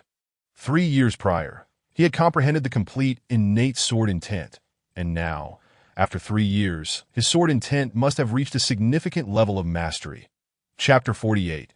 The blood battle erupts. Never did Zhu Zhen expect that Tang Qianhe could summon even Pan Yu. Despair etched across his face. Tang Qianhe, realizing his hand had been revealed, laughed heartily. Who would have thought you possessed some skill, able to detect Pan Yu's presence? Pan Yu, meanwhile, regarded the demonic sword in Chen Lin's hand, coldly remarking, That sword you possess must be the demonic sword, correct? As his words fell, everyone present froze in shock, then swiftly turned their gazes towards Chen Lin. He is the rumored master of the demonic sword. Tang Ying exclaimed in disbelief, her eyes wide as saucers. The news of the emergence of the demon sword had already swept through the entire Qingyan Empire in recent days, naturally including the great wilderness county. What surprised everyone present was that the master of the demon sword was standing right before them. Haha, the master of the demon sword. It's utterly ridiculous. Just a mere insect at the half-step to Dao realm daring to call himself a sword master. This truly makes one burst into laughter. Tang Qianhe, regaining his composure, spoke with a mocking glint in his eyes. The crowd was momentarily taken aback. Indeed, Chen Lin's aura was merely that of a half-step to Dao realm. Zhu Zhen chuckled bitterly, saying, Brother Chen, this Pan Yu's strength even surpasses Tang Qianhe's. You should flee for your lives. Haha, Zhu Zhen, do you not realize how late it is to utter such words? Tang Qianhe laughed sinisterly, his voice laced with a hint of excitement. The master of the demon sword had come from Tianyang County to the great wilderness county, likely drawn by the recently surfaced Holy Source Light Fruit. However, compared to the Holy Source Light Fruit, I, Tang, am perhaps more interested in the demon sword you possess. Tang Qianhe fixed his gaze on Chen Lin, regarding him as a mere prey, his eyes burning with fervent desire. The reputation of the demon sword needed no embellishment. It held immense allure for any young prodigy. Those who entertain such thoughts typically meet their demise beneath my blade. Chen Lin's voice turned icy, and a surge of formidable sword intent erupted from within him, as if a cold frost permeated the forest. Boom! Then let me have a go at you, demon sword master. Tang Xin'a barked coldly. With Pan Yu present, he had no need to consider Zhu Jun. As soon as he finished speaking, his figure transformed into a fleeting shadow, unleashing a fist imbued with the strength of 1,000 pounds towards Chen Lin's face. Bang! Chen Lin let out a cold laugh, the surging power of thunder roaring forth. With his left hand grasping the sword, he retaliated with a punch from his right that a tremendous sound akin to thunder erupted as both figures were sent reeling backward. However, upon witnessing this, the crowd's expressions hardened. Tang Xin's face darkened, and he growled, "Good lad, so you are also a body cultivator. Yet today, you shall not escape death." Clang. After uttering these words, Tang Xin'a drew forth a sharp sword, a weighty willpower enveloping the blade like a mountain. With a swing, he aimed to cleave through the ancient mountains. Sensing the might of this strike, Chen Lin's eyes flared with anger as he shouted, "Immortal Dragon's indomitable slash!" Lightning flashed throughout the sky, transforming into a ferocious thunder dragon that coiled around his sword. With a mighty swing, the dragon's roar echoed through the heavens. Bang! The clash between the two continued. And with the enhancement of innate sword intent and the will of torrential rain, Chen Lin surprisingly held his ground against the mid-stage Dao realm Tang Xin'a. However, while Chen Lin managed to restrain Tang Xin'a, Pan Yu suddenly directed a sword strike towards Zhu Jun from afar. Buzz! The sword appeared as a phantom before Zhu Jun, utterly imperceptible, so swift. Zhu Jun exclaimed in alarm, barely managing to raise his sword in defense as a gust of wind rushed towards him. Bang! Under the onslaught of this relentless sword edge, Zhu Jun was thrown backward by the recoil, blood spilling from his mouth. Brother! Zhu Yun, hiding in the distance, had red-rimmed eyes, yearning to reach Zhu Jun's side, only to be held back by Zhu Laosan. Yuner, stay here. I will assist big brother Zhu. At this critical juncture, Zhu Laosan gritted his teeth and charged toward Zhu Jun. Just as Zhu Laosan departed, Tang Ying's cold gaze shifted toward Zhu Yun, but as she thought victory was within her grasp, a sword-wielding figure once again stood before her. You again, woman! Tang Ying exclaimed in shock, her voice icy. The newcomer was Ouyang Mingyue, sword in hand, her beautiful eyes filled with disdain as she declared, "As long as I am here, you shall not take advantage of others' misfortunes, since you repeatedly seek death. I shall grant your wish." Tang Ying's fury surged as she retrieved a long sword, engaging Ouyang Mingyue in battle once more. Bang! In terms of cultivation, Ouyang Mingyue may have fallen short, yet her sword intent was far more formidable, almost reaching the true, innate sword intent. The clash between the two showed no signs of yielding in the short term. Meanwhile, after repelling Zhu Jun with a single strike, Pan Yu's cold gaze turned to the remaining warriors of the Fire Cloud Merchants. Hee, a bunch of worthless fools. Let me send you on your way. Pan Yu chuckled darkly, drawing his long sword once more, his figure morphing into a fleeting shadow as he charged towards the members of the Fire Cloud Merchants.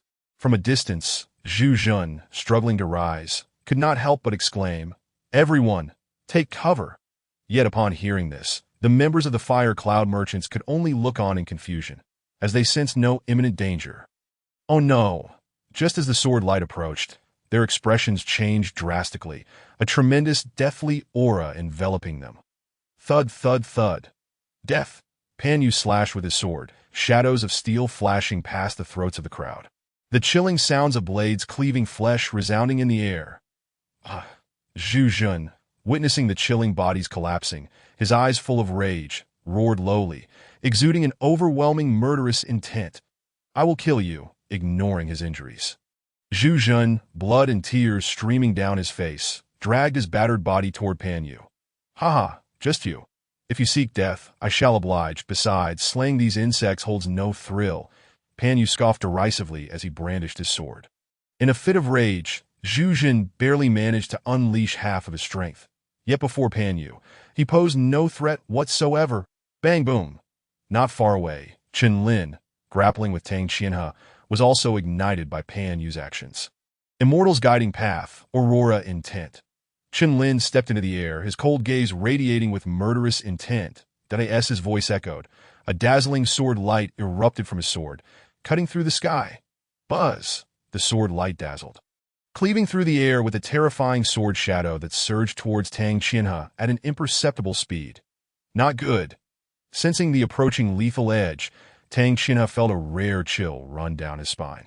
With a fierce glare, he retaliated with his own sword. Bang! Yet in the clash of their swords, Tang Qianhe's blade was instantaneously obliterated into nothingness. What? Tang Qianhe was filled with both fury and disbelief, hastily raising his sword to defend himself. The sword light surged forth, the terrifying sword aura roaring like a tidal wave, instantly propelling Tang Qianhe away. After unleashing that strike, Qin Lin's gaze suddenly narrowed, and he swiftly stepped toward Zhu Zhen. For Pan Yu, after repelling Zhu Zhen with a single strike, his expression turned cold, evidently unwilling to continue playing games with him. The game should come to an end. Watching Zhu Zhen charge fiercely at him, Pan Yu's eyes darkened, and he unleashed his sword in a horizontal slash. Buzz! The sword's momentum pierced the air, sending a tremor through Zhu Zhen's body, a sense of inexplicable deathly threat flooding his heart. In that moment, he managed a bitter smile, glancing back at the distant girl that Yuner, brother may have to break his promise. Qin Lin, stunned, had already exerted himself to the utmost. Yet in an instant, Zhu Zhen's body did not fall. Gazing at the burly figure smiling at him, Zhu Zhen trembled uncontrollably, blood tears streaming down his face, now impossible to suppress. Third brother! Zhu Zhen roared like a beast, for the figure standing before him was none other than Zhu Laosan. He glanced at Zhu Zhen, voice trembling. Elder, brother, you all, hurry and leave. In the next life, let us be brothers again. Boom! Zhu Laosan's eyes shimmered with reluctance, yet Pan Yu's sword light had already pierced through his form. Third brother! Zhu Yun's eyes glistened with tears, her pale face filled with endless despair. Ditto, quite touching, but even so, the members of the Fire Cloud Merchants must die. Tang Qianhe and Pan Yu stood side by side, regarding the last four survivors with cold laughter. Pan Yu taunted further, do not blame me. Blame yourselves for being so worthless. Qin Lin approached the three, his eyes devoid of warmth. Mingyue, take Zhu brother and that girl away. Leave this to me, can you manage? Ouyang Mingyue's eyes held concern. The current situation was indeed dire. Clang, without a word, Qin Lin stepped forward, the demon sword emitting a resonant cry that echoed through the heavens. Chapter 49. The Unity of Soul and Spirit. The trio of Zhu Zhen gazed in a daze. However, from a distance, Tang Qianhe could not help but laugh coldly, declaring, Haha, do you really think you can take on two with just one? Truly, you are overestimating yourself. Pan Yu joined in the laughter, teasing, let me see just what prowess this demon sword master possesses. As soon as the words fell, both figures surged forward, unleashing a fierce wave of primal energy that reverberated through the air, creating visible shockwaves. Then let it come. Qin Lin's cold gaze flickered as he raised his sword, preparing for a direct confrontation with the two. You three go first. Yet at that moment, Qin Lin reminded Ouyang Mingyue once more. You always like to play the hero.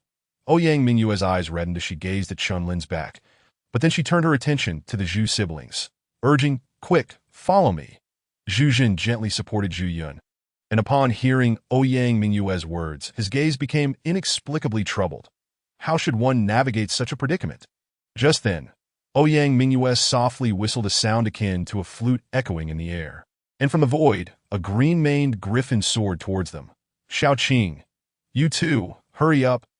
Ouyang Mingyue commanded as she stepped onto the air, addressing the Zhu siblings in haste. Zhu Zhen paused momentarily, his face reflecting inner turmoil.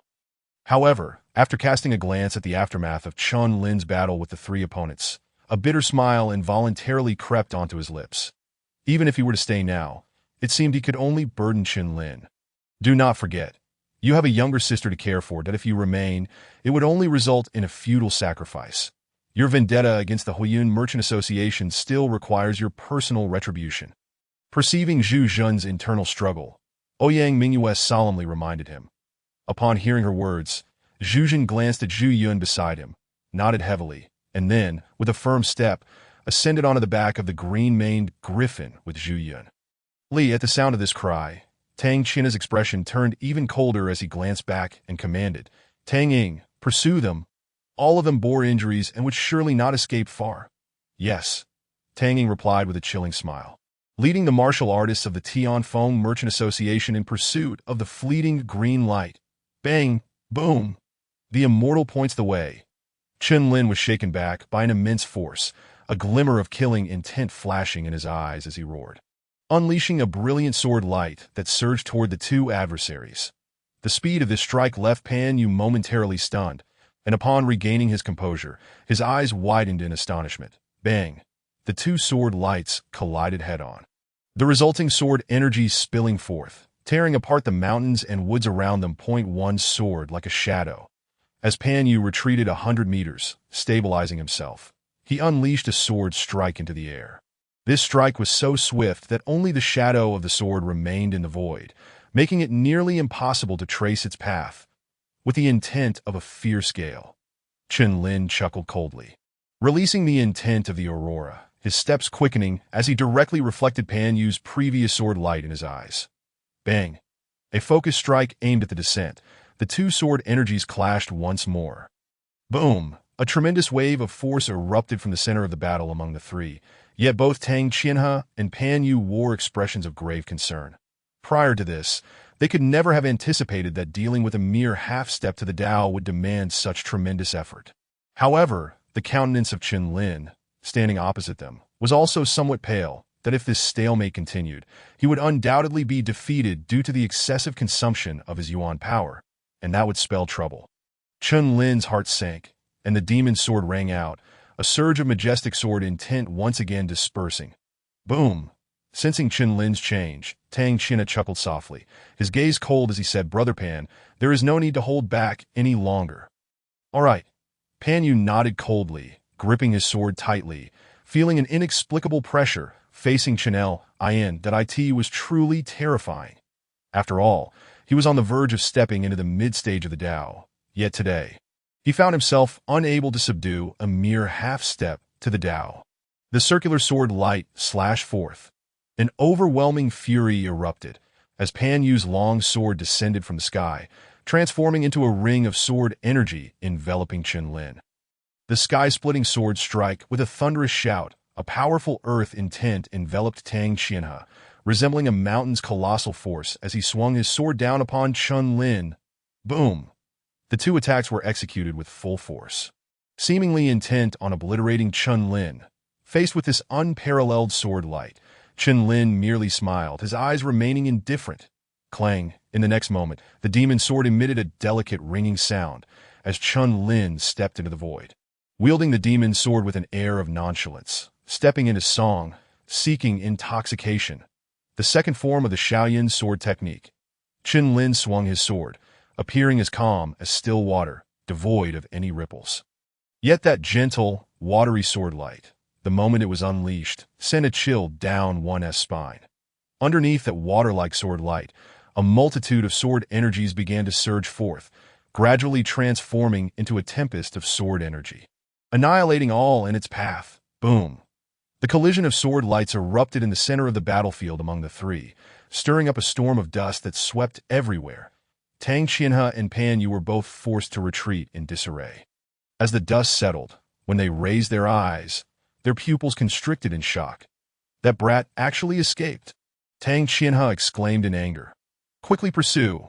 Pan Yu commanded coldly. However, Tang Qinha raised his hand to halt him, saying, "Wait a moment. This brat poses no significant threat to us. Our immediate priority is to head to the ancient wilderness plains.as for the Huiyun Merchant Association. Only Zhu Jun and Zhu Yun remain, and they pose no real danger to the Tianfeng Merchant Association." Pan Yu chuckled. "Brother Tang is correct, but the strength of this demon sword master should not be underestimated."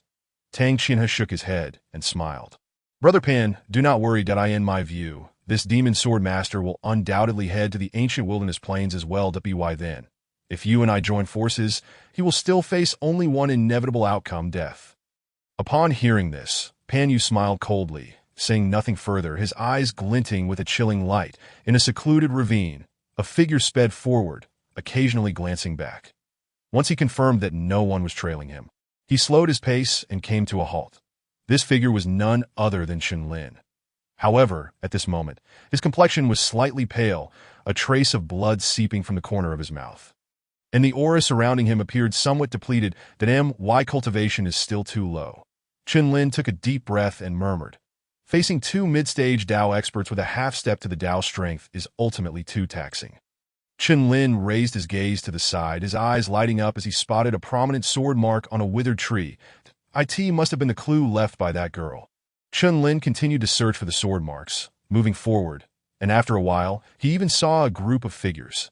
It was Tang Ying and the others from the Tianfeng Merchant Association. However, Tang Ying appeared somewhat agitated. Initially, with sufficient yuan power, they could barely keep sight of the green-maned griffin's illusion. But as their yuan power depleted, they could no longer catch a glimpse of it. Chen Lin, hidden in the shadows, felt a surge of trepidation. The sword marks left by Ouyang Mingyue had vanished here, indicating that the three of them must be concealed in this location. Yet within his perception, everything seemed vague. Could it be that they weren't here? Chen Lin pondered in confusion, but it was evident that Tang Ying had lost her patience and intended to retreat with the others from the Tianfeng Merchant Association. Half an hour later, Chen Lin emerged from the forest, scanning the surroundings, yet he could not detect the presence of the three. That just then, a familiar voice suddenly rang out behind him. "Dai, Chen Lin. This young lady is here." Chen Lin turned to see Ouyang Ming standing behind him, her eyes glistening with unshed tears. Without uttering a word, Ouyang Ming rushed forward and directly embraced Chen Lin. A scene that caused the Zhu siblings behind them to pause in astonishment.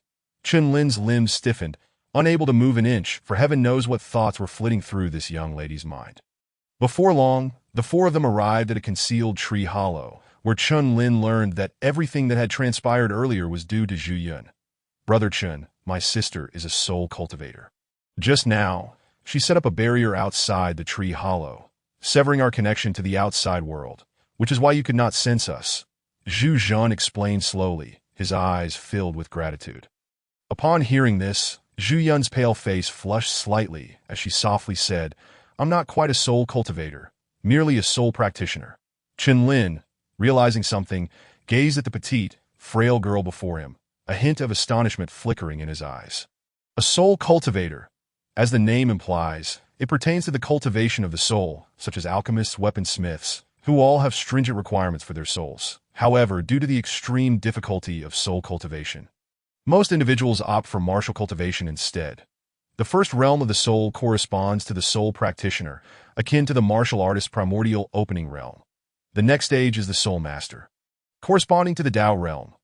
As for those above soul masters, there exist the grand soul masters. Chapter 50. Breakthrough to soul master. Within the vast tree hollow, the four of them sat cross-legged. And this state persisted until the third day.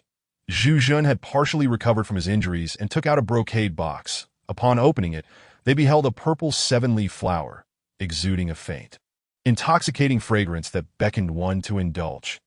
Chen Lin's eyes widened in astonishment, his consciousness sharpening for a moment as he exclaimed, "Is this a spirit herb for the soul?"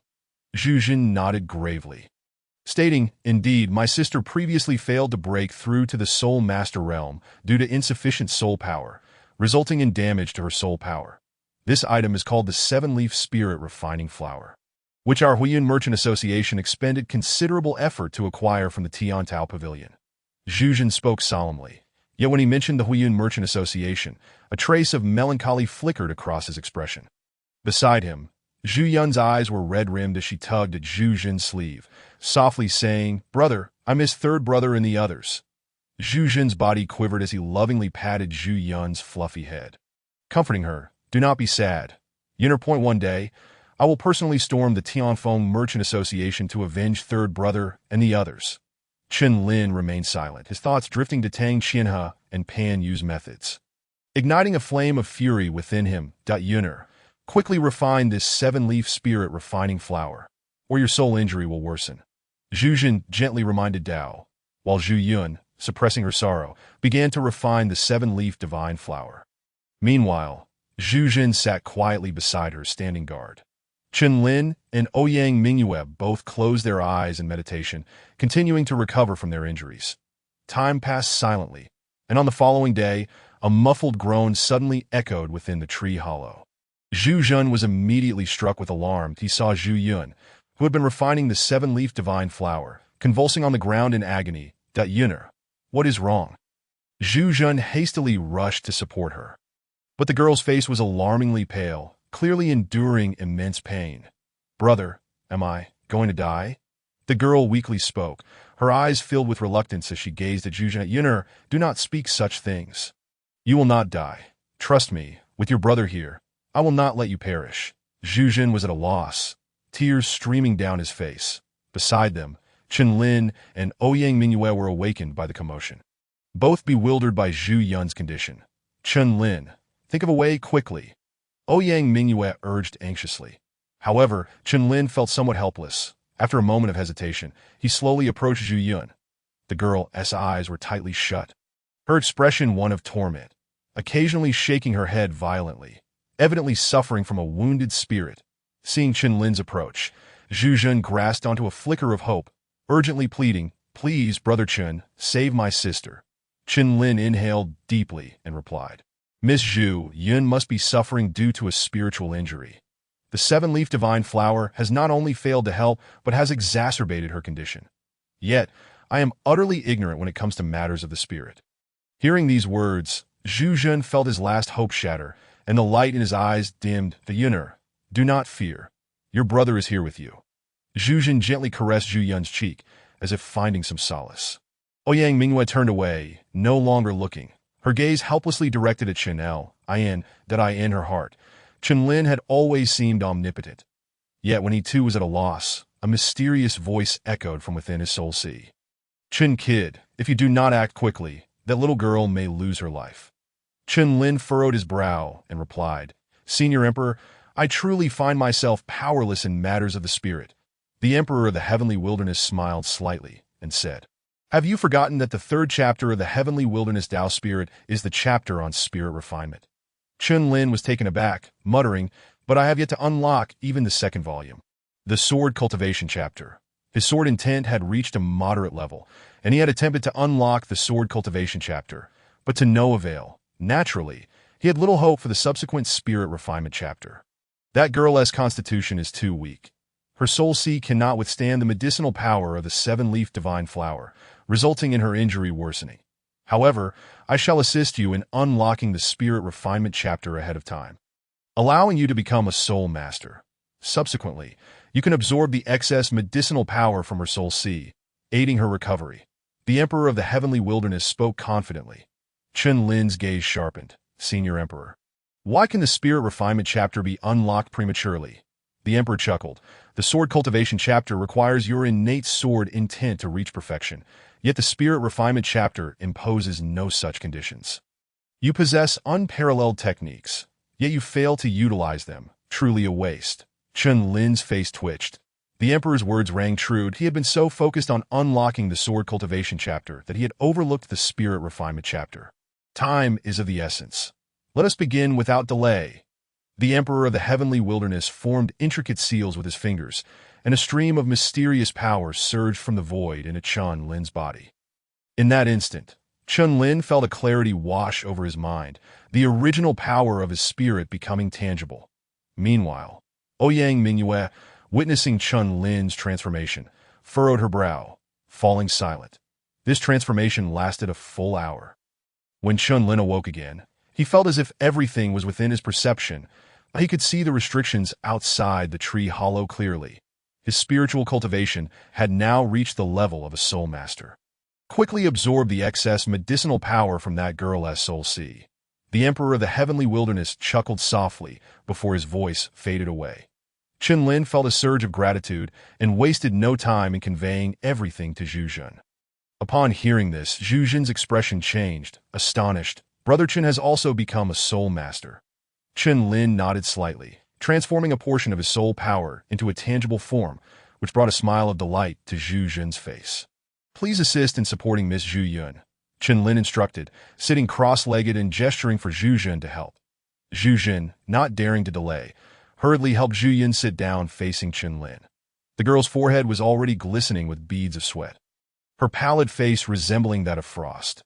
Chen Lin inhaled deeply, As a newly minted soul master, he was still unfamiliar with the application of soul power, that if he were not careful, the outcome could worsen. Miss Zhu Yun, please do not resist my soul power.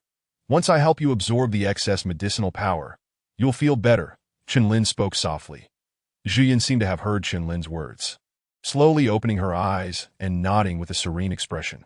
All is ready. Qinlin closed his eyes in concentration, gradually channeling his soul power into Zhu Yun's soul as the moment of entry. He could not help but feel a tightening in his heart. For within Zhu Yun's soul sea, he discerned her innermost thoughts.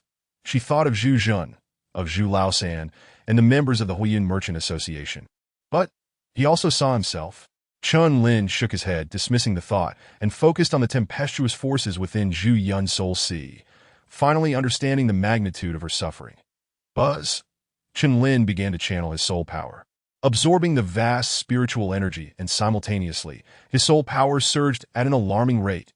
Zhu Zhun and Ouyang Mingyue stood guard at either side, their eyes filled with concern that a day passed, and the anguish on Zhu Yun's face seemed to gradually fade, becoming increasingly composed. Most reassuring for Zhu Zhun was that the girl's breath had stabilized at Yun'er. Zhu Zhun stared intently at Zhu Yun. Under his watchful gaze, Zhu Yun slowly opened her eyes, the pallor of her face having vanished. Buzz, at that moment, Zhu Yun smiled gently, a wave of robust spiritual energy emanating from within her. Yun'er, have you broken through to become a soul master? Zhu Zhun asked in astonishment.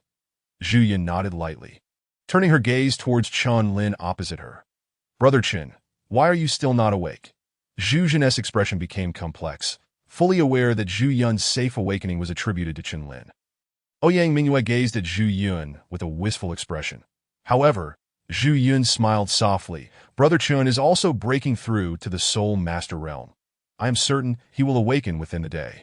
Upon hearing the girl's words, Zhu Zhun and Ouyang Mingyue finally felt at ease. Another day passed, and Qin Lin, who had remained motionless, suddenly exuded a rich wave of spiritual power. Sensing this surge, Zhu Yun was the first to smile. Brother Qin is also about to break through to the soul master. Just as her words fell, Qin Lin opened his eyes, his gaze sparkling like gemstones, and his entire demeanor seemed elevated, imbued with an air of mystery. His spiritual power, having absorbed the residual energies of the seven-leaf divine flower, successfully broke through to the soul master realm. Chapter 51. The Talents of the Azure Cloud Rankings. Soul Master Realm. Qin Lin opened his eyes, slowly rising, and upon seeing Zhu Yun now safe and sound, a smile appeared on his face. Thank you, Brother Qin. Zhu Jin knelt on one knee, expressing his gratitude. Zhu Yun also intended to kneel, but Qin Lin timely stopped her, helping Zhu Jin up instead. If you must thank someone, it should be that girl. Qin Lin's gaze was filled with warmth as he looked towards Ouyang Mingyue. The latter raised her eyebrows in surprise. Zhu Jin declared resolutely, regardless, my life from now on belongs to Brother Qin. Just command me. I fear nothing. Qin Lin chuckled. If Brother Zhu considers me a brother, then please retract that statement. Zhu Jin's body trembled, his eyes slightly reddening. Brother Qin, once I have dealt with that beast Tang Qianhe, I shall serve you faithfully. He could not allow Tang Qianhe to die yet. The blood feud of dozens of brothers from the Huiyuan Merchant Association must be avenged by his own hands. Hearing this, Zhu Yun's small face displayed a hint of stubbornness. Brother, I am now a soul master and can assist you. Zhu Jin felt warmth in his heart and gently ruffled Zhu Yun's hair. However, in an instant, Zhu Jin seemed to recall something. Turning to Qin Lin, Brother Qin, did you come from Tianyang Jun for the Holy Source Light Fruit? Qin Lin nodded slightly. Ouyang Mingyue, witnessing this, inquired, Brother Zhu, do you know of the existence of the Holy Source Light Fruit? Zhu Jin smiled. The Holy Source Light Fruit is located within the ancient wilderness plain. Previously, we at the Huiyuan Merchant Association had also heard news of its emergence. As he spoke, Zhu Jun's eyes grew cold. Not only our Huiyuan Merchant Association, but the Tianfeng Merchant Association and several powerful families will likely rush to the ancient wilderness plain. The Holy Source Light Fruit is said to aid warriors in comprehending the legendary Aurora Will. Such an enticing prospect is utterly irresistible to us, the practitioners of the ultimate path. Ouyang Mingyue's beautiful eyes grew solemn. If that were the case, seizing the Holy Source Light Fruit would not be as straightforward as imagined. Chen Lin chuckled and said, "Stop overthinking, lass. There is no time to waste. We should make our way to the primordial plains." Indeed, Brother Chun is right, that if we wish to claim the holy source light fruit, we must set off immediately. Zhu Jin's expression also shifted, as they had already lingered here for quite some time. The four of them reached a consensus and decided to embark towards the primordial plains without delay, stepping out of the tree hollow, as they were greeted by the blazing sun once more. A smile blossomed on Zhu Yun's face. However, in the next moment, the young girl cast a gentle glance towards the figure of the young man standing at the forefront. It seemed that his mere presence brought a sense of calm to her heart. Shao Qing! Ouyang Mingyue's whistle rang out, and the azure-haired griffin transformed into a streak of light, soaring toward the four of them. "Let us go." Chen Lin took the lead, and the remaining three exchanged glances before following suit. With a flap of its wings, the azure-haired griffin propelled the four toward the primordial plains. The primordial plains, located in the southeastern direction of the Great Wilderness County, was still 5 days away. However, the emergence of the holy source light fruit was said to occur in half a month's time. During this interim, many unfamiliar figures were likely to appear in the primordial plains. As Zhu Jun elaborated, Chen Lin listened attentively, realizing that this was not Tianyang County, and every step needed to be taken with caution.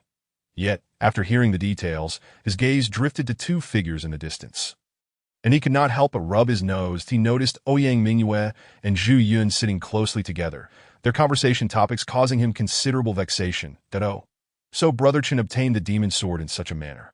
Indeed, that fellow, despite his foul mouth, possesses commendable strength. How did you and Brother Chen reunite after parting? Ah, Xiao Yun, you're unaware. That guy missed me so much that he came to visit me at my home. Chen Lin, now a soul master, absorbed every word of their dialogue, his expression darkening with each passing moment. Beside him, Zhu Jin suppressed a laugh, avoiding Chen Lin's gaze. This continued for 2 days until the tranquility was finally shattered on the third day. Boom! The four were meditating when suddenly a deafening roar echoed through the void. A colossal wave of elemental power surged upwards. Chen Lin was the first to sense the disturbance and promptly awakened the others. "Everyone, be cautious and prepare for a descent." Ouyang Mingyue, taken aback, quickly instructed Shao Qing to descend toward the ground. Zhu Jin shielded Zhu Yun, his eyes flickering. Once the four stabilized themselves, they scanned their surroundings and noticed two immensely powerful waves of elemental energy radiating nearby. The earlier cataclysmic disturbance was the result of a battle between these two individuals.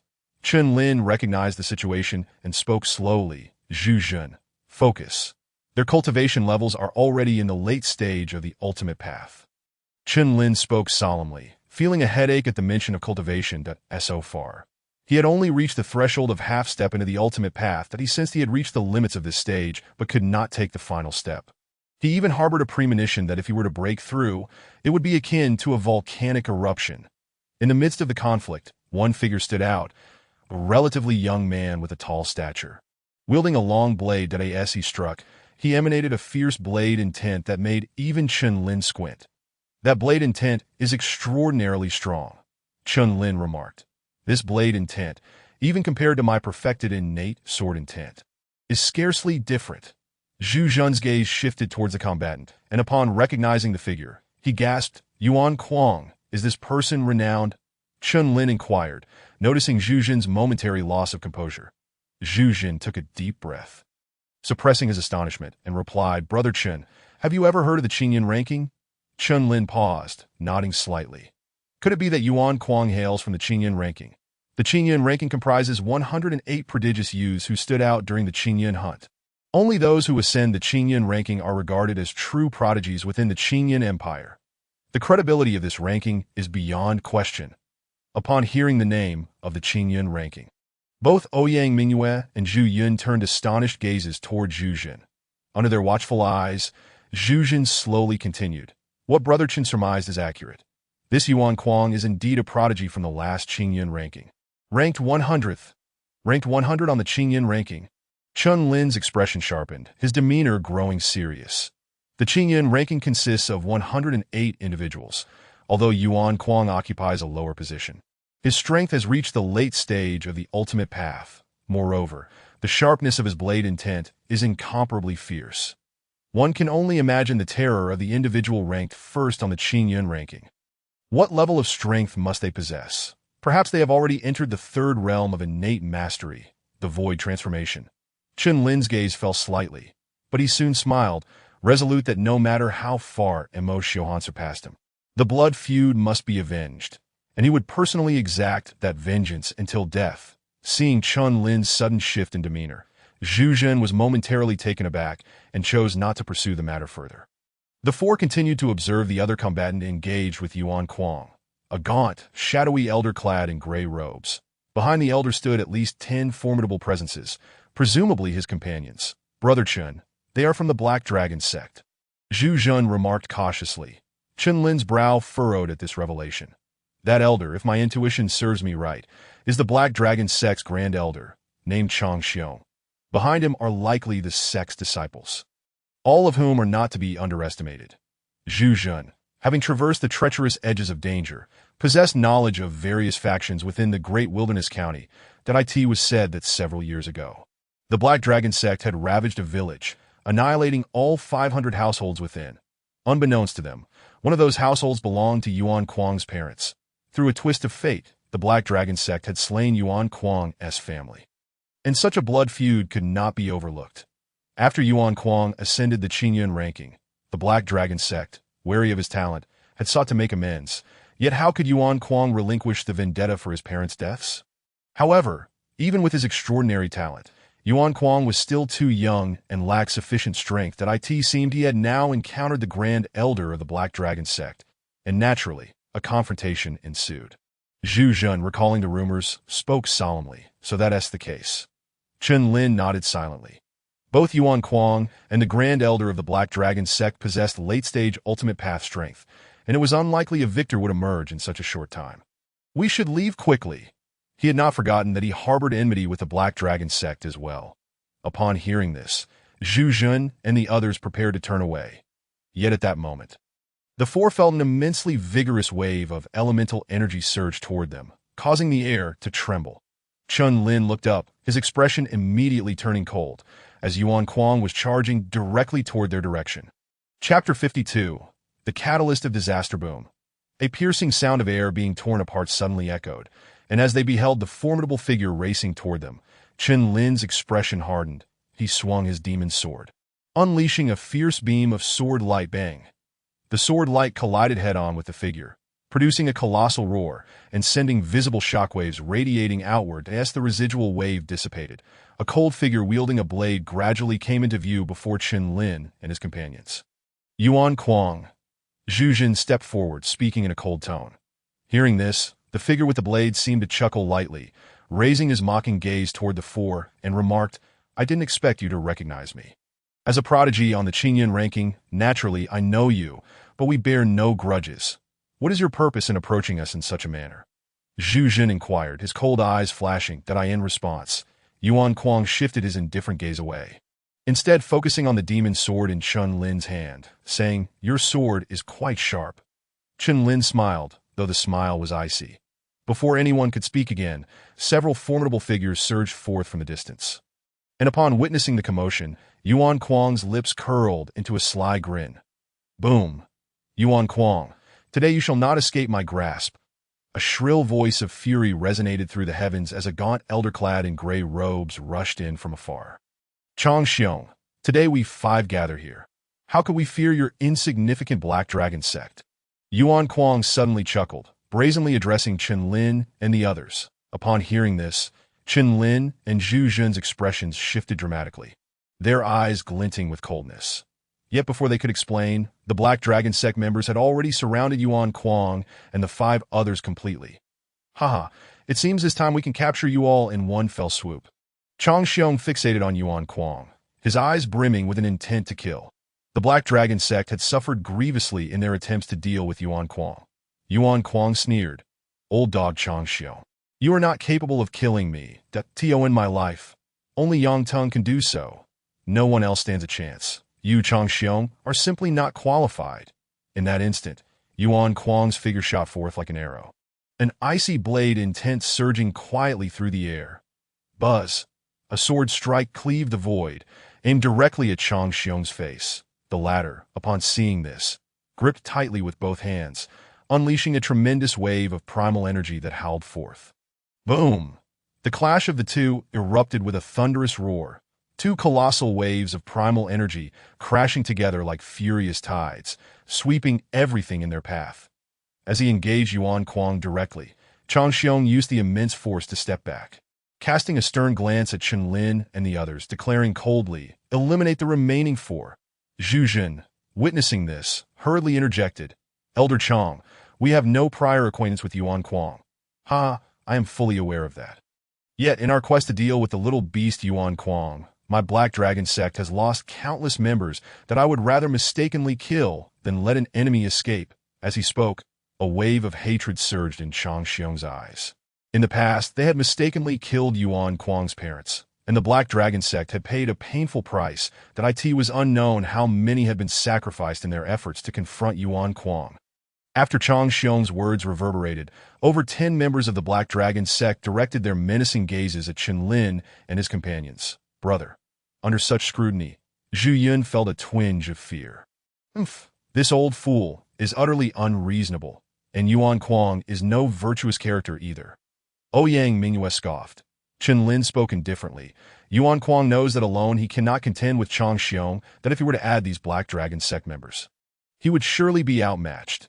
Thus, he lured Chang Xiong here, fully aware that despite Chang Xiong's disbelief in our alliance with Yuan Kuang, he would not spare us. Zhu Jin added solemnly, "Chang Xiong dares not gamble against a prodigy from the Qingyun ranking. It is enough to instill fear." Boom! Just as Zhu Jun finished speaking, over a dozen Black Dragon sect members charged towards the four. Each figure emanated a formidable wave of primal energy, the weakest among them being at the half-step to the Dao realm. Among them were two formidable mid-level Dao realm practitioners, causing Zhu Jun's brow to furrow deeply. His injuries had yet to heal, and facing even one was exceedingly taxing. Ouyang Mingyue was also merely at the half-step to the Dao realm. Against a mid-level Dao practitioner, she could barely remain undefeated. That AS for Zhu Yun. Her situation was even more dire. Having just entered the Soul Master realm, she struggled to wield her soul power proficiently. Among the four, only Chen Lin maintained a relatively calm demeanor in the face of the oncoming Black Dragon sect members. However, this calmness was short-lived. Chen Lin's expression shifted, and with a heavy step, he transformed into a bolt of lightning, charging towards the Black Dragon sect members, sweeping his fist and killing one with a single blow. A half-step Dao realm practitioner displayed such strength. He truly was a formidable ally of Yuan Kuang. The leading mid-level Dao practitioner, witnessing Chen Lin's prowess, narrowed his brow and surged toward him. Chen Lin wore a cold smile and continued to raise his fist. However, Zhu Jin appeared somewhat pale, for he faced not only a mid-level Dao practitioner, but also several figures rushing towards Zhu Yun. In this critical moment, Zhu Yun unleashed her soul power, but could only restrain one adversary. Before Ouyang Mingyue stood two early Dao realm opponents, and under such a siege, she had already pushed the Shaoyan sword technique to its limits. Boom! A torrential thunder surged forth as Chen Lin's fierce punch hurtled toward his target with incredible speed. That AS the black-clad sect member sensed the surging power within Chen Lin's punch. His expression involuntarily tightened, a wave of great heaviness washing over him. The fierce wind, accompanied by his full-bodied primal energy, surged forth in retaliation. Bang! A tremendous roar erupted as the two clashed. A bloodied and disheveled figure was sent flying backward. Chen Lin emerged from the dust, observing the grim state of Zhu Jun and Ouyang Mingyue, his cold gaze rising to reveal an otherworldly purple glimmer. Clang! In the next moment, the enchanted sword rang out. A surge of transcendent sword intent piercing the heavens, enveloping the remaining Black Dragon sect members. This sword intent, such terrifying sharpness. As the Black Dragon sect members were engulfed by the sword intent, they raised their gazes towards the figure wielding the sword, fear evident in their eyes. That sword? Could it be the legendary demon sword, Zihuang? Someone gasped, their throat dry with apprehension. Zhu Jun and Ouyang Mingyue also turned their gazes towards it, astonishment flickering in their eyes. Thunder Dragon's immortal slash. Chen Lin raised his sword, and in the void, a colossal thunderous sword seemed to manifest, its sword intent racing through the skies as it descended upon the crowd. Under this overwhelming wave of sword intent, the Black Dragon sect members could only grit their teeth, their faces twisted in a final effort to resist. Boom! The earth-shattering sound reverberated like thunder across the skies. A sudden surge of aftermath cascading outward incessantly. As the dust settled, a cold, sword-wielding figure emerged, none other than Chen Lin. Zhu Jun and the others' expressions brightened momentarily, but their joy quickly faded. The battle between Chang Xiong and Yuan Kuang halted the moment the giant sword struck down. Upon witnessing the demise of all Black Dragon sect members at Chen Lin's blade, an overwhelming wrath surged in Chang Xiong's eyes. "You wretch, I will not spare you," Chang Xiong roared, his eyes blood-red. Disregarding Yuan Kuang entirely as his murderous intent focused solely on Chen Lin. Yuan Kuang, observing this scene, felt a flicker of surprise. After all, Chen Lin's earlier sword strike did not appear to be the act of a mere half-step Dao practitioner. Seeing Chang Xiong madly rushing towards him, Zhu Jun exclaimed in alarm, "Brother Chen, it seems that Chang Xiong's cultivation has reached the peak of the late Dao realm. We must leave at once." Chen Lin smiled, an enigmatic expression crossing his face that it is too late to escape. Just as those words left his lips, a formidable figure darted forward, a chilling, murderous intent erupting. "You little beast, you have slain my disciples. Your crimes are unforgivable." Chang Xiong's icy gaze fixated on Chen Lin. "Haha, you indiscriminately attacked us. Now you shall know regret." Chen Lin's expression remained indifferent, his own murderous intent palpable. Chang Xiong chuckled darkly, his gaze suddenly shifting to the demon sword in Chen Lin's hands. Realization dawning upon him. "Haha, so you wield the demon sword?" Chang Xiong laughed maniacally. Then, his expression twisted with malice, he declared, "So you are the one who killed my nephew? Rest assured, the sect master is searching for you everywhere. Little did I expect you to come seeking death." Chapter 53. A critical moment. The sword master of the demon sword traversed thousands of miles from Tianyang County to Dahuan County, likely seeking the saint's source light fruit. However, do you think you are worthy of coveting such a treasure? Chang Xiong smirked coldly, no longer concerned about his earlier losses, that if he were to slay Chen Lin today and return to the Black Dragon sect with his head, he could already envision the sect master's profound gratitude.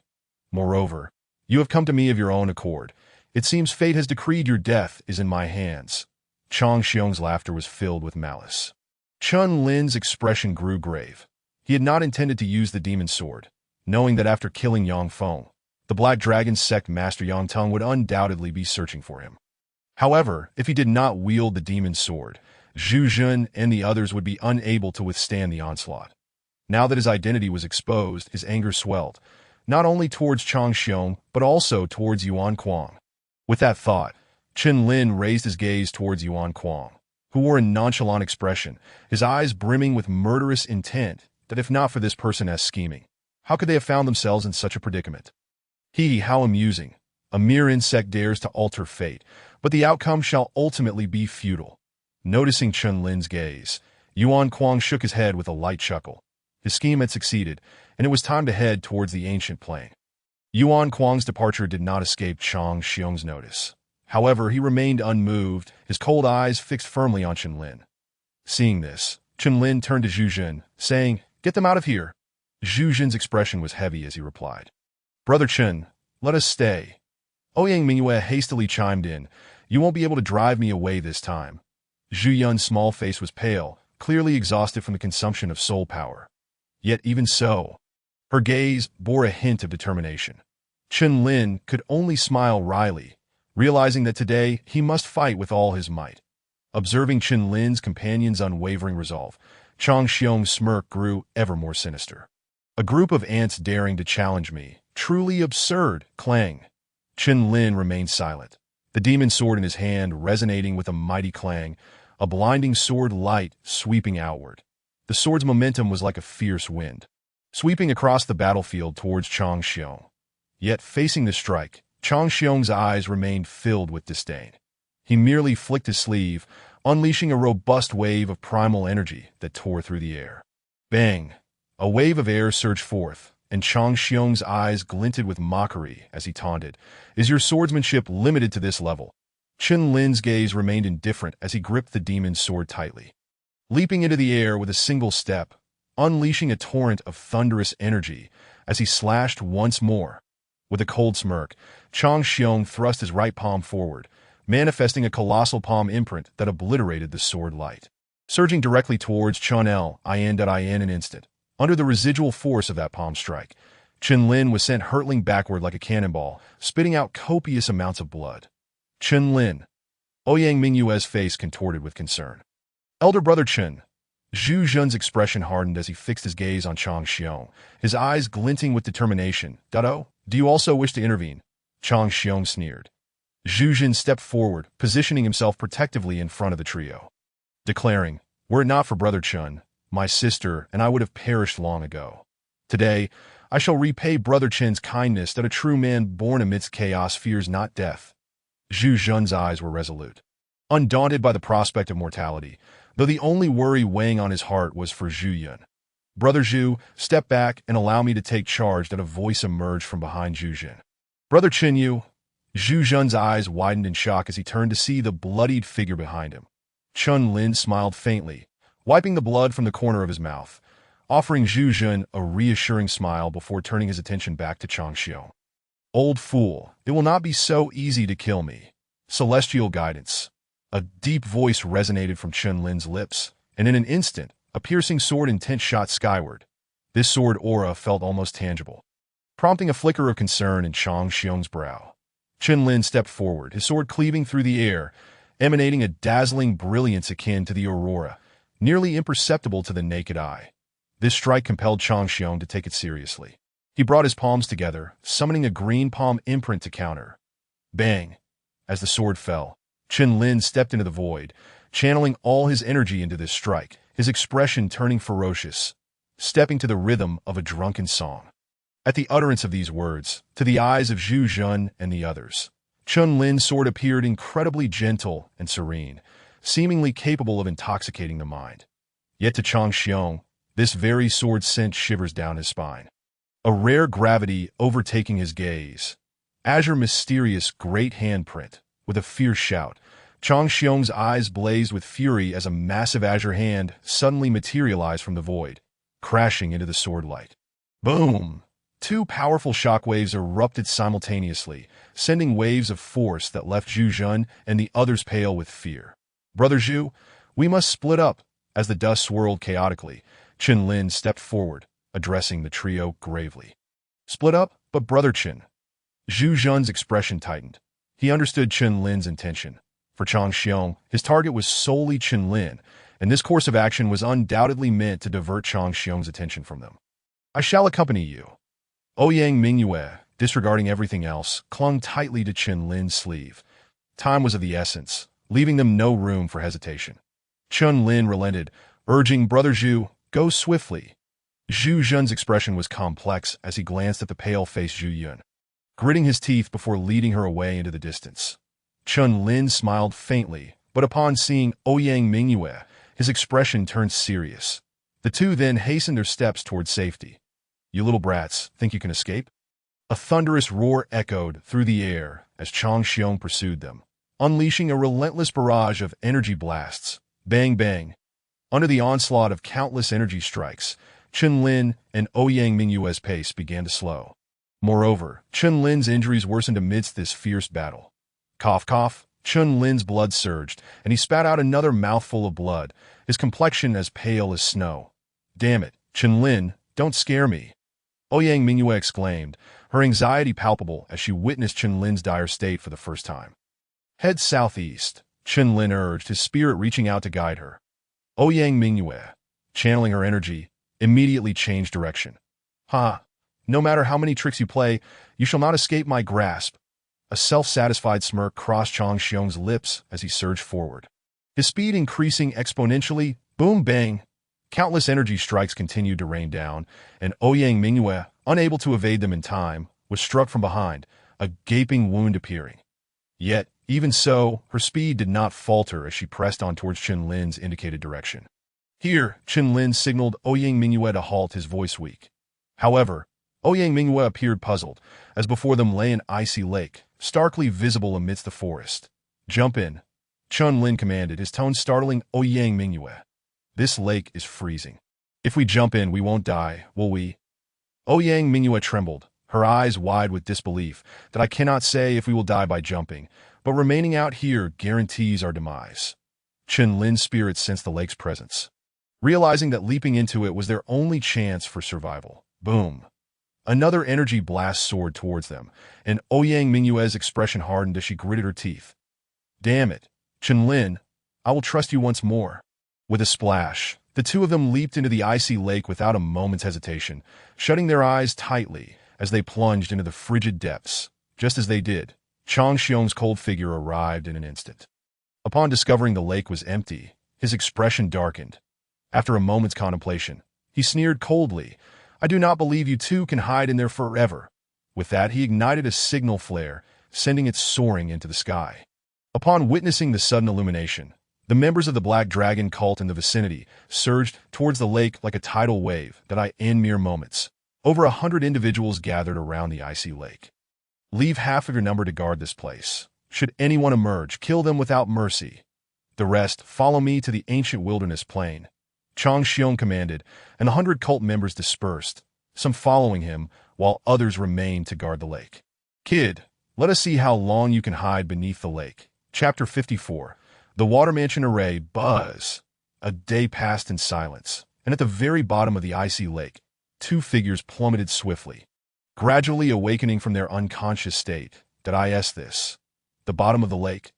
Ouyang Mingyue's face was ashen. The biting cold made her body tremble uncontrollably. Chen Lin pressed a hand to his chest, releasing his spiritual force to probe the surroundings. But after a while, he found nothing.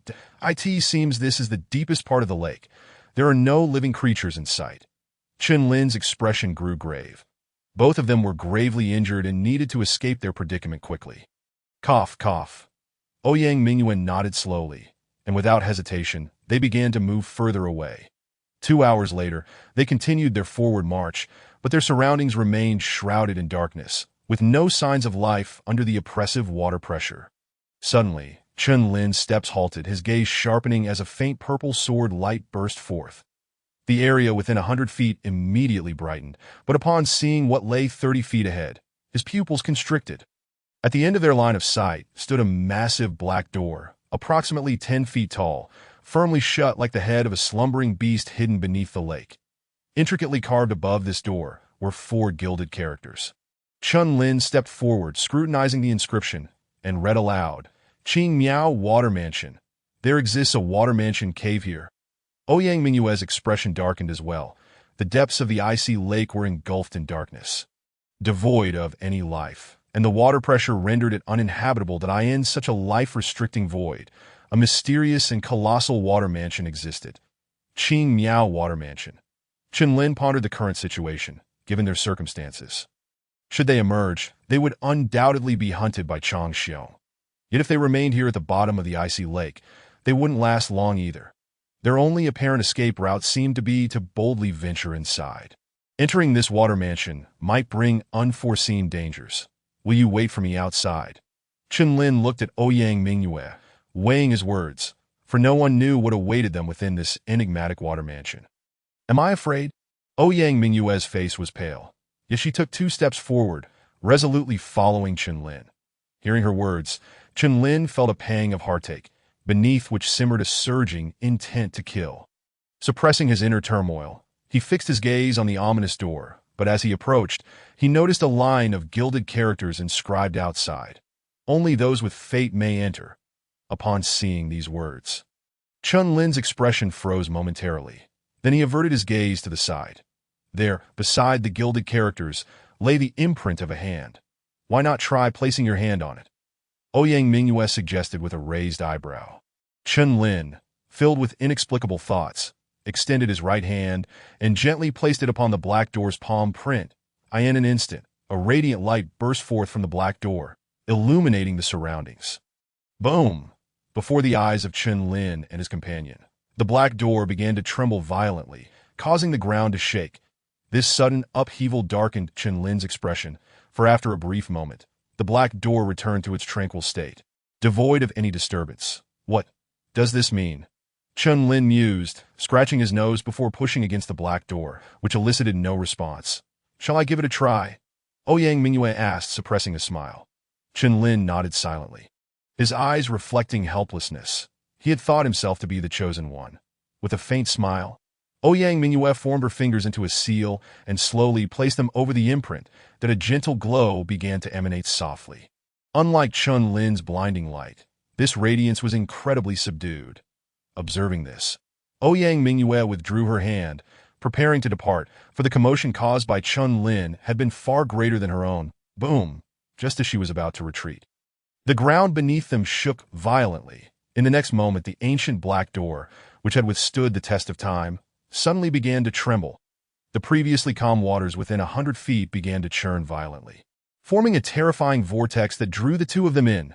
Be careful, Chun Lin shouted, his energy surging as he called out a warning. Ouyang Mingyue's expression changed, and she quickly conjured a protective barrier with her own energy. Under the immense suction, the two floated for about an hour before gradually coming to a halt. Once they steadied themselves, Chun Lin surveyed their surroundings with a keen gaze. The fact that Ouyang Mingyue's palm print could unlock the water gate left him quite astonished.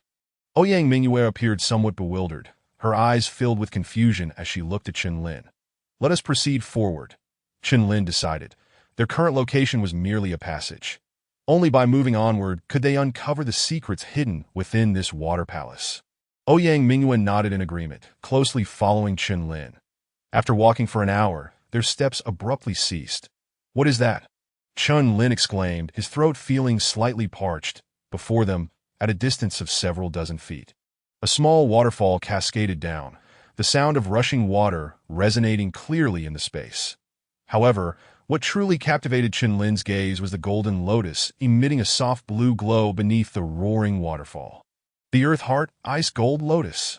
This was a 6th-grade spiritual herb, rumored to only appear in the most extreme cold. Ouyang Mingyue gasped in shock. Chun Lin's astonished eyes gradually ignited with fervor. Even from such a distance, he could sense a chilling aura penetrating his soul. What a treasure! I shall retrieve it. With a leap, Chun Lin activated his energy, transforming into a bolt of lightning as he plunged into the torrent of the waterfall. Boom! A forceful impact, not overly immense, struck Chun Lin.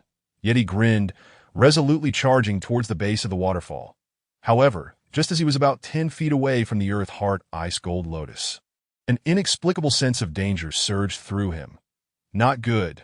With narrowed eyes, Chun Lin swiftly maneuvered in midair, only to witness a barrage of icy crystal pillars shooting out from the water flow. Akin to razor-sharp sword chi. Unavoidable. Is this a formation? Chun Lin's pupils constricted. He had not anticipated that the Earth Heart Ice Gold Lotus resided within a formation. Entering within 10 feet would trigger its defenses. Be cautious. Ouyang Mingyue also perceived the sudden onslaught of ice pillars. Concern etched in her gaze as she shouted a warning. Hearing her words, Chun Lin's brow furrowed even tighter. The Earth Heart Ice Gold Lotus was a 6th-grade spiritual herb. If they consumed it, not only would they heal their wounds, but they could also seize the opportunity to break through their cultivation.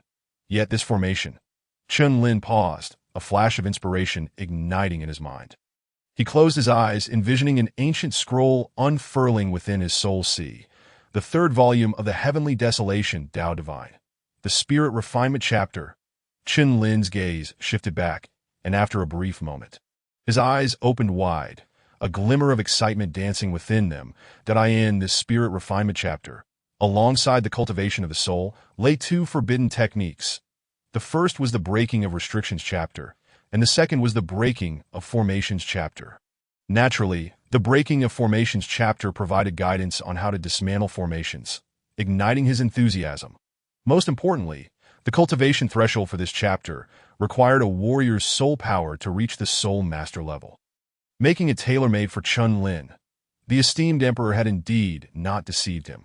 This heavenly desolation Tao Divine was truly unfathomable. Closing his eyes, Chun Lin began to comprehend the Breaking of Formations chapter.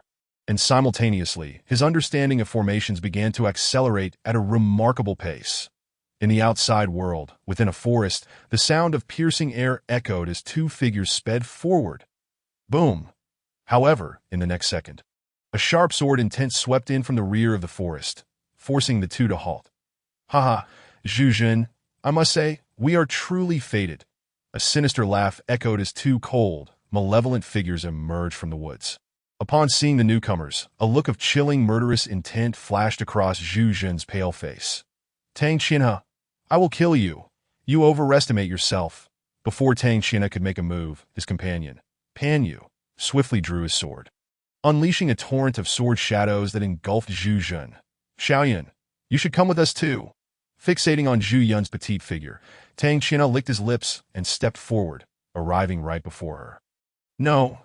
Zhu Jun's eyes widened in rage, blood pooling in his mouth as he struggled against the overwhelming sword shadows. Yet all was in vain. Brother. Zhu Yun's eyes reddened as she looked at Zhu Jun, tears streaming down her cheeks. Zhu Jun, quickly tell me where Qinlin is. Tang Qinhe coldly demanded, stepping on Zhu Jun's back. Haha, Tang Qinhe, if you have the guts, kill me. You think I would betray Brother Qin?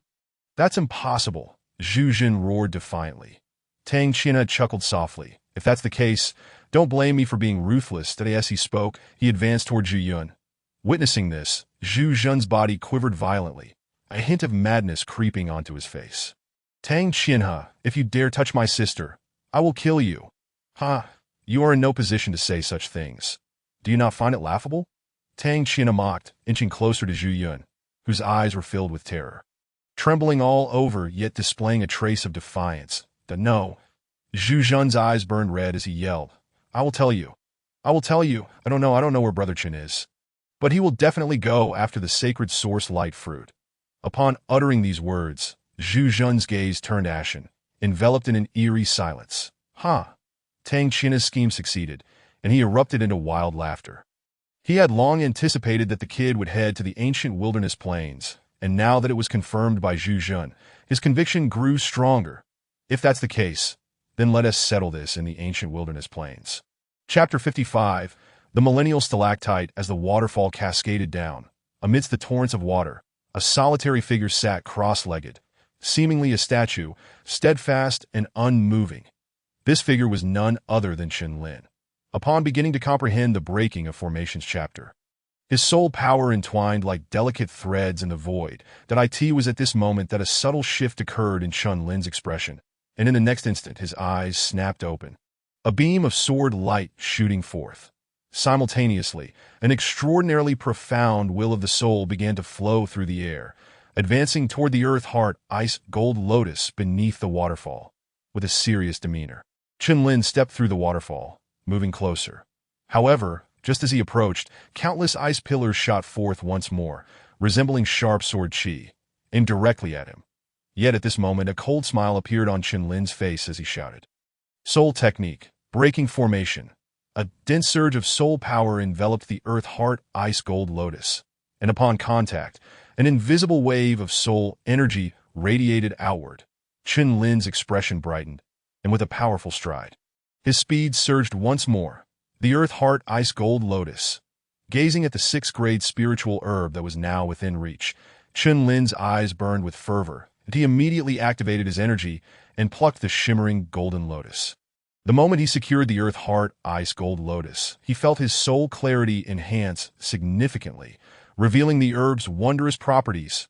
Buzz! With a powerful step, he began to retreat, but just as he was about to turn away, a dazzling, crystalline light suddenly captivated his attention.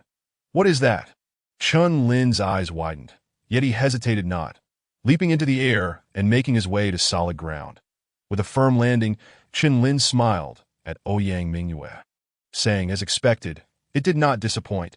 As Qinlin appeared unscathed, Ouyang Mingyue finally felt a sense of relief wash over her, her eyes sparkling with delight. The earth core ice golden lotus held little significance for her. However, the method Qinlin had employed to dispel the ice column earlier intrigued her. With a hint of astonishment in her gaze, she inquired, "What was that move you just performed?" Qinlin chuckled. "Curious to know? Just call me master and I shall teach you." "Umph. I'm hardly interested in learning from you." Ouyang Mingyue huffed lightly, though there was no trace of displeasure in her demeanor. "Prepare yourself to traverse the waterfall," Qinlin suddenly remarked, casting his gaze toward the rushing cascade. Ouyang Mingyue's eyes flickered with confusion. Yet Chen offered no further explanation, only adding with a smile, "There may be secrets hidden behind that waterfall. If you do not wish to venture forth, you may remain here." As his words trailed off, he swiftly dashed toward the thundering waterfall. Boom! Upon entering the depths of the waterfall, an immense force surged downward. Yet Chen remained unfazed, his brow furrowed as he pressed onward through the curtain of water. "Wait for me," Ouyang Mingyue exclaimed, stamping her foot as she hurried to catch up. Noticing her urgency, Chen smiled faintly and, wielding his enchanted sword, executed a swift strike that cleaved through the waterfall with a surge of sword intent. Seeing this, Ouyang Mingyue's furrowed brow gradually relaxed, warmth blossoming within her heart. Having successfully navigated through the waterfall, they cast their gazes around, only to find their pupils narrowing in shock. In the center of their line of sight stood a resplendent glass sculpture. The sculpture, crystal clear and seemingly forged of pure crystal, despite enduring the passage of time, still radiated a divine brilliance, shrouded in mystery. Their eyes locked onto the glass figure, both unable to suppress their astonishment. As they approached, a faint silver light began to emanate from within Ouyang Mingyue, dazzling in its brilliance. "What is happening?" Chen exclaimed, his eyes wide with surprise. "Ouyang Mingyue, what is this?" she asked, enveloped in the luminous aura, her face displaying an inexplicable fear. Observing the radiant glow surrounding her, Chen gaze sharpened. This phenomenon bore an uncanny resemblance to the light that had emerged when the door had opened earlier. Most crucially, the form of the glass sculpture unmistakably resembled a woman. From her appearance alone, the woman exuded an ethereal beauty, her features imbued with a serene and sacred aura. Recalling the earlier event when the door had opened, Chen felt a sense of certainty wash over him, and he cautiously surmised, "Mingyue, do not panic. This is the choice of the master of this water palace." At that moment, the water palace trembled violently, an inexplicable force emanating from the glass sculpture before them.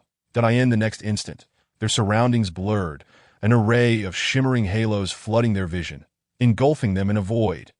After what felt like an eternity, as Chen felt a slight tremor beneath his feet, his vision gradually cleared to reveal a world of light. Ouyang Mingyue's figure had vanished without a trace. Unperturbed, Chen stepped forward, his indifferent gaze sweeping the area. Buzz, as he took his first step, a brilliant and resplendent light surged forth from the eyes of the glass sculpture. In the next moment, a dazzling stream of light shot skyward from the sculpture, seemingly piercing through endless voids, manifesting from above. The sudden occurrence put Chen on high alert. The aura emanating from it surpassed even that of the esteemed Shenshi Luyun within the Qinglong Tower. It embodied the silhouette of a woman. Though shrouded in ambiguity, Chen could discern her unparalleled elegance. In that instant, realization struck him. The woman's visage was identical to that of the glass sculpture. She was the master of this enchanting water palace. Just as Chen prepared to offer a respectful bow, a divine voice resonated within his soul. "Chen, this is merely the consciousness of a sage, devoid of any sentience." This pronouncement, Chen expression turned solemn. Indeed, in the next moment, the woman spoke with a dispassionate tone. "I am Qingyao. This place was once my sanctuary. After a century of seclusion and spiritual awakening, I have attained the sage realm, leaving this water palace as a means to find a disciple." Chen raised an eyebrow, remaining silent for a moment, coming to understand that this disciple was likely Ouyang Mingyue. In addition to my legacy, there exists something else here for those fated to receive it. Qing Miao continued, her words igniting a spark of interest within Chen as he witnessed an almost transparent small jade vial materialize from the void, emanating a faint glow. With her final words, the ethereal figure of Qing Miao began to dissipate like smoke. Yet, a perplexed expression crossed Chen face. Could he truly be this fated individual? The eyes of the Emperor Tunhuang seemed to see through everything as he remarked, "Merely possessing the sage realm is insufficient for one to inherit my teachings." Chen heart jolted, his gaze laden with confusion that hadn't the imprint test already been conclusive. The Emperor Tianhuang chuckled softly. "The disciples I favor are not ones who merely possess the sage realm." Chen fell into contemplative silence. Yet his resolve strengthened, his gaze once more igniting with determination as he turned to the jade vial. In an instant, he sensed that the vial contained an exceptionally pure energy, imbued with a vast vitality. Without hesitation, he grasped the vial, its cool surface radiating warmth. After a brief moment of contemplation, Chen Lin uncorked the vial, instantly drawing forth a dazzling brilliance that enveloped the surrounding area within a 10-zhong radius. Simultaneously, a delicate fragrance wafted from the vial, and with a mere whiff, he felt his pores open wide. His spirit rejuvenated. His instincts told him that the contents of this vial were far more precious than the earth core ice golden lotus. A fervent heat surged within him. His breath momentarily stilled as he queried, "Esteemed Emperor, what exactly is contained within this vial? Such pure and formidable power." "The item is known as Millennium Stalactite," the Emperor Tianhuang explained. "It is a spirit liquid formed from the essence of sun and moon accumulated over countless years. This Millennium Stalactite possesses an exceptionally pure energy and abundant vitality. While it contains but 3 drops for you at this moment, consuming a single drop is more than sufficient." Millennium Stalactite. Upon hearing this, Chen Lin's breath hitched, his gaze ablaze with fervor as his heartbeat quickened. Truly, such a precious item was meant for him, a mere mortal. A gentle smile graced Chen Lin's lips. This time, he had struck an extraordinary fortune. As a thought crossed his mind, he couldn't help but chuckle. The inheritance that girl had grasped must indeed be this sage's legacy. However, with his own formidable foundations in the Songlong Battle Heaven technique and the Tianhuang Dao Divine Scripture, he sought nothing more. Suppressing his thoughts, Chen Lin gazed at the Millennium Stalactite before him, his eyes shimmering with boundless excitement. Utilizing such a divine treasure, his cultivation would surely soar, and when he next faced the treacherous Changxiong, the outcome would undoubtedly be transformed. Chapter 56. Accumulation and Eruption. The Emperor Tianhuang's explanation made Chen Lin's heart race fervently as he focused intently on the Millennium Stalactite within the jade vial. His throat feeling parched at to have such a miraculous treasure fall into his hands by sheer chance was an incredible stroke of fortune. Without a moment's hesitation, Chen Lin extracted a single drop of the Millennium Stalactite from the vial. In an instant, a subtle fragrance permeated the air. His eyes gleamed as he allowed the drop to touch his tongue, and in that moment, an overwhelming radiance enveloped him, submerging the surrounding area. Time seemed to stretch as brilliant light scattered throughout this otherworldly space, waves of indescribable terror emanating from the void. What was most astonishing was that amidst those terrifying waves, there pulsed an abundance of vitality. Through the void, one could glimpse a radiant figure seated within the light, surrounded by an aura of formidable sword intent. Bit by bit, the power from the Millennium Stalactite was absorbed and refined by Chen Lin, his blood, energy, and primordial force escalating at a remarkable pace. Until, at last, the solitary drop of Millennium Stalactite, suspended in the void, was completely consumed, prompting him to retrieve a golden lotus and continue the refinement process. Indeed, the unparalleled foundation forged from the 10 great imperial beasts was formidable. A single drop of Millennium Stalactite had been consumed in such a short span. This was the essence of accumulation leading to eruption. The Emperor Tianhuang smiled faintly, his voice fading into the void. Boom! At that moment, Chen Lin, who had kept his eyes closed, suddenly opened them wide, his gaze ablaze with an intense sharpness. Simultaneously, an explosive surge of primordial energy within him began to escalate at an alarming rate. From half-step to the pinnacle of Dao Realm, then into the initial stage of Dao Realm. And it did not end there. The power of the Earth Core Ice Golden Lotus spread throughout Chen Lin's meridians, unleashing another wave of terrifying energy at the pinnacle of the early stage of the Dao Realm, transitioning into the mid-stage. In that moment, a surge of primal energy characteristic of the mid-stage of the Dao Realm erupted violently from within Chen Lin. Soaring towards the heavens, the effects of this Millennium Stalactite combined with the heart of the Earth's Ice Golden Lotus were astonishing, far exceeding my expectations. Upon opening his eyes, Chen Lin immediately sensed his cultivation level, astonishingly having leaped directly from the half-step Dao Realm into the mid-stage Dao Realm. He had bypassed the early stage of the Dao Realm. Such a claim would be utterly unbelievable. Gazing at the remaining 2 drops of Millennium Stalactite in the small jade vial, a hint of regret flickered in his eyes. This type of spiritual essence yields its best effects only upon first consumption. If taken a second time, the benefits would be significantly diminished. Buzz, as Chun Lin pondered silently. An inexplicable roar resonated in the void once more. Raising his gaze, he beheld a graceful figure appearing in midair, exuding an aura of inexplicable sanctity. It was none other than Ouyang Mingyue. Surrounding her was a dispersing aura of a saintly will. Most palpably felt by Chanel In that instant. His gaze momentarily blurred, perceiving Ouyang Mingyue as if she were a divine being, sacred and inviolable. Roar. In that fleeting moment, a deep dragon's roar erupted from within Chun Lin. The sound reverberating through the heavens, howling across the sky. The resounding dragon's chant shattered the aura of sanctity, allowing Chun Lin's expression to ease.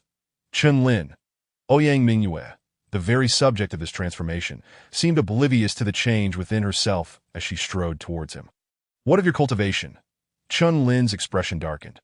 Ouyang Mingyue glanced at herself, a torrent of primal energy surging forth, equally matching Chun Lin's power. She too had reached the mid-stage of the Tao realm. At this revelation, Chun Lin's face twitched. He had expended a drop of millennium stalactite in the heart of the Earth's ice-golden lotus to achieve his breakthrough to the mid-stage of the Tao realm. Clearly, the inheritance Ouyang Mingyue had acquired was extraordinary. Otherwise, such a leap in cultivation would not be feasible. This item is known as the millennium stalactite, containing exceedingly pure power and vitality that can aid you significantly when you are on the verge of breaking through to the late stage of the Tao realm. After contemplating for a moment, Chun Lin retrieved a drop of millennium stalactite from the small jade vial and handed it to Ouyang Mingyue. Upon receiving the drop, a look of astonishment crossed Ouyang Mingyue's delicate face. The power contained within the millennium stalactite was something she had never encountered before. Now we must depart. Chun Lin spoke with a sharp tone, his eyes brimming with murderous intent. To this, Ouyang Mingyue replied with a cold laugh. That old thief Chang Xiong must not be let off easily. The two of them had been driven to the brink by Chang Xiong before entering the icy lake's depths. Yet they had never anticipated the existence of such a mysterious water palace at the lake's bottom. What they had witnessed and experienced within the palace illuminated Ouyang Mingyue's future path of cultivation. A cold smile crept across Chun Lin's lips as he said, "Let us go. I believe many are waiting for us outside the icy lake. This young lady intends to make those people pay dearly." Ouyang Mingyue huffed, her form darting like the wind as she flew towards the waterfall's exit. Beneath the icy lake, a realm devoid of life, shrouded in darkness, lay still. Boom. At that moment, the once silent waters began to boil, surging tumultuously. The dark doors of the ethereal water palace slowly swung open, and in the next instant, a tall figure radiating with purple sword light stepped forth. Clad in black, was Chun Lin. Behind him, a graceful figure in green followed closely, her spirited eyes gleaming with a frosty brilliance. The two exchanged glances before charging upwards. Above the icy lake, dozens of figures stood silently within a tenjong radius, seemingly awaiting something. Leading them was a scar-faced man, his aura overflowing with primal energy, having reached the pinnacle of the mid-stage Tao realm. The rest exuded formidable energy, with the weakest being half-step Tao realm. While most were at the early stage of the Tao realm, their identities were all members of the Black Dragon sect, gathered here on orders from the Grand Elder, Chang Xiong. "Brother, what exactly is the Grand Elder having us wait for?" One of the Black Dragon sect members queried impatiently. "Indeed, we have waited nearly 10 days without sight of a single figure." The scar-faced man chuckled softly and replied, "It is said that beneath the icy lake lies the notorious criminal that our sect leader is pursuing, the fabled sword master of the demon sword." "What? The murderer of the young master is lurking within." Someone gasped, their pupils contracting. "Precisely. Thus we must not be careless. Once he emerges, we shall strike together and eliminate him," the scar-faced man commanded coldly. Hearing this, the others nodded in solemn understanding, their gazes sharpening. Clang, but in the next second, a resonant sword hum echoed across the heavens, causing many to lose control of their swords. "What is happening? Such potent sword intent," the scar-faced man exclaimed, alarmed that as the members of the Black Dragon sect turned their astonished gazes towards the icy lake, they witnessed a mesmerizing silver sword, as if birthed from the depths of hell, soaring freely and beginning to reap their lives. Crack! Crack! Under the glimmering purple light of the sword, the member's blades shattered effortlessly. At that moment, the sword's rank had dramatically ascended. Thud! In the next instant, the sounds of blades slicing through flesh echoed incessantly, and the scar-faced man's expression shifted to panic as he attempted to flee. Die, you scoundrel! Ouyang Mingyue unleashed a frigid beam of sword light, sweeping towards the scar-faced man. In an instant, a cold corpse collapsed to the ground. Even in his final moments, the scar-faced man could not comprehend why the hunters, had become the prey. Buzz! Chen Lin emerged from the icy lake, retracting the demon's sword, surveying the scene littered with corpses and rivers of blood, his murderous intent unwavering. Time is of the essence. We must head to the ancient plain. A low murmur escaped Chen Lin's lips, his gaze sharp and a self-assured smirk gracing his face. Chapter 57. Sacred Source, Heavenly Pool. Buzz, buzz, buzz. Figures radiating a robust primal energy surged like flowing light towards a singular direction. Clearly, such commotion was indicative of the emergence of a rare treasure. Moreover, upon closer inspection, one could discern the faces of over 100 martial artists, each wearing expressions of anticipation and fervor. The sacred source Heavenly Pool is boiling. We must hasten to the ancient plain. Today is the final day. Indeed, the sacred source Heavenly Pool has boiled thrice already, yielding for sacred source light fruits that I wonder how many will appear in this final boiling. One martial artist, his eyes alight with eagerness, spoke. The sacred source light fruit is a 6-tier spiritual herb that if consumed, it can elevate one's cultivation, and may even impart the legendary Aurora intent. Haha, the Aurora intent is an exceedingly rare and formidable intent. Even with the sacred source light fruit, comprehending it is no simple feat. You speak true. The prodigy Yuan Kuang on the Azure Cloud ranking, after consuming the sacred source light fruit, barely managed to break through his cultivation, yet still has not grasped the Aurora intent. Aside from Yuan Kuang, I have heard that Tang China from the Tianfeng Merchant Association also possesses extraordinary talent, having vowed to comprehend the Aurora intent within 3 days. I wonder how he fared today. A martial artist chuckled lightly, evidently skeptical. After all, can Tang China's talent surpass that of Yuan Kuang on the Azure Cloud ranking? Yet such sentiments were kept discreetly to oneself. The hour grows late. We must depart, someone urged solemnly. Alas, the sacred source Heavenly Pool is now encircled by Yuan Kuang, the Black Dragon sect, and the Tianfeng Merchant Association, unless one possesses the strength of the late stage of the Tao realm. Even approaching the sacred source Heavenly Pool is nigh impossible. Upon hearing this, many present darkened in countenance, a hint of despondency etched upon their features that it seems the sacred source light fruit is ultimately beyond our reach. One lamented with a sigh. Not necessarily. A chilling voice suddenly resonated from behind the crowd. They turned to see a cool and composed young man approaching, a hint of a smile playing on his lips. Following closely behind him was a girl in green, her bright eyes and pearly teeth radiating a serene aura. From the moment they appeared, the crowd's gazes narrowed slightly, for this aura was not something ordinary individuals could possess.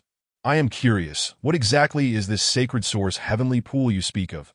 Chen Lin inquired with a gentle smile that a martial artist, taken aback, replied, the ancient plain was once a desolate expanse, yet 3 years ago, a celestial phenomenon transformed it into a pool of water. Within that pool, spiritual light shimmered and ethereal mist swirled, giving rise to the rumored 6-tier spiritual herb, the sacred source light fruit. Recently, the sacred source Heavenly Pool has boiled every 3 days, each boiling yielding sacred source light fruits. As of now, it has boiled thrice, and today marks the 4th boiling, likely the last chance to seize the sacred source light fruits. As the man finished speaking, a hint of bitterness involuntarily crept at the corners of his mouth. That we must hurry, exclaimed Ouyang Mingyue, her urgency palpable. Chen Lin nodded slightly, and amidst the astonished gazes of the onlookers, he and Ouyang Mingyue continued their swift advance towards the sacred source Heavenly Pool.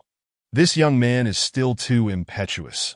It seems this journey will likely be in vain, lamented the earlier martial artist with a wry smile.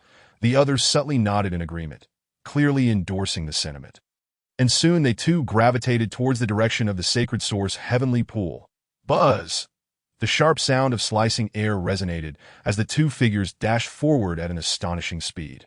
However, Ouyang Mingyue, her voice low, remarked, "I hadn't anticipated we would arrive too late." Lin smiled, replying, "Fortunately, we have made it just in time for the final day." To their astonishment, it appeared that Yuan Kuang and Tang Qianhe had successfully procured the sacred source light fruit, undoubtedly enhancing their strength significantly. That a flicker of worry crossed Ouyang Mingyue's previously confident visage.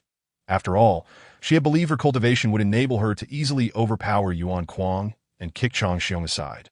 Yet now, it seemed that the adversaries had achieved considerable growth in the past few days, likely reaching the pinnacle of the ultimate path realm. With this thought, Lin's expression darkened, yet the coldness in his gaze intensified, and his speed surged once more.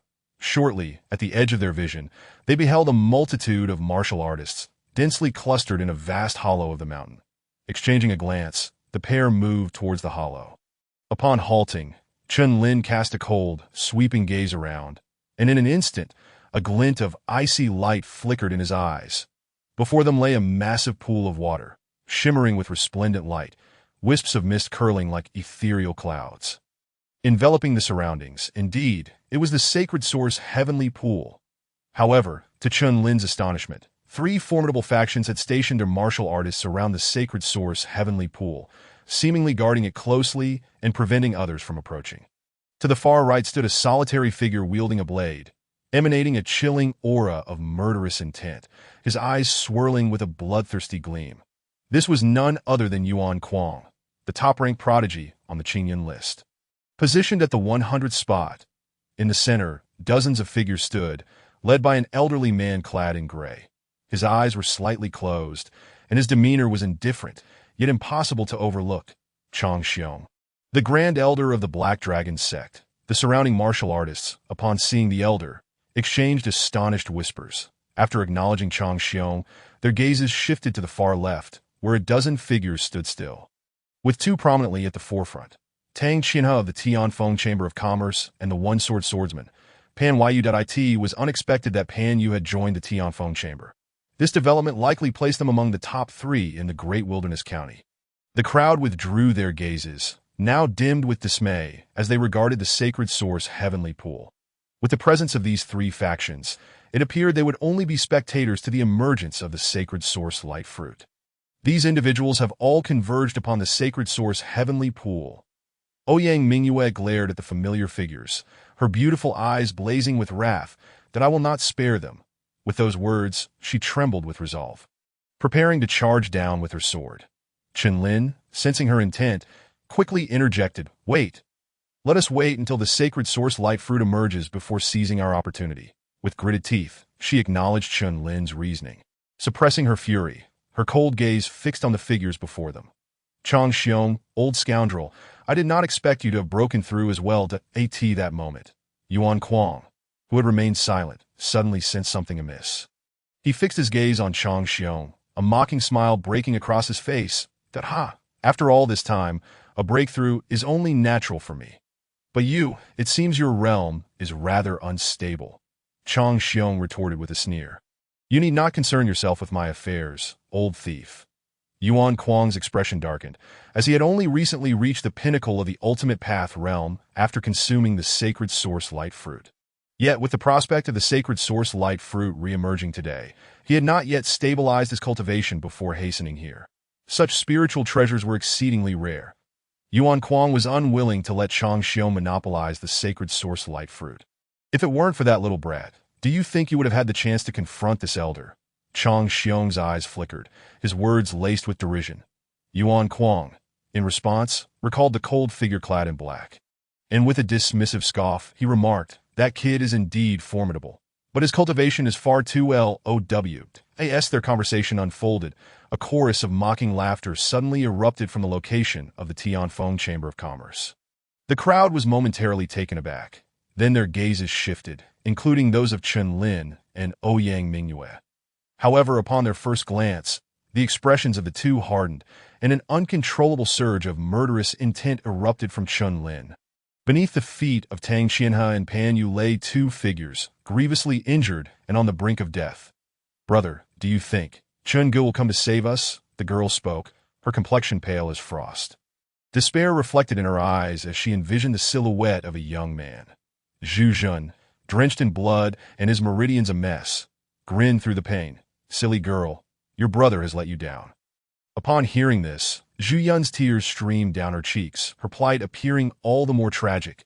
The onlookers, witnessing this scene, were momentarily stunned, exclaiming, "That is Zhu Yun of the Huayin Chamber of Commerce." It was unexpected that Tang Qian had managed to wipe out the entirety of the Huayin Chamber of Commerce. If this news spread, the Tianfeng Chamber of Commerce would undoubtedly instill fear in other chambers throughout the great wilderness county. Amidst the murmurs of astonishment, Tang Qian's mocking gaze swept the crowd as he proclaimed, "Chen Lin, I know you are here. If you cower in the shadows and refuse to show yourself, do not blame me for being ruthless." Chapter 58. What fear is there in battle? Tang Qian's foot pressed down on Zhu Yun's back. The latter's chest caved in as he coughed up a mouthful of blood mixed with teeth. Zhu Yun's eyes reddened in desperation, pleading, "Please spare my brother." "Ha! Spare this waste? That could be arranged, but only if that little brat comes out right now. I promise not to kill him." Tang Qian laughed recklessly, his gaze scanning the surroundings as if searching for something. Beside him, Pan Yu chuckled, "That kid must be frightened. If he shows up, only death awaits him." "Ha ha!" Tang Qian scoffed, saying no more as his attention shifted back to the shimmering sacred source heavenly pool. Their primary purpose for being here today remained the sacred source light fruit. In this tense atmosphere, the crowd anxiously awaited. Approximately an hour later, the once tranquil sacred source heavenly pool finally began to ripple with movement. Buzz, sensing the change, Yuan Kuang, Chang Xiong, and Tang Qian all stepped forward, their fiery gazes fixed on the sacred source heavenly pool. It is coming. How many sacred source light fruits will emerge in this final upheaval of the sacred source heavenly pool? Some gazes were fervent, their hearts pounding wildly. Buzz! At that moment, a martial artist could no longer suppress his desire. Gritting his teeth as he dashed towards a gap, seeking death, Pan Yu's voice was cold as he smiled, his sword gleaming ominously, a flash of blood-red light trailing its path. Puff! A bloodied head flew through the air like a sandbag, causing the surrounding crowd to shudder in shock. That it was known that this martial artist had been at the peak of the mid-ultimate path realm. How could he not withstand a single strike from Pan Yu? The others could only manage bitter smiles as the fiery glint in their eyes gradually faded. Compared to the sacred source light fruit, they cherished their lives even more than a group of clowns, aspiring to lay claim to the sacred source light fruit. Such delusions were laughable. As Pan Yu sheathed his sword, he spoke mockingly, his voice deliberately loud enough for all to hear. The crowd's faces flushed. Fists clenched, yet none dared to take further action. His strength. Ouyang Mingyue stared in disbelief amidst the throng. Chun Lin's expression remained unchanged, stating he has already reached the late stage of the ultimate path realm. With the enhancement of his sword intent, it is not surprising he could slay a mid-ultimate path peak martial artist with a single strike. With your current strength, you are still not their match. Stay here and wait. Ouyang Mingyue bit her silver teeth, defiantly asserting, "I am not afraid." Upon hearing this, Chen Lin's gaze shifted, as if seeing something, and he coldly replied, "I will draw Tang Qianhe and the others away. You go rescue Zhu Yun and Zhu Yun." Ouyang Mingyue's eyes flickered with realization, asking, "How will you distract them?" Chun Lin fell silent, but a glint of cold light passed through his eyes, following Chun Lin's line of sight. Ouyang Mingyue's expression froze, a hint of realization dawning upon her as her delicate fingers tightened unconsciously, her expression tinged with complexity. Meanwhile, as the crowd's fervent gazes converged, the waters of the sacred source heavenly pool suddenly began to tremble, sending ripples cascading outward. Brilliant rays of light refracted from the pool, an incredibly pure power continuously surging forth. In a fleeting moment, an overwhelmingly brilliant light enveloped the valley, completely submerging it. Gurgle, gurgle. The sound resonated incessantly from the sacred source heavenly pool. Akin to the bubbling of molten lava, in the void, mist cascaded forth, and light scattered in all directions. Buzz! At that moment, within the sacred source heavenly pool, a wave of indescribable spiritual energy surged through the waters. In the center of the pool, 3 dazzling beams of light rose, and as the radiance dissipated, the breath of the onlookers came to a sudden halt. Some widened their eyes in disbelief, their throats dry as they stammered. Three sacred source-like fruits appeared simultaneously. Hovering above the sacred source heavenly pool were three ethereal, palm-sized crystalline fruits, the sacred source-like fruits. The waters of the pool began to churn with unrestrained vigor. Pulsating with energy, upon witnessing this scene, Yuan Kuang, Chang Xiong, and Tang Qinha all bore expressions of fervor and madness. However, their expressions soon reverted to normal as they glanced around, seemingly weighing their options to AT that moment. Chang Xiong suddenly chuckled, "My friends, today marks the final eruption of the sacred source heavenly pool, and these three sacred source light fruits are the last of their kind. Does Elder Chang have something to say?" Tang Qinha's gaze sharpened, refraining from making any rash moves. "Haha, among the three of us, only my Black Dragon sect possesses the greatest power. Thus, it is only right that I claim two of these sacred source light fruits." Chang Xiong spoke coolly, his tone tinged with indifference. Yet as soon as he finished speaking, Yuan Kuang scoffed, "Old thief Chang Xiong, if you wish to acquire two sacred source light fruits, you ought to first ask the blade in my hand whether it consents." Buzz!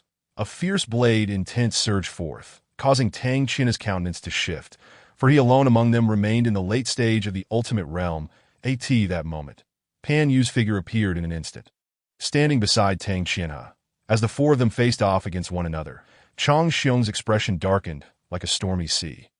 Given his current strength, confronting both the Tianfeng Chamber of Commerce and Yuan Kuang simultaneously would be exceedingly difficult.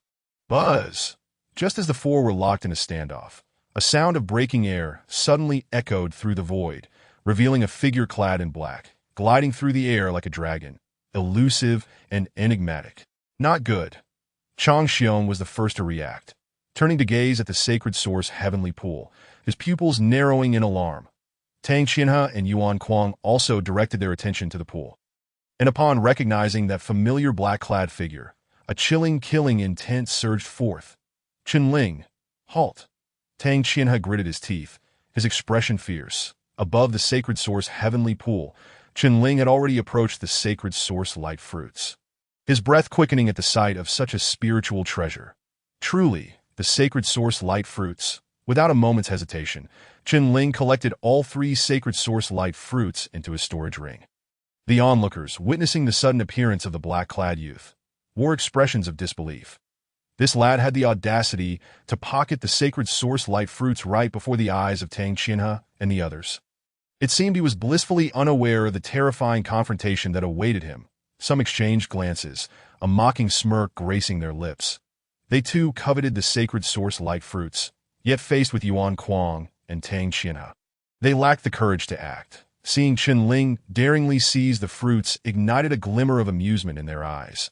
Amidst the chorus of astonished gasps, Zhu Jun, who had previously displayed a vacant gaze, gradually lifted his eyes.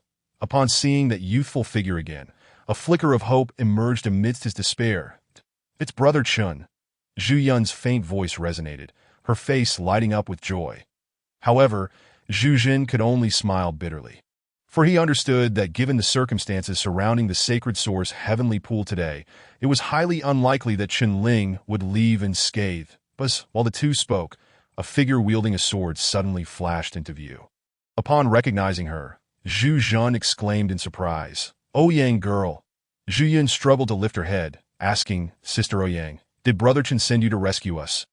Ouyang Mingyuan nodded with a smile, but her expression quickly shifted as several formidable presences began to encircle her. "You again, woman." Tang Ying of the Tianfeng Chamber of Commerce emerged from the crowd, glaring at Ouyang Mingyue with a cold sneer. "Today, I shall have a proper contest with you." Ouyang Mingyue's voice turned frosty, her beautiful eyes glinting with a sharp light. "You dare to challenge me?" Tang Ying's energy surged, exuding a power that clearly surpassed the initial stage of the ultimate realm. She had evidently experienced a breakthrough. Ouyang Mingyue's gaze sharpened, her own aura flaring as she revealed her mid-stage ultimate realm cultivation. "You two have broken through." Tang Ying's eyes narrowed in cold realization. Her ascent was facilitated by the half-sacred source light fruit Tang Qinha had previously bestowed upon her, propelling her to the mid-stage of the ultimate realm. Yet this woman, just half a month ago, had merely been at the brink of the ultimate realm, unfazed by Tang Ying's intentions. Ouyang Mingyue drew her sword and struck. the blade slicing through the air with a sharpness that demanded respect. Tang Ying, recognizing the threat, did not dare to underestimate this strike. Thus commenced their fierce duel, both women wielding swords, and with equal cultivation levels. The contest became a matter of whose swordsmanship would prevail. Meanwhile, under the astonished gazes of countless onlookers, Chen found himself encircled by Yuan Kuang, Chang Xiong, Tang Qinhe, and Pan Yu. You little wretch, hand over the sacred source light fruits, and I might grant you a swift demise. Chang Xiong's face twisted with malice. He had never anticipated that Chen Ling would emerge alive from the ice lake. This implied that the 50 members of the Black Dragon sect he had stationed outside the lake had all perished at Chen Ling's hands. The thought ignited a fire of vengeance in Chang Xiong's heart as he glared venomously at Chen Ling. Ha! Chen Ling, today I shall see just how far you can flee. Tang Qinhe laughed cruelly. Just as he had predicted, Chen Ling had indeed come, and now he would pay the price with his life. Surrender the sacred source light fruits. You are unworthy to be my opponent. Yuan Kuang chuckled coldly, a chilling aura emanating from his long blade as it hurtled towards Chen Ling, sharp and merciless. The crowd gasped, unable to fathom the perilous situation Chen Ling faced. However, in that moment of stunned silence, a resonant sword cry echoed through the void. The crowd's attention snapped back to Chen Ling, whose face bore no fear, only a cold, determined smile that in the next instant, a deep, unwavering voice reverberated through the air. As sword cultivators, we fear no battle. Chapter 59. One against for the clangorous declaration reverberated, causing the spectators to shudder, gazing at the defiant black-clad youth with dazed expressions. Yet, in the blink of an eye, Tang Qinhe sneered, "You, a mere mid-stage ultimate realm brat, are hardly worthy of all four of us joining forces. Allow me to deal with you myself." With a chilling laugh, Tang Qinhe summoned a long sword, his body quaking as a vast willpower enveloped the blade. The earth will. Sensing the tremor of this earth will, Yuan Kuang and Chang Xiong exchanged glances, their eyes flickering with realization. Tang Qinhe's late-stage ultimate realm cultivation, coupled with this earth will, left no doubt that he had no rival among those in the late stage of the ultimate realm. At this juncture, it seemed unnecessary for us to intervene. Chang Xiong smirked, his face betraying a hint of coldness. Pan Yu and Yuan Kuang also shook their heads, amusement dancing in their eyes. This insignificant insect should not covet what does not belong to him. Boom! Mountain splitter slash. With a thunderous roar, Tang Qinhe unleashed a sword strike, conjuring a blade of void-like essence, akin to swirling sands, which hurtled directly towards Chen Ling. The terrifying sword light spread through the void, resembling a cataclysmic storm, dust swirling in its wake. Chen Ling dared not underestimate this strike. His eyes flickered as he unleashed the demonic sword's soaring intent, cleaving the air with a counterattack. Bang! Their blades clashed in a resounding explosion, sending shockwaves rippling outward that a force of recoil surged through Chen Ling's arm, causing Tang Qinhe to stagger back a half-step, his expression darkening. You little brat, regardless of how formidable this demonic sword may be, after today, it shall belong to me. Tang Qinhe's gaze gleamed with fervor as he eyed the pulsating purple blade. He believed that Chen Ling's extraordinary power stemmed solely from this legendary sword, granting him combat prowess that exceeded his own cultivation level. That river-disrupting slash. Tang Qinhe's eyes glinted with murderous intent as he wielded his sword again, channeling an immense force capable of splitting rivers, gathering it into the blade and striking forth. Chen Ling's brow furrowed, positioning his sword before him, his gaze sharp as he declared, "Eternal Thunder Dragon slash." Boom! The wind and thunder roared, and the Thunder Dragon took form. The fierce winds howled through the heavens, and before the onlookers, a colossal thunder dragon emerged, exuding an overwhelming, world-destroying might. Bang! A tremendous roar surged forth in an instant, merely a wave of released air that left the onlookers trembling with fear. Their breaths momentarily suspended, as the dust began to settle. Tang Qinhe abruptly retreated, a metallic sweetness flooding his throat, though he forcefully suppressed it. In stark contrast, Chen Lin remained unscathed, his countenance unchanged. You little bastard. Tang Qinhe's face contorted with rage, disbelief flickering in his eyes. He then turned towards his companion, exclaiming, "Pan Yu, let us strike together." "Very well. Let us swiftly eliminate this brat. Pan Yu replied with a chilling smile, his eyes glinting with a cold, murderous intent. As a one-character swordsman, he required but a single strike to claim a life. Beneath his sword, countless defiant souls had already perished. Buzz, with a swift motion, Pan Yu drew his long sword. Moving like a bolt of cold lightning, that a brilliant sword light shot forth from the void with astonishing speed. The will of the tempest, sensing the velocity of the strike, akin to a gale. Chun Lin's gaze momentarily faltered. However, in the next instant, he positioned his demonic sword behind him, producing a crisp clash that resonated through the air. Well done. It seems you have also grasped a form of willpower. I suspected as much last time, but now I am even more certain to be able to withstand my tempestuous strike. Your comprehension of willpower must also lean toward speed, Pan Yu said, his gaze sharpening as he noted that his initial attack had been blocked by Chun Lin. Should you wish to know, come and test it yourself. Chun Lin retorted with a cold smile, taking the initiative against both Tang Qianhe and Pan Yu. You little bastard, you truly seek death, Tang Qianhe roared, his eyes burning with killing intent as he advanced once more, sword in hand. Pan Yu's eyes flickered with a cold glint, and he too charged at Chun Lin. The three engaged in a flurry of combat. A tempest of surging elemental energy erupting like a howling hurricane. Thunderous roars echoed through the air. A sword like a shadow, a sword that severs rivers. The immortal dragon's eternal slash. The onlookers gasped in astonishment as they witnessed the unfolding spectacle.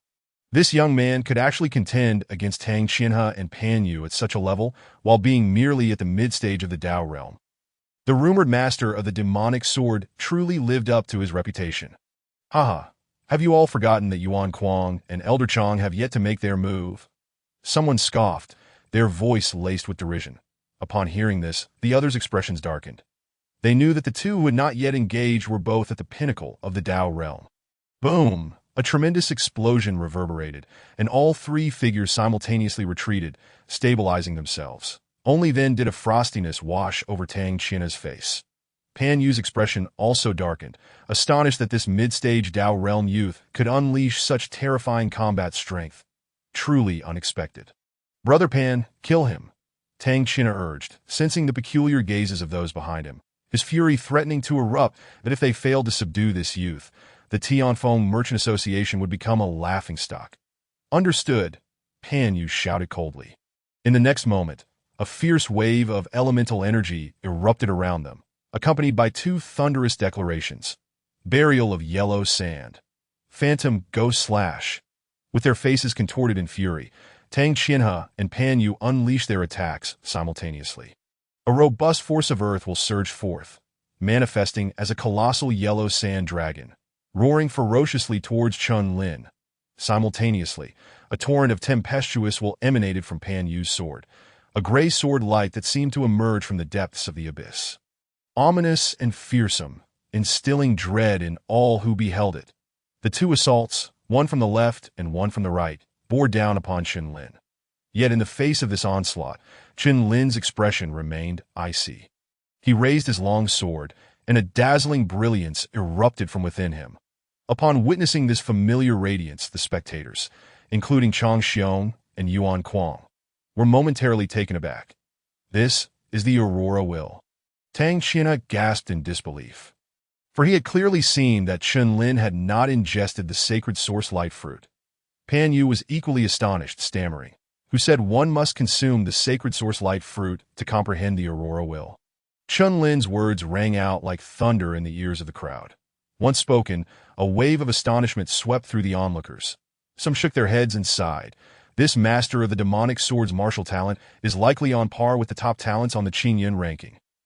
The moment these words fell, an unusual silence enveloped the crowd, as no one dared to counter such a statement. Tang Qianhe's expression turned grim, for just days prior, he had asserted that consuming the sacred source light fruit was essential for understanding the Aurora Will. Yet only those who had truly experienced it knew how challenging it was to grasp such rare willpower. Now, the Chun Lin he regarded as an insignificant insect had comprehended the Aurora Will without the aid of the sacred source light fruit. How could he not harbor resentment? Kill! The yellow sand dragon and the ghostly sword light surged towards Chun Lin at breakneck speed, the atmosphere thick with murderous intent. In that instant, Chen Lin's cold eyes flashed, and he murmured, "Path of the Immortal." As his words fell, a radiant and magnificent sword light burst forth from the demonic sword. The onlookers were momentarily blinded, and a colossal wave of energy rippled through the air. Boom! The collision of sword light erupted like a howling tempest, dragging the ground beneath the three combatants into a scar hundreds of feet long, filling the air with a sense of visual oppression. Even Yuan Kuang and Chang Xiong, witnessing the scene from afar, were struck with astonishment. That as the vast clouds of dust settled, the three figures gradually became visible, two kneeling on the ground, blood spilling from their mouths. While one, clad in black and stained with blood, stood defiantly. "You little beast," Chang Xiong snarled, for it was none other than Chen Lin who stood upright. Yuan Kuang's gaze sharpened, and in the next moment, he turned to Chang Xiong, saying, "Eliminate this brat first, then we can discuss the ownership of the sacred source light fruit." Chang Xiong had intended to refuse, but upon seeing the state of Tang Qianhe and Pan Yu, he merely nodded grimly. There are no eternal enemies, only eternal interests. By this point, Tang Qianhe and Pan Yu were engulfed in a tempest of disbelief, unable to fathom how their combined strength could still falter against Chen Lin. At that moment, Yuan Kuang and Chang Xiong approached, standing alongside Tang Qianhe and Pan Yu, their cold gazes locked on Chen Lin. "You little beast, I must admit you possess some strength. Given more time, you would surely secure a place on the Qingyun ranking. Alas, today, under the combined might of the four of us, you face nothing but a dead end." Chang Xiong's expression twisted with malice, casting aside his previous disdain. He resolved to unleash his full power to extinguish Chen Lin, lest he become the next Yuan Kuang, and at that point, the Black Dragon sect would likely cease to exist. "Altogether, let us eradicate this child," Chang Xiong commanded. His figure moving first as a torrent of violent elemental energy surged forth. At the pinnacle of the Dao realm, Yuan Kuang brandished his blade, unleashing a fierce blade intent that accompanied the formidable wave of elemental energy. Tang Qianhe and Pan Yu exchanged glances, their eyes flickering with murderous intent, their faces contorted as they surged forward once more. An unprecedented battle was on the verge of erupting. Chapter 60. First. Eliminate two buzz, a true confrontation of 1 against 4. The spectators gazed at the lone swordsman, admiration begrudgingly taking root in their hearts. Yet, they knew that the master of the demonic sword still lacked the requisite strength. Some sighed, believing that with a little more time, Chen Lin would undoubtedly surpass the four before him. However, the reality remained that his cultivation level was still vastly inferior to that of Yuan Kuang, a genius on the Qingyun ranking. Witnessing this spectacle, even Ouyang Mingyue and Tang Ying halted their own battle, their gazes drawn to the astonishing clash unfolding in the skies above. "Haha, I eagerly await to see how your little lover can survive against the combined might of the four strongest." Tang Ying sneered at Ouyang Mingyue, her words dripping with mockery. Ouyang Mingyue, for once, refrained from retorting, her eyes fixed intently upon the unfolding drama. Zhu Jun and Zhu Yin shared a similar expression, their eyes filled with concern. For all their hopes now rested on that young man. Boom! The violent clash erupted in an instant. Chang Xiong took the lead, stepping forward as a torrent of violent elemental energy surged forth, roaring towards Chen Lin. What appeared to be a simple strike concealed the terrifying power of the pinnacle of the Dao realm, far surpassing the earlier combined assault of Tang Qianhe and Pan Yu. "Path of the Immortal, Aurora will." Chen Lin shouted coldly, his demonic sword trembling as a blinding sword light erupted forth, slicing towards the elemental energy torrent with the swiftness of the aurora. Bang! The moment their attacks collided, a visible shockwave radiated outward. The immense recoil surged through the sword, causing Chen Lin's right hand to tingle. Yet before he could even hesitate, Yuan Kuang's blade-wielding figure closed in with astonishing speed. Void slash! Yuan Kuang chuckled mockingly, his gaze flashing with a bloodthirsty glint as a blade light pierced through the void like a shooting star. This strike captured the attention of the onlookers. The chilling blade intent rising like a tempestuous wave, truly befitting a genius of the Qingyun ranking. The blade's aura had yet to arrive, yet the terrifying intent of the sword had already erupted in a series of explosive sounds in midair. Chen Lin's vital energy surged, infusing the sword's body as he faced this ferocious strike, brandishing the sword defensively before him. Bang! The dazzling blade crashed against the sword's surface, unleashing a tempestuous wave of energy that sent Chen Ling's figure retreating swiftly to a distance of several dozen yards. At the same time, a trickle of blood oozed from the corner of his mouth, indicating that he had sustained a slight injury from Yuan Kuang's formidable blow. "Haha, you little wretch, today marks your demise." At this moment, Tang Qianhe let out a cold laugh, once more swinging his long sword to deliver a scything strike from the sky. Yuming go slash. Pan Yu's cold gaze flickered, and his vital energy surged as a sword sliced through the void. Aiming directly at Chen Ling, their relentless pursuit seemed intent on utterly annihilating him. This scene tightened the hearts of the onlookers, as the consecutive assaults suggested that even those at the pinnacle of the Dao realm would find it hard to withstand. Not to mention the current Chen Ling, who was merely at the mid-stage of the Dao realm. Regardless of how prodigious his swordsmanship might be, it appeared he was destined to meet his end here. Clang at that moment, a sword's cry, akin to thunder, suddenly reverberated, ethereal and clear, as countless warrior swords hummed in response. Tage Sunze. Chen Ling executed a seemingly unremarkable slash, yet this stroke exuded a gentle aura, reminiscent of a modest gentleman. Calm as water. However, to Yuan Kuang and Chang Xiong, this was a chilling sight. Not good, retreat. Yuan Kuang exclaimed in alarm, hastily warning his companions. Tang Qianhe and Pan Yu were momentarily taken aback as they beheld the incoming sword light, their eyes widening in shock, seemingly frozen in that instant. The sound of blades slicing through flesh resonated softly, and two brilliant blossoms of blood erupted in the void. How is this possible?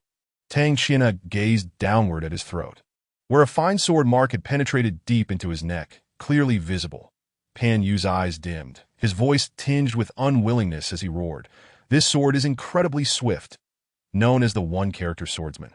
He had failed to perceive the terrifying nature of Chen Ling's previous strike. Both men were filled with a multitude of regrets, yet it was all in vain. Under the astonished gazes of the crowd, their bodies fell to the ground, straight as arrows. Gulp. The spectators found themselves unable to suppress their astonishment, their eyes now filled with shock as they turned to the blood-stained youth clad in black. "Now it falls to the two of you," Chen Ling proclaimed, standing with his sword, looking coldly at Chang Xiong and Yuan Kuang. "Haha, killing two worthless fools seems to have bolstered your confidence. It appears I can no longer hold back." Yuan Kuang's voice dripped with icy mirth, his excitement intensifying upon witnessing Chen Ling's slaughter of Tang Qianhe and Pan Yu, a bloodthirsty glint igniting in his eyes. Blood shadow blade slash, with a chilling shout. Yuan Kuang's figure surged forward, his fierce blade light slicing directly toward Chen Ling. The void trembled as blood-red energy surged, conjuring a wave of savage blade light, its crimson hue chilling and ruthless. In that fleeting moment, the heavens and earth darkened, consumed by the shadow of the blood-red blade, descending upon Chen Ling. Tage Sunzi. Chen Ling once more executed a horizontal slash, a strike imbued with the essence of radiant will. Meeting the blood-red blade light head-on, boom! At the moment of impact, a tempest of residual force erupted from the center of their clash. Chen Ling's lips once again bled, yet a more pronounced smile of cold derision adorned his face. In this instant, a glint of cold light flickered in his eyes as he stepped forward, charging toward Yuan Kuang and his companion. Seeking death, Yuan Kuang brandished his blade, a formidable surge of vital energy emanating from him, clashing fiercely with Chen Ling's sword. Chang Xiong smirked coldly, his gaze filled with murderous intent. Witnessing Chen Ling withstand Yuan Kuang's ferocious assault, a trace of astonishment flickered in his eyes. This little beast's talent is too formidable. If he is not eliminated today, he will surely become a great threat in the future. As his words fell, he too surged toward Chen Ling, joining forces with Yuan Kuang to deliver a lethal strike. The battle among the three unfolded violently in the void, as countless sword lights and blade shadows flickered, fierce and relentless, exuding a chilling aura of death. To the onlookers, all they could perceive were the fleeting afterimages as the three engaged in combat. The residual energy radiating from their clash, sending tremors through their very souls. Among the crowd, some observers, unable to contain themselves, shook their heads in disbelief at this breathtaking duel. After all, Chen Ling's cultivation was merely at the mid-stage of the Dao realm. Yet he was capable of contending simultaneously with two individuals at the pinnacle of the Tao realm.